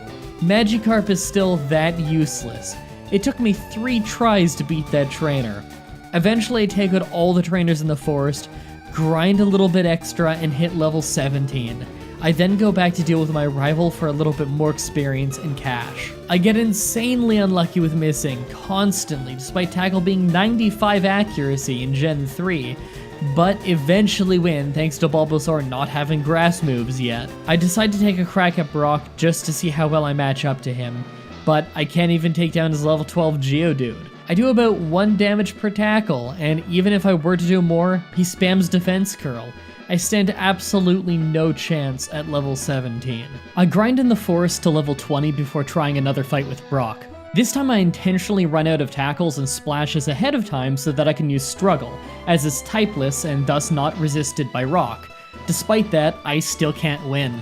I'm able to take down Geodude, but his Onix still had half its health. I then spent another few hours leveling up to level 23 on Pidgeys and Rattata. I would have trained in the forest where the levels are slightly higher, but I just get poisoned all the time. You have no idea how much pro wrestling I marathoned while grinding during this challenge. I got lucky and Geodude didn't fight back very much, leaving me with 40 health going into the Onix fight. I nearly lost it, but I used one of the potions I got back in Viridian Forest to save me. I was originally considering not using a potion just to say I beat Brock without using any items, but good god, I did not want to grind for another few hours. It's already been well over a workday. From the start of the game till now, I just spent almost an entire waking day of my life grinding in Pokemon with a Magikarp to beat Brock just to show you, and the grinding is far from over. I think I earned myself a cheap plug. Follow me on Twitter, subscribe on YouTube, follow on Twitch, join my Discord, links are in the description. After that I headed east. I'm not going to cover every last battle just because most of them just involve me tackling until I win, followed by running back to the nearest Poke Center. Mount Moon isn't that bad as long as I avoid the hikers and the trainer with the Magnemite. The final trainer battle is an absolute pain because he likes to lower your defense with his Voltorb and whittle you down with Coughing, who tends to poison you. That one took a few tries. Also, once again, because you would ask if I didn't tell you, I picked the Helix fossil. Thanks for all the comments asking anyway last time, by the way. After getting to Cerulean, I decided to grind to level 28. I know I won't be able to beat my rival yet since he starts with a Pidgeotto that knows Sand Attack, so I need to get stronger. I decided to try and take on all the trainers in Misty's gym for some experience, but the first one smoke-screened me so much that I just couldn't win. I got to the point where I decided I just had to hardcore grind, again. An hour later and I'm at level 30, and I learned Flail, Magikarp's last move. It's a 15 power point normal type move that deals more damage the lower my health is. As you can see from this chart, it's only worth using if I have lost more than a third of my health, as that's when it'll be stronger than Tackle. It also has 100 accuracy, slightly better than Tackle's 95. On my second try, I was able to beat the first trainer in Misty's gym by total luck of hitting enough times in spite of Smokescreen. As for Misty herself, Staryu likes to use Harden and Recover, a terrifying combo considering we only have normal attacks. We also instantly get confused off a Water Pulse and hit ourselves 3 times in a row. Yeah, that was a restart. Eventually, I managed to beat Staryu through a lucky crit with a Flail, and next up is Starmie. But we just don't stand a chance and get taken out in 2 hits. We're gonna have to deal with Misty later. I decide that I'll go take a crack at my rival instead. Brandon starts his fight with his Pidgeotto, and I need to take it out fast before it sand attacks me too much. Thankfully, it starts by using Gust instead, a move that does almost nothing. I get hit by 1 sand attack, and thankfully it doesn't take too long to win the fight. I got lucky. Next up though is Bulbasaur, and his Vine Whip instantly takes me out from half health. Magikarp has terrible special defense. This battle wasn't even close. You know what that means? Even more grinding! I want to point out that at this point, we only level up every 50 or so Pokemon we take out. I also want to take this opportunity to remind you to share this video with your friends and all over the internet. Spread the pain, I earned this plug. Eventually, after an ungodly long amount of time, I hit level 33 and decide to attempt fighting my rival again, just to end up getting sand attacked twice and easily losing to Bulbasaur due to Sleep Powder and Vine Whip. It's clear to me at this point that I flat out can't win the fight if I've been sand attacked more than once. I decide to just keep trying the rival fight over and over as I'm getting totally sick of grinding. After a few more tries, I managed to beat Pidgeotto without being hit by a single sand attack, but now I still need luck to beat Bulbasaur. Luck that I don't have, as he instantly puts me to sleep and Vine Whips me to death. I try the fight over and over, restarting every time I get hit with Sand Attack, just to usually lose to Bulbasaur. Eventually, I started restarting every time I get put to sleep as well, since I'm as good as dead when that happens, and sleep powder is usually his opening move. Eventually, I end up surviving a Vine Whip while awake, and use a strengthened flail to beat Bulbasaur. Abra can't fight back, so I beat it easily, and I just hardly survive as a Rattata, allowing me to win the fight. This took hours, and easily over 100 attempts. I'm just happy that the first time I beat Bulbasaur, I was able to beat his Rattata, because otherwise this would have been a nightmare. I feel like I should make a rule that every time I waste at least 3 hours of my life trying to do one thing in this challenge, I've earned a cheap plug. Follow me on Twitch, I'm funny at least once a stream. Thankfully, now that he is beat, I can fight the trainers on Nugget Bridge and on the route north of town to get some much needed experience outside of the usual grind. Unfortunately, no matter what path you take, you have to fight a hiker with at least one rock Pokemon. Even being 24 levels ahead of this Geodude and using Flail, I hardly hurt him. I have to resort to using 2 potions just to last long enough to finish him off. I don't bother with the other hiker for obvious reasons. Next challenge is going after Misty again. This time I'm 4 levels higher than last time, but that's only like, what, 2 attack points higher? Magikarp's stat gains are horrible. Staryu just spams Harden and Recover, making it nearly impossible to beat. Pretty much my only chance is if Staryu keeps attacking me rather than getting tankier. I also needed to damage me so that I can use Flail, but if it hardens too much by then, I just lose. About 10 attempts later, I land on 1 health, causing my Flail to be 200 power, so I take Staryu out. Then follow up with a super potion to heal, just to get confused from a water pulse, hit myself, and then get finished off. All of Starmie's moves have 100 accuracy, so I can't even hope for a lucky miss. And here I was thinking that Misty's gym would be one of the easier ones, what with being water type. After a few hours of attempts, I managed to brute force it. A lucky critical hit Flail took out Staryu, get a lucky crit on Starmie, survive the water pulse that killed me so many times with 1 health left, and finished it off with another Flail. This early in the run, this challenge isn't about skill. It's about inhuman patience. Oh hey, did I say it took hours? Everyone comment down below and make YouTube's algorithm like this video. I want a detailed description of the last meal you ate, who made it, what it was, how it was, and if you'd eat it again. The next big battle of the game is on the SSN. By now I'm level 38 thanks to clearing out the optional eastern route, as well as the SSN itself, but I just don't stand a chance. Ivysaur's Vine Whip is just too much to deal with. You know what that means? More grinding! So I grinded for a little over an hour to get to level 43 just to instantly fail to beating my rival again. Even going into Ivysaur's fight with almost full health, 2 Vine Whips is all it takes to make us faint. Considering that it's a 100 accuracy move, we're pretty much doomed if Ivysaur chooses to use it. That said, I'd rather not spend even more hours grinding, so let's spend hours fighting our rival instead. I quickly realized I have a shot at this when, after a few attempts, I found Ivysaur often opens with Leech Seed instead of Vine Whip. I decide to just keep trying over and over in case I get a lucky critical hit, and thankfully, an hour later, that's exactly what happens.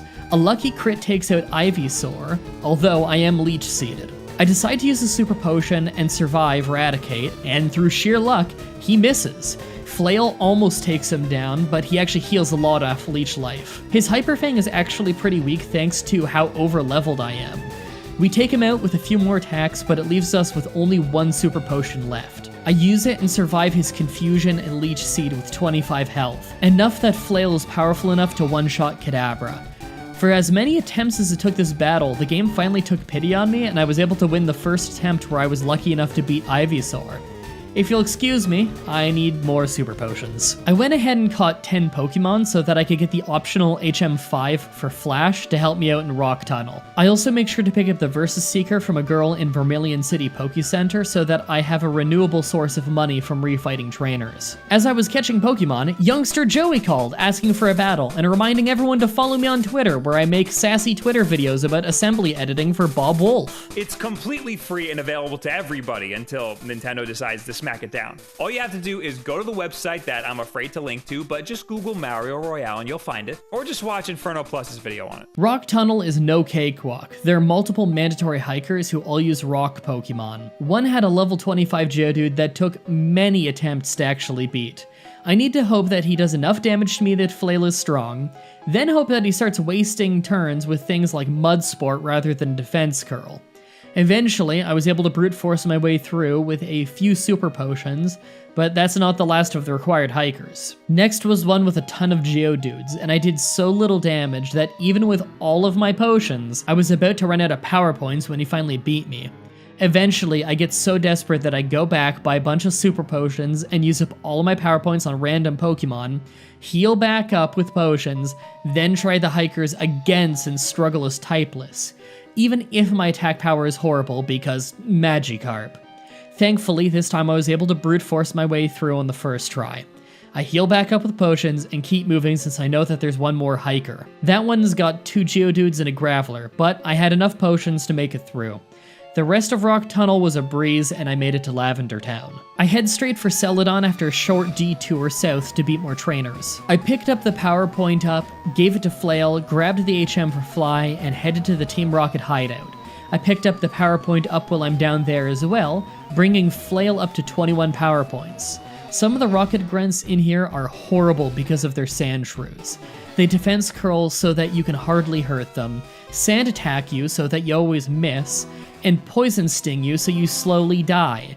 It takes many attempts to beat each one of them. Giovanni, though, was just too tough starting out with an Onix.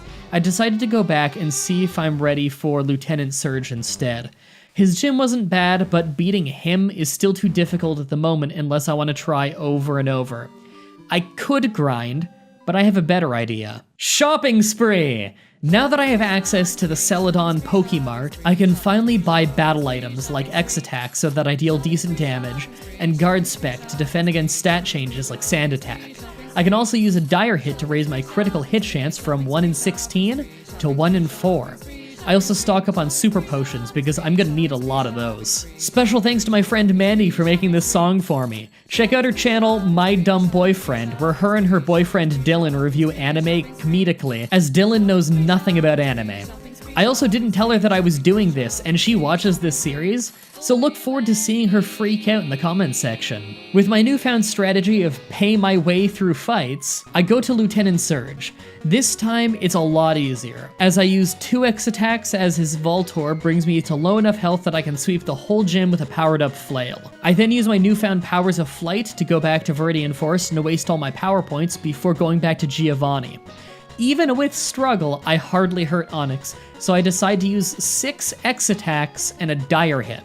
I still do very little damage, but it's still much more than before. Onix goes down after a few attacks and a lucky crit, as he sends out Rhyhorn next. 1 crit takes it out, and last comes Kangaskhan. It nearly kills me with a bite, so I keep healing and struggling until eventually, I win. I grinded a bit against trainers until I was at level 51 before going to my next big rival fight in the Pokemon Tower. I opened by using 6 X-Attacks to power up, while warding off Sand Attack with Guard Specs. 1 Flail and I beat Pidgeotto, just to go down to 1 Razor Leaf. Fear not, I have an idea. On my second try, I intentionally splash over and over until my health is low against Pidgeotto. This strategy worked great, as between that and my Guard Spec to keep his Growlithe and Gyarados from using Intimidate on me, I was able to sweep his whole team. It's worth pointing out that although this strategy works pretty well, it's far from foolproof. There's no X item that will power up my insanely low special defense, so grass and electric moves are still a death sentence, and I need to grind on trainers often so that I have the money for this strategy to work. Next, I go use up all my power points again and start climbing the Pokemon Tower. Having no power points is the only way that I can hit ghosts, so I just chug potions and battle my way to the top. Thankfully, Ghastlies have low defense and struggle as a physical attack, so I make short work of them. After getting the Pokeflute, I ran around catching another 20 Pokemon. Once you have 30 different kinds of Pokemon, you can pick up the Item Finder that I use to get leftovers from under Snorlax. Weirdly enough, you actually need the Item Finder for the leftovers to appear. Leftovers are a held item that will heal you for 1/16 of your max health every turn. It could possibly make Flail worse in some fights, but overall it seems helpful. Next, I make my way south to Fuchsia City and hit up the move deleter to finally get rid of Splash.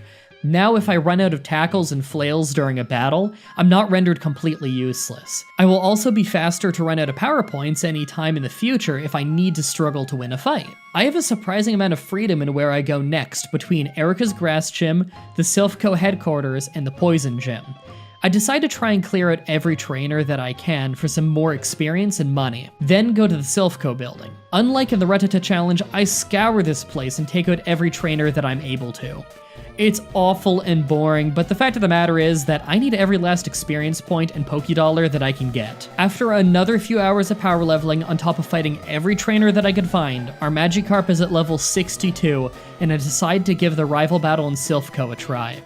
The 6 X attacks and dire hit strategy work great in beating Pidgeotto and one-shotting Venusaur, but by the time I hit Gyarados, the combo of healing off leftovers weakening my Flail and Gyarados' Intimidate ability lowering my attack, I wasn't able to beat him and went down in a single bite. You know what that means! Follow me on Twitter. I want to point out that grinding has gotten really difficult. Despite being level 62, Magikarp has an attack stat equivalent to that of a level 28 Diglett. I still white out constantly while fighting new trainers and have to heal after most battles. If I want to grind without constantly going back for healing, I need to grind against wild Pokemon that are around level 20, but then they're so weak that I hardly get any experience. Plus, if I want more money, I'm gonna have to refight trainers. It's completely normal for it to take me 20 to 30 minutes to level up once at this point in the game, and that's if I'm doing well. It's to the point where my HM Pokemon end up leveling up because Magikarp kills things so slowly that everything that knows Whirlwind or Roar will force a party change to an HM Pokemon. I switch back, and then the leftover experience from that constantly happening makes them level up enough to be stronger than Magikarp, despite being less than half his level. Look at this Diglett's stats. I just got this guy for Cut and Dig. He has only ever gotten experience from being forced into battle through Whirlwind and Roar while grinding, and yet he still does way more damage than Magikarp. This Diglett has never attacked before. Eventually, a whole day later, I hit level 70 and go to fight my rival at Silphco again. He sends out his Pidgeot and I tackle to test my strength. Did just about nothing, so I start pumping Magikarp full of battle items like usual, followed by flailing until Pidgeotto is down. This time I used a guard spec before finishing it off to make sure that Intimidate doesn't lower my attack. Next up is Venusaur, and I get lucky, one-shotting with a critical flail. My health wouldn't have been low enough to beat it otherwise. Gyarados is next, and a critical flail brings it to red health, but it uses Dragon Rage, bringing me down to red health. Perfect, I finished off with another flail. Next up is Growlithe, and I'm protected from Intimidate again. Although I'm no longer in red health, one critical flail was enough to take him down. Last up is Alakazam, who goes down in another critical flail. The crit luck I had this fight is unbelievable. I had 4 crits across 5 attacks. That's a 25% crit chance each attack. I'll let you guys in the comments do the math on that. I actually don't know off the top of my head the math on that. Other than getting poisoned a lot, Giovanni wasn't that bad. His Rhyhorn took a lot of time to beat, and I had to use a few potions, but the 6 X attacks, dire hit, and flail strategy did well. I was able to win first try. Next is onto Sabrina and her psychic types. I figured this would be an easy next step since her Pokemon have low physical defense and I'd be faster than them. The battle was nearly a total sweep. I was only able to get 3 X attacks and a dire hit before a single future sight almost took me out, but from there I was able to one-shot most of her team with Flail. Next, I decided to try and tackle the grass gym that I've been dreading. I was able to take out all the trainers just fine, but I didn't even stand a chance against Erica's Victory Bell. All of her Pokemon have Giga Drain, so it's incredibly difficult to survive this battle, and there's no battle items that give special defense to try and survive with. I'm gonna have to leave this gym for later still. Next up is Koga. I thought he was gonna be nearly impossible because all of his Pokemon know Toxic, but through a lucky break, after a few antidotes and many battle items, Coughing accidentally gave me regular poisoning with Sludge. Thanks to my leftovers, the poison hardly hurts me, and I was able to use battle items that I needed to slowly win the whole fight. I did run out of healing items at the end though, so it's time to start stocking up on hyper potions. Since we can use surf outside of battles now, it's time to go to Cinnabar Island because that's still easier than dealing with Erica.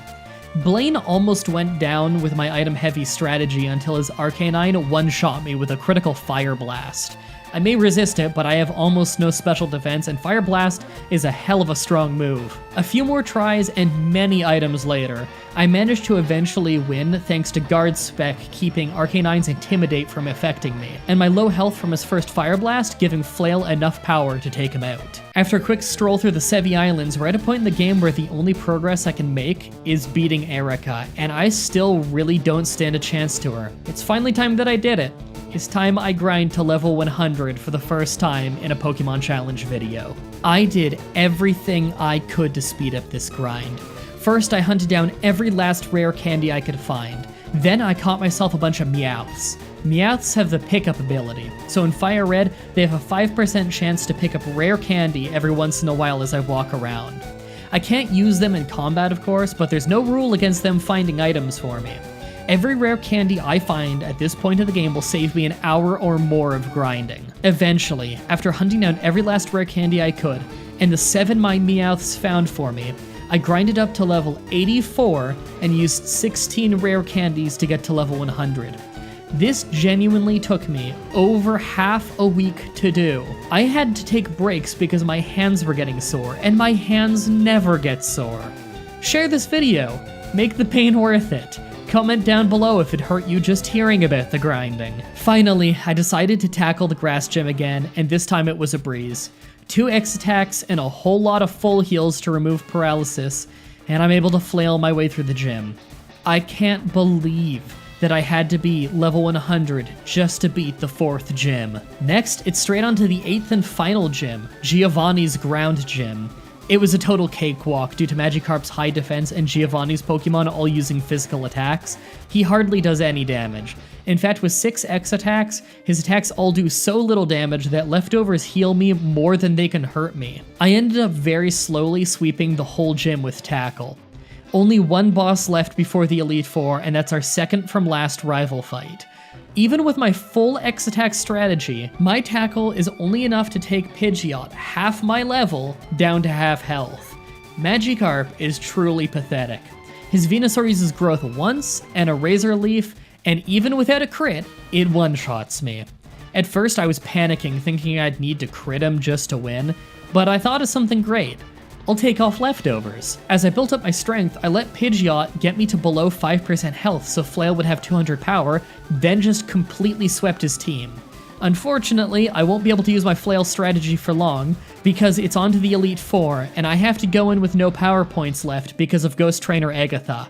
This is gonna be brutal. First up is Ice Trainer Lorelei, and even with 6 X attacks and being double her level, Struggle is really weak. I need to chug through quite a few potions. I may resist her ice and water moves, but my insanely low special defense still makes me take quite a bit of damage. Thankfully, worrying about items is a thing of the past because of my days of grinding on trainers and getting nuggets from my army of Meowths. It's a slow fight, but I win without too many worries.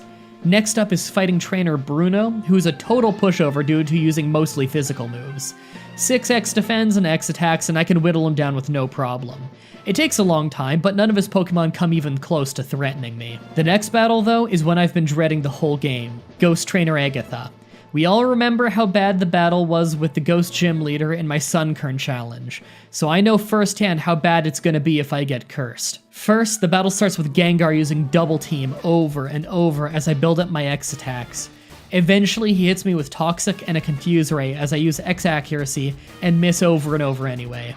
I just keep repeating the process of full restores and missing until I finally land a hit, and it's still not enough to one-shot Gengar, as it drags the battle out for even longer. Luckily, I hit on my next attempt. Next up is Golbat, as I have flashbacks to my Sunkern run, and true to form, it hits a Confuse Ray early.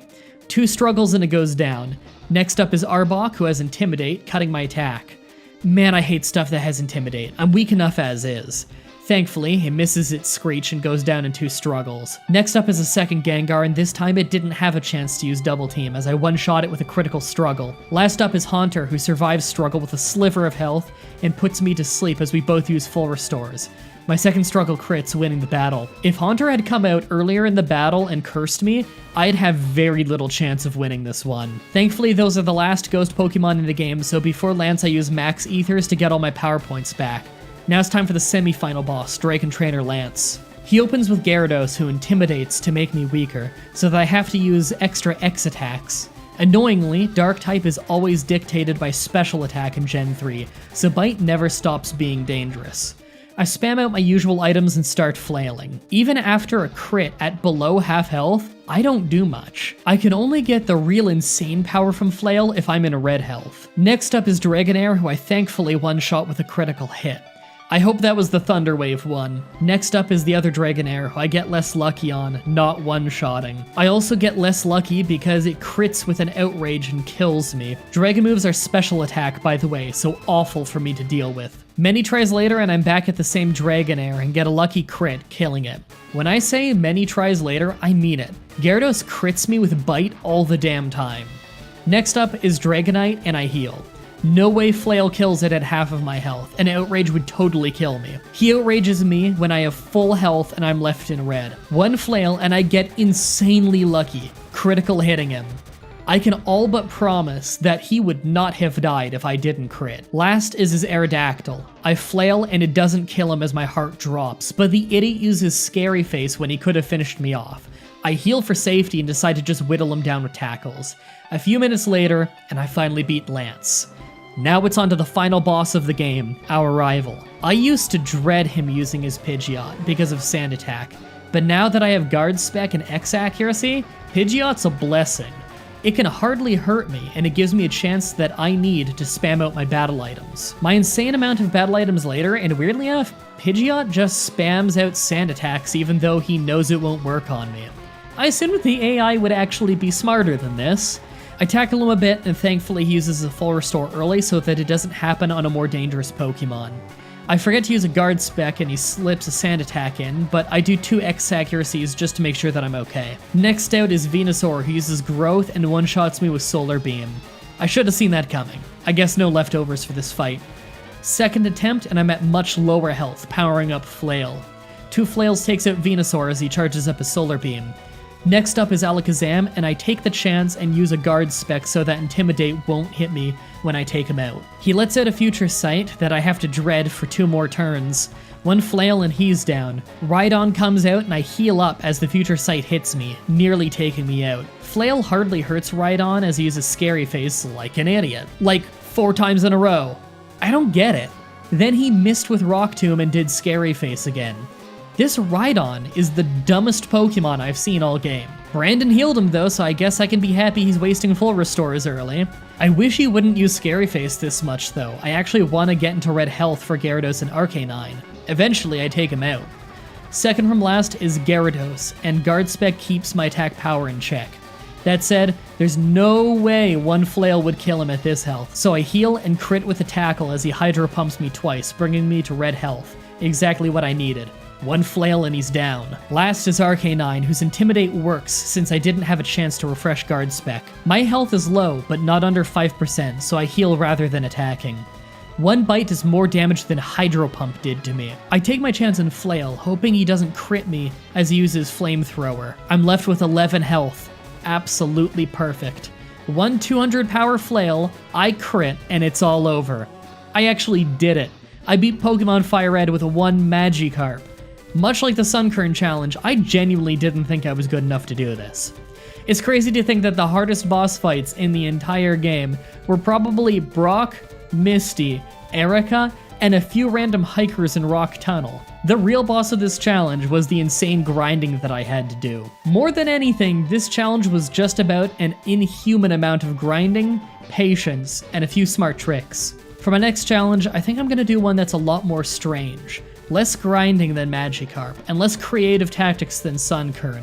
I want to do one that's just weird as hell. My next challenge is gonna be Pokemon Emerald with a team of 1 Wobbuffet, a Pokemon who can only attack by counterattacking. If you want to see me do more challenges like this, please let me know in the comments or on Twitter. I absolutely need more ideas from you guys on what I should do next. I'm having a lot of fun making these. Also check out the playlist in the description to watch all of the Pokemon challenges that I've already uploaded. If you guys want to see more Pokemon stuff from me, I did a challenge where I beat Gen 1 with only a single Rattata, and another where I beat Gen 2 with a single Sunkern and no items. I also did a pretty goofy Let's Play of Pokemon Platinum that should be in a card in the top right. Also, come to my Twitch streams and tell me that this video sent you. I'm interested to see how many people actually do it. Thank you everybody so much for watching, and until next time, have a nice day. Hey everyone, Mah-Dry-Bread here. Pokemon Gold with only Electric-type Pokemon was a fun run.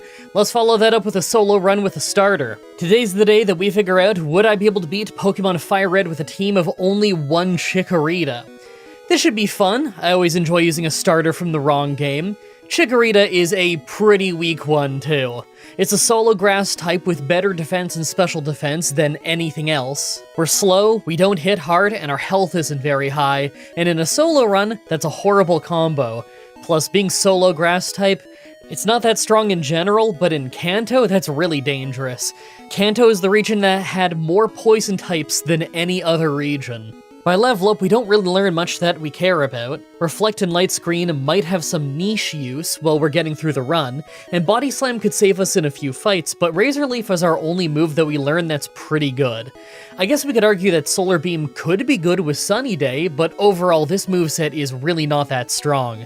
How are we even gonna fight ghost types if they're all also poison? Then we look at our TM moves, and there's nothing here worth getting.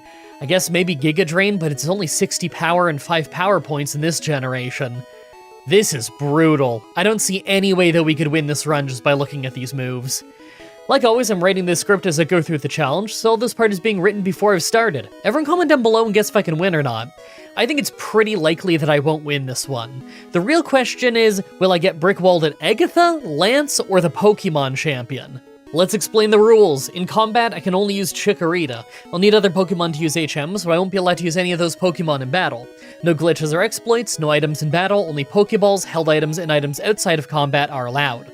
Also, if you enjoyed this video, be sure to like, subscribe, and ring the bell for more. Let's do this. So, right off the bat, I used the Universal Pokemon Randomizer to replace Bulbasaur with Chikorita so that we can do the whole run with it. I picked to replace Bulbasaur so that our rival would have Charizard, probably the hardest for us to fight. Our nature is Bashful for neutral stat gains. I think that should be fine. I name him Chikara. I missed that show. Now, for as weak as Chikorita is, I think that this early chunk of the run is going to be pretty fast. We've got the Rock Gym and then the Water Gym, some of the only gyms that are easy with Grass type. I figure that things are going to get difficult pretty soon after that, though, with the rival fights, but at least with the first couple fights being easy, we could maybe level up a little bit. Then maybe if our rival isn't too bad, then we could get the TM for Secret Power, and that might get us through another few fights before we have to grind. I don't think that things are really going to start slowing down until the Grass Gym, so let's try and make some progress.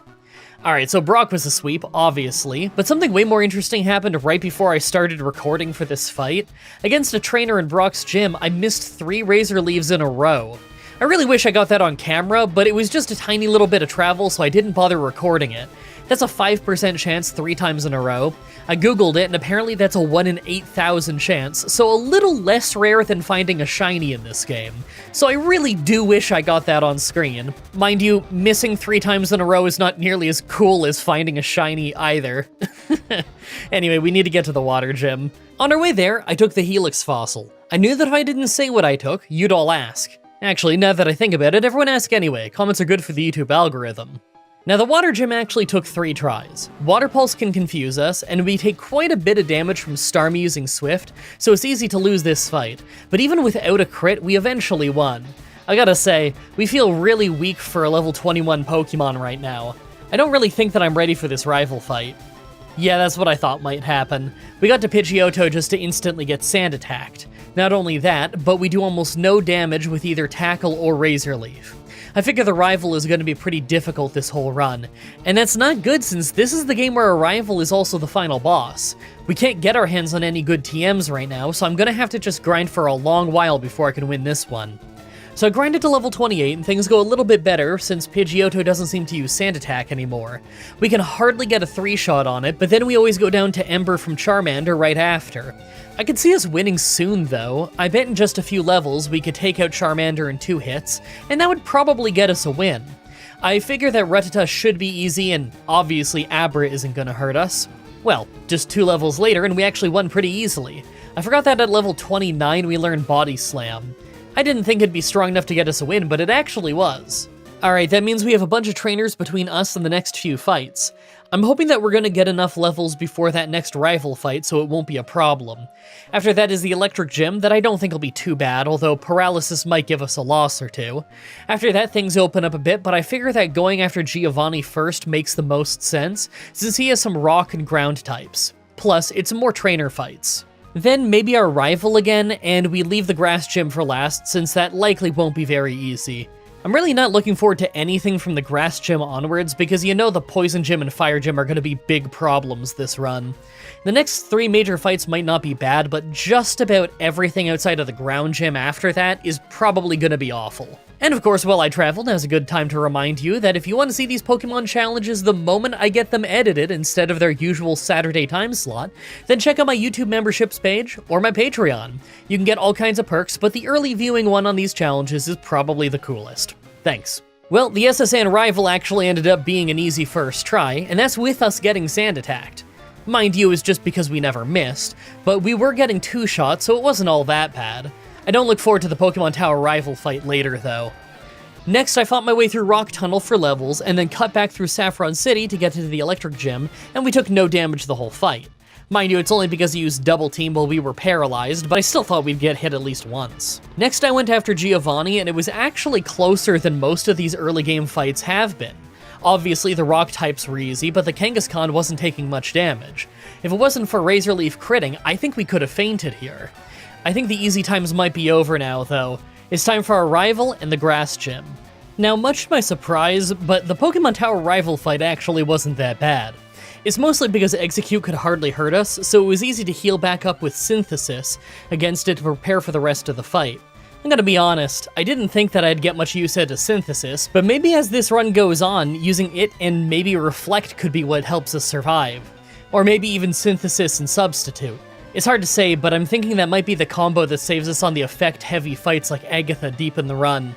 Last is the Grass Gym, and although this was a first try, it was incredibly close. We got poisoned right at the start, and that caused Vileplume at the end to be a real problem. I had to keep healing with Synthesis while she kept healing with Hyper Potions. In the end, I was incredibly close to fainting when I landed the final hit. I'm starting to really think that Substitute is the way to go. I have to say, this last bit went better than I thought it would, but I can't possibly see the next part being easy. We have the Poison Gym, the Fire Gym, our rival, the Psychic Gym, and some Giovanni fights left. We know that the rival fight is going to be brutal since he's going to have Charizard, and I figure the Poison Gym won't be easy either. I wish I could just learn Substitute right now to deal with the smoke screens and the poison gas from the Poison Gym, but I think I need Surf outside of battle before we can do that, so I'm probably going to have to grind like crazy. After that is Blaine, and I don't think that even Substitute would help me there. Yeah, it would keep Intimidate from lowering our attack, but can we even keep Substitute alive for a single turn when they're using Fire Blast? Then we have the Giovanni fights, where some of his team will be easy, but then he also has poison types, so it's not like Razor Leaf is gonna sweep them. I think that if there's any point that I need to gain a lot of levels, it's gonna be real soon. Well, first try at the Poison Gym, and we literally didn't make it past the first coughing, and that was after fighting some extra trainers for levels. Yeah, I don't think we're even close to winning this one. Let's try the rival fight instead. Maybe that won't be as bad as I think. Huh. Well, I thought we'd at least make it past Pidgeot, but nope. He survived a second hit with a Sliver and took us out. I mean, at least I have my effort values maxed out, so using rare candies won't be holding us back, but this is an unreal brick wall. I guess I'll keep leveling and fighting the rival until we can get a win. So I get an entire 10 levels, still to only make it past Pidgeot thanks to a crit, then get taken out from a single flamethrower by Charizard. I figure that when we fail this run, it's gonna be thanks to this very Charizard at the end of the game. If we can get that far. So I got up to level 65 and tried more, and although we still never are able to get past Charizard, we get really close on this try. I think that by level 70 we can knock it out, but I'm still not totally sure if we'll win the rest of the rival fight after. Alright, so I got up to level 70 and tried the fight a few times just to get this baffling fight. Charizard gave us a free fight by using a Scary Face instead of going straight for Flamethrower, but we also got smoke screened. Between that and getting paralyzed by Execute, we ended up being shockingly useless, constantly missing turns to paralysis in between missing body slams.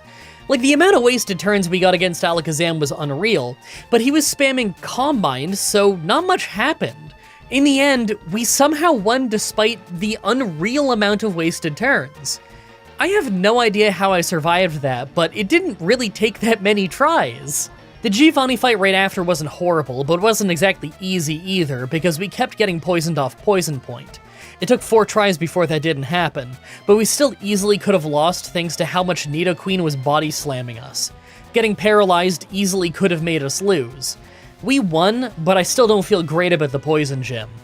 Alright, so the Poison Gym took a few tries, but we hit really hard now. The big problem is that I often lost accuracy to Smokescreen, but it didn't take too many tries before we got through it anyway. I'm not sure if the Pecha Berry near the end saved us or not when Toxic hit us. We probably could have survived regardless, but I do think that the paralysis off Body Slam made this a lot easier. I decided to do the Psychic Gym next, but obviously this was easy. We just Body Slammed our way through with no problem. Oh, by the way, remember when I said I needed Surf to get to Substitute? I was mixing up the tutor for Substitute with the one that teaches Soft Boiled, so I could have learned it first. Whoops. I guess it didn't really matter much in the end, though. Like, would this have saved us in any of the previous fights? No, I don't think so. Well, I got to the Fire Gym, and thanks to a missed Fire Blast, we make it to Rapidash, but I was right in guessing that the Substitute wouldn't help us very much in this fight. I do see a light at the end of the tunnel, though. I bet that in just a few more levels we could one-shot Growlithe and Ponyta. Maybe then we'd stand a chance. All the way at level 78, and we can get past Rapidash pretty reliably now, but it's still not even close as soon as Arcanine came out. We got 2 attack drops by this point, and he totally mops the floor with us. I wouldn't be shocked if I need to be level 90 or higher just to win this fight. Alright, this is even worse than I thought. We're all the way at level 90, and we're not even close to making Arcanine faint. We still can't even one-shot Ponyta, and the only times that we get anywhere against Arcanine is because of missing Fire Blast earlier in the fight. I don't think I have a choice either than just to candy up to level 100 and keep trying. If the Fire Gym is going this badly, are we even gonna make it to the Elite Four? I can't believe it. Literally my first try at level 100, and despite not paralyzing Arcanine, we just won because a Fire Blast missed. Rapidash still isn't a one-shot, but we just hardly managed to get a win anyway. Man, I just hope this means the Ground Gym in the next rival fight will be quick and easy, because it's going to be really disappointing if we can't even get to the Elite Four. Alright, obviously the Ground Gym was pretty easy after that. Thanks to the Miracle Seed, we were just hardly able to get one-shots with Razor Leaf. How will the rival be, though? Well, this wasn't what I expected at all. I used Substitute once at the start, then pretty much the entire rest of the fight was just the rival picking the worst possible moves, constantly trying to use stuff like Scary Face and Stun Spore instead of fighting us. You know, I remember that the AI in this game isn't great at dealing with substitutes, but if he was using stuff like Flamethrower, then I'm sure I could have lost. Hey, let's just hold out hope that Agatha makes decisions that badly, because I think that's our next brick wall. Now that we're the Elite Four, let's take a look at our stats. Well, these stats are comedically terrible. Like, I don't know if we just have terrible IVs or if Chikorita is normally this bad, but these stats are so low it's unreal. I don't really see how we're gonna deal the damage output we need to beat Agatha's team, but who knows? Maybe with PowerPoint ups we'll have just enough Razor Leaves, and with Substitute they might just make bad decisions like spamming Hypnosis. Won't know until we get there. If we can get there. Make your final guesses on if we can win this or not. Let's do this. First is Ice Trainer Lorelei. This one was a sweep, as I'm sure you all expected. I mean, Jinx survived with a sliver and put us to sleep, but we just woke up then one-shot her right after she healed, so it was functionally a one-shot sweep. I figure Bruno should be easy too. Second is Fighting Trainer Bruno. Now I went into this thinking it'd be easy, but we came incredibly close to losing. Thanks to Scary Face, we ended up a lot slower than most of his team, and taking a lot more hits than I thought I would. Still, nothing was hurting us much until Machamp used Bulk Up and brought us to only 1 health off a Cross Chop. Thanks to him missing, though, I was able to heal up a ton and take him down, getting a win on the first try. I do think there's a good chance we're just losing to Agatha. Third is Ghost Trainer Agatha. Alright, first try and right away substitute is a real lifesaver, since it's keeping the first Gengar from doing anything dangerous, letting us easily heal back up and then slowly take it out in 3 hits. After that is Arbok, but it couldn't do anything to us, so it was an easy 2-shot. The real problem is the second Gengar. Not only is it a higher level, and thus it takes more hits to make faint, but it's got Sludge Bomb. We can't really keep a substitute up for long, but Sludge Bomb doesn't do much damage anyway, so it's not that much of a problem. What is a problem is that we got Gengar super close to fainting and she just healed up. Eventually we ran out of power points on Synthesis and got poisoned, dooming us. I have to say though, I really don't think this is as bad as I initially thought it would be. I'm gonna keep trying. I think we can win this. Alright, a few tries later, and this time Gengar simply goes down in way less hits thanks to better damage ranges. After that is Golbat, but we easily substituted and then healed back up and took it out. And last is Haunter, who I don't think can do anything to us if we have Substitute up. So she kept wasting time while we took her out. I was dreading Agatha the entire run, and that only took 4 tries total. That wasn't that bad. I think a Giovanni fight earlier in the game took longer. Fourth is Dragon Trainer Lance. Right off the bat, we take an unavoidable hit to our attack from Intimidate at the start. We're able to set up Substitute and generally have time to heal, but we don't do amazing damage and Hyper Beam can one-shot our Substitute, so it's not always the easiest to get past it with Substitute still up. Because of that, we have to take some damage against the Aerodactyl right after. Still, it does go down fast. The problem is the Dragonite. It uses Safeguard, so we have time to heal a bit and use Substitute if we need to, but his wing attacks one-shot it, so there's no use in setting it up, and our Body Slams do almost nothing. It's not even close. I hate to do this because Body Slam Paralysis is so good, but I'm gonna have to replace it with Return. I don't think that we can win this fight, but I do need to at least try with Return and see if it happens. I'll use a Quick Claw too, just in case that helps. So I tried the fight a few more times with Return. It's still really hard to get to the Dragonite in decent shape because Water Onix is so random, but I'm sure you can see the problem here. Return does just about a sliver more damage than Body Slam did. Now despite this, we managed to last a while thanks to Synthesis, and we even got a very lucky knockout with a crit, but we were still left with so little health that the first Dragonair easily finished us off. We weren't even close to a one-shot, so I don't see the possibility of actually winning this. Maybe if our IVs were amazing, but I think it's safe to say that our Chikorita is not able to win this one. Well, it was a loss, but I'm actually really happy with this run. I got farther than I was expecting, and a lot of it actually didn't take all that long to do. I bet if this was a later generation and Giga Drain was actually good, we could have at least made it to the champion. I really hope you guys liked that run. The next Pokemon challenge should be up next week on Saturday, like usual, with Pokemon Black, with only one Chinchou, a challenge picked by you YouTube members in a poll. As always, I'm looking at your suggestions in the comments in the challenge request section of my Discord channel and on Twitter. Subscribe, ring the bell, stay tuned. Outro time. Not a whole lot to talk about this week because I've been pretty busy with Pokemon challenges. I have been doing a little bit of streaming. If you go over to my side channel, you'll see that I streamed RV There Yet with a few friends. That was a really, really fun time. We're definitely going to go back to that one sometime.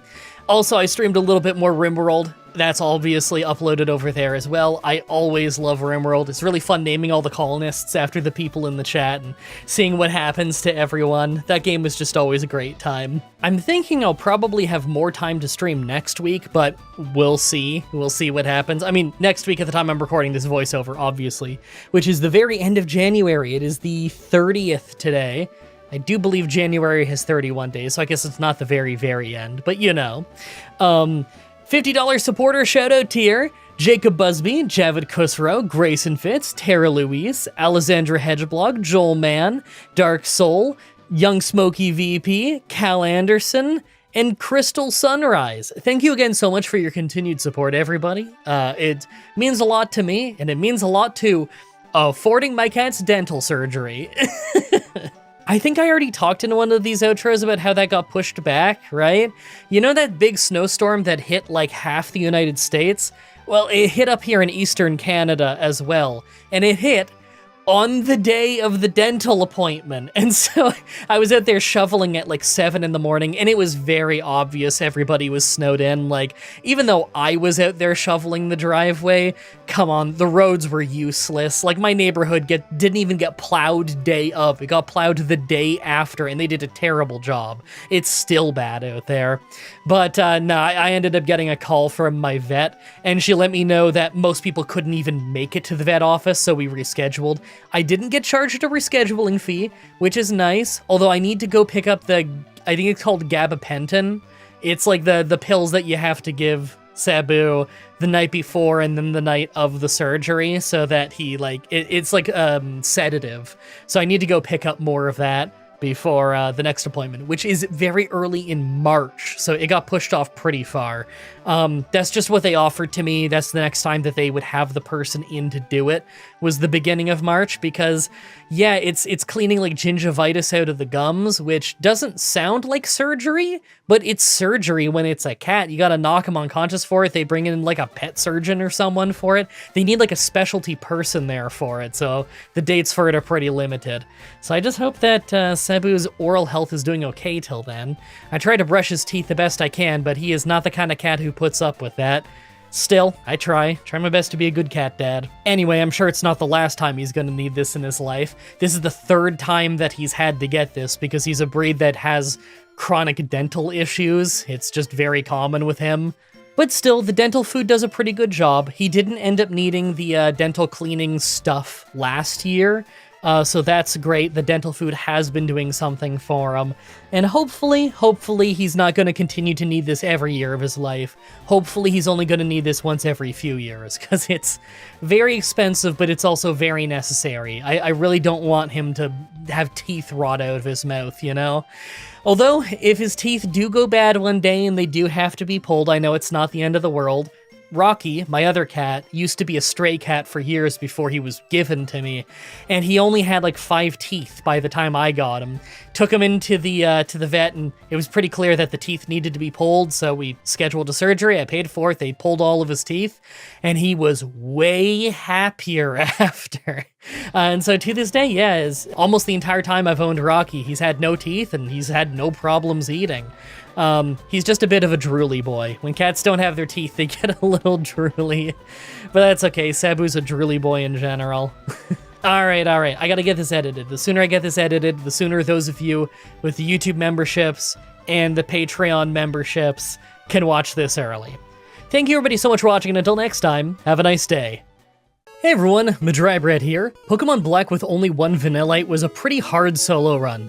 Let's follow that up with one that's going to be way harder than it seems. Today's the day that we figure out, would I be able to beat Pokemon Fire Red with a team of only 1 Magcargo? So I've got to explain why we're using an evolved Pokemon first, right? What you're seeing right now is Slugma's stats on the left and Magcargo's stats on the right. As you can see, we've become more tanky when we evolve, but other than that, our stats hardly raise at all. What makes a Magcargo run interesting is that Magcargo actually takes more damage from water moves than Slugma does, despite the boost in defense and special defense. We actually have a bunch of really bad weaknesses, with a 4 times weakness to both ground and water, and a 2 times weakness to rock and fighting. Well, both ground and water are pretty common types, and we are incredibly slow, so this is about seeing if we're tanky enough to survive even against things that have such a large type advantage over us.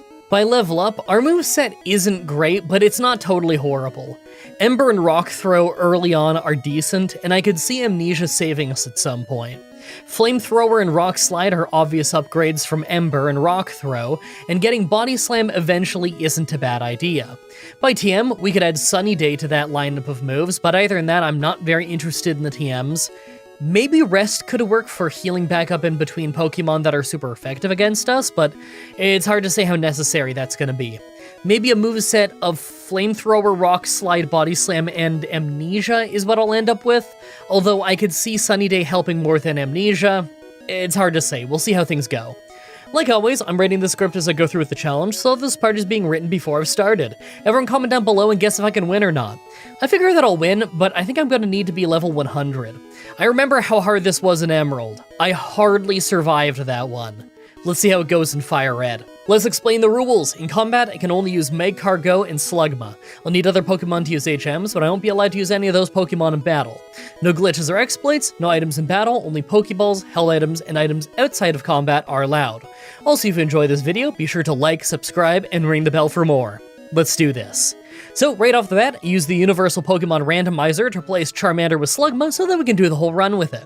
I picked to replace Charmander so that our rival would have Blastoise, probably the hardest for us to fight. Our nature is relaxed, for more defense and less speed.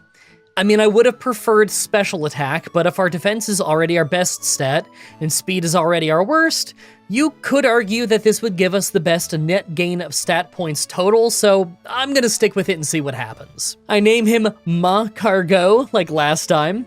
I decided to start with Slugma just like I did last time. It just feels right to start with the base form, you know? We won't evolve until all the way at level 38, so this is probably gonna be a difficult start.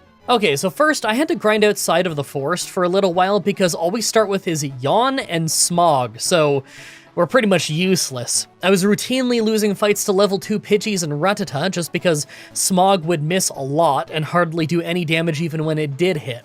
Then once I learned Ember, I grinded in the forest. Obviously I've got to for quite a while. The first 2 gyms are super effective against us and they resist our fire moves. I'm gonna need to have to hit at least level 15 so that I get Rock Throw, but even then, I don't think that it would get me anywhere close to winning.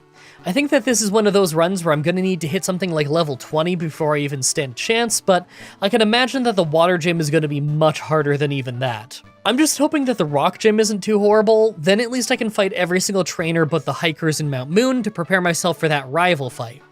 At least if I can win that one, then I have access to way more trainers in Nugget Bridge and all the other routes. I strongly think that this is one of those challenges where we have to do both rival fights before I'm gonna beat the water gym. Who knows though, maybe I'm gonna be level 29 and using Amnesia before I can beat the water gym. So after a very long grind session to level 20, where we had run out of power points once per level up, we actually had an easy time with the rock gym. Part of it is that Brock's AI is set to only use Rock Tomb if it would get the knockout rather than spamming it from the start like he absolutely should have been doing. Now let's go take the trip over to the next rival fight. On our way there, I took the Helix Fossil. I knew that if I didn't say what I took, you'd all ask. Actually, now that I think about it, everyone asks anyway. Comments are good for the YouTube algorithm.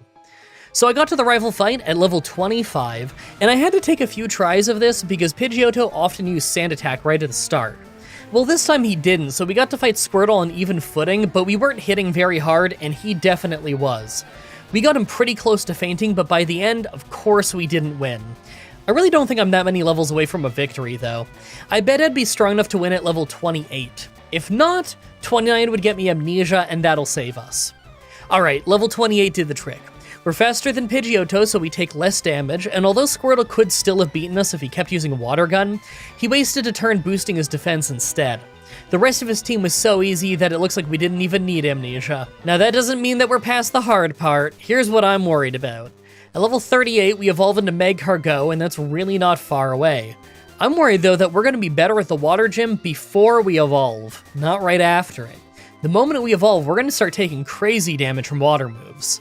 I think what I want to do is fight as many trainers as I can until I have Flamethrower, but before I evolve, then I go try to overpower Misty's team with it. I think that'll probably work out better than just evolving and then getting messed up by Bubble Beam. Alright, this is a problem. I hit level 36 and got Flamethrower, then tried the Water Gym a few times. I seem to be extremely close to getting a win, but it never quite happens. Starmie does just extremely slightly more than half of my health and damage, so we always go down in 2 hits. If we could just survive a second hit, then we could win, but if I evolve, then water will be even more dangerous. I would say I could use Amnesia, but then Staryu's gonna hit us, and we're back to the same situation of not having enough health. The right move might be to level up a few times, but without evolving, just so that I can save it for after the fight. I think I'm gonna try that. I'm gonna get to level 38 and just not evolve yet. If you want to see how agonizing this fight is, by the way, check this out. I just failed 10 times and this is the closest that I got. There actually was one try where I survived the second hit with 2 health, but I got confused and hit myself. It's the worst. Why is Water Pulse never this good when I use it? I'm gonna just gain 1 more level, then I think I would survive the second hit more often. Yeah, literally one try later and one level later, and we survived the second hit with 1 health left, letting us win this awful fight. Alright, I'm gonna go evolve and then sweep the rival in the electric gym because there is no way they stand a chance. Alright, so the rival fight was nearly a no damage sweep because we're so over leveled now. Obviously there was nothing they could do to us. After that is the electric gym, and of course, we are slower than them, but they never did anything too annoying like paralyze us, so it was incredibly easy as well. Alright, so we're going on to an easy chunk of the run now. The Pokemon Tower rival fight and the first Giovanni fights are almost always easy, and although the grass gym is a problem in some runs, we're a fire type, so you know it's gonna go fine. Really, I think we're gonna absolutely breeze our way through the next bit, so let's just get it out of the way. Oh, and by the way, I went ahead and added a ton of new rewards and perks to the YouTube membership and Patreon stuff, so if you're a YouTube member and you've been one for ages, you might want to recheck your membership page and see what new perks you have. Especially because on the recent streams of the big streamathon here on YouTube, a lot of people have been gifting subs, and so a lot of people who weren't even at the streams ended up getting those subs. You should double check and see if you have one or not. Wait, I'm calling them subs, because on Twitch they call them subs. YouTube memberships, you know what I mean? I hate... Okay, on YouTube, what is called a subscription, on Twitch is called a follow. On Twitch, what's called a subscription, on YouTube is called a YouTube membership. That's why I'm getting confused. Yeah, YouTube members, some of you got gifted stuff. You should check and see if you get these videos early and stuff like that. Thanks for supporting the show. So first I go to the grass gym, get that out of the way, and of course they didn't stand a chance at all. After that was Giovanni, where we took almost no damage. We're just way too strong for this middle part of the run. And last is the rival fight. It was so easy that we didn't even get hurt. They had a chance, but they didn't take it. Even if they crit, though, I'm sure we would have been fine. Alright, now we're finally on to the harder parts. We have the Poison Gym and the Fire Gym that I think will be easy, but then it's our rival, Giovanni, Psychic Gym, and Ground Gym, then the rival again. I think all the rival fights will be awful from now on, and so will the Ground Gym fight, but let's just get the Poison and Fire Gyms out of the way. We double resist fire, so I doubt that's going to be hard, but I could see the Poison Gym maybe being a problem if they mess with our accuracy or hit Toxic. So let's go find out. You know, I was a little worried that my low speed would lead me to getting poisoned early on, but things worked out pretty well until the end against Weezing when we got hit by Toxic and he kept using a Hyper Potion. We actually ended up taking a lot of damage, but yeah, we got the win. Okay, the Fire Gym was actually really weird. Right away, Growlithe wasn't doing anything to us, so I maxed out our special defense with Amnesia and took him out. Then they sent out Arcanine. Well, that means our attack is way down because of being hit by Intimidate twice, so Rock Slide wasn't really doing all that much, but a crit took him out. Ponyta was a problem, though. It kept using Bounce, and quickly, we got paralyzed.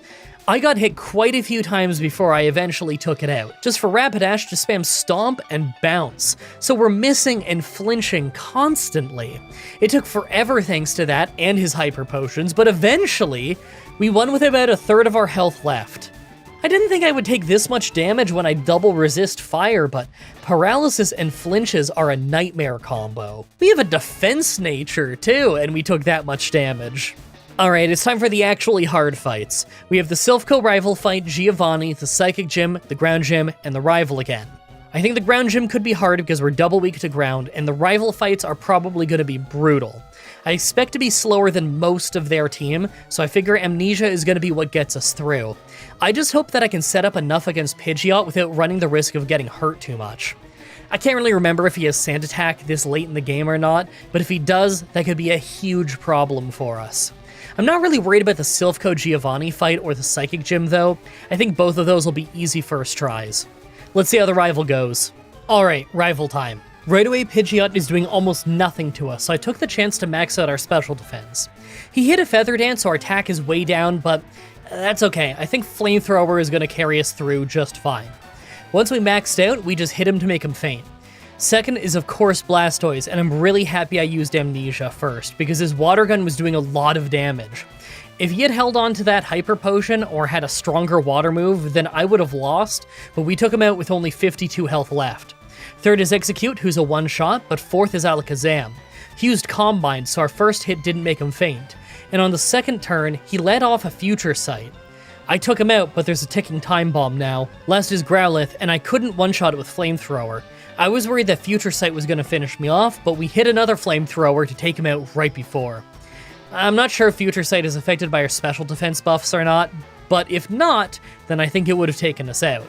I know that Future Sight's a little weird in some of these early games. Giovanni right after was of course really easy with Flamethrower, but I could see it being a lot more difficult at the ground gym.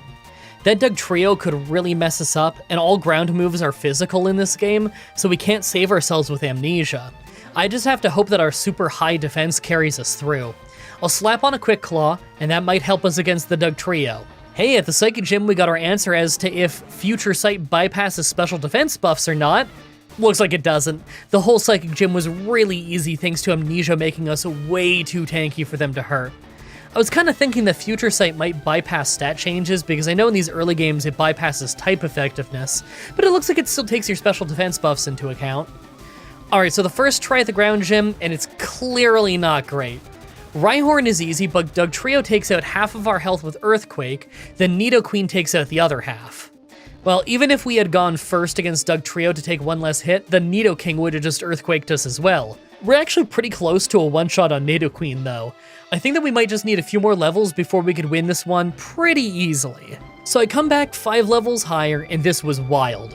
Dugtrio did less damage before going down, and Nidoqueen was a one-shot this time, but Nidoking hit us with an Earthquake that took us down to only 5 health. I thought I was going to faint when the last Rhydon survived with a Sliver and used Rock Blast, but he actually missed, so we took him out. Man, if he used something more accurate, we would have lost for sure. Alright, this is what I expected. Like usual, the Pidgeot at the start can't do anything, so I just maxed out my special defense, but Blastoise just wrecks us with Water Gun. It's not even close. The worst part is that I can't really rely on physical attacks to beat him, since I always just get hit by Feather Dance at the start. See, this is why I think that I need to be level 100 to beat the game like in Emerald. We seem really strong, but as soon as we deal with a water type, we're useless. He's still using Water Gun. How bad is this going to be in the final fight when he's got better moves? Alright, level 70, and this took so many tries because we kept getting crit. Blastoise now makes it rain every time, but Pidgeot doesn't always use Feather Dance anymore, so I was able to Body Slam early to paralyze him, and then I kept going for Rock Slide. This failed a bunch of times, but on this try we actually did knock him out. Problem is that it's still raining, so Flamethrower can't one-shot Rhyhorn, and we get messed up by Rock Blast before we take him out. Growlithe went down in one Rock Slide after it dropped our attack, and Alakazam only disabled Rock Slide while we were using Flamethrower, so we took him out. Last is Execute, but of course he's a one-shot. Man, that was not easy though. We're on the road to the end of the game, and I'm not really feeling great about this next chunk. Lorelei is probably going to be awful because of all of her water moves, and Bruno shouldn't be easy either thanks to his fighting moves. Agatha is probably going to be a nightmare since she has fast Pokemon that can put us to sleep, and Lance's entire team resists fire. Really, all of the last 5 fights of this run are probably just going to be awful. We'll see what my stats are when I get there, but I really don't think I'm winning below level 100. Now that we're at the Elite Four, let's take a look at our stats. Man, our defense is absolutely amazing. I kind of wish that the special defense was higher, but I guess we didn't luck out on our IVs on that one. Actually, our speed is a lot higher than I was expecting it to be. Maybe our speed IVs are good. Actually, I think that I probably got a lot of speed EVs while grinding early on in the run. That tends to happen a lot when you're grinding against early game enemies, I find. I think Rattata and Pidgey both give speed EVs after all. I could be wrong about that though. I've been debating for a while on if I want to replace Amnesia with Sunny Day, and although I'm still not totally sure, I think Amnesia might still help more. It doesn't just protect us against water moves like Sunny Day does, it also protects us against our rival's Alakazam, and he's really dangerous. If we were faster, then I would say Sunny Day would be better because we could sweep, but we're not. We're really slow, so I'm gonna stick to Amnesia for now. Make your final guesses on if we can win this or not. Let's do this. First is Ice Trainer Lorelei. So I start by trying to use Amnesia and instantly got absolutely wrecked by Surf. Oh, I knew this would be bad, but I thought that we would at least take a little less damage than that. Make your guesses on what level we need to be to win this fight, because I'm gonna say 90. I know that sounds high, but did you see how much damage we just took? If we're slower than our whole team, then we're doomed. Hey, did you think that last try was bad? level 75, and this time Quick Claw doesn't kick in, so we get hit by Surf before we use Amnesia, and it drops us to red health. Maybe I was lowballing it when I guessed 90. Alright, all the way at level 85, and this time we actually get one Amnesia in and get past Dugong just because she wastes time with Hail, when another Surf would have seriously hurt us. Cloyster was a one-shot with Flamethrower, and as Lapras came out, we hit really hard with Rock Slide and lucked out. She flinched, then ate a berry to get out of full restore range, so we could finish her off without getting hit. Of course, as soon as Slowbro came out, though, we lost. Yeah, I'm thinking we gotta be level 100 for this. I'm gonna try 90 and 95, but this is really feeling like a level 100 kind of fight. Alright, level 90, and now we can actually one-shot Dugong at the start with Rock Slide. I don't know if this is better or worse, since it means I'm not using Amnesia, but I kind of get the feeling that my best bet is just to get to Slowbro with full health, and hopefully crit my way to a win or something cheesy like that. And you know what, by level 95, I think I could get to Slowbro with full health, because I got really close to one-shotting Lapras with Rock Slide on the last couple tries.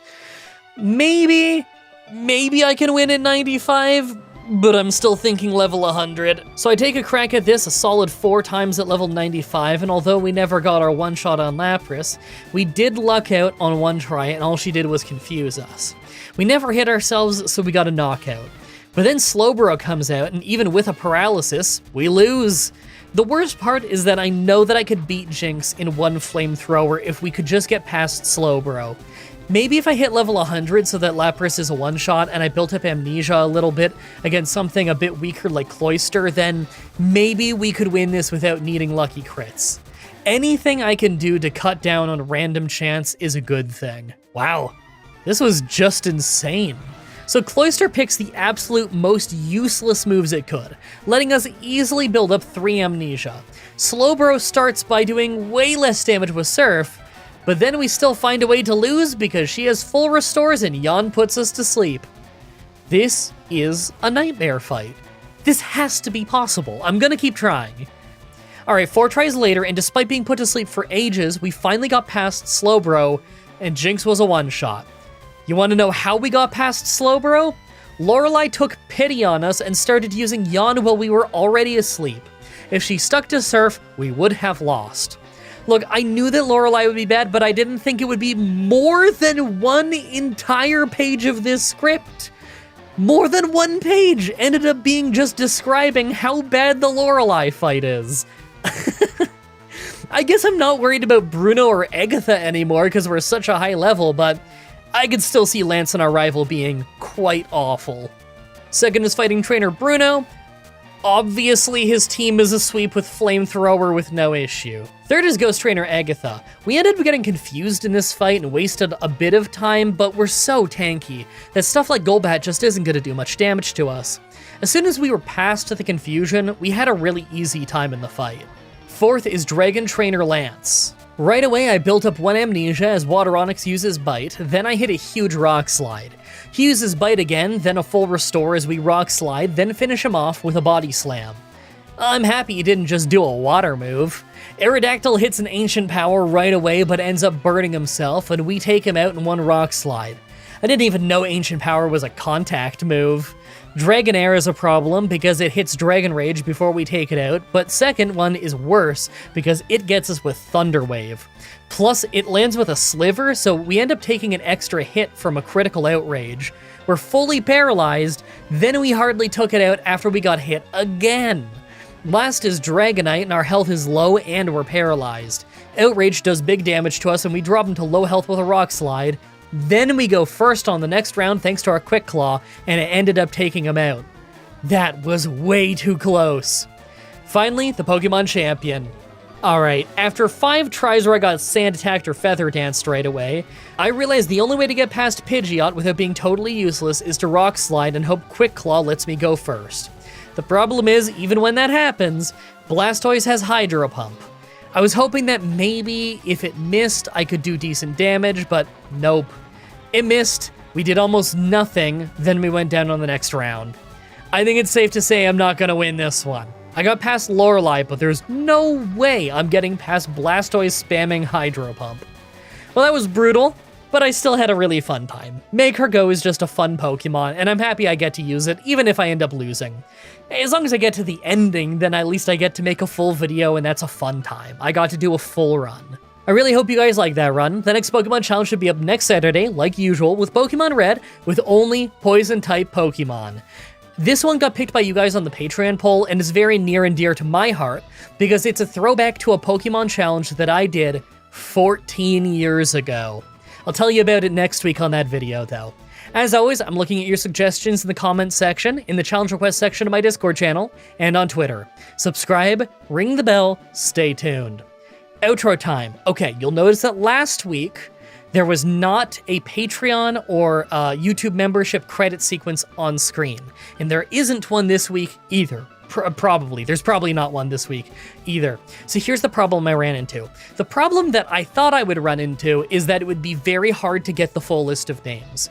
It was at first, because I downloaded, like, they let you download spreadsheet stuff for it, right? On both Patreon and YouTube of your memberships. And although they sent it to me, it was busted whenever I'd open it in OpenOffice. But then I started opening it in Google Sheets, and you know what? It displayed properly in there. Problem solved. I thought that was the hard part. No, okay, so I use Adobe Premiere. Adobe Premiere Pro, that's my editing software. I have the whole Adobe suite, it's always up to date and all that.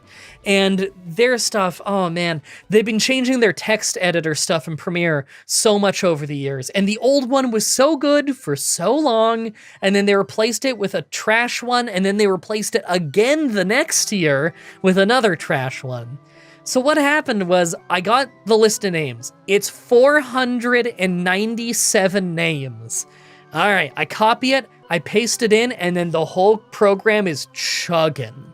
It is barely functional, because it turns out that the old text prompt system they had, the old text inserting system they had in the old versions of Premiere, I think it was like vector-based or something, where it runs smooth as butter, no matter what. It's easy to work with. I don't know why they ever replaced it. It doesn't matter how much text you put in, it'll run fine. The new one? No, it uses some kind of GPU-CPU combo thing. I don't know. Everyone seems to hate it, though, when I did Googling. There's been bug reports on how this is need to have been fixed for, like, 4 years now.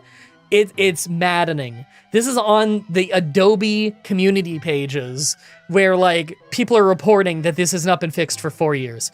So, as soon as you paste it in, the whole program is barely working anymore. I can make it invisible until I go to render the video so that I can then upload it. Rendering is like saving the video, if you don't know.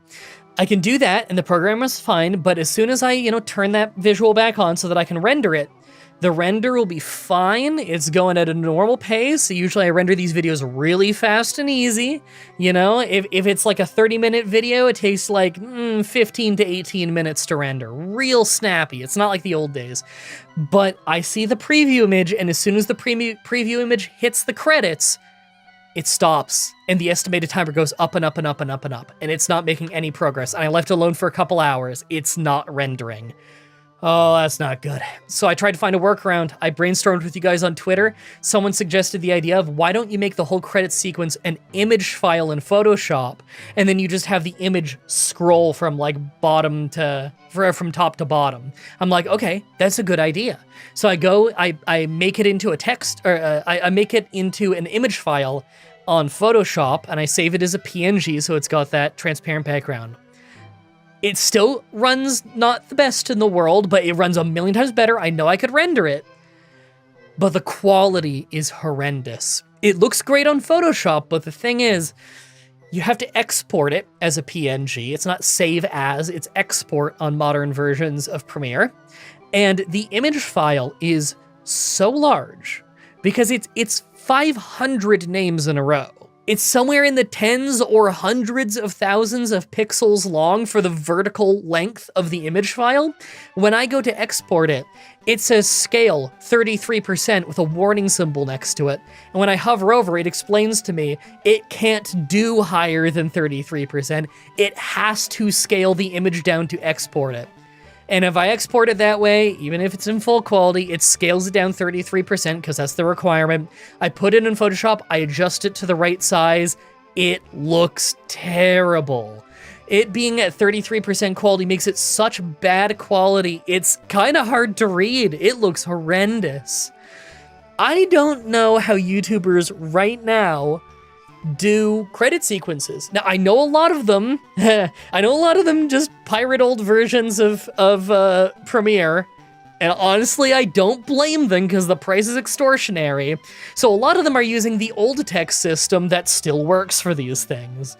I'm guessing other people also just use other editing softwares that might still use vector-based text, which again has no performance issues. But I can't just re-edit every single video in a new software I've never used before. I've been editing with Premiere Pro for more than half of my life. I'm 32. I started learning this program when I was 14 in an editing class in high school. So I can't just switch now. And although I do keep very old versions of Premiere just in case something happens, I don't have any of the versions that still run with that stuff, and I wouldn't be able to port all the files back to it easily. And I guess I could make a credit sequence and render it out in an old version every week and then try to import that as a massive video file over top of the new ones, but that is unbelievably impractical and would delay the making of the videos severely.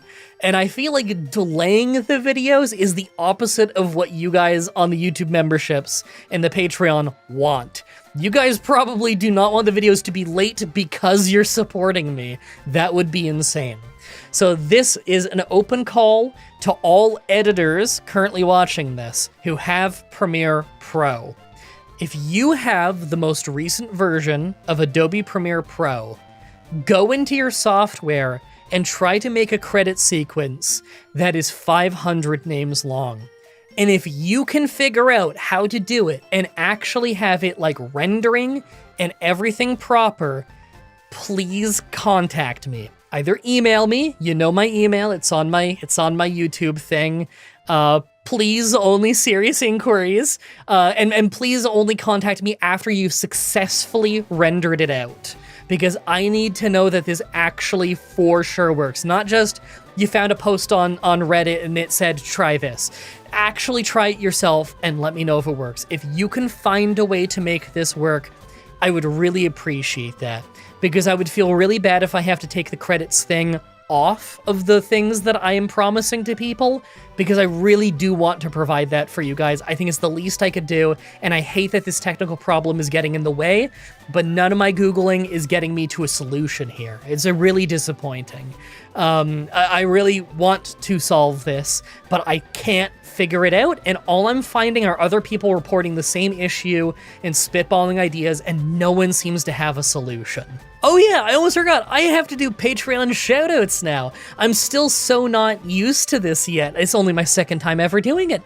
Thank you so much to the $50 supporters, both on the YouTube memberships and on Patreon. I think 3 of you are on one and 2 of you are on the other.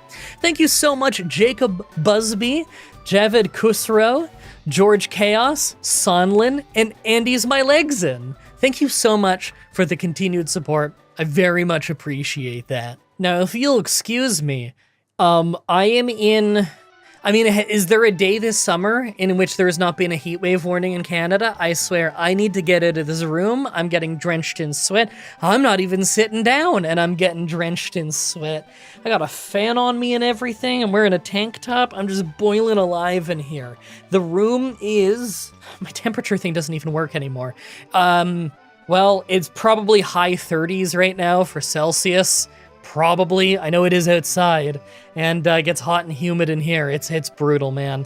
Yeah, I just saw a notification on my phone this morning that says that the forest fires in Canada are so big now that they have burned, I think it was 7.5 million hectares of land have been burned now in the forest fires. It said that is about the same size as New Brunswick, which is one of our provinces. Oh, the heat waves are bad this year, man. It reminds me of 2016. We had bad heat waves that year too. Not a fun time. Not a fun time. But I'll survive. I'm gonna go walk this off. Thank everybody so much for watching, and until next time, have a nice day. Hey everyone, Mah-Dry-Bread here. Pokemon Red with only one Psyduck was a very standard challenge, so let's follow it up with a crazy one.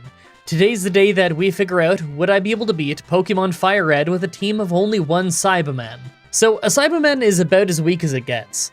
250 base stats leave it as about as strong as a Pidgey, and its ability is Runaway, so something that doesn't help us at all in battle. I guess it has decent speed, so that's kind of nice. 250 base stats is really, really low for in this mod, by the way. If you take a look at its level it moves, then you can see just how weak this thing is. Really low power moves, with our only good one being Explosion, a move we obviously can't use in a solo run. Plus we're ground and grass type, so we have no same type attack bonus. I wish I could see what TMs we can use, but the Dragon Ball Team Training Wiki doesn't list that on the fighter pages, so I guess we're going in blind in terms of that. Like always, I'm writing this script as we go through with the challenge, so all this part is being written before I've started. Everyone comment down below and guess if I can win or not. I think this is going to be a real hard one. Maybe one where we're going to need to be level 100 by the end, but I'm sure it's possible. I could see pretty large chunks of this game being brutal though. Let's explain the rules. In combat, I can only use Cybermen. I'll need other fighters to use HMs, but I won't be allowed to use any of those fighters in battle.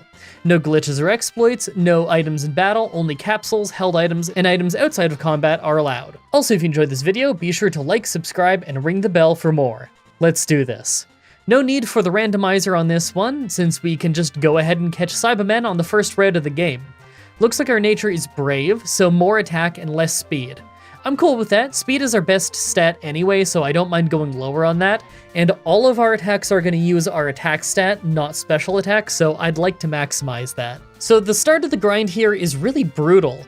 We're literally just grinding on the route that we caught our Cybermen. Since it's the weakest thing here, we can only beat other Cybermen, and only when they're either a lower level than us or just pick worse moves than us. The only nice thing about this is that we have an ability Runaway, so we can always run away before we faint if we have to. Yes, that's the most positive thing I can think of. This grind takes a while. At least it only takes a few levels before we can easily beat the fighters here. We still have to heal between every single fight though. Next up is North Forest, and would you look at how weak we are right away. Piccolo is half of our level, and we still go blow for blow and lose most of our health in the process. You'd think Acid would be super effective since it's poison and he's grass type, but types work a little different in this ROM hack. That said, Acid is still useful. It's slightly weaker than Scratch, but it has a 30% chance to cause a burn, so that's actually pretty nice.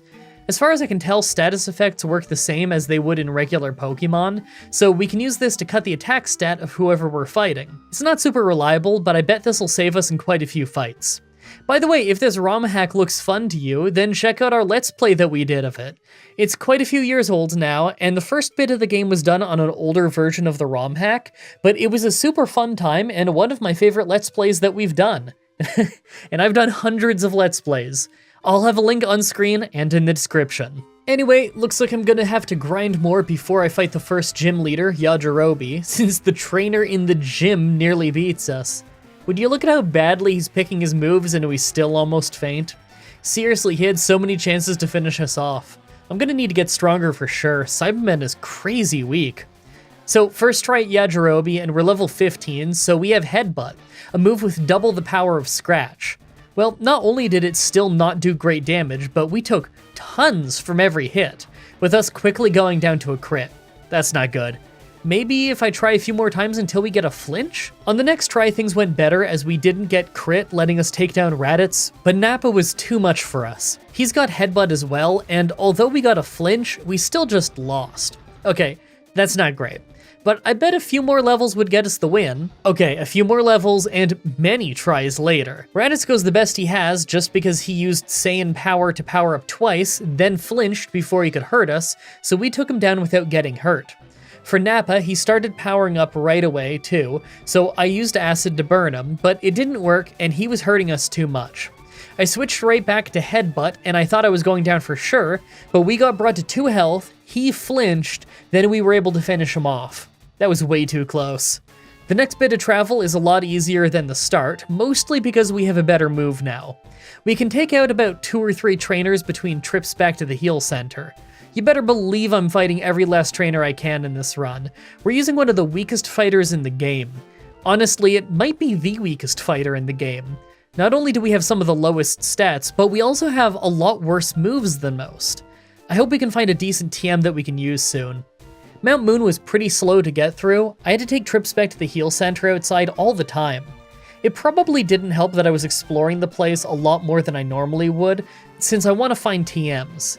I've beaten this ROM pack before, but it was a long time ago. I don't really remember what TMs you can get or where, so I don't want to miss out on something that could potentially win us the run. That said, I needed the experience anyway, so I'm not exactly going to complain about taking my time in here. On our way through though, I took the 3-star Dragon Ball. I knew that if I didn't say what I took, you'd all ask. Actually, now that I think about it, everyone ask anyway. Comments are good for the YouTube algorithm. Alright, on the other side is Namek, of course. I don't know what's going to be harder, a gym battle or the rival fight. I'm going to give the gym a try first and just see what happens. Okay, gym leader Mori. He starts the fight with Captain Ginyu, and although we did solid damage, he had a Satan drink to heal with, and his dash attack works like quick attack. So because he was hitting us first, we had no chance to make him flinch. That's no good. Let's try the rival fight instead. So first he sends out Cooler, and although he didn't hurt us much, he was a bit of a problem due to his speed boost ability making him faster than us after the first round.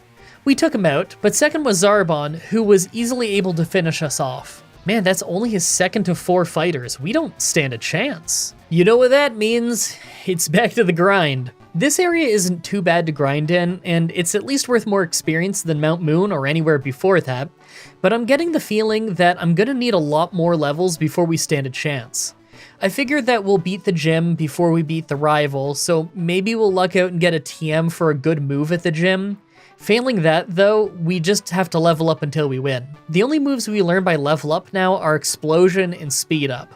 We lose if we use Explosion, and Speed Up just makes us 2 stages faster, so I can't see how that would help us. Next try at the gym 5 levels later.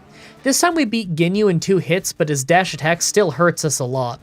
4th form Frieza is next, and although we weren't dealing great damage, he wasted a couple of turns with Shield, a move that raises his special defense. We got him to low health, but then he used a Satan drink to heal back up.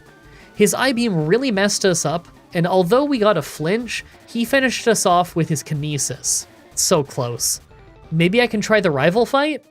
Okay, so Cooler goes down pretty easily, although he did hurt us a bit and used Leer first. For Zarbon, we totally lucked out and crit a headbutt for a one-shot. Maybe we do stand a chance. Next is an Uzaru, so our attack is down from Intimidate. We lucked out again and crit on Acid to not only do decent damage, but to burn him. Because of that, his attacks were weakened enough for us to finish him off. We even got a flinch. This was our best run yet. Last was Super Saiyan Vegeta, and he easily takes us down with an energy punch. Man, we're not beating the rival anytime soon, are we? Next try at the gym, this time at level 30. We're doing way better damage to Ginyu, and it pays off because he ends up wasting the Satan drink. Because of that, Frieza never gets to use it, and we get an easy win. Problem is, the TM we got is for I-Beam, and we can't learn it. That's no good. I'm not feeling great about our chances against the rival. Okay, Cooler was easy, Zarbon went down in 2 hits, so it's the Uzaru. This time we didn't burn him, but we still crit, so I just started going for Headbutt. No flinches, but we took him out with more health than last time. Last was Vegeta, and we were doing pretty good damage. I was hoping for a flinch, but no luck. He powered up, then hit an energy punch to easily take us down. This is brutal. A bit more grinding maybe? 2 more levels later. This time things go about the same as before, to the point that we even ended up with about the same health as we got to Vegeta, but this time we never got hit by Leer. I hope that changes things. We hit Headbutt, he powered up, we hit a second Headbutt, and he hit us with Energy Punch to bring us to only 2 health. We were finally able to take him out on the follow-up. I can't believe that fight is finally over. Now that we're finally done those battles, we have to head to the northern route to fight a lot of trainers. It's a breeze fighting lots of these guys after all that grinding, but there's one spot that I'm looking for specifically. Here it is. This is Guru. Big thanks to Caesar in the comments for letting me know about this, since it's a new feature that wasn't in the old versions of this game that I played. There are 2 characters in the game who can power up the weakest fighters that are available in the game. One is Guru here. who boosts our inherent values to the highest that they can be. There's one later that boosts our effort values, but I think that's not until the very end of the game. Anyway, doing this got us 10 more health, 10 more attack, 2 more special attack, 8 more special defense, and 3 more speed. No extra defense, since I guess I already had a really good IV for that. I know it really doesn't look like much, it's less than your average Pokemon would get for like an evolution, but this is probably going to be the difference between beating the game at level 100 and failing the game at level 100. I'm super happy this is in the game. Makes the weaker fighters more viable, you know? And that's really fun. Anyway, next is the Dig TM, and although I have no idea what ground even is super effective against in this game, and despite it being weaker than Headbutt, I still learn it. I mean, I never use Leer anyway, and who knows, maybe Dig will pay off. At least I could use it to get out of caves if I want to. Next is the Red Ribbon Army Base, because this game is awesome. Seriously, if you haven't seen the Let's Play yet, go check it out. There's some real love put into this ROM hack. Let's go do the SSN. Now, I'm sure this won't surprise you, but I fight everybody here. Normally, the SSN rival fight is easy, but all bets are off. You saw how long I had to grind for that previous one. I'm not taking chances, even with our buff from Guru. Well, what do you know? It was easy. It turns out he hardly leveled up his fighters at all, so even with us getting unlucky against the Ozaru, we still ended up winning without many issues. Well, that gets us cut. Let's try the next gym. It's time for General Red. This fight ended up being pretty easy, but it absolutely would have gone worse if we didn't have Dig. Red uses androids 16, 17, and 18, all steel types, and our moves aren't effective against them, other than Dig, since it's neutral. 60 power still isn't great, and 2 of them weren't one-shots, but it got us a much-needed win. Rock Tunnel ends up being super easy. Unlike in regular Pokemon runs, there aren't rock types to worry about in here, so I just use tons of repels and fight only the necessary trainers. I don't exactly want to get lost in here and then waste extra time. So this is a great time to talk about this week's sponsor, you guys. Yeah, I guess I'm sponsored by Patreon this week. I mean, or super thanks and super chats, that works still.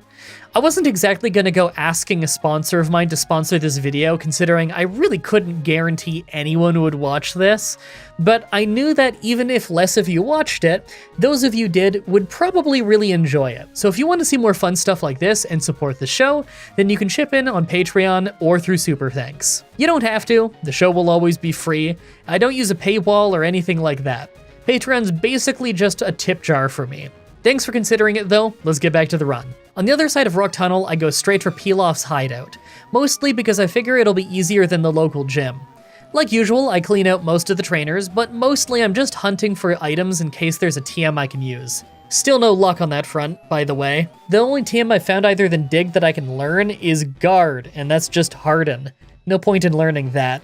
At least our Headbutt is reasonably strong, but I know it's not really going to give us any easy victories. I kind of want to use some PowerPoint ups that I found on it, but maybe I should hold on to them, just in case I find a better move.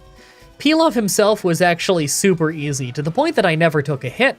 Well, I was lucky. It was only thanks to a flinch, but I don't think I could have lost this. Let's go hit up the local gym. Here we are against Gym Leader Bulma. First up is Imperfect Cell, who hits reasonably hard with Dizzy Punch, but we took him down in 2 hits. Second is Perfect Cell, who's a lot tougher. Thanks to a flinch, we dropped him to low health, but he also has a recovery move. We ended up critting to take him down, though. Last was Super Saiyan 2 Gohan, though, and he easily finishes us off. Okay, that's fine. We don't actually have to do this gym yet. Let's go do the rival fight at God's Tower.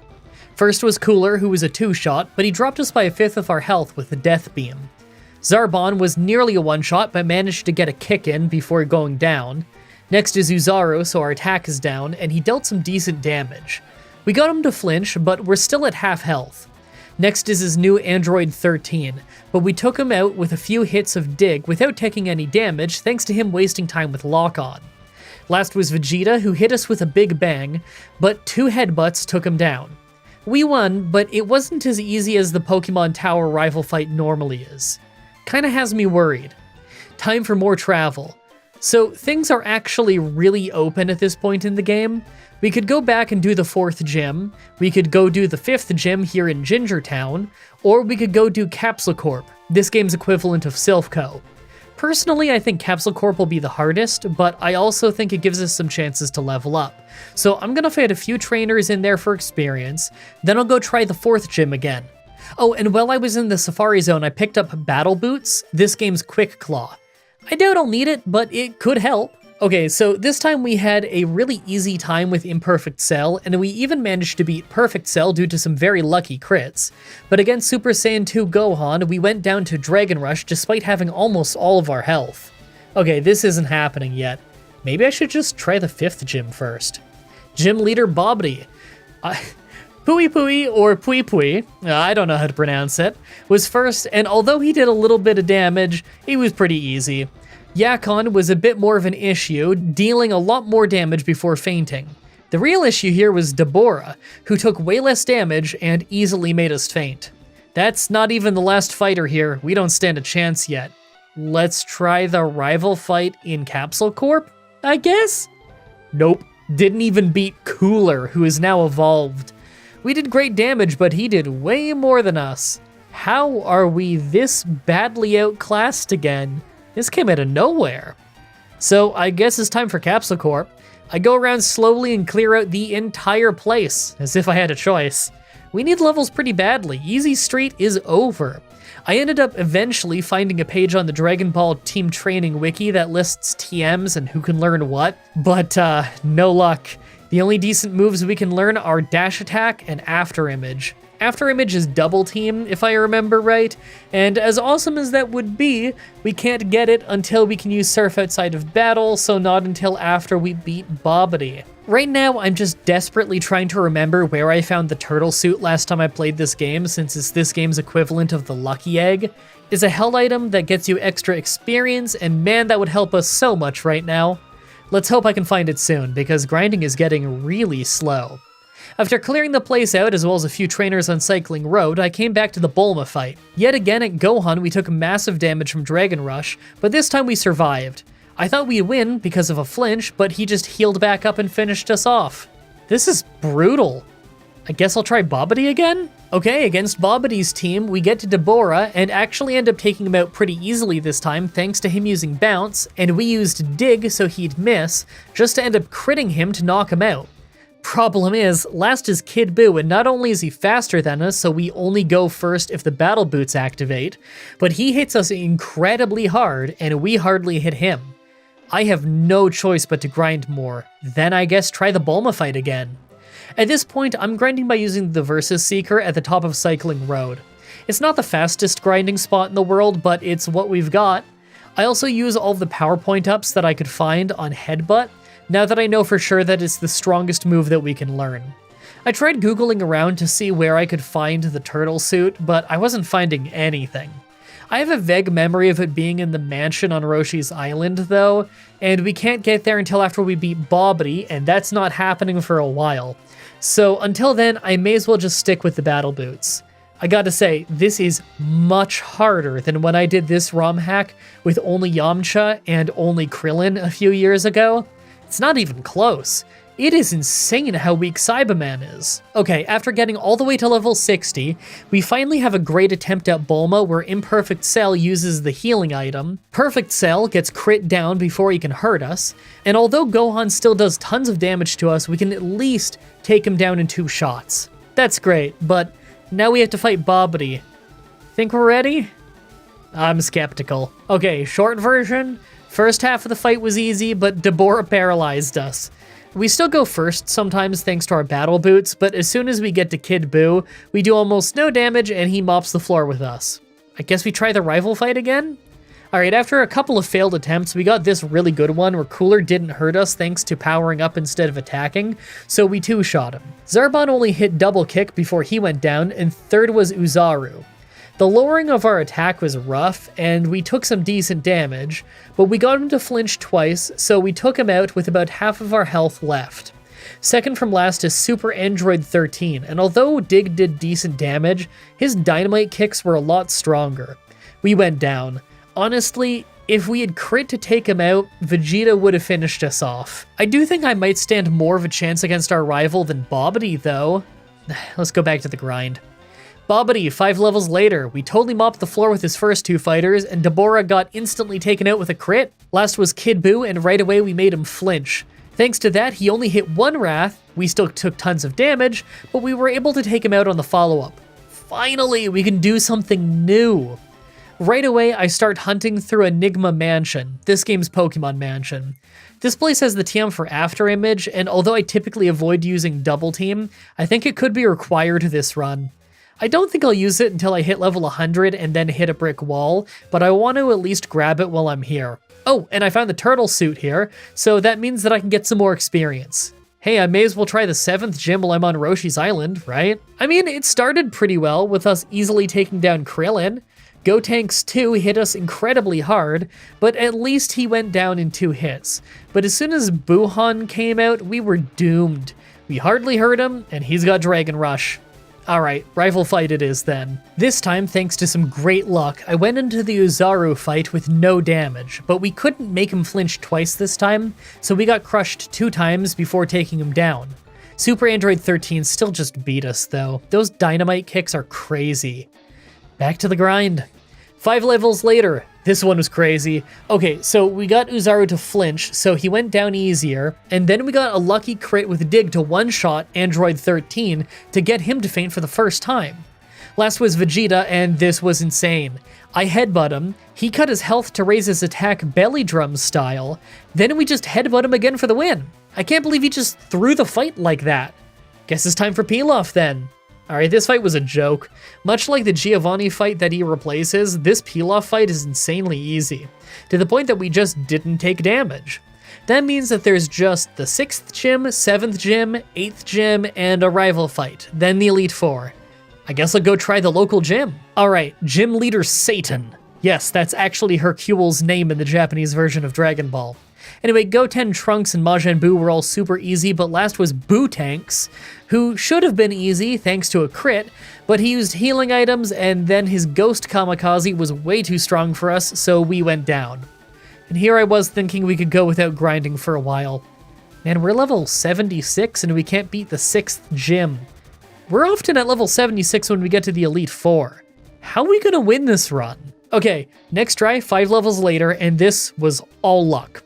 Our second hit was a crit, so it was enough to take him out without ever having to worry about his healing items. You know what? I'll take it.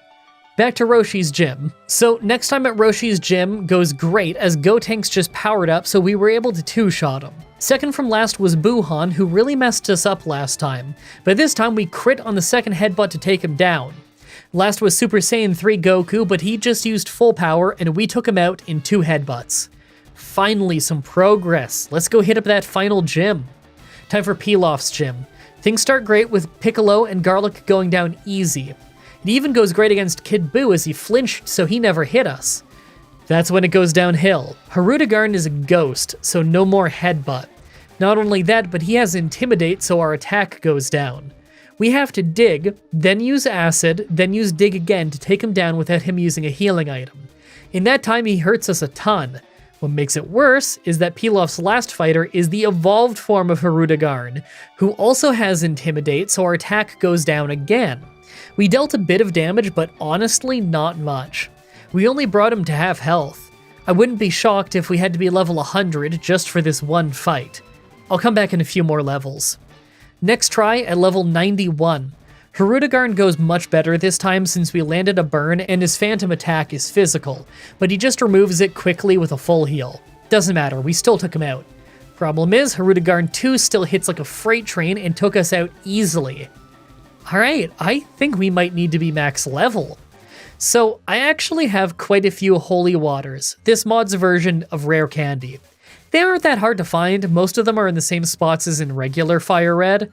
If I got a couple of levels, then I can level up the rest of the way with the holy water, so I think I'm gonna get to level 95, try again, and if we fail, then I'll just holy water up to level 100. If that doesn't work, then I'm gonna have to resort to After Image. Basically, double team. That sucks, but you know what sucks more? Cybermen. Let's give it a try. Okay, level 95. Would you believe it if I said we lose?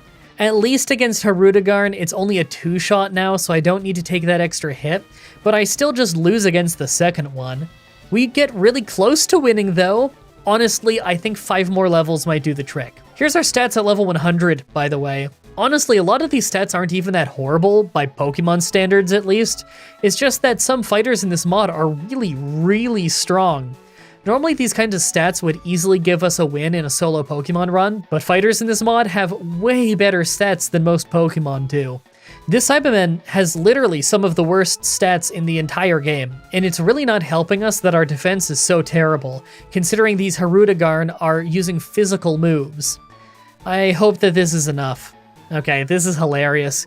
On our next try, because we take a bit of damage from Kid Buu, we still end up losing.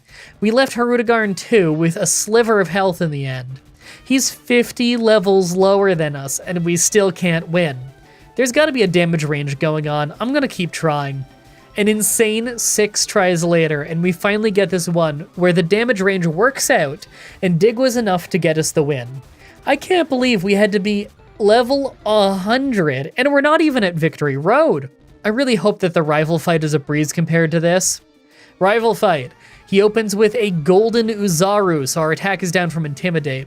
We were able to take him down, but it took quite a few hits, and we took a ton of damage in the process. Right after was Zarbon, who took us out with a counter. Now, believe it or not, this is exactly how the fight went 5 times in a row. We don't stand a chance. I'm gonna have to use After Image, or Zenzoken, as this game calls it. Okay, so first is the Uzaru. I didn't bother with After Image during this part of the fight since I knew he would just knock us out, but we got a crit on the second attack to at least get us to Zarbon in good shape. Now, we lost quite a few times to Zarbon, because even though he hardly even hurts us and we can easily max out our evasion, he uses counter and that move doesn't miss, so if he uses counter on the turn we headbutt him, he one-shots us. On this attempt though, we successfully took him down without him just using counter on us. Super Android 13 has a swift equivalent that never misses unless we're underground, so we take some damage, but he wasn't bad. What was bad was Metal Cooler. This is another point where I often lost. He has rough skin, so every time I hit him, we take damage, and we have to hit him a lot. If he hits us with any of his moves, then we won't have enough health left to finish the fight. On this attempt, though, he misses, so we win. Vegeta misses us with every attack, so we took him down with some headbutts, and last was Cell, who we took out in 1 critical hit. Looked easy, right? This took 14 tries. This run got so hard. Okay, last bit of travel for the game, Victory Road. Yeah, we're max level, so obviously I just avoid all the trainers that I can. I gotta say, this run's been a lot harder than I thought it would be. I mean, I didn't really know what to expect, but I didn't think it would be this bad. I mean, I'm used to Pokemon where these stats aren't unwinnable, and having Headbutt isn't that bad of a move, but man, the competition is so much tougher in this mod. Normally I'd say if it's been this hard till this point, then we wouldn't stand a chance. Thankfully, we have one more trick up our sleeve. Remember how earlier in the game we maxed out our IVs since we're using a super weak fighter? Well, the guy who maxes out the effort values of super weak fighters is coming up. Let's see how much that helps. So here's our stats before we get the boost, and here's what they are now, and wow, that's a big jump. I gotta do some math here. So our health went up by 60, our attack by 27, our defense by a much needed 60, our special attack by only 1, special defense by 58, and speed by 45. That's a massive increase, but I bet we'll still be weaker than a lot of what we're fighting. It's a shame that we can't learn any moves that use our special attack, considering it's a little better than our regular attack. Make your final guesses on if we can win this or not. Let's do this. First is East Kai. First he sends out Aqua, who's super frail and goes down in 1 hit, and second is Zenya, who also is a one-shot. Good start. Janemba is a bit more of a problem thanks to being super tanky, but he's still just a 2-shot. Frieza flinched as we dropped him to a sliver, so we got him to use up all of East Kai's Senzu beans before finishing him off. Last was Deborah, and this fight was hilarious. We can't really lose at this point, but he uses Stone Spit to paralyze us, and we lost 5 turns in a row to being paralyzed, just to win anyway because he hardly hurt us. Can some math person in the comments do the math on the chances of that? That's the kind of luck I'd expect from Gen 1, not Gen 3. Second is South Kai. Torby just used Concentrate, so we took him down easily in 2 shots, and Tapion went down in a single crit. Spopovich is a 1-shot, and fourth is King Cold. He didn't quite go down in 1 hit, but he just used Power Up and Senzu Beans, so we took him out. Still no damage. Last is a Golden Uzaru, so our attack is down. That's not good. Right away I used Acid a bunch of times hoping to burn him, but he didn't get burned. In fact, we never burned someone with Acid for the entire rest of the game despite it having a 30% chance. I don't know if that's a glitch or what.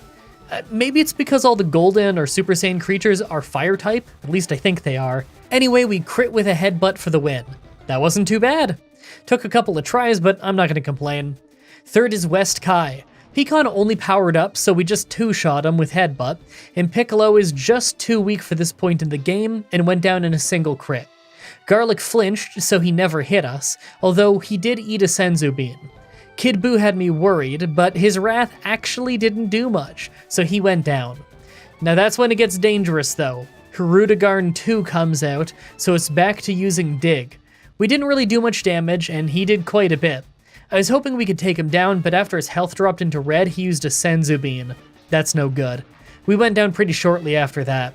Next try, and I used After Image, but honestly, it probably wasn't necessary, since we got much luckier when it came to the damage we dealt. A critical acid dropped him into the perfect amount of health to let him go down to Dig without risking using a Senzu Bean.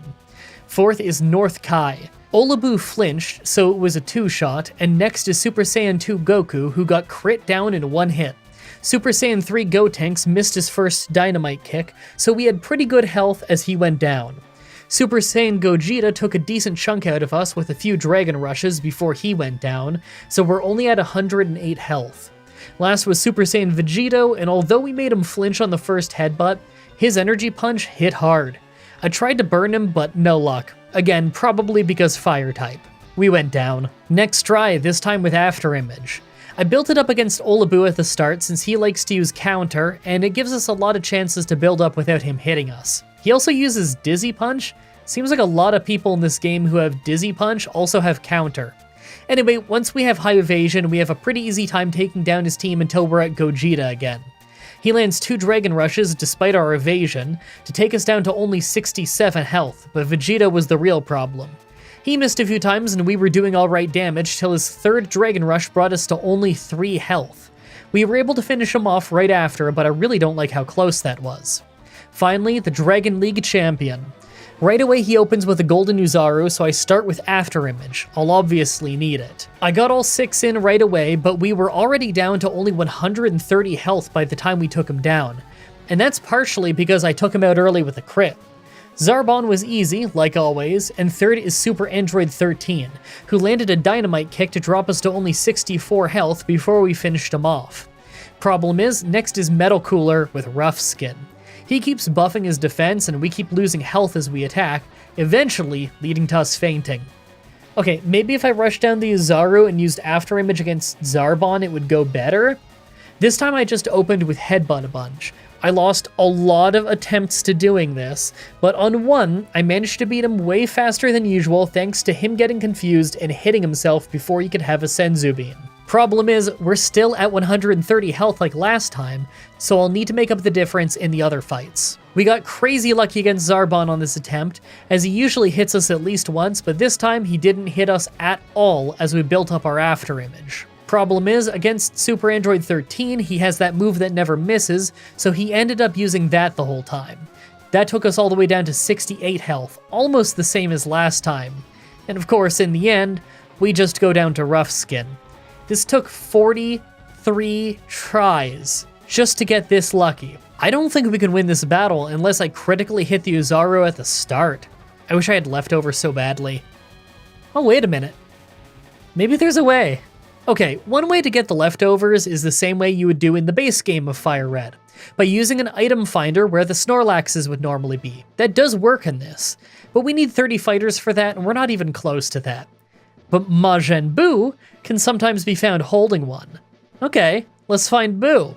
So I go to Victory Road and catch Boo over and over with our golden capsule to try and get one, and restart every time it doesn't have leftovers. I can't just hit it and see if it heals with leftovers since, we'd one-shot it. I thought it would take forever, but literally the second Boo I caught had leftovers. Maybe I can finally win this fight. I just need to get back to the Elite Four, but with this, it shouldn't be so bad. Give me some time. Okay, we're back at the Dragon League champion, this time with leftovers. Right away I start building up After Image on Uzaru since we're healing anyway. Once we have that built up, we take him down with, hilariously enough, almost the same health as last time. Despite healing and having high evasion, we still get hit tons.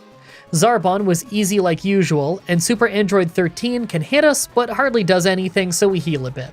Now Cooler really had me worried, mostly because he buffed his defense so much that I was worried we were going to run out of power points. We ended up lucking out though, and we crit with Dig when he was below half health, getting us the win. We honestly really needed that since he still has Senzu Beans. Majin Vegeta hits us with a massive energy punch right away as our headbutts weren't doing a ton. He flinched on the second one, then he hit with a second energy punch to bring us into yellow health.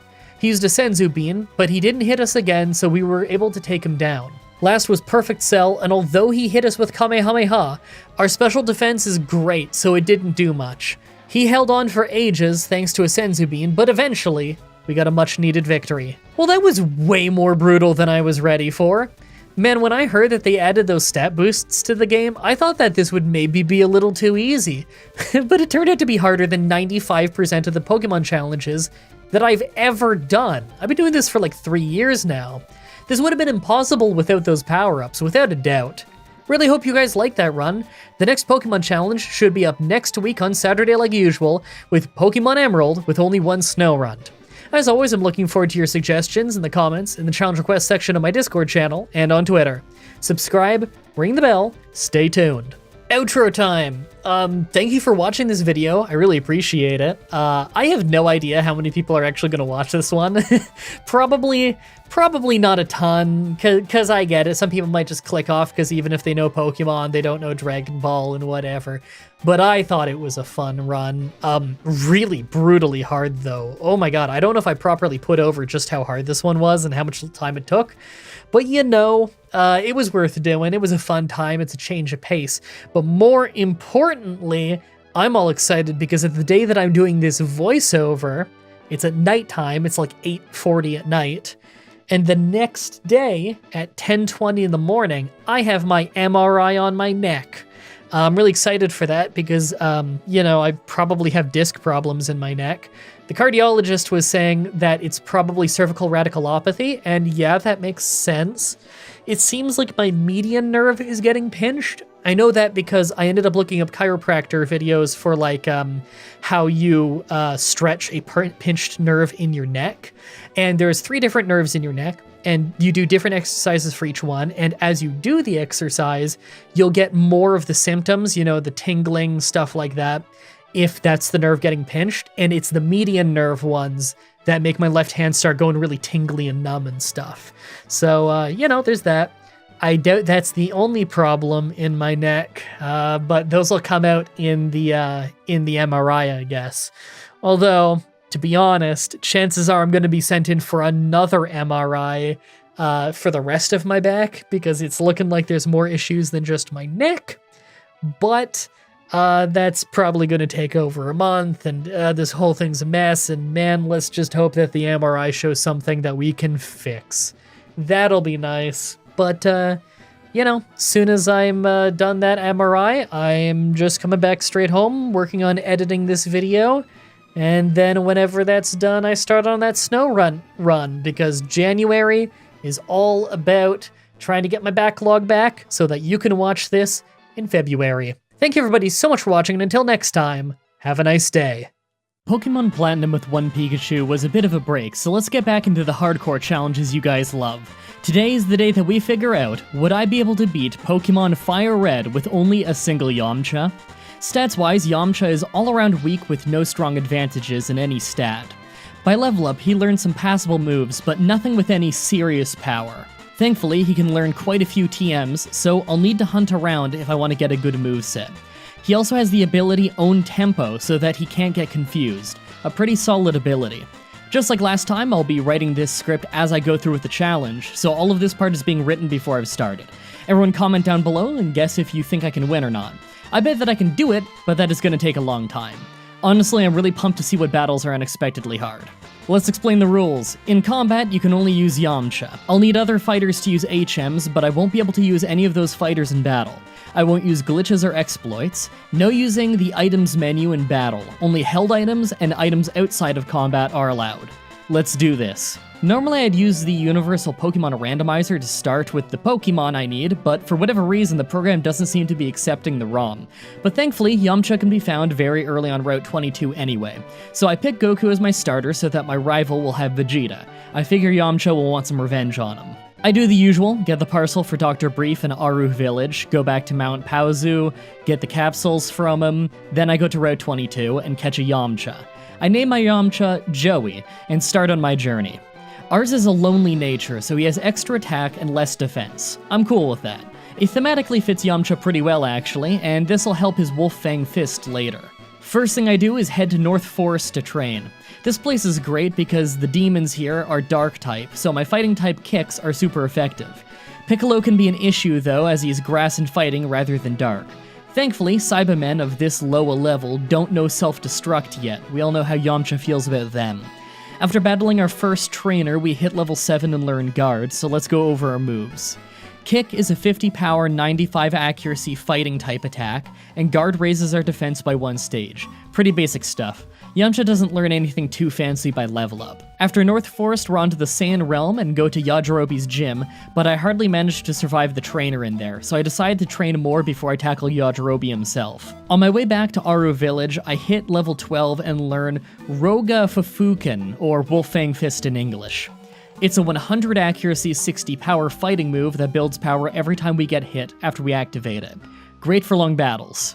I go and do the optional fight with my rival to get some quick experience. Wolf Fang Fist makes very short work of his Bear Thief and Vegeta, so it's back to leveling in North Forest for a bit. Later we hit level 16 and I decide to go after Yajirobe. He's surprisingly easy with me taking out his team with only just a few Wolf Fang Fists, netting me the Saiyan badge. I also get the TM for Energy Punch, an 85 power 100 accuracy move that has a chance to raise our attack power. I might learn that later, that seems like a pretty good one. I start making my way through the trainers on my way to Mount Moon and hit level 18, learning Sokiden, or Spirit Ball in English. It's a 60 power 100 accuracy fire move. The description says it may hit multiple times, but it doesn't. It's just a pretty standard energy attack. Wolf Fang Fist is better, but I appreciate having the type coverage. Next up is Mount Moon itself. It's mostly uneventful, but on my way I took the 3-star Dragon Ball. I knew that if I didn't say what I took, you'd all ask. Actually, now that I think about it, everyone ask anyway. The comments are good for the YouTube algorithm. We reach Namek Town and I go straight for the gym. While fighting the trainers, I hit level 23 and learn Jet Kick, a solid 95 power, 90 accuracy fighting type move. I replace Kick and go after Mori, the cruel fighter trainer. Ginyu takes out half my health with some dash attacks. Him hitting me first means my Wolf Fang Fist doesn't actually power up off of him. Second out is Frieza, and although I hit hard, he does too, nearly taking me out with a Ki Blast. He recovers his health with a Satan Drink, but his Ki Blast powered up my Wolf Fang Fist, letting me finish him off and earning me the Namek badge. I also got the TM for I-Beams. It's an alright move, but Yamcha can't learn it. I head towards Nugget Bridge and bump into our rival. This fight is usually a big problem, so let's see how it turns out. First, he sends out Cooler, a fast dark type. Wolf Fang Fist one-shots him thanks to the type advantage. Second is Zarbon, who's nothing special. He kicks us, but it mostly serves to power up our Wolf Fang Fist as we finish him off. Third, he sends out Nuzaru, a really powerful ape with Intimidate, so our attack power is lowered. I decide to guard once as he hits Crush, doing a decent chunk of damage. I go for Jet Kick and do a lot of damage as he crushes us again. A Wolf Fang Fist finishes him off, but our health is red. Last out is Vegeta, who's now Super Saiyan. He easily finishes us off with an energy punch since he's faster than us. Really, we didn't stand a chance. We need to get faster than him. Second shrine, we're level 26. This time I try sweeping my way through with Wolf Fang Fist, powering up off Ozaru, but thanks to his Intimidate lowering our attack, Vegeta manages to survive with a sliver of health and take us out with an energy punch. The speed tie that we have is really a pain. Third try and we're level 28, breaking our speed tie. This time Vegeta never attacks us in between him powering up, and us being too fast for him to attack twice. 3 tries of this battle isn't bad considering our rivals' fighters have much better base stats than we do. I know I have another rival fight coming up, so I make sure to take out all of the trainers near Red Ribbon base before moving on to the SSN. I cleared every cabin, getting to level 36 before tackling our rival. This time our level was just too high and he was a total pushover, with me easily sweeping through his entire team. I get the Cut HM, but we don't have any fighters who can learn it, so I catch a few and teach Cut to a Bioman, then enter the Red Ribbon Gym. It takes forever, but I solve the stupid random trash can puzzle and face off with the Android Trainer General Red. Wolfang Fist takes out Android 18 and 17 easily. 16 is shockingly powerful, surviving with quite a bit of health and hitting incredibly hard with a rocket punch. But one more hit and we earn ourselves the red badge, as well as the TM for Energy Field, a pretty strong fire move that we might learn later. On our way to Rock Tunnel, we level up to 40 and learn our last level up move, Key Blast. It's just a 90 power variation of the move we already have, so we take it. On the other side of Rock Tunnel, we reach Makio Town, the home of the creepiest dialogue in the entire video game. Yeah, I leave Makio Town. Next is on to West Town and Pilaf's hideout under the casino. Much like his henchman, Pilaf was no real threat, and it was a total sweep, getting me the A-Scouter, which we need for God's Tower back in Makio Town. Also on the way back, I saw the 7-star Dragon Ball just sitting there, so I grabbed it. Next is on to the rival battle in God's Tower. As usual, Cooler goes down in one hit from Wolfang Fist, as does Zarbon with the Jet Kick. Uzaro is always going to be an issue though, so I decide to hit it with a Key Blast to see if it's super effective. It does a lot of damage, but isn't super effective. Uzaro must have low special defense. A second Key Blast, and he's down. Android 13 goes down in one Jet Kick, leaving me with Vegeta, who also goes down in a Jet Kick. It feels like I've passed a kind of stat threshold where I'm just strong enough to one-shot most trainers.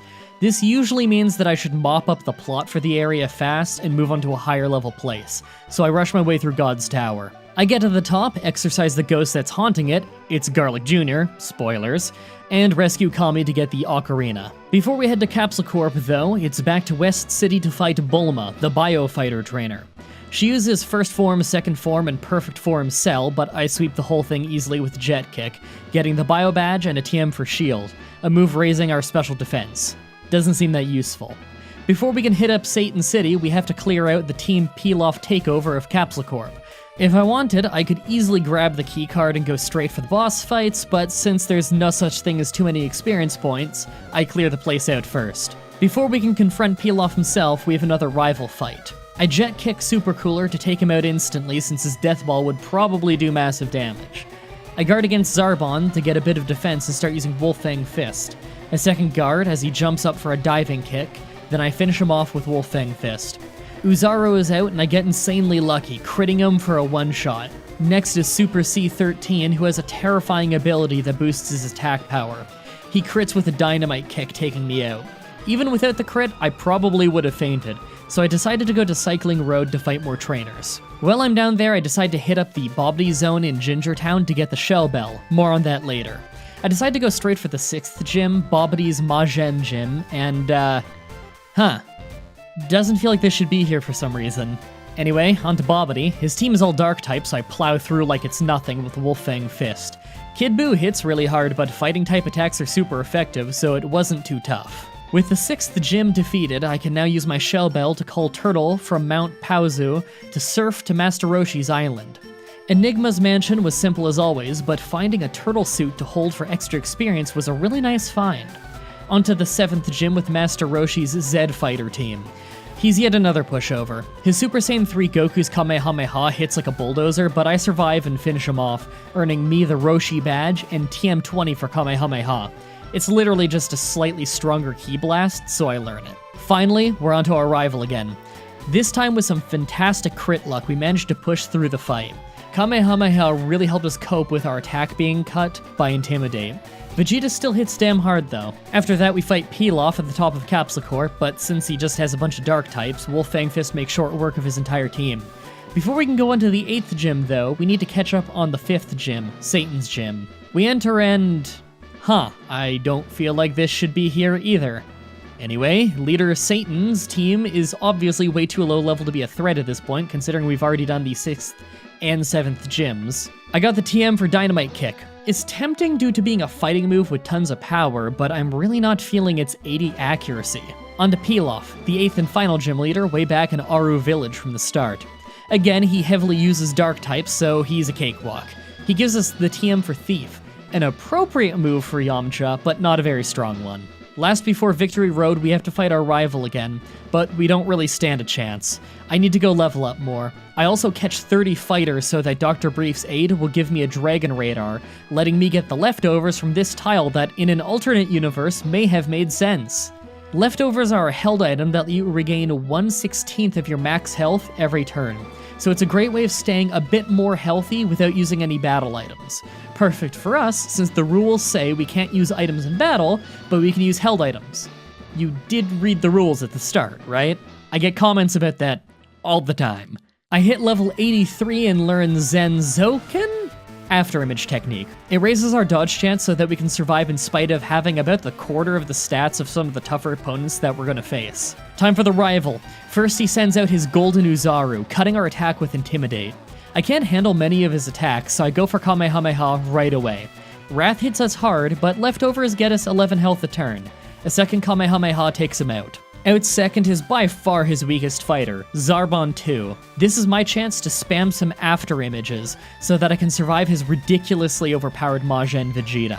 I almost said Majin Phil. God, I watched too many speedruns. As you can see, Zarbon can hardly hurt us, and often just wastes his time using counter. We're actually healing more than he does damage to us. 6 after images, and we finish him off with Kamehameha. Next is Super C13, an incredibly hard hitter. Kamehameha leaves him with a sliver of health, and through insanely bad luck, we get crit with a dynamite kick and nearly die. I took him out, and next is Metacooler. Kamehameha nearly kills him too, as I get hit by Death Ball and take shockingly little damage.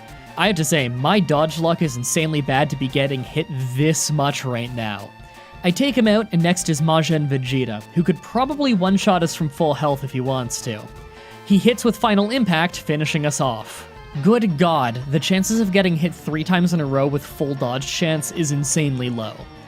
I do the same thing and make my way back to Majin Vegeta, but this time I don't have the worst luck in the universe. I still somehow get hit by Energy Punch and nearly die, but I manage to finish him off.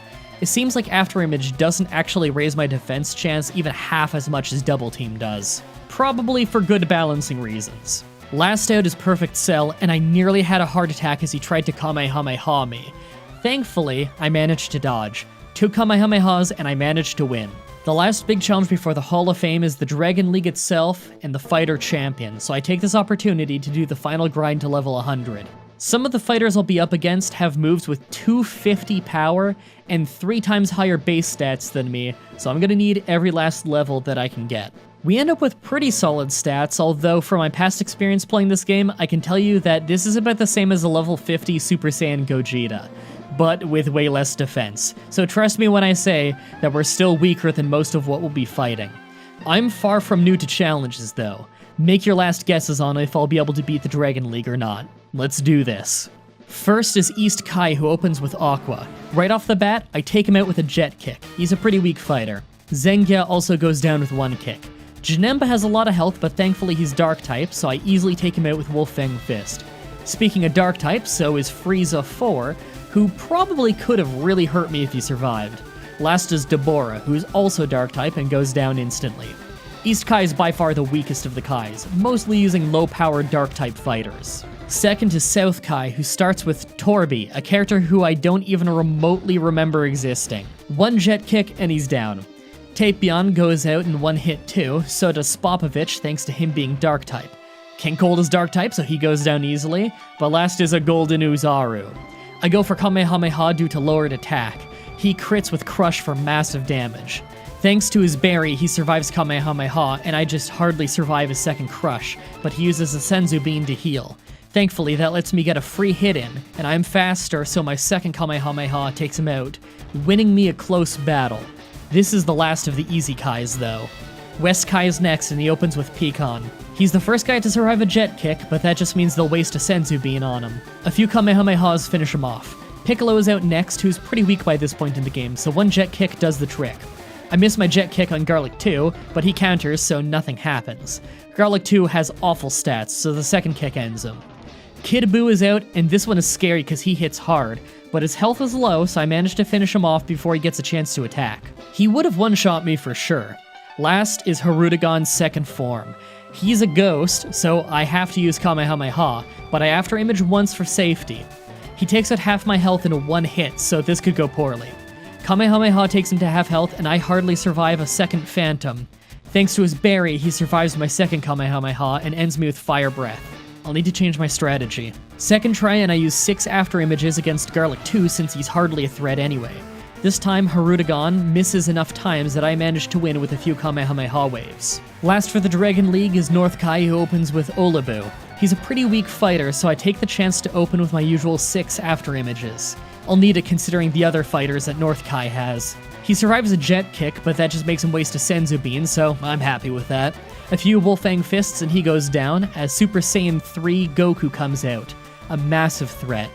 Shockingly, Jet Kick nearly takes him out, and Dragon Rush does very little damage to me. If he did one of his big energy moves, I'd be dead. Wolfang Fist finishes him off. Next is Super Saiyan 3 Gotenks. Jet Kick does a good amount of damage, but not great. His Dynamite Kick misses. That would have likely brought me to red health. Wolfang Fist ends him.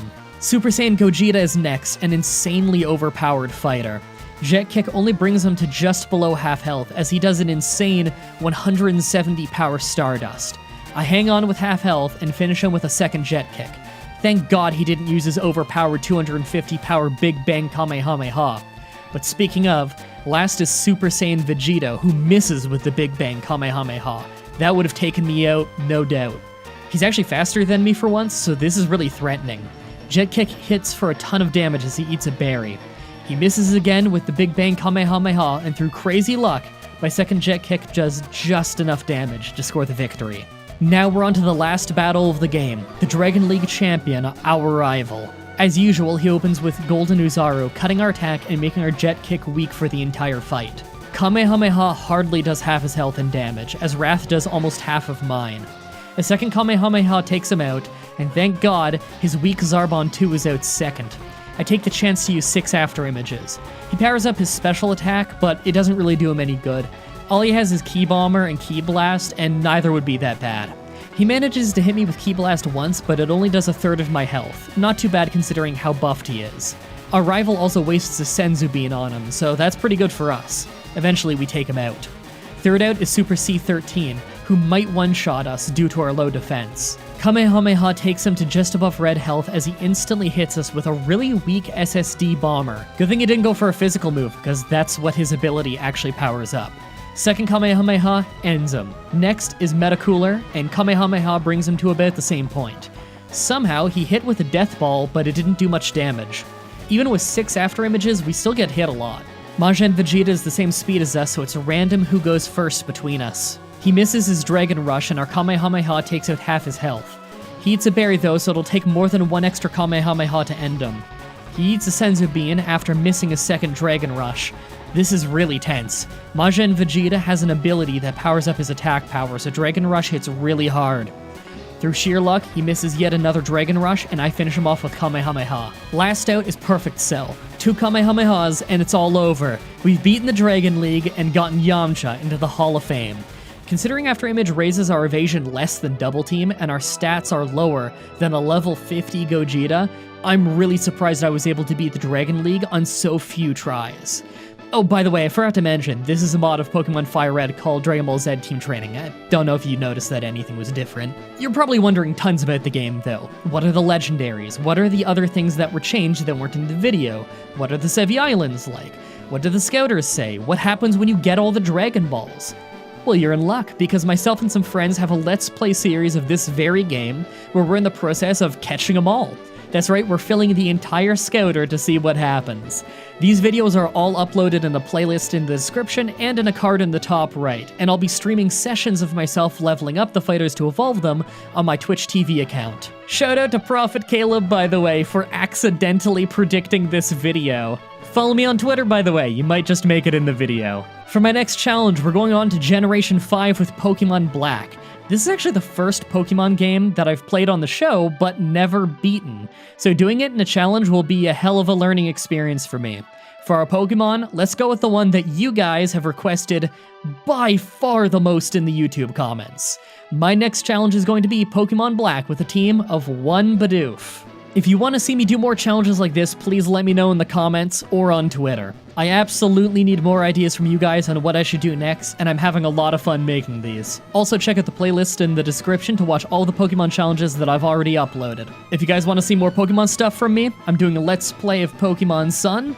I did Generation 1 with 1 Rattata, Gen 2 with a single Sunkern and no items, Fire Red with 1 Magikarp, Gen 3 with 1 Wobbuffet and no items, and Gen 4 with Pikachu and no items. Also, come to my Twitch TV streams and tell me that this video sent you. I'm interested to see how many people actually do it. And so far, it's quite a few of you. Thank you so much everybody for watching, and until next time, have a nice day.